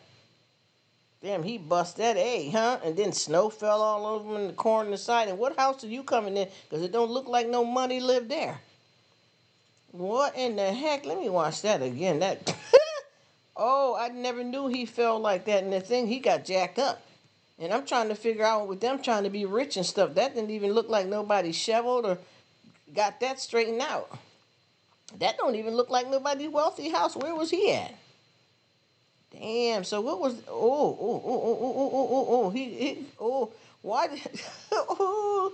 He said Meat Mills fell down the steps into the snow, leaving his mom's house. See, that was his mother's house. Shoot, that don't look no better than my front door. Damn, he got jacked up. Oh, that was. He said, "That's what I'm saying. Everybody gangster till they fall." That's thank you, thank you. I don't know what happened to him in jail, but it seemed like they said something happened to him. You know that stuff that happens bad to people, men when they go to jail.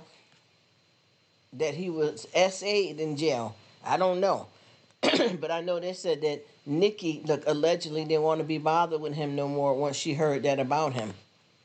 So I don't know exactly what that consists of or what that was about. But I know that he said that they had a bad drug problem when they were together. He did an interview. I don't know if it was on the Breakfast Club or where, but he definitely did an interview about him and Nikki as a couple and using together. And she, I don't know if you can tell too with her. It seems like there's something that she's on something almost animated when she speaks. And then I think, no disrespect, but I think Cardi B is a bit crazy, and I think Beyonce is off too. People, what they don't pay attention to is the person. They look at the money and the fame and go crazy, and that ain't even where it's at. All of them is giving me some creepy vibes. Wow, that looks delicious. What's the name? Got some good food here.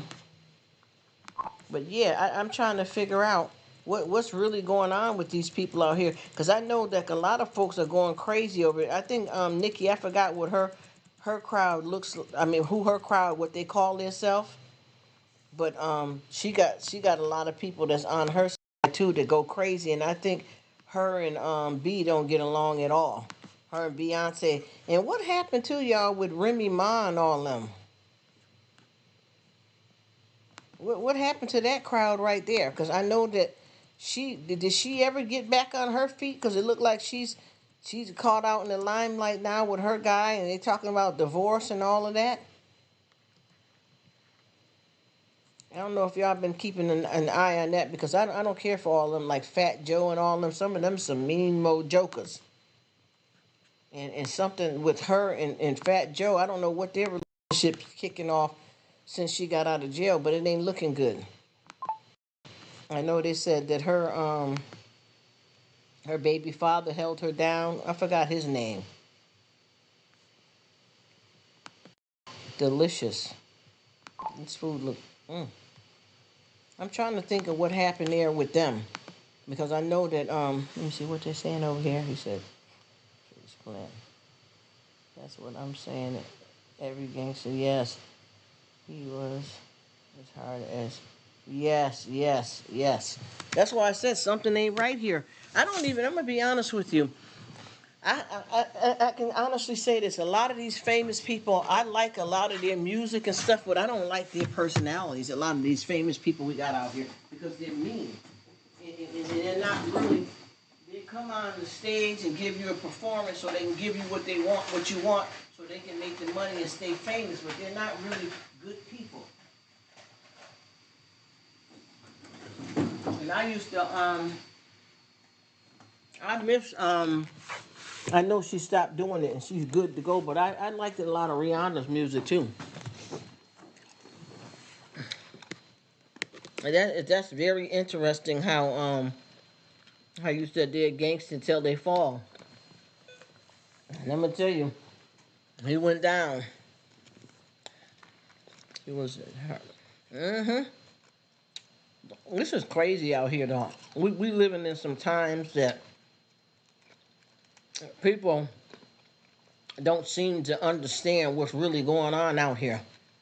And there's so much crazy stuff. And I was trying to figure out too with a lot of these people, just like if you remember the stuff that allegedly went down with who was it? When the stuff went down with P Diddy, and then if you start looking at it, the same stuff that he's going through, half these people were connected with the R. Kelly's case. We are in a crazy place. And all these people that's coming out the closet, under the bed, in the attic, all these people are basically connected. If you look at how many different people, it looked like all of them was laying up with each other. Even with Kurt Franklin, they called him out.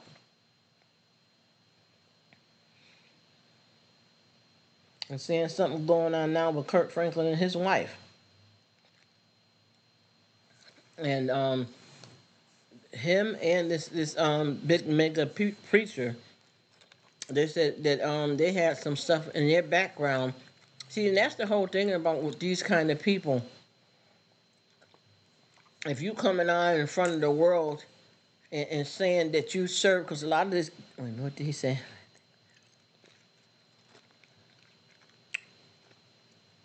Yeah. Them are nuts and balls. Yes, it is. It is true. Because I've been looking at a lot of these folks here, and this ain't what you want.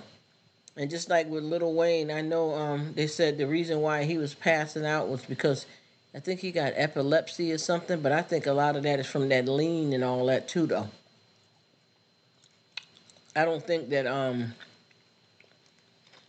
I noticed with like these rich people, when they get caught up in something, they try to find a medical title to hide under. They do. That's what see, and that's what I'm saying. But they're claiming that he got epilepsy. Well, they never mentioned that until he started passing out. Oh, that lean is bad, man. Honey, they better watch out with that lean. Was that lean, honey? That I think a lot of them don't even know what they're dealing with. Is it huge? Where you at? Because I've been hearing a whole lot about the lean. And there's a lot of young people that's caught out here in that lean trap. And they going in. I mean, drugged out on it, the medical issues behind it, and just keep on using and using. And they don't realize that that stuff is permanently damaging them too. And they all seem like that they make that like a chill thing to do. And it's not, and it's dangerous. A lot of this stuff is played out now. People need to stop doing this stuff. Is that that young crowd hooked on that? Yes, they are. And what they do is they put together these concoctions, and they make it so hype that everybody around them want to try it, and then they all end up messed up and addicted. And does it seem like that right now that they're calling out all of our famous people as in the closet, especially the men, the rappers? It seems like they're starting to have a issue where they're saying all of these rapper guys seem to be been in the closet or underneath the bed or on the floor.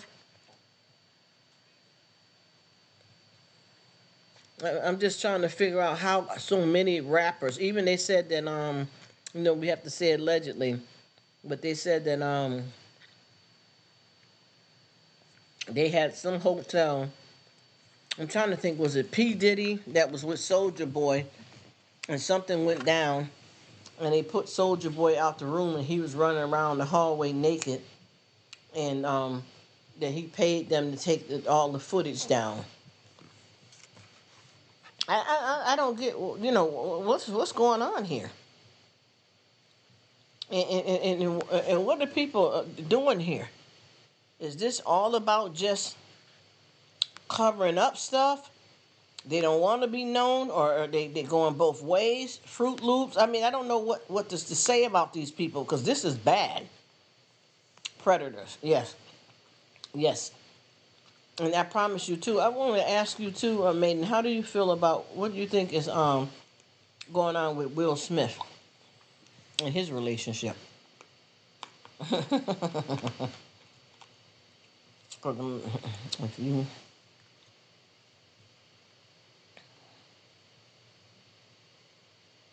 Yeah, that is it. That is it. They seem like they'll do anything just for money though, and then look what happens to their self as a person after they do all that awful stuff. You got to live with yourself at the end of the day, and then they keep doing more stuff. Just like with who said swingers? Either a swinger or the biggest. Yes, yes. I'm gonna be honest with you. I've always thought that both of them, look, allegedly, both of them are swingers and they're both bi. He bi and she bi, and they got in a relationship knowing that about one another, and they plan to keep it going like that. I really feel that. I feel that both of them are bi, and they put together a marriage to look a certain kind of way in society, but they're bi because that stuff that they have going on with him is horrible. And one thing about these guys, they look like what they're doing. He said I lost a lot of respect with Will. The more I find out about him, you know what? I'm gonna be honest with you. I'm very disappointed in him, and I want to say too. Do you ever notice that something is wrong with both of their kids too, behind how they raised them with all that foolishness with him, and how they live as a family? All of that stuff is bad. Their kids are not doing well emotionally and mentally. Them kids is damaged.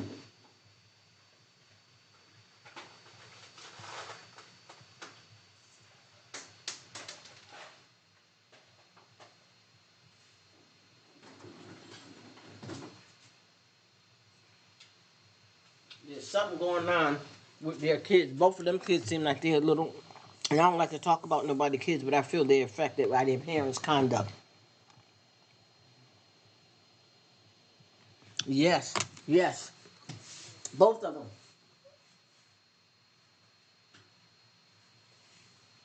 I feel that those kids are hurting because a lot, both of them been coming out telling some real true stuff about their father, and I feel bad for them because they're embarrassed. They're hurting.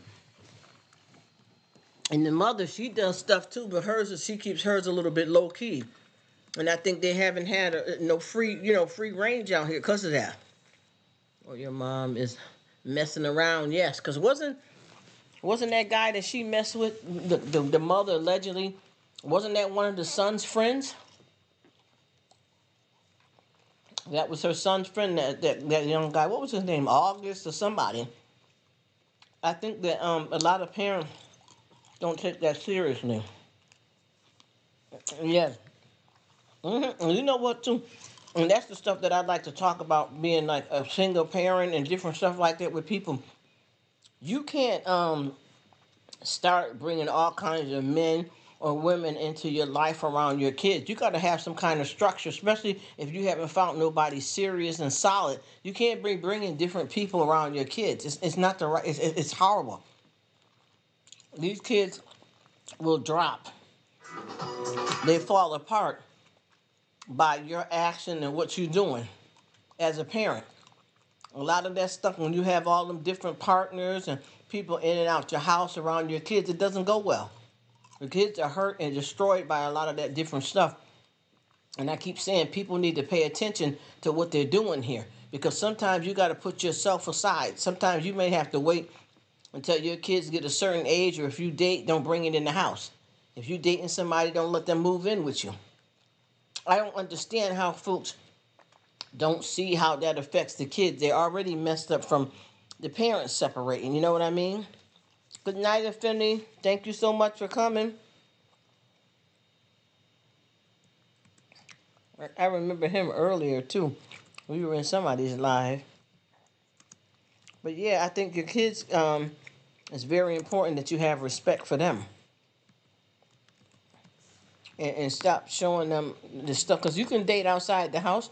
You may be able to slide somewhere, if you're a man, and meet up with a woman to have, some lunch or something, and vice versa. And your kids ain't got to be involved in that. He said that's what causes serial killers and men. 9 out of 10, their mother was loose. Woo, woo, woo. And that is very. He said, I got to read this again. He said, yep, that's what causes serial killers and men. 9 out of 10, their mothers were loose. Jeez. You're welcome, Affinity. I thank you so much. Get you some rest, brother. I appreciate you coming through. Have a good rest. Yeah, you know what? That affects. That is serious, though, because I noticed with a lot of guys, it affects them with their mothers, with that kind of stuff like that. It affects them really bad. They said if you look at some of those big serial killers, it's common. You know what? I'm going to tell you. I have looked at that, and you are absolutely right. A lot of them are caught up and hurt, and it kind of maps out their destination of how they feel about life, people, and women because of their mother's conduct in their life and not being stable. Oh, yes. A lot of those guys, too. I was trying to think, too, when I looked at it, when you do the research on that, and you know what they say, too? They say, let me get it right. They say that,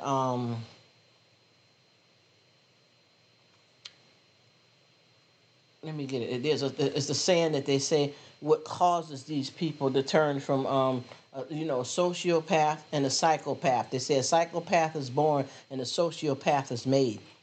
And I believe that to a certain extent, because I know that a lot of these guys that do that, it's because of their relationships with their family, and a lot is pointed towards mom. As you remember, what was that? What was going on with this is an old movie, but back in the days with Norman Bates, what was that all about?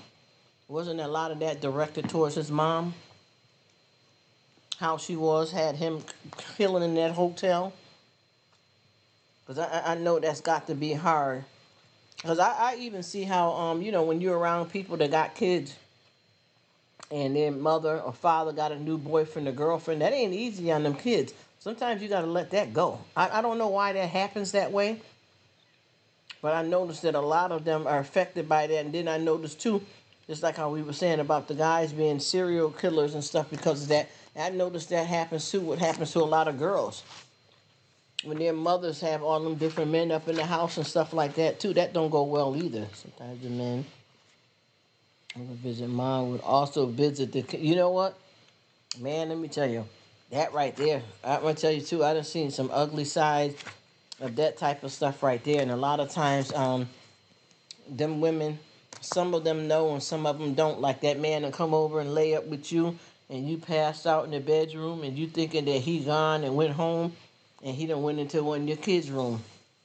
A lot of girls have some horrible stories to tell about how somebody touched them. And then, a lot of times too, and I don't understand how is that, why is that, but a lot of women don't believe their daughters. I don't know if you ever seen that movie called Precious, but man, with Monique in it, that was disgusting. That right there, that bothered me so bad. And the boys too cross. Yes, yes. Oh my gosh, let me tell you something. I'm gonna find this story again one day. But now that I remember, Oprah Oprah Winfrey was doing interviews, and one of the interviews that she did is with a woman that stayed with a pedophile, and the story was disgusting. How she made that okay, and that he was raping her child, the little boy. And she was talking, the mother was talking, and if you would have heard how she was talking, I could not believe it. And she knew that this happened. Yeah, he had a problem. I'm just going to make up some names. Yes, he had a problem, but he went to counseling. My son went to counseling for it, and we decided to stay together as a family. And she ended up getting pregnant by this man, and she said, and how I make sure that he's not touching little John anymore is because when we go to bed at night, I think she said she put a string. I think she said she put a string in the door, on her door, so if she know that the string moved, that she know that he went out the room. If not, she know that he didn't bother her son again. What kind of crap is that? I gotta find that story again. And what I didn't understand, well, what if you need to go to pee and you was asleep, or going to get some milk or water in the middle of the night? Well, how can you live if you know that that man has done something to your child? How do you continue to say, well, he had a problem, and then go on and get pregnant by him? I don't understand how that can fix that. And then how did your child look at you for letting them be in a predicament like that and keeping that person in the house and then having a child with that man that did that to you? I mean, to them.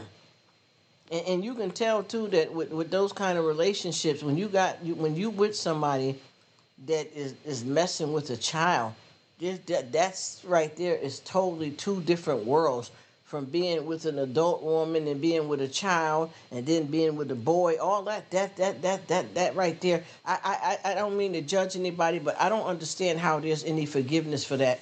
And I'm learning stuff from a different, what I've been trying to do is learn stuff from different type of religions, and it's getting me like really confused because it's too much mess out here. I know the one deserves to die, but those deserve to live if they hurt a child. You forfeit your life, as far as I'm concerned. I feel that way too, because I honestly, really and truly, I don't think anybody that does something like that to a child is ever going to stop it. They're not going to ever stop it. I don't think they have a right to be here occupying space. And I know that God got plans for them, but until God get a hold of them, somebody, it's not. No, it's not. God will look after it. Yes, he sure will. But until then, who's going to keep them from doing it? Because that right there, oh my goodness. Because, once again, God gives us free will.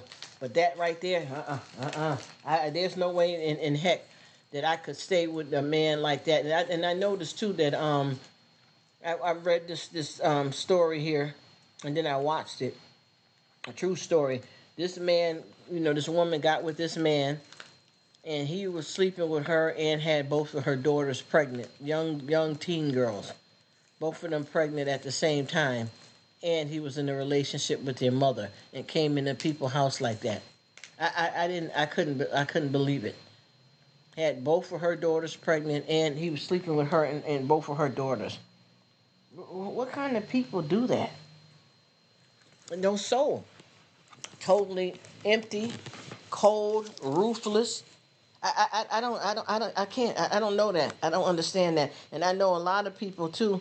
Yes, they're animals. They're animals. And a lot of women too turn on their kids for that kind of stuff too, especially with the girls.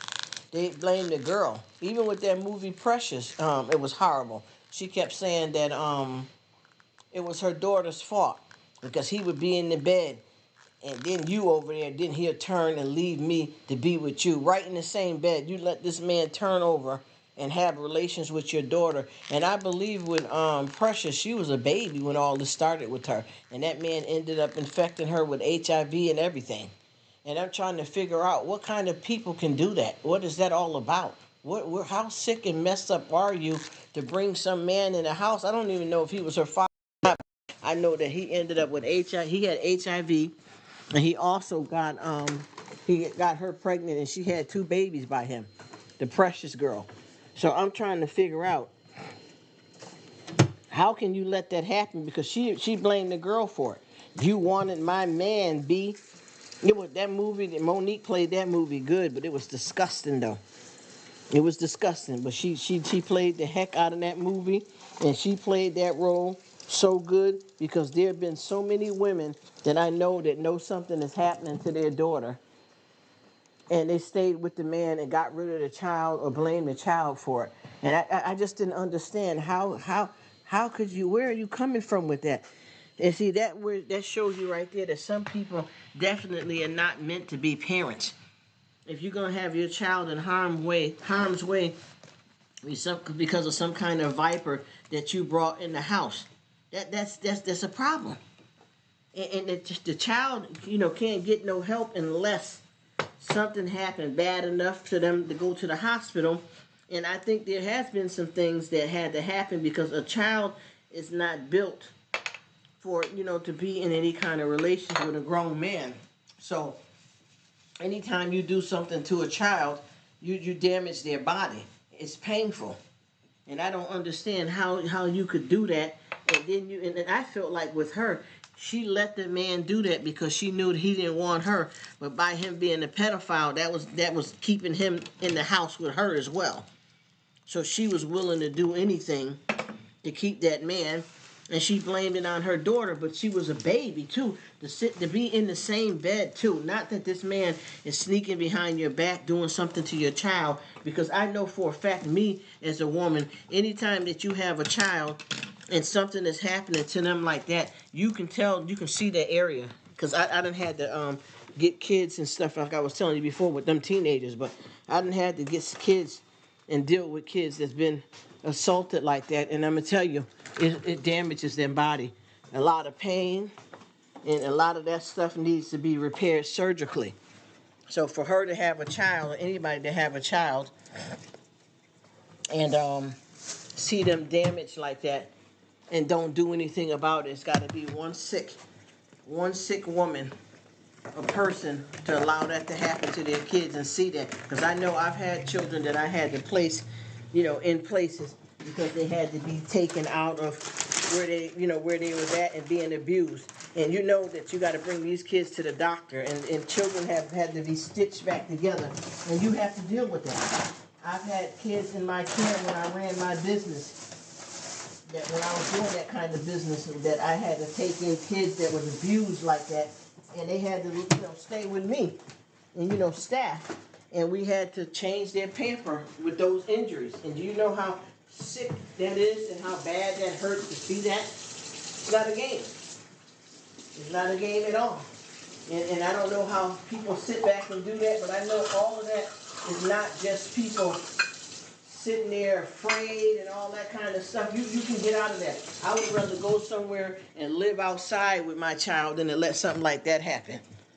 Yes, it takes their soul, and I'm going to be honest with you. I know this one pastor that said that, as far as I know, they say that they're sanctified and really saved. I hope they are. They seem to be decent, but you know how that goes. We don't really know people. But they said that they were hello, Butter Roll, how you doing? Thank you so much for stopping by. I hope you're doing well and enjoying the new year. We're 2 days in. Hopefully, everything is working out for you. I appreciate you coming through. Just chit-chatting away over here. Yeah. So what you doing for the new year, Miss Lady? She said, I'm well, thank you. Well, I'm glad you're well. God bless you. And thank you for stopping in here. I definitely have been coming by checking you as well, and I appreciate you coming by here. And I definitely will be back to see you again, too. I appreciate everybody on here. We're just talking about a lot of things that happen in life and stuff, and, children and abuse and things like that in the world. She says, I'm making tacos for the family. Oh, that sounds good. I'm trying to think of what I'm going to have here, too, because I didn't do nothing big for New Year's. Oh, you are welcome, and thank you for coming by. God bless you. I appreciate it. How nice to see you in the new year. I really appreciate that because a lot's going on in the world, and I think a lot of us sometimes we don't realize that we may feel like everything is going good. Our family is fine, people we know are good, but there's a lot of people that's going through it. Yeah, she said tacos do sound good and make me want some because I can eat tacos for breakfast. Definitely sounds good. Wow. It's got me wanting some tacos now. We started to order some tacos yesterday, and we end up going with Subway. Yes. Just having a chat here and just talking about some stuff like that. And I know with what we were saying here, I know that a lot of stuff that happens to people, it changed their whole look on life. And like I was saying, this pastor said that she was, you know, bothered by her father for 15 years and that he made her his total mistress. Oh, you're right, because I'm one of them that go through, never know what people are going through. Yes, yes, yes, ma'am. You got that right. Because I know a lot of times when you get up, obviously as us as people, we look, we know our family is good. We know coworkers and whoever you may know. But when you look on the news or you know somebody that knows somebody, they may tell you a sad story. What happened to them already in the new year? Even on TV, they're showing already some people that already passed away, and it's the new year. It's just the 2 days in the new year, and they're naming who already passed on the last 2 days. And I know this is life. I'm just saying it's horrible, but see, we don't feel it fully because it's not us or somebody that we know. Even though I have the empathy and sympathy for anybody that's going through any kind of struggle in their life, but we feel that it's all good and it ain't for everybody. So we have to be, grateful that we are right. You know what I mean? Because that ain't no joke. So, we try to keep our heads screwed on because I don't even like to just say tomorrow isn't promised. 5 minutes ain't promised from now. Yes, a lot of times people don't seem to care. And I notice that that's kind of weird because I think a lot of stuff sometimes is a wake up call for people. And then I think a lot of people really don't care or have concern unless it pertains to them and their family. A lot of times people don't seem to be worried about nothing until it hits them, or sometimes people, it awakens them. But I feel that if I seen somebody, on TV, the news, even if I don't know them and they passed away or they were harmed, that bothers me really bad. And I don't have to know them or be related to them, but that hurts. It's not an option to, to have a feeling of something like that. It affects everybody. He says easier to point the finger at others. Yeah, that's the problem too with folks. They're always are quick to judge someone else, but they're not paying attention to what's really going on. And I notice one thing about people: when they're busy judging everybody else, their life is a wreck. A lot of folks need to really get on with with their own business and stay in their own lane. Because when you get out here running your mouth about everybody else, you need to take a look at yourself. And I keep saying that because I know I've had times in my life where, this person, that person, and then I realized that some of the times I was in my own way. And you have to care about people, and it's not just your family and friends. And I'm gonna tell you, I just went in. He said, as humans, yes, yes, we do judge. We do judge. Cause I know with me, I went in the Dollar Tree, and I'm the one that's good for, like, I care about like the homeless people out here, so I'm always doing something for them. And I remember this one lady came up on me in the Dollar Tree, and she said to me, she said, hi, hello, hey. And I said, hi. And she was saying something. I said, no, I don't work here. And she said, yeah, but I need your help. I lost all my money and I don't have no food. And she was kind of, I was like, wait a minute now. So something told me to, I walked away because she came up like kind of a little wild. So I walked down the aisle, and then I came back around and found her. And she found another woman in the store to buy her some food. So I told her she can pay for half of your food and I can pay for the other half. And far as I learned, it was a con. He said, like Mama said, check what's in your fridge before you start cleaning others people kitchen. Yes, yes, yes, yes. It made an amen. And just like with this lady, they said this was a story. They said the lady would say to her husband every time she looked over at the neighbor's yard and her laundry hanging on the line, she would be like, our neighbor Sally, her clothes look dingy. She need to learn how to do the laundry. She constantly said that to her husband. And finally one day she said, oh my gosh, honey, look. Sally finally got her clothes washed and cleaned. Everything looks nice and sparkly. And her husband said, honey, I cleaned the windows this morning. You see, when they say looking through see, right there, it showed you it was her. It was her. It was her with the problem. You were the one dirty. That was what was going on, because you were talking bad about people and watching people and judging people. Yeah, you know what I mean. And it was all about her. And I always tell people, the grass may look greener on the other side, but it still has to be mowed. Stop worrying about people's business and work on some stuff in your life. It could be something that you need to do for yourself instead of worrying about what Sally, Sandra, Mark, and what they ain't doing. Go and leave these people alone. You don't do nothing but make trouble for yourself when you are bothering other people like that, especially for stuff that, they said don't have no concern when you have no bills and nothing to pay. Stay in your own lane. Just sweep around your own front door. Yes. Yes, ma'am. That's what I keep saying. You got to get it together here. And none of that stuff works out for the good for any of us when we run around here like that and act like fools and put ourselves all up in other people's business and wish them harm and all that. It never works itself out. And eventually, whatever you put out there is going to come back on you. So you really have to be careful how you treat people, because it is true. What goes around comes around. And a lot of times when you mean harm for somebody else, it ends up being directed back towards you. I try my best not to, be trying to be out here and up in nobody else's business. And I've never been that way anyway. But I know that people love to talk. Even, too, when you're trying to go up in the church. A lot of people in these churches out here stay talking about somebody and wishing negative. And that's why a lot of people are afraid to find a church home, because they keep getting up in these churches and the people are, they're coming at you. And it makes you uncomfortable with even being there, because you figure that's the place that you're supposed to be able to find some comfort and enjoy your life. But sometimes you get up in there and that'd be worse than the street. I know the folks that have been in gangs that treated them better than some church folks. You got to watch where you at.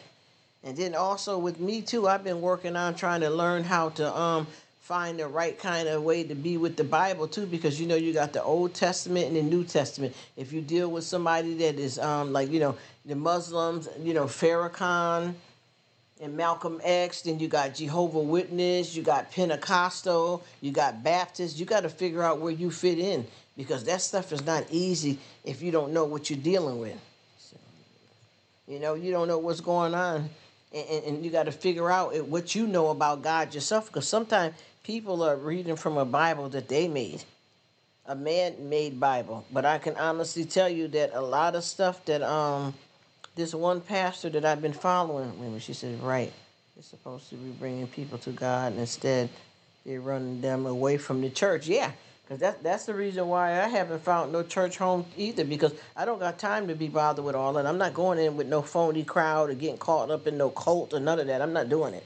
I remember this one lady was trying to muscle me into coming to her church, and I told her right straight up, and I wasn't disrespectful. I said, but if the congregation behaved like how you behaving right now, I definitely won't be coming. I definitely won't be coming. I don't know what kind of way, and and then that bragging. One thing about it is you don't brag like that. If you're gonna say, because first of all, the pastor ain't God. We know that. All comes down to God. That's right. Yes, yes, yes, yes, maiden, yes. That's a purpose, because when people each other, and they are easy, yes, they are easy controlled, and that's another reason why, just like with her, she tried to get up on me, and I told her, I said, what's going on here?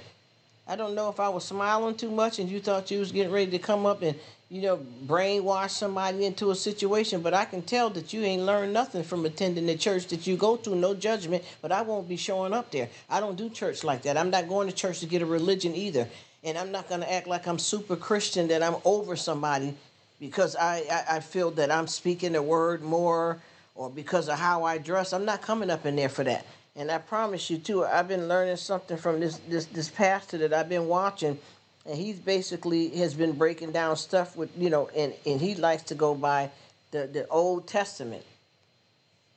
You know what I mean? He wants to go fully by the Old Testament, to where you have to do things like, he's saying, in the Bible about certain people shouldn't do certain things, like with a woman. He said a woman should never preach. He said a woman should never preach. She can find other stuff to do in the church, but she shouldn't preach.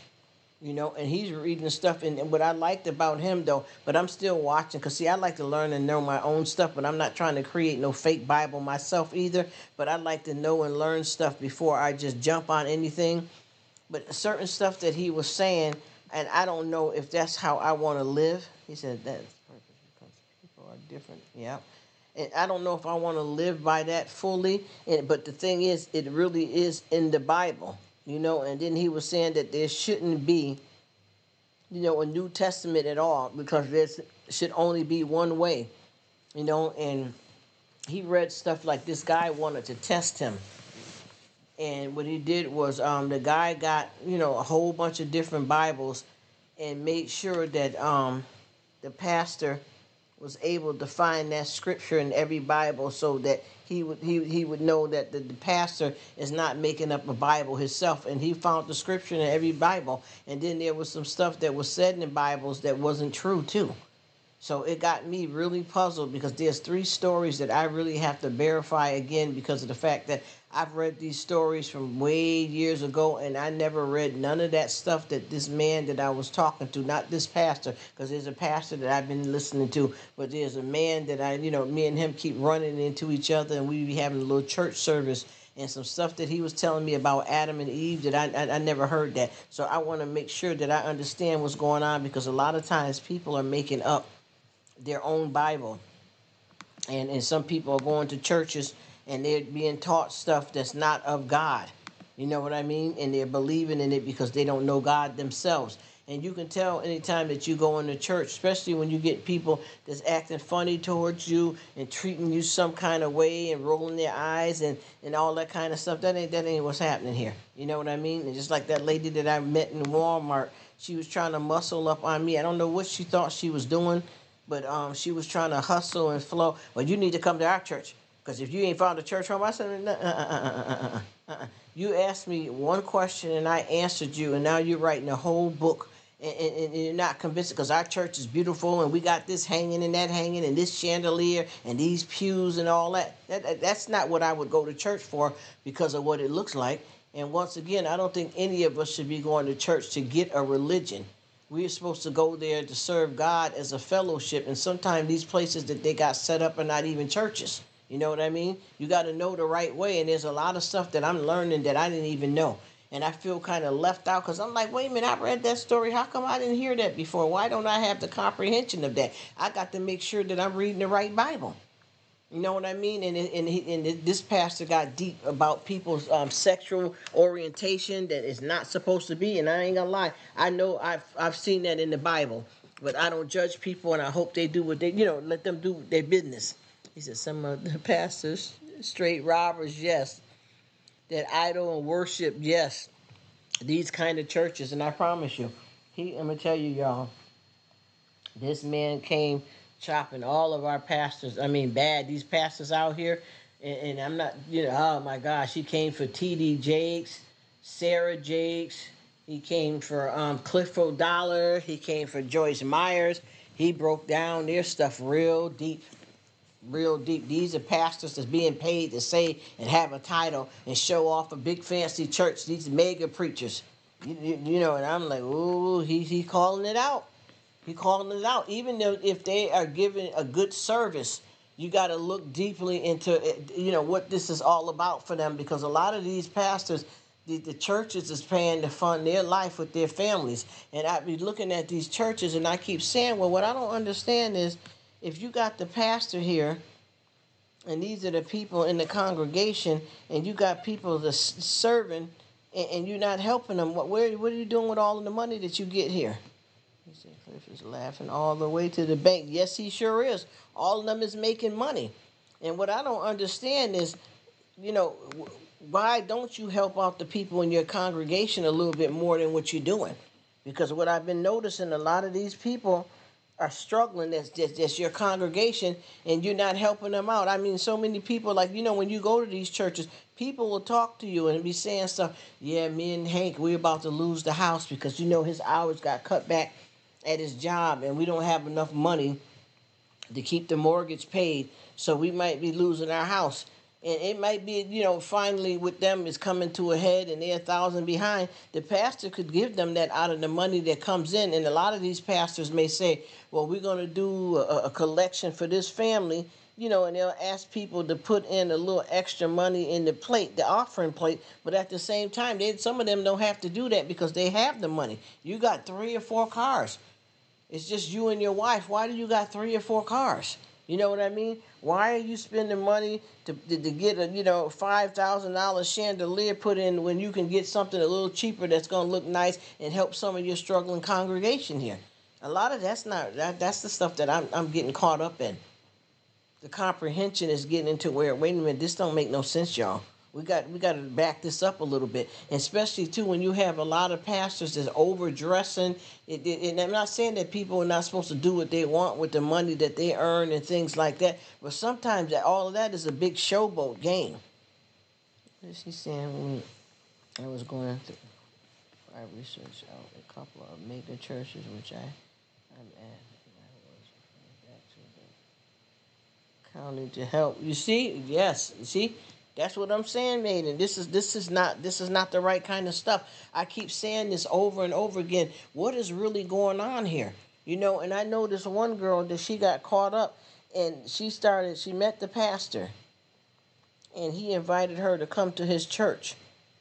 But the thing is, this pastor, he started sleeping with this girl.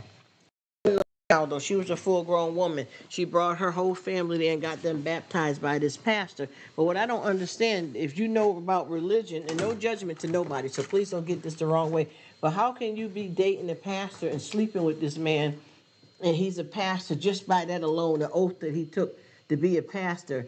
And then as you continue to go to the church, you learn that this man is married as well, and he had another woman that he was involved in, and you still stayed with this guy and got pregnant. So you must have been brainwashed because you didn't know God before you entered that church. So that's what happened. And it was a horrible, that situation went down. And I know this person personally, and I thought they knew more about God than, to get themselves in a situation like that. But I guess they got caught up, brainwashed, caught up in the trap. You know what I mean? Because that right there was, to me, that was sick crazy. I don't know how. That right there, especially like I said before, if you got a man that says he's a man of the cloth, how are you going to bed with him when those guys go under a certain oath that they're supposed to get married and all that type of stuff like that? You're supposed to be married. How can you be with this man and then you yourself start sleeping with this man too? And you, first of all, you don't even know him. And then secondly, you know, if he got a certain oath, don't you know that that's not right for him to be bedding you down if he's standing for a certain oath? That's the stuff that I don't understand. Because sometimes what we got to do, we got to be responsible for our actions ourselves too. And then I know some people are victim and they just don't know. I know that. But the thing is, you need to get out here and find out then when you don't know. Because this is the stuff that happens. And she got involved. I felt so bad. It was awful. She said, when I was going through every church, out a couple of mega churches. Yes, and you see, that's what I'm saying. And she got involved with this man and got pregnant. It went all the way to the left.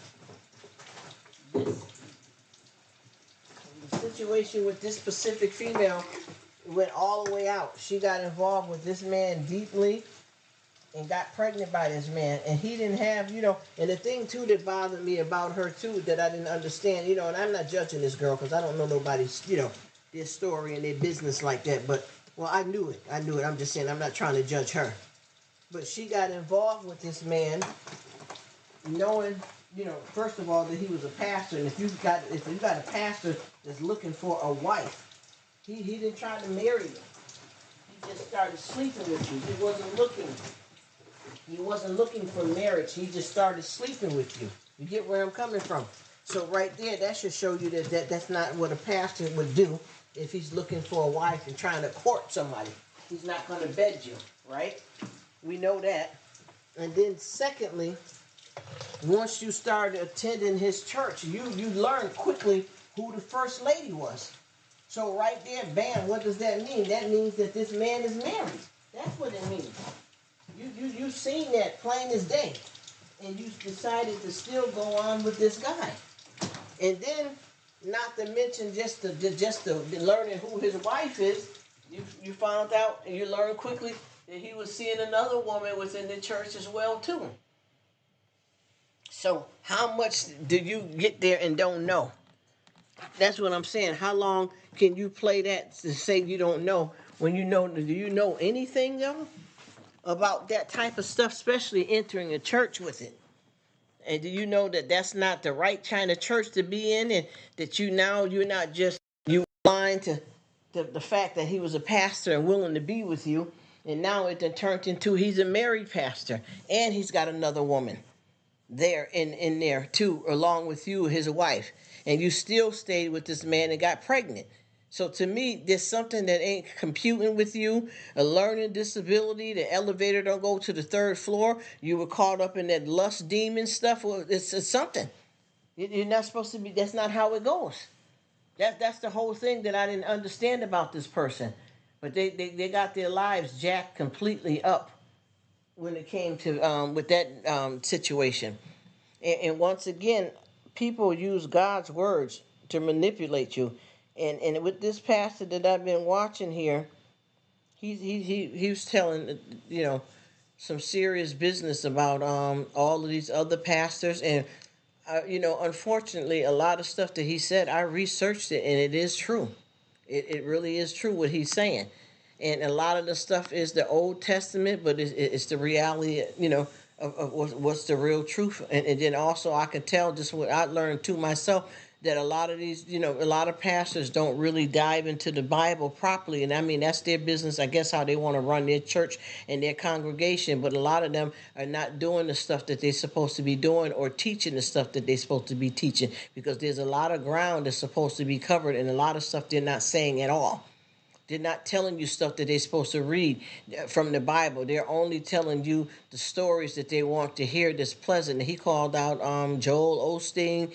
Let him tell you a fairy tale like everything is real and everything is fine. He ain't going to tell you about what went down with Tamar and them. You see what I'm saying? He ain't going to tell you about Bathsheba and David. You get what I'm trying to tell you? The real stuff that was a problem, that was wrong for that to be happening. And they're not doing that, because I know with me, when I speak about it, I'm going to cover all grounds and all that. You know, the church hurt. People don't talk about how people have gotten hurt by their churches. Yes, cooked. Yes. All the stuff that he was saying, I'm going to be honest, he was telling the truth. But there's a lot of stuff that I know that I do that to him, maybe I would be considered as a sinner or not allowed in his church. He said that no one is supposed to get tattoos and mark up their body. And it does say that in the Bible. You get what I'm saying? He says that women are not supposed to dress in provocative ways to whore and prostitute themselves. And he said it just like that. Y'all don't think I'm trying to talk nasty and throw God under the bridge with disrespect. I'm just saying exactly, and I can prove who this man is and what he's saying. He said all of that stuff blatantly like that. And then he talked about people's sexual orientation. And see, I don't mess with none of that with people. I mind my business when it comes to that type of thing like that. But he called the men out straight as F's, and he kept saying they're agate, they're that, and he kept saying it in his church. He called, he go deep in. You are unclean. You are an agate. You know what I'm trying? Y'all know the word I'm trying to say. You are not true to God.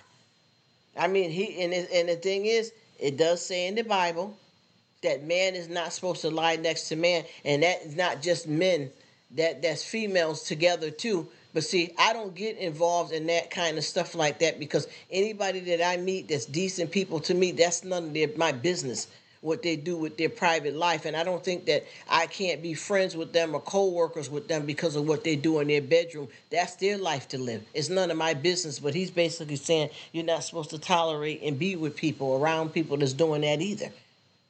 But how is that when that's what they're doing and that's their business? And then what about when you have children that may have something like that going on, or your children want to play with kids that got their orientation going a certain way? How do you judge people, though? But he said you're supposed to. You're not supposed to have anything to do with that. You're not supposed to endorse it. All that stuff is a serious business, man. I don't know how to roll with that.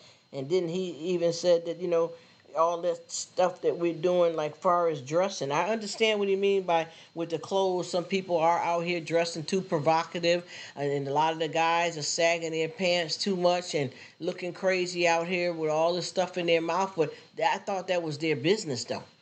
You know?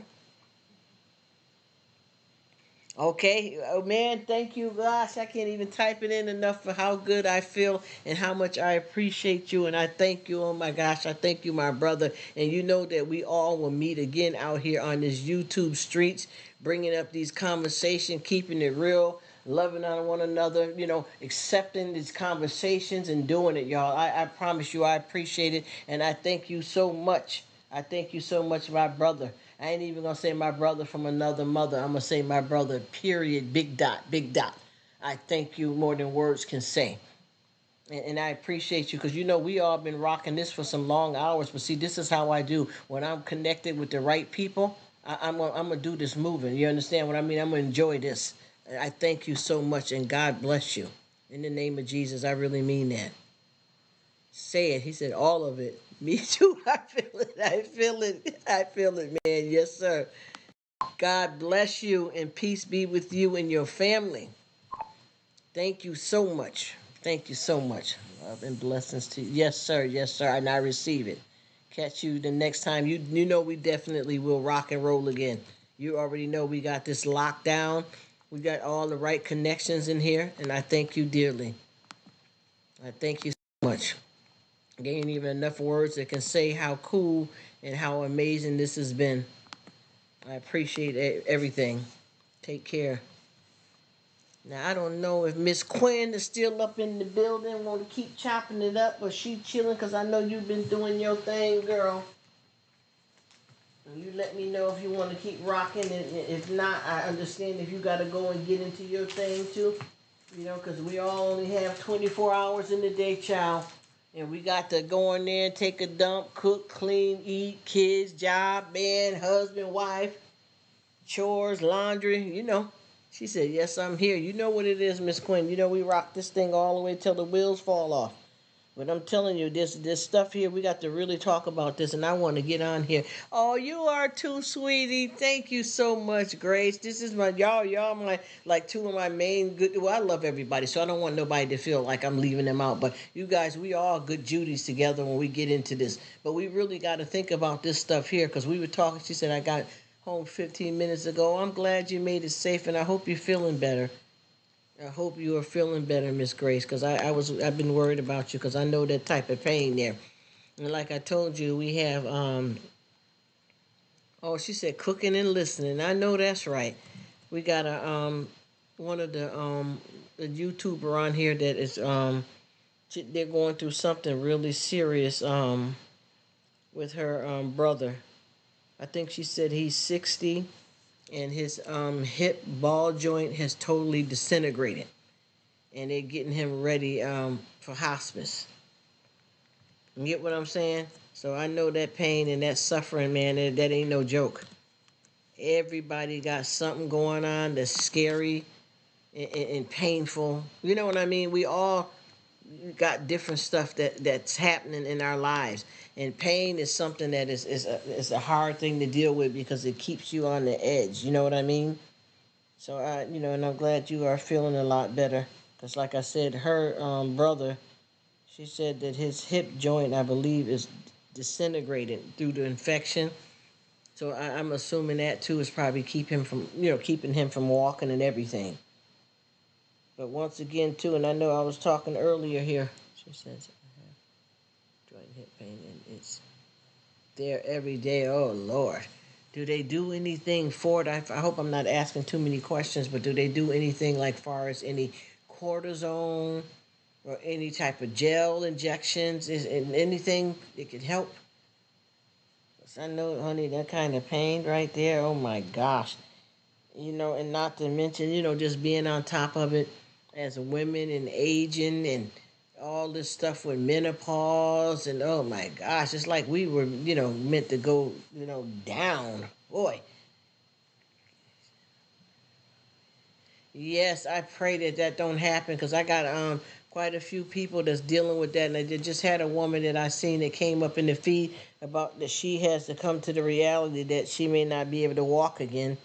And then I know one lady here is going through something with her knees, and she just had her knee replacement in one of her knees, and I think they're doing the other one. And I believe something happened like that with Tamala Mann. I think she had a knee replacement or both knees replaced. So it's kind of hard. Hey, what's up? How you doing, Rob? Nice to see you, bro. You are mad good people. And baby girl is awesome. That was awesome yesterday. I appreciate it. I appreciate it. Oh my gosh, you guys are bomb, yo. I promise you, we are meeting. Oh my gosh, y'all some of the most nicest people that I've met probably in my life, and not just on YT, but out here in the world. You know what I mean? Because a lot of times, man, it's crazy out here. Dang, I had a good time with you guys. I hope this connection worked too. 'Cause that was interesting yesterday. And I forgot the man's name. Is that somebody that she's subscribed to over there? I forgot the man's name that's making the funny voices last night or yesterday. I don't know what the time zone is, so I'm just trying to say it right. Oh, thank you, man. We've been doing it over here, man. We done covered so much ground, Rob, that we done been in the church, out the church, on the floor, peeping out the window. We done went in the basement, the attic. We just talking about a whole bunch of stuff that's going on here with our famous people. It's just crazy. We all and everybody idolize these people, and they're making worse mistakes than us. Old fart. Okay, gave me one of our. Oh, okay. See, yeah, he likes to have a lot of fun. He seemed to be good people. I was thinking about going and check him out, but I didn't know which way he was rolling. Because what I don't do, because I know how you are, Rob. You a lot like me. Like a lot of people don't understand sometimes when you be like, yo, I don't want to be on this. I don't want to get all that. I'm the same way. I don't like all that spotlight and too much stuff. And you kept saying, I want to get off here to let her do her thing. And then half the folks, they were being sweet though, but they didn't understand that you wanted. You was serious because I knew it. I knew it. I knew you. You had to go on and do it moving. It get like that.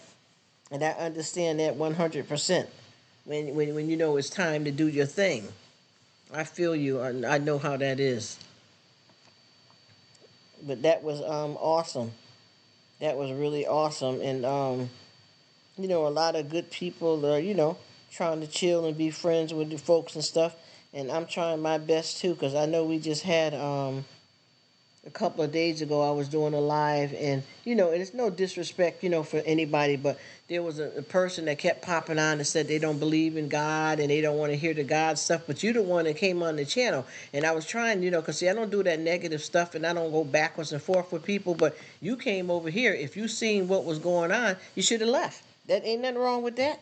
You didn't have to be, and he just kept talking against us because we were just talking about God. We didn't go in too deep or make anybody feel uncomfortable. We were just saying that we got to give thanks and praise, and God is good, just little stuff like that. And he basically he didn't want to hear it. I don't know why he came though, or why he didn't leave.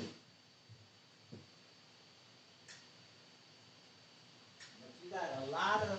I told you, once I get ready to cut loose out here and get this stuff that I'm dealing with legally straightened out, I'm going to be on camera, and I know people are going to come trolling. But see, what they don't realize about me is that whoever's with me, know me, believe me, and see anything I'm going through, I got receipts, but at the same time, I don't have to prove anything to anybody, and the only thing that they're going to do is they're going to come on and try to, but see, they ain't going to do nothing but make me famous. I mean that. They ain't gonna do nothing but make me famous, because I'm gonna have a lot of crazy people coming once I get on camera and they see that I do YouTube. Because see, I've been off the grid so long, folks don't know where I live at, what name change, none of that. Because I had to start my life over, because somebody was gonna get in a lot of trouble messing with me. And see, God don't play about his kids.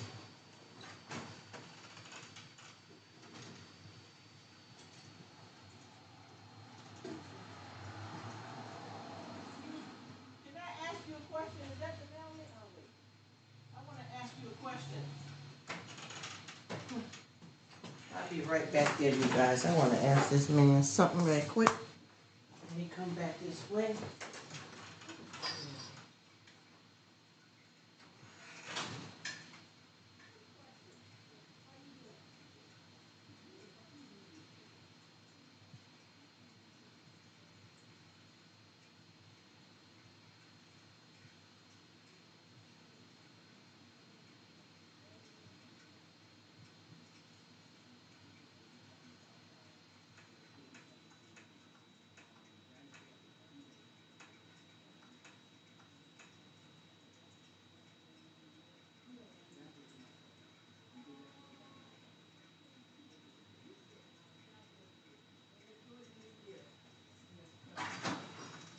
Oh,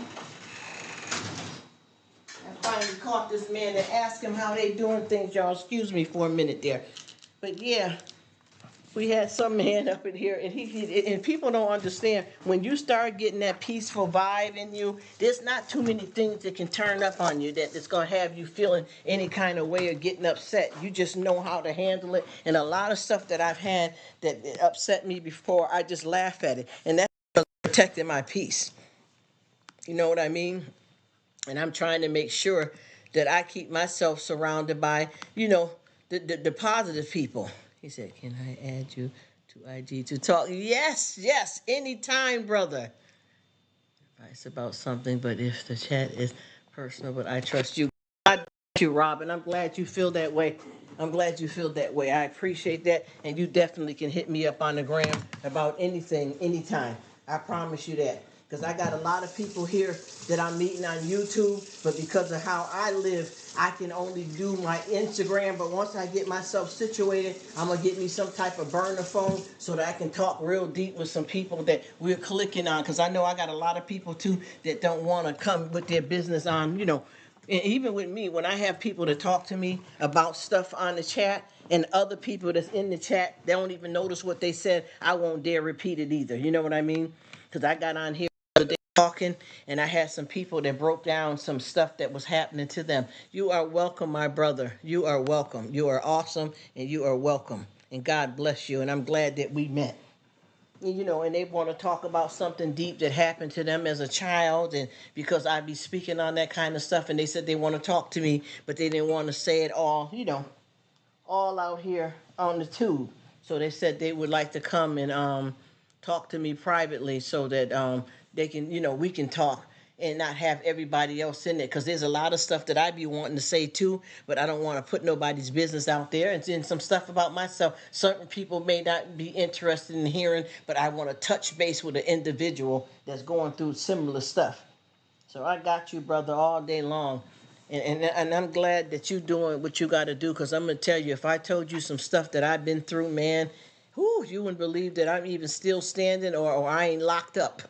Because I'm going to tell you, homegirl been the gangster. Or you, Land, if I told you some stuff, if you would have been on here earlier here, about maybe, a good, not even, what, maybe about half hour ago, we were laying down some business, honey. We was talking about some stuff.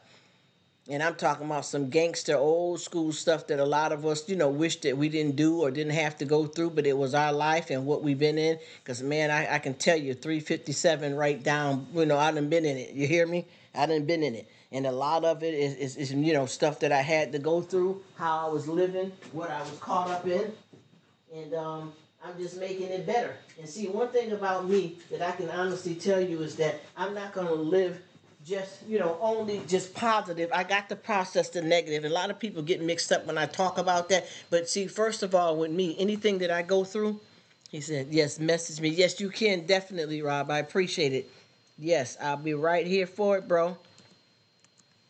But I definitely be trying my best to process stuff, because I realize a lot of times when we sweep stuff under the rug, that's when you end up somewhere in a damn psych ward or on some psychiatrist's couch and pumped full of medicine, when in actuality, because you kept it a secret, because everybody keeps saying be positive, that you couldn't even think out what was hurting you.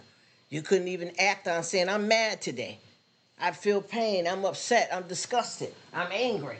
Oh, that's not positive. You can't think like that. That ain't of God. That don't have nothing to do with it. That don't have nothing to do with it. What that's called is living. What do you think happened with Jesus when he passed through all them people and they did all that stuff to him? Same thing. We have to process these different emotions so that we can get to a place where we good. Hey, Melinda. How you doing? Have to go. It was nice. Thank you so much. I appreciate it. I hope you have a great rest of the week, my dear. Thank you dearly for coming. And I'm glad to see that you made it in the new year. Because a lot of folks don't realize they can only, see a certain distance of thing, and they think everything's all right, and that might be in our world, but not for somebody else. Because I know a lot of people, I promise you, if not to put no negative spin on things, but a lot of times you be thinking like, you woke up this morning and you doing good, your son doing good, your daughter, your husband, your co-worker, but you turn the news on and some poor family is dealing with a death, a car accident. Do you know already they got on the news about 3 or 4 different people that they're saying that already died in the new year, and we only been in the new year for 2 days. So we gotta, we just gotta be grateful for all that we are and all that we have. So I thank you so much, and God bless you, and enjoy the rest of this week here. And I'm gonna come and spin by and check you out as well. And I appreciate you, my Linda, and I love your name. It's real pretty. And I apologize to Grace, because Grace was saying something, and I wanted to ask her, does it work for you? What you said that you were using for your pain, because you said it's a cream. Does it help? Let me know, because I got a lot of people that are struggling with a lot of different medical issues that would be interested in that. So you let me know if that's something that'll work. Because I know so many folks that got a lot of different pain, and there's a lot of different ways to use that, but some people may not want to.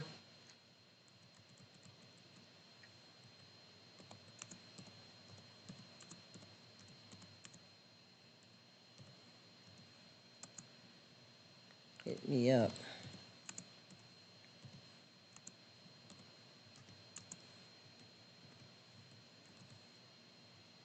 Because I know you were saying something,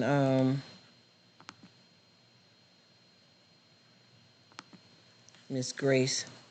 Let me know if that worked for you, because if it is, I got a lot of different people that I can make some recommendations to. Oh, okay. He said he wants to send me a message. Let me get it. I gotta go in there and get near my phone.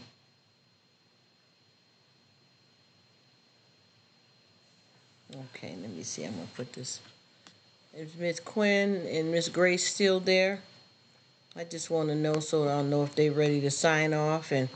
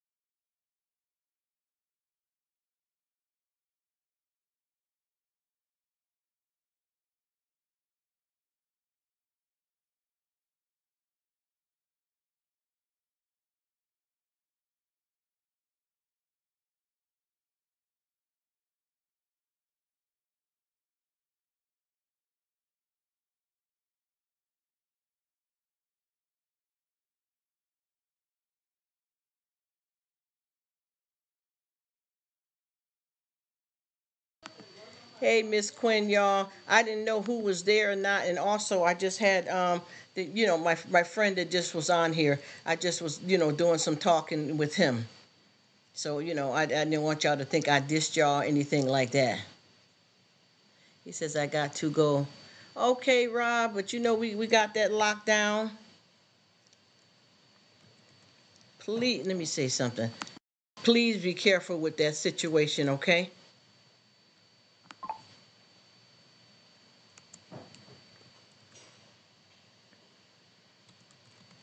Yes, ladies, I am still here. I just wanted to relate with him for a minute there, and I had to check out some stuff on the gram, things like that. But it's all Gucci, y'all. Please be careful, cause I don't want to see nobody hit down. I'm learning how to use Instagram properly, but yeah, please let that stuff go. Got to let that go. But yeah, y'all, we got a lot of stuff that's going on out here. Gotta watch out, cause this is getting. I'm telling you, we think what we got going on now. This is about to go down even worse. It's getting. These signs are coming, and we got to watch ourselves out here. This is getting. I'm telling you, y'all. We think we living in some times of some grimy stuff, but people are finna get crazy. We got to watch our backs, y'all. This is scary. This is scary. But yeah, so does that stuff work for you, Miss he said by Rob, okay. Does that stuff work for you though that you mentioned earlier, Miss Grace? You said you had the lotion. She said we still here with you. She says, I can't hear you if you're speaking. Wait a minute, is she talking to me? Wait a minute, let me see if I got this. I turned it down. Can you hear me now, Miss Quinn?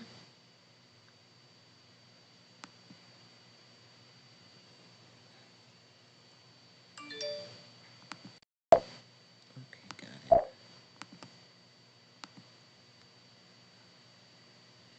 Oh, I'm sorry to hear that, Grace. I hope you can find something because I'm telling you, living with pain changes your personality a lot. You know what I mean? And I don't want you to be there suffering because I know how it is dealing with all kinds of pain and aches and stuff like that. So please be careful with that. She's doing Chipotle. Oh, yeah.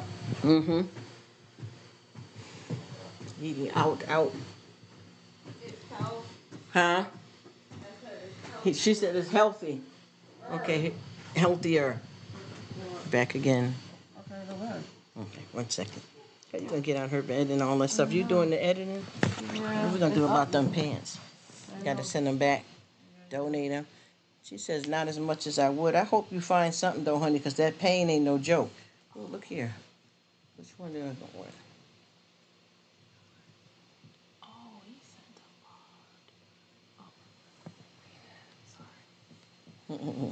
She said definitely. So do they do anything about it as far as the doctors is concerned? Grace, is there anything else that they can do? Okay, he says I had a feeling it was directed at me. She is talking about revenge on. He said I never gone to do that. That's why I left the community, and they are all hating on me. The fact that my channel is actually growing because back when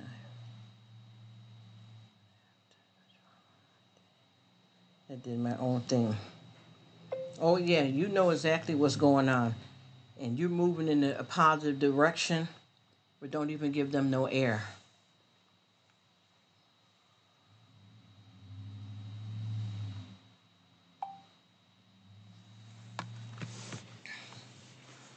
Oh. Oh, I hate to see the suffering because I got quite a few boo boos over here myself, Miss Grace. I really do. Look, she said, "Are you still with us, Miss Quinn?" Yes, I am. I don't know if she left and thought I was gone, but I had to take care of something in the background, and I wanted to get that straightened out. And I hope she didn't think I was dissing y'all, and I hope you didn't either, Miss Grace, because I had asked you about how you were doing and you didn't respond. So I figured you might have been, walked off, cooking, doing your thing like you said. So, we don't take it to the heart, right? She said physical therapy. I don't want any injections or surgery. Hey, you know what? Make your choice for your life and be proactive. If that's something that you don't want and it ain't for you, don't do it. I feel you. I feel you all the way. And I pray, and I'll keep you in my prayers with something like that. Here we go again. I hope that you find some kind of relief, though.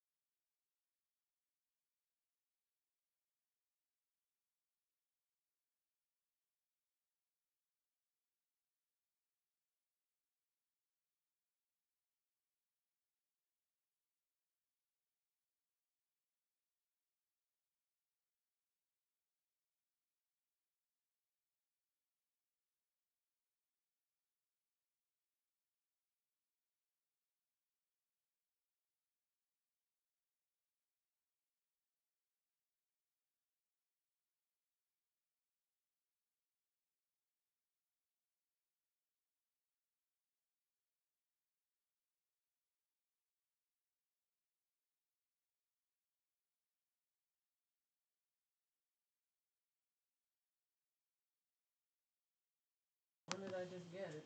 All right. So for me, for it to be already like this already, it's like, nah. Time for a new one. You are welcome, sis, and I got you too. And I think Miss Quinn, she probably done head out. I hope she didn't think I was dissing y'all or nothing. It's just that I was just dealing. I know you seen the stuff going on there. I was just helping a friend out, and I had to get off for a minute. And I apologize for that because I know y'all here and we all chilling out. But I am here, and like I said, I always check with y'all to see if I'm talking too much going on, and you know, let me know if y'all good with what I'm doing or not, and I'll do it moving. But I pray that things work for you, my sister, because that ain't nothing to joke with. Especially if you don't find the right alternative for the pain, it's going to be a lot of suffering, and I want you to be okay. I'm going to put you in my prayer.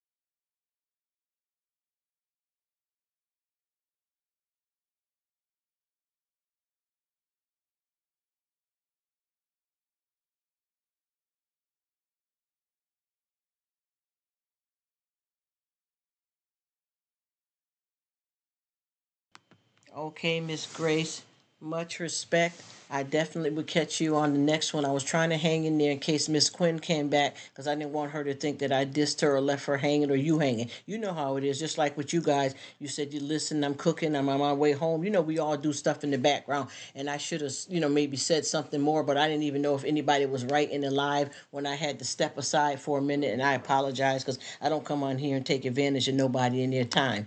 And I'm trying to see if Miss Quinn comes back so I can explain that to her. But I thank you so much, and God bless you, my beautiful sister. I'm gonna put you in my prayer because you don't need to suffer like that with that pain. And I was wondering what you said you was using for pain. Can you take it in a different form? Use it in a different form, and that might help more. Anyway, have a good night and get you some rest. Take care, my dear.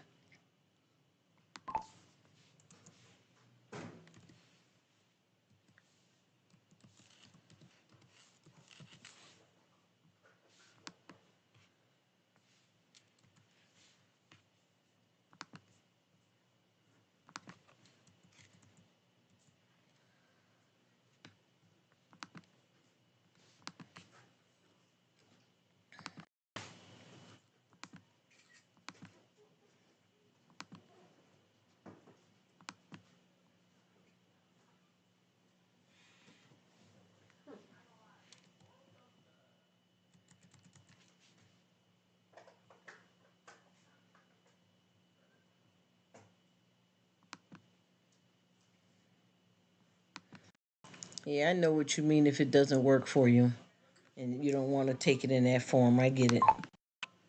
I don't blame you. You have to be, when you do stuff like that, it has to be comfortable for you, you know?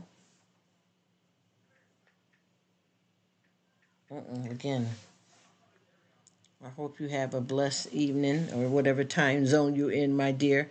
And I hope you figure out something else that can work for you, though, Grace, because I hate to see that.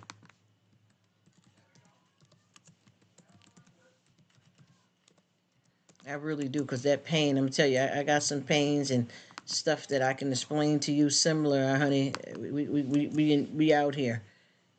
And it's hard to find something that'll work for you that don't make you feel uncomfortable or wonky. Like you don't want, there's a reason why you don't like it orally. You know what I mean? There's a reason why you don't want the injections. So I get all of that. I just hope that you can find something that would be some comfort in you because I got some medical stuff going on here and that I'm, gonna have to start doing something that I don't necessarily want to do. But if the pain gets that bad, I ain't got no choice. Yes, think about, yeah, holistic is good too. Yes, consider something because you don't want to live your life out with chronic pain all the time because you're a positive person, so I know you can handle anything that comes your way, but at the same time it's scary and it hurts.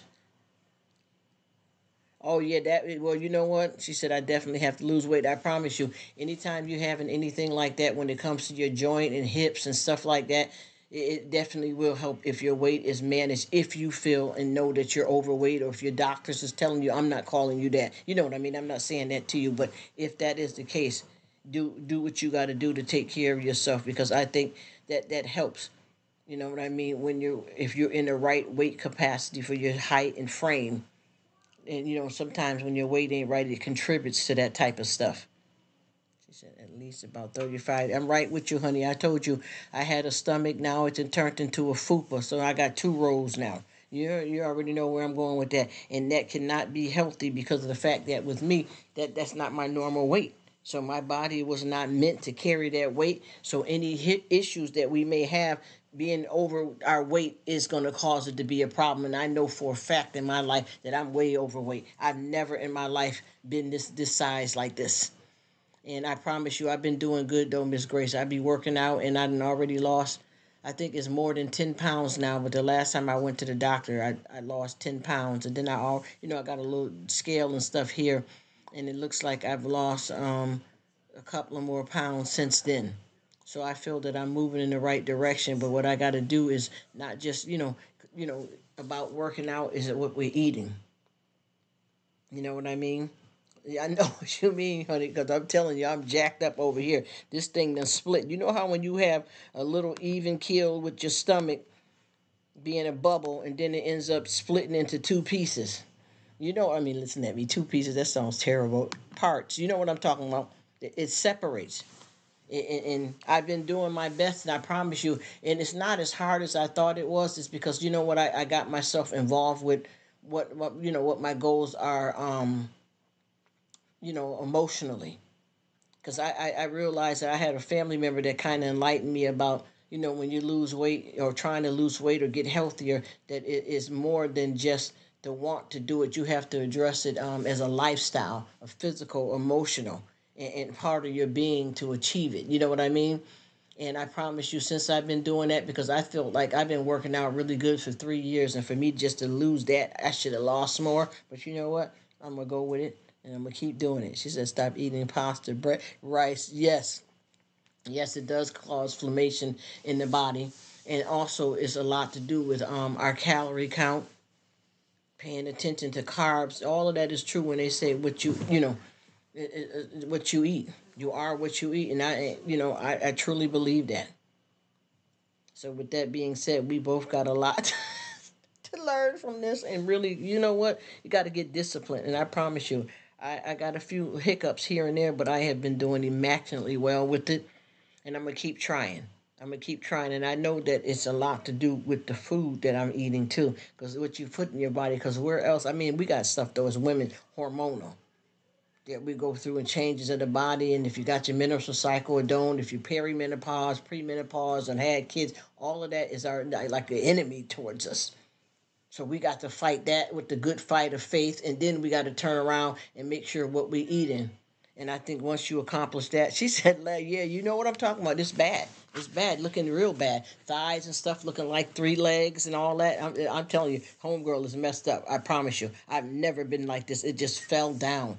And it kind of hit me out of the blue that I didn't even see it coming, because one thing I don't do is I don't abuse food, so I know that it didn't come from that. I really feel that it has a lot to do with me being a female and what my body's going through changes as you start getting older and stuff like that, and it got out of hand. So what I got to do is, how do you kill something? You don't feed it. You get what I'm saying? So I feel that whatever's happening is stuff that I can't control, but at the same time, if I make sure that I don't feed it, whatever the problem is, whether it's hormonal, aging, all of that kind of stuff, the free radicals, everything that we got out here, the bread, the pasta, if I get all of that in control, it'll keep me from being further messed up with, if it's from menopause, because you are what you eat, but if you know you're not eating messed up, that can't be, oh, I'm sitting here eating the food that's causing it, which you'll know if it was the pastas and stuff. But once you start cutting out a lot of that stuff and you're still having issues, a lot of it is hormonal, because people don't realize how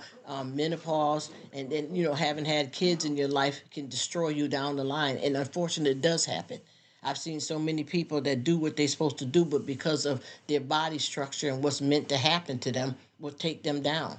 But I know one thing: if food will definitely play a big role in keeping them issues aggravated, and I've been working on myself. And I don't want to keep talking, because I know you said you want to go eat and relax. So I'm going to stop running my mouth, my lady. But we definitely going to pick up the subject and talk about it again. But the food is a big part of controlling. Because, see, with us, with our hormonal things, we got too much problems. I mean, I don't know why all of it end up on us as women. But I'm not going to keep talking. You know what I mean, right? So I'm going to let you go on and go. And we're going to hit this up and get into it the next time. And God bless you. And you take care. And I'll see you soon. Bye for now. As I know I'm over here talking.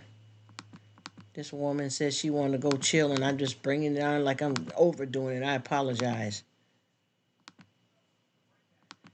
I'm sorry, Miss Quinn. I stepped away for a minute, but I came back. I'll catch you on the next one, okay?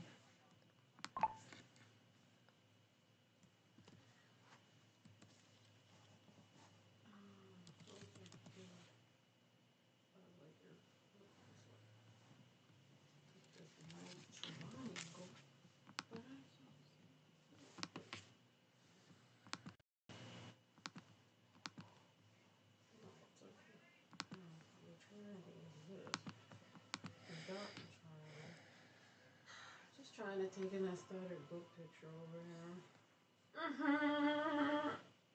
Ain't that funny? Mm-hmm. I'm trying to take an aesthetic book picture. Look at me. But that's an inspiration. Oh, that's cute though. Yeah. Everybody. See you later.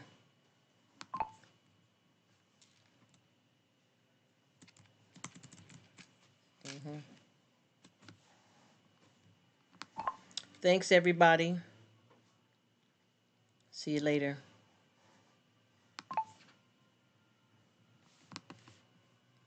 Okay, wait a second.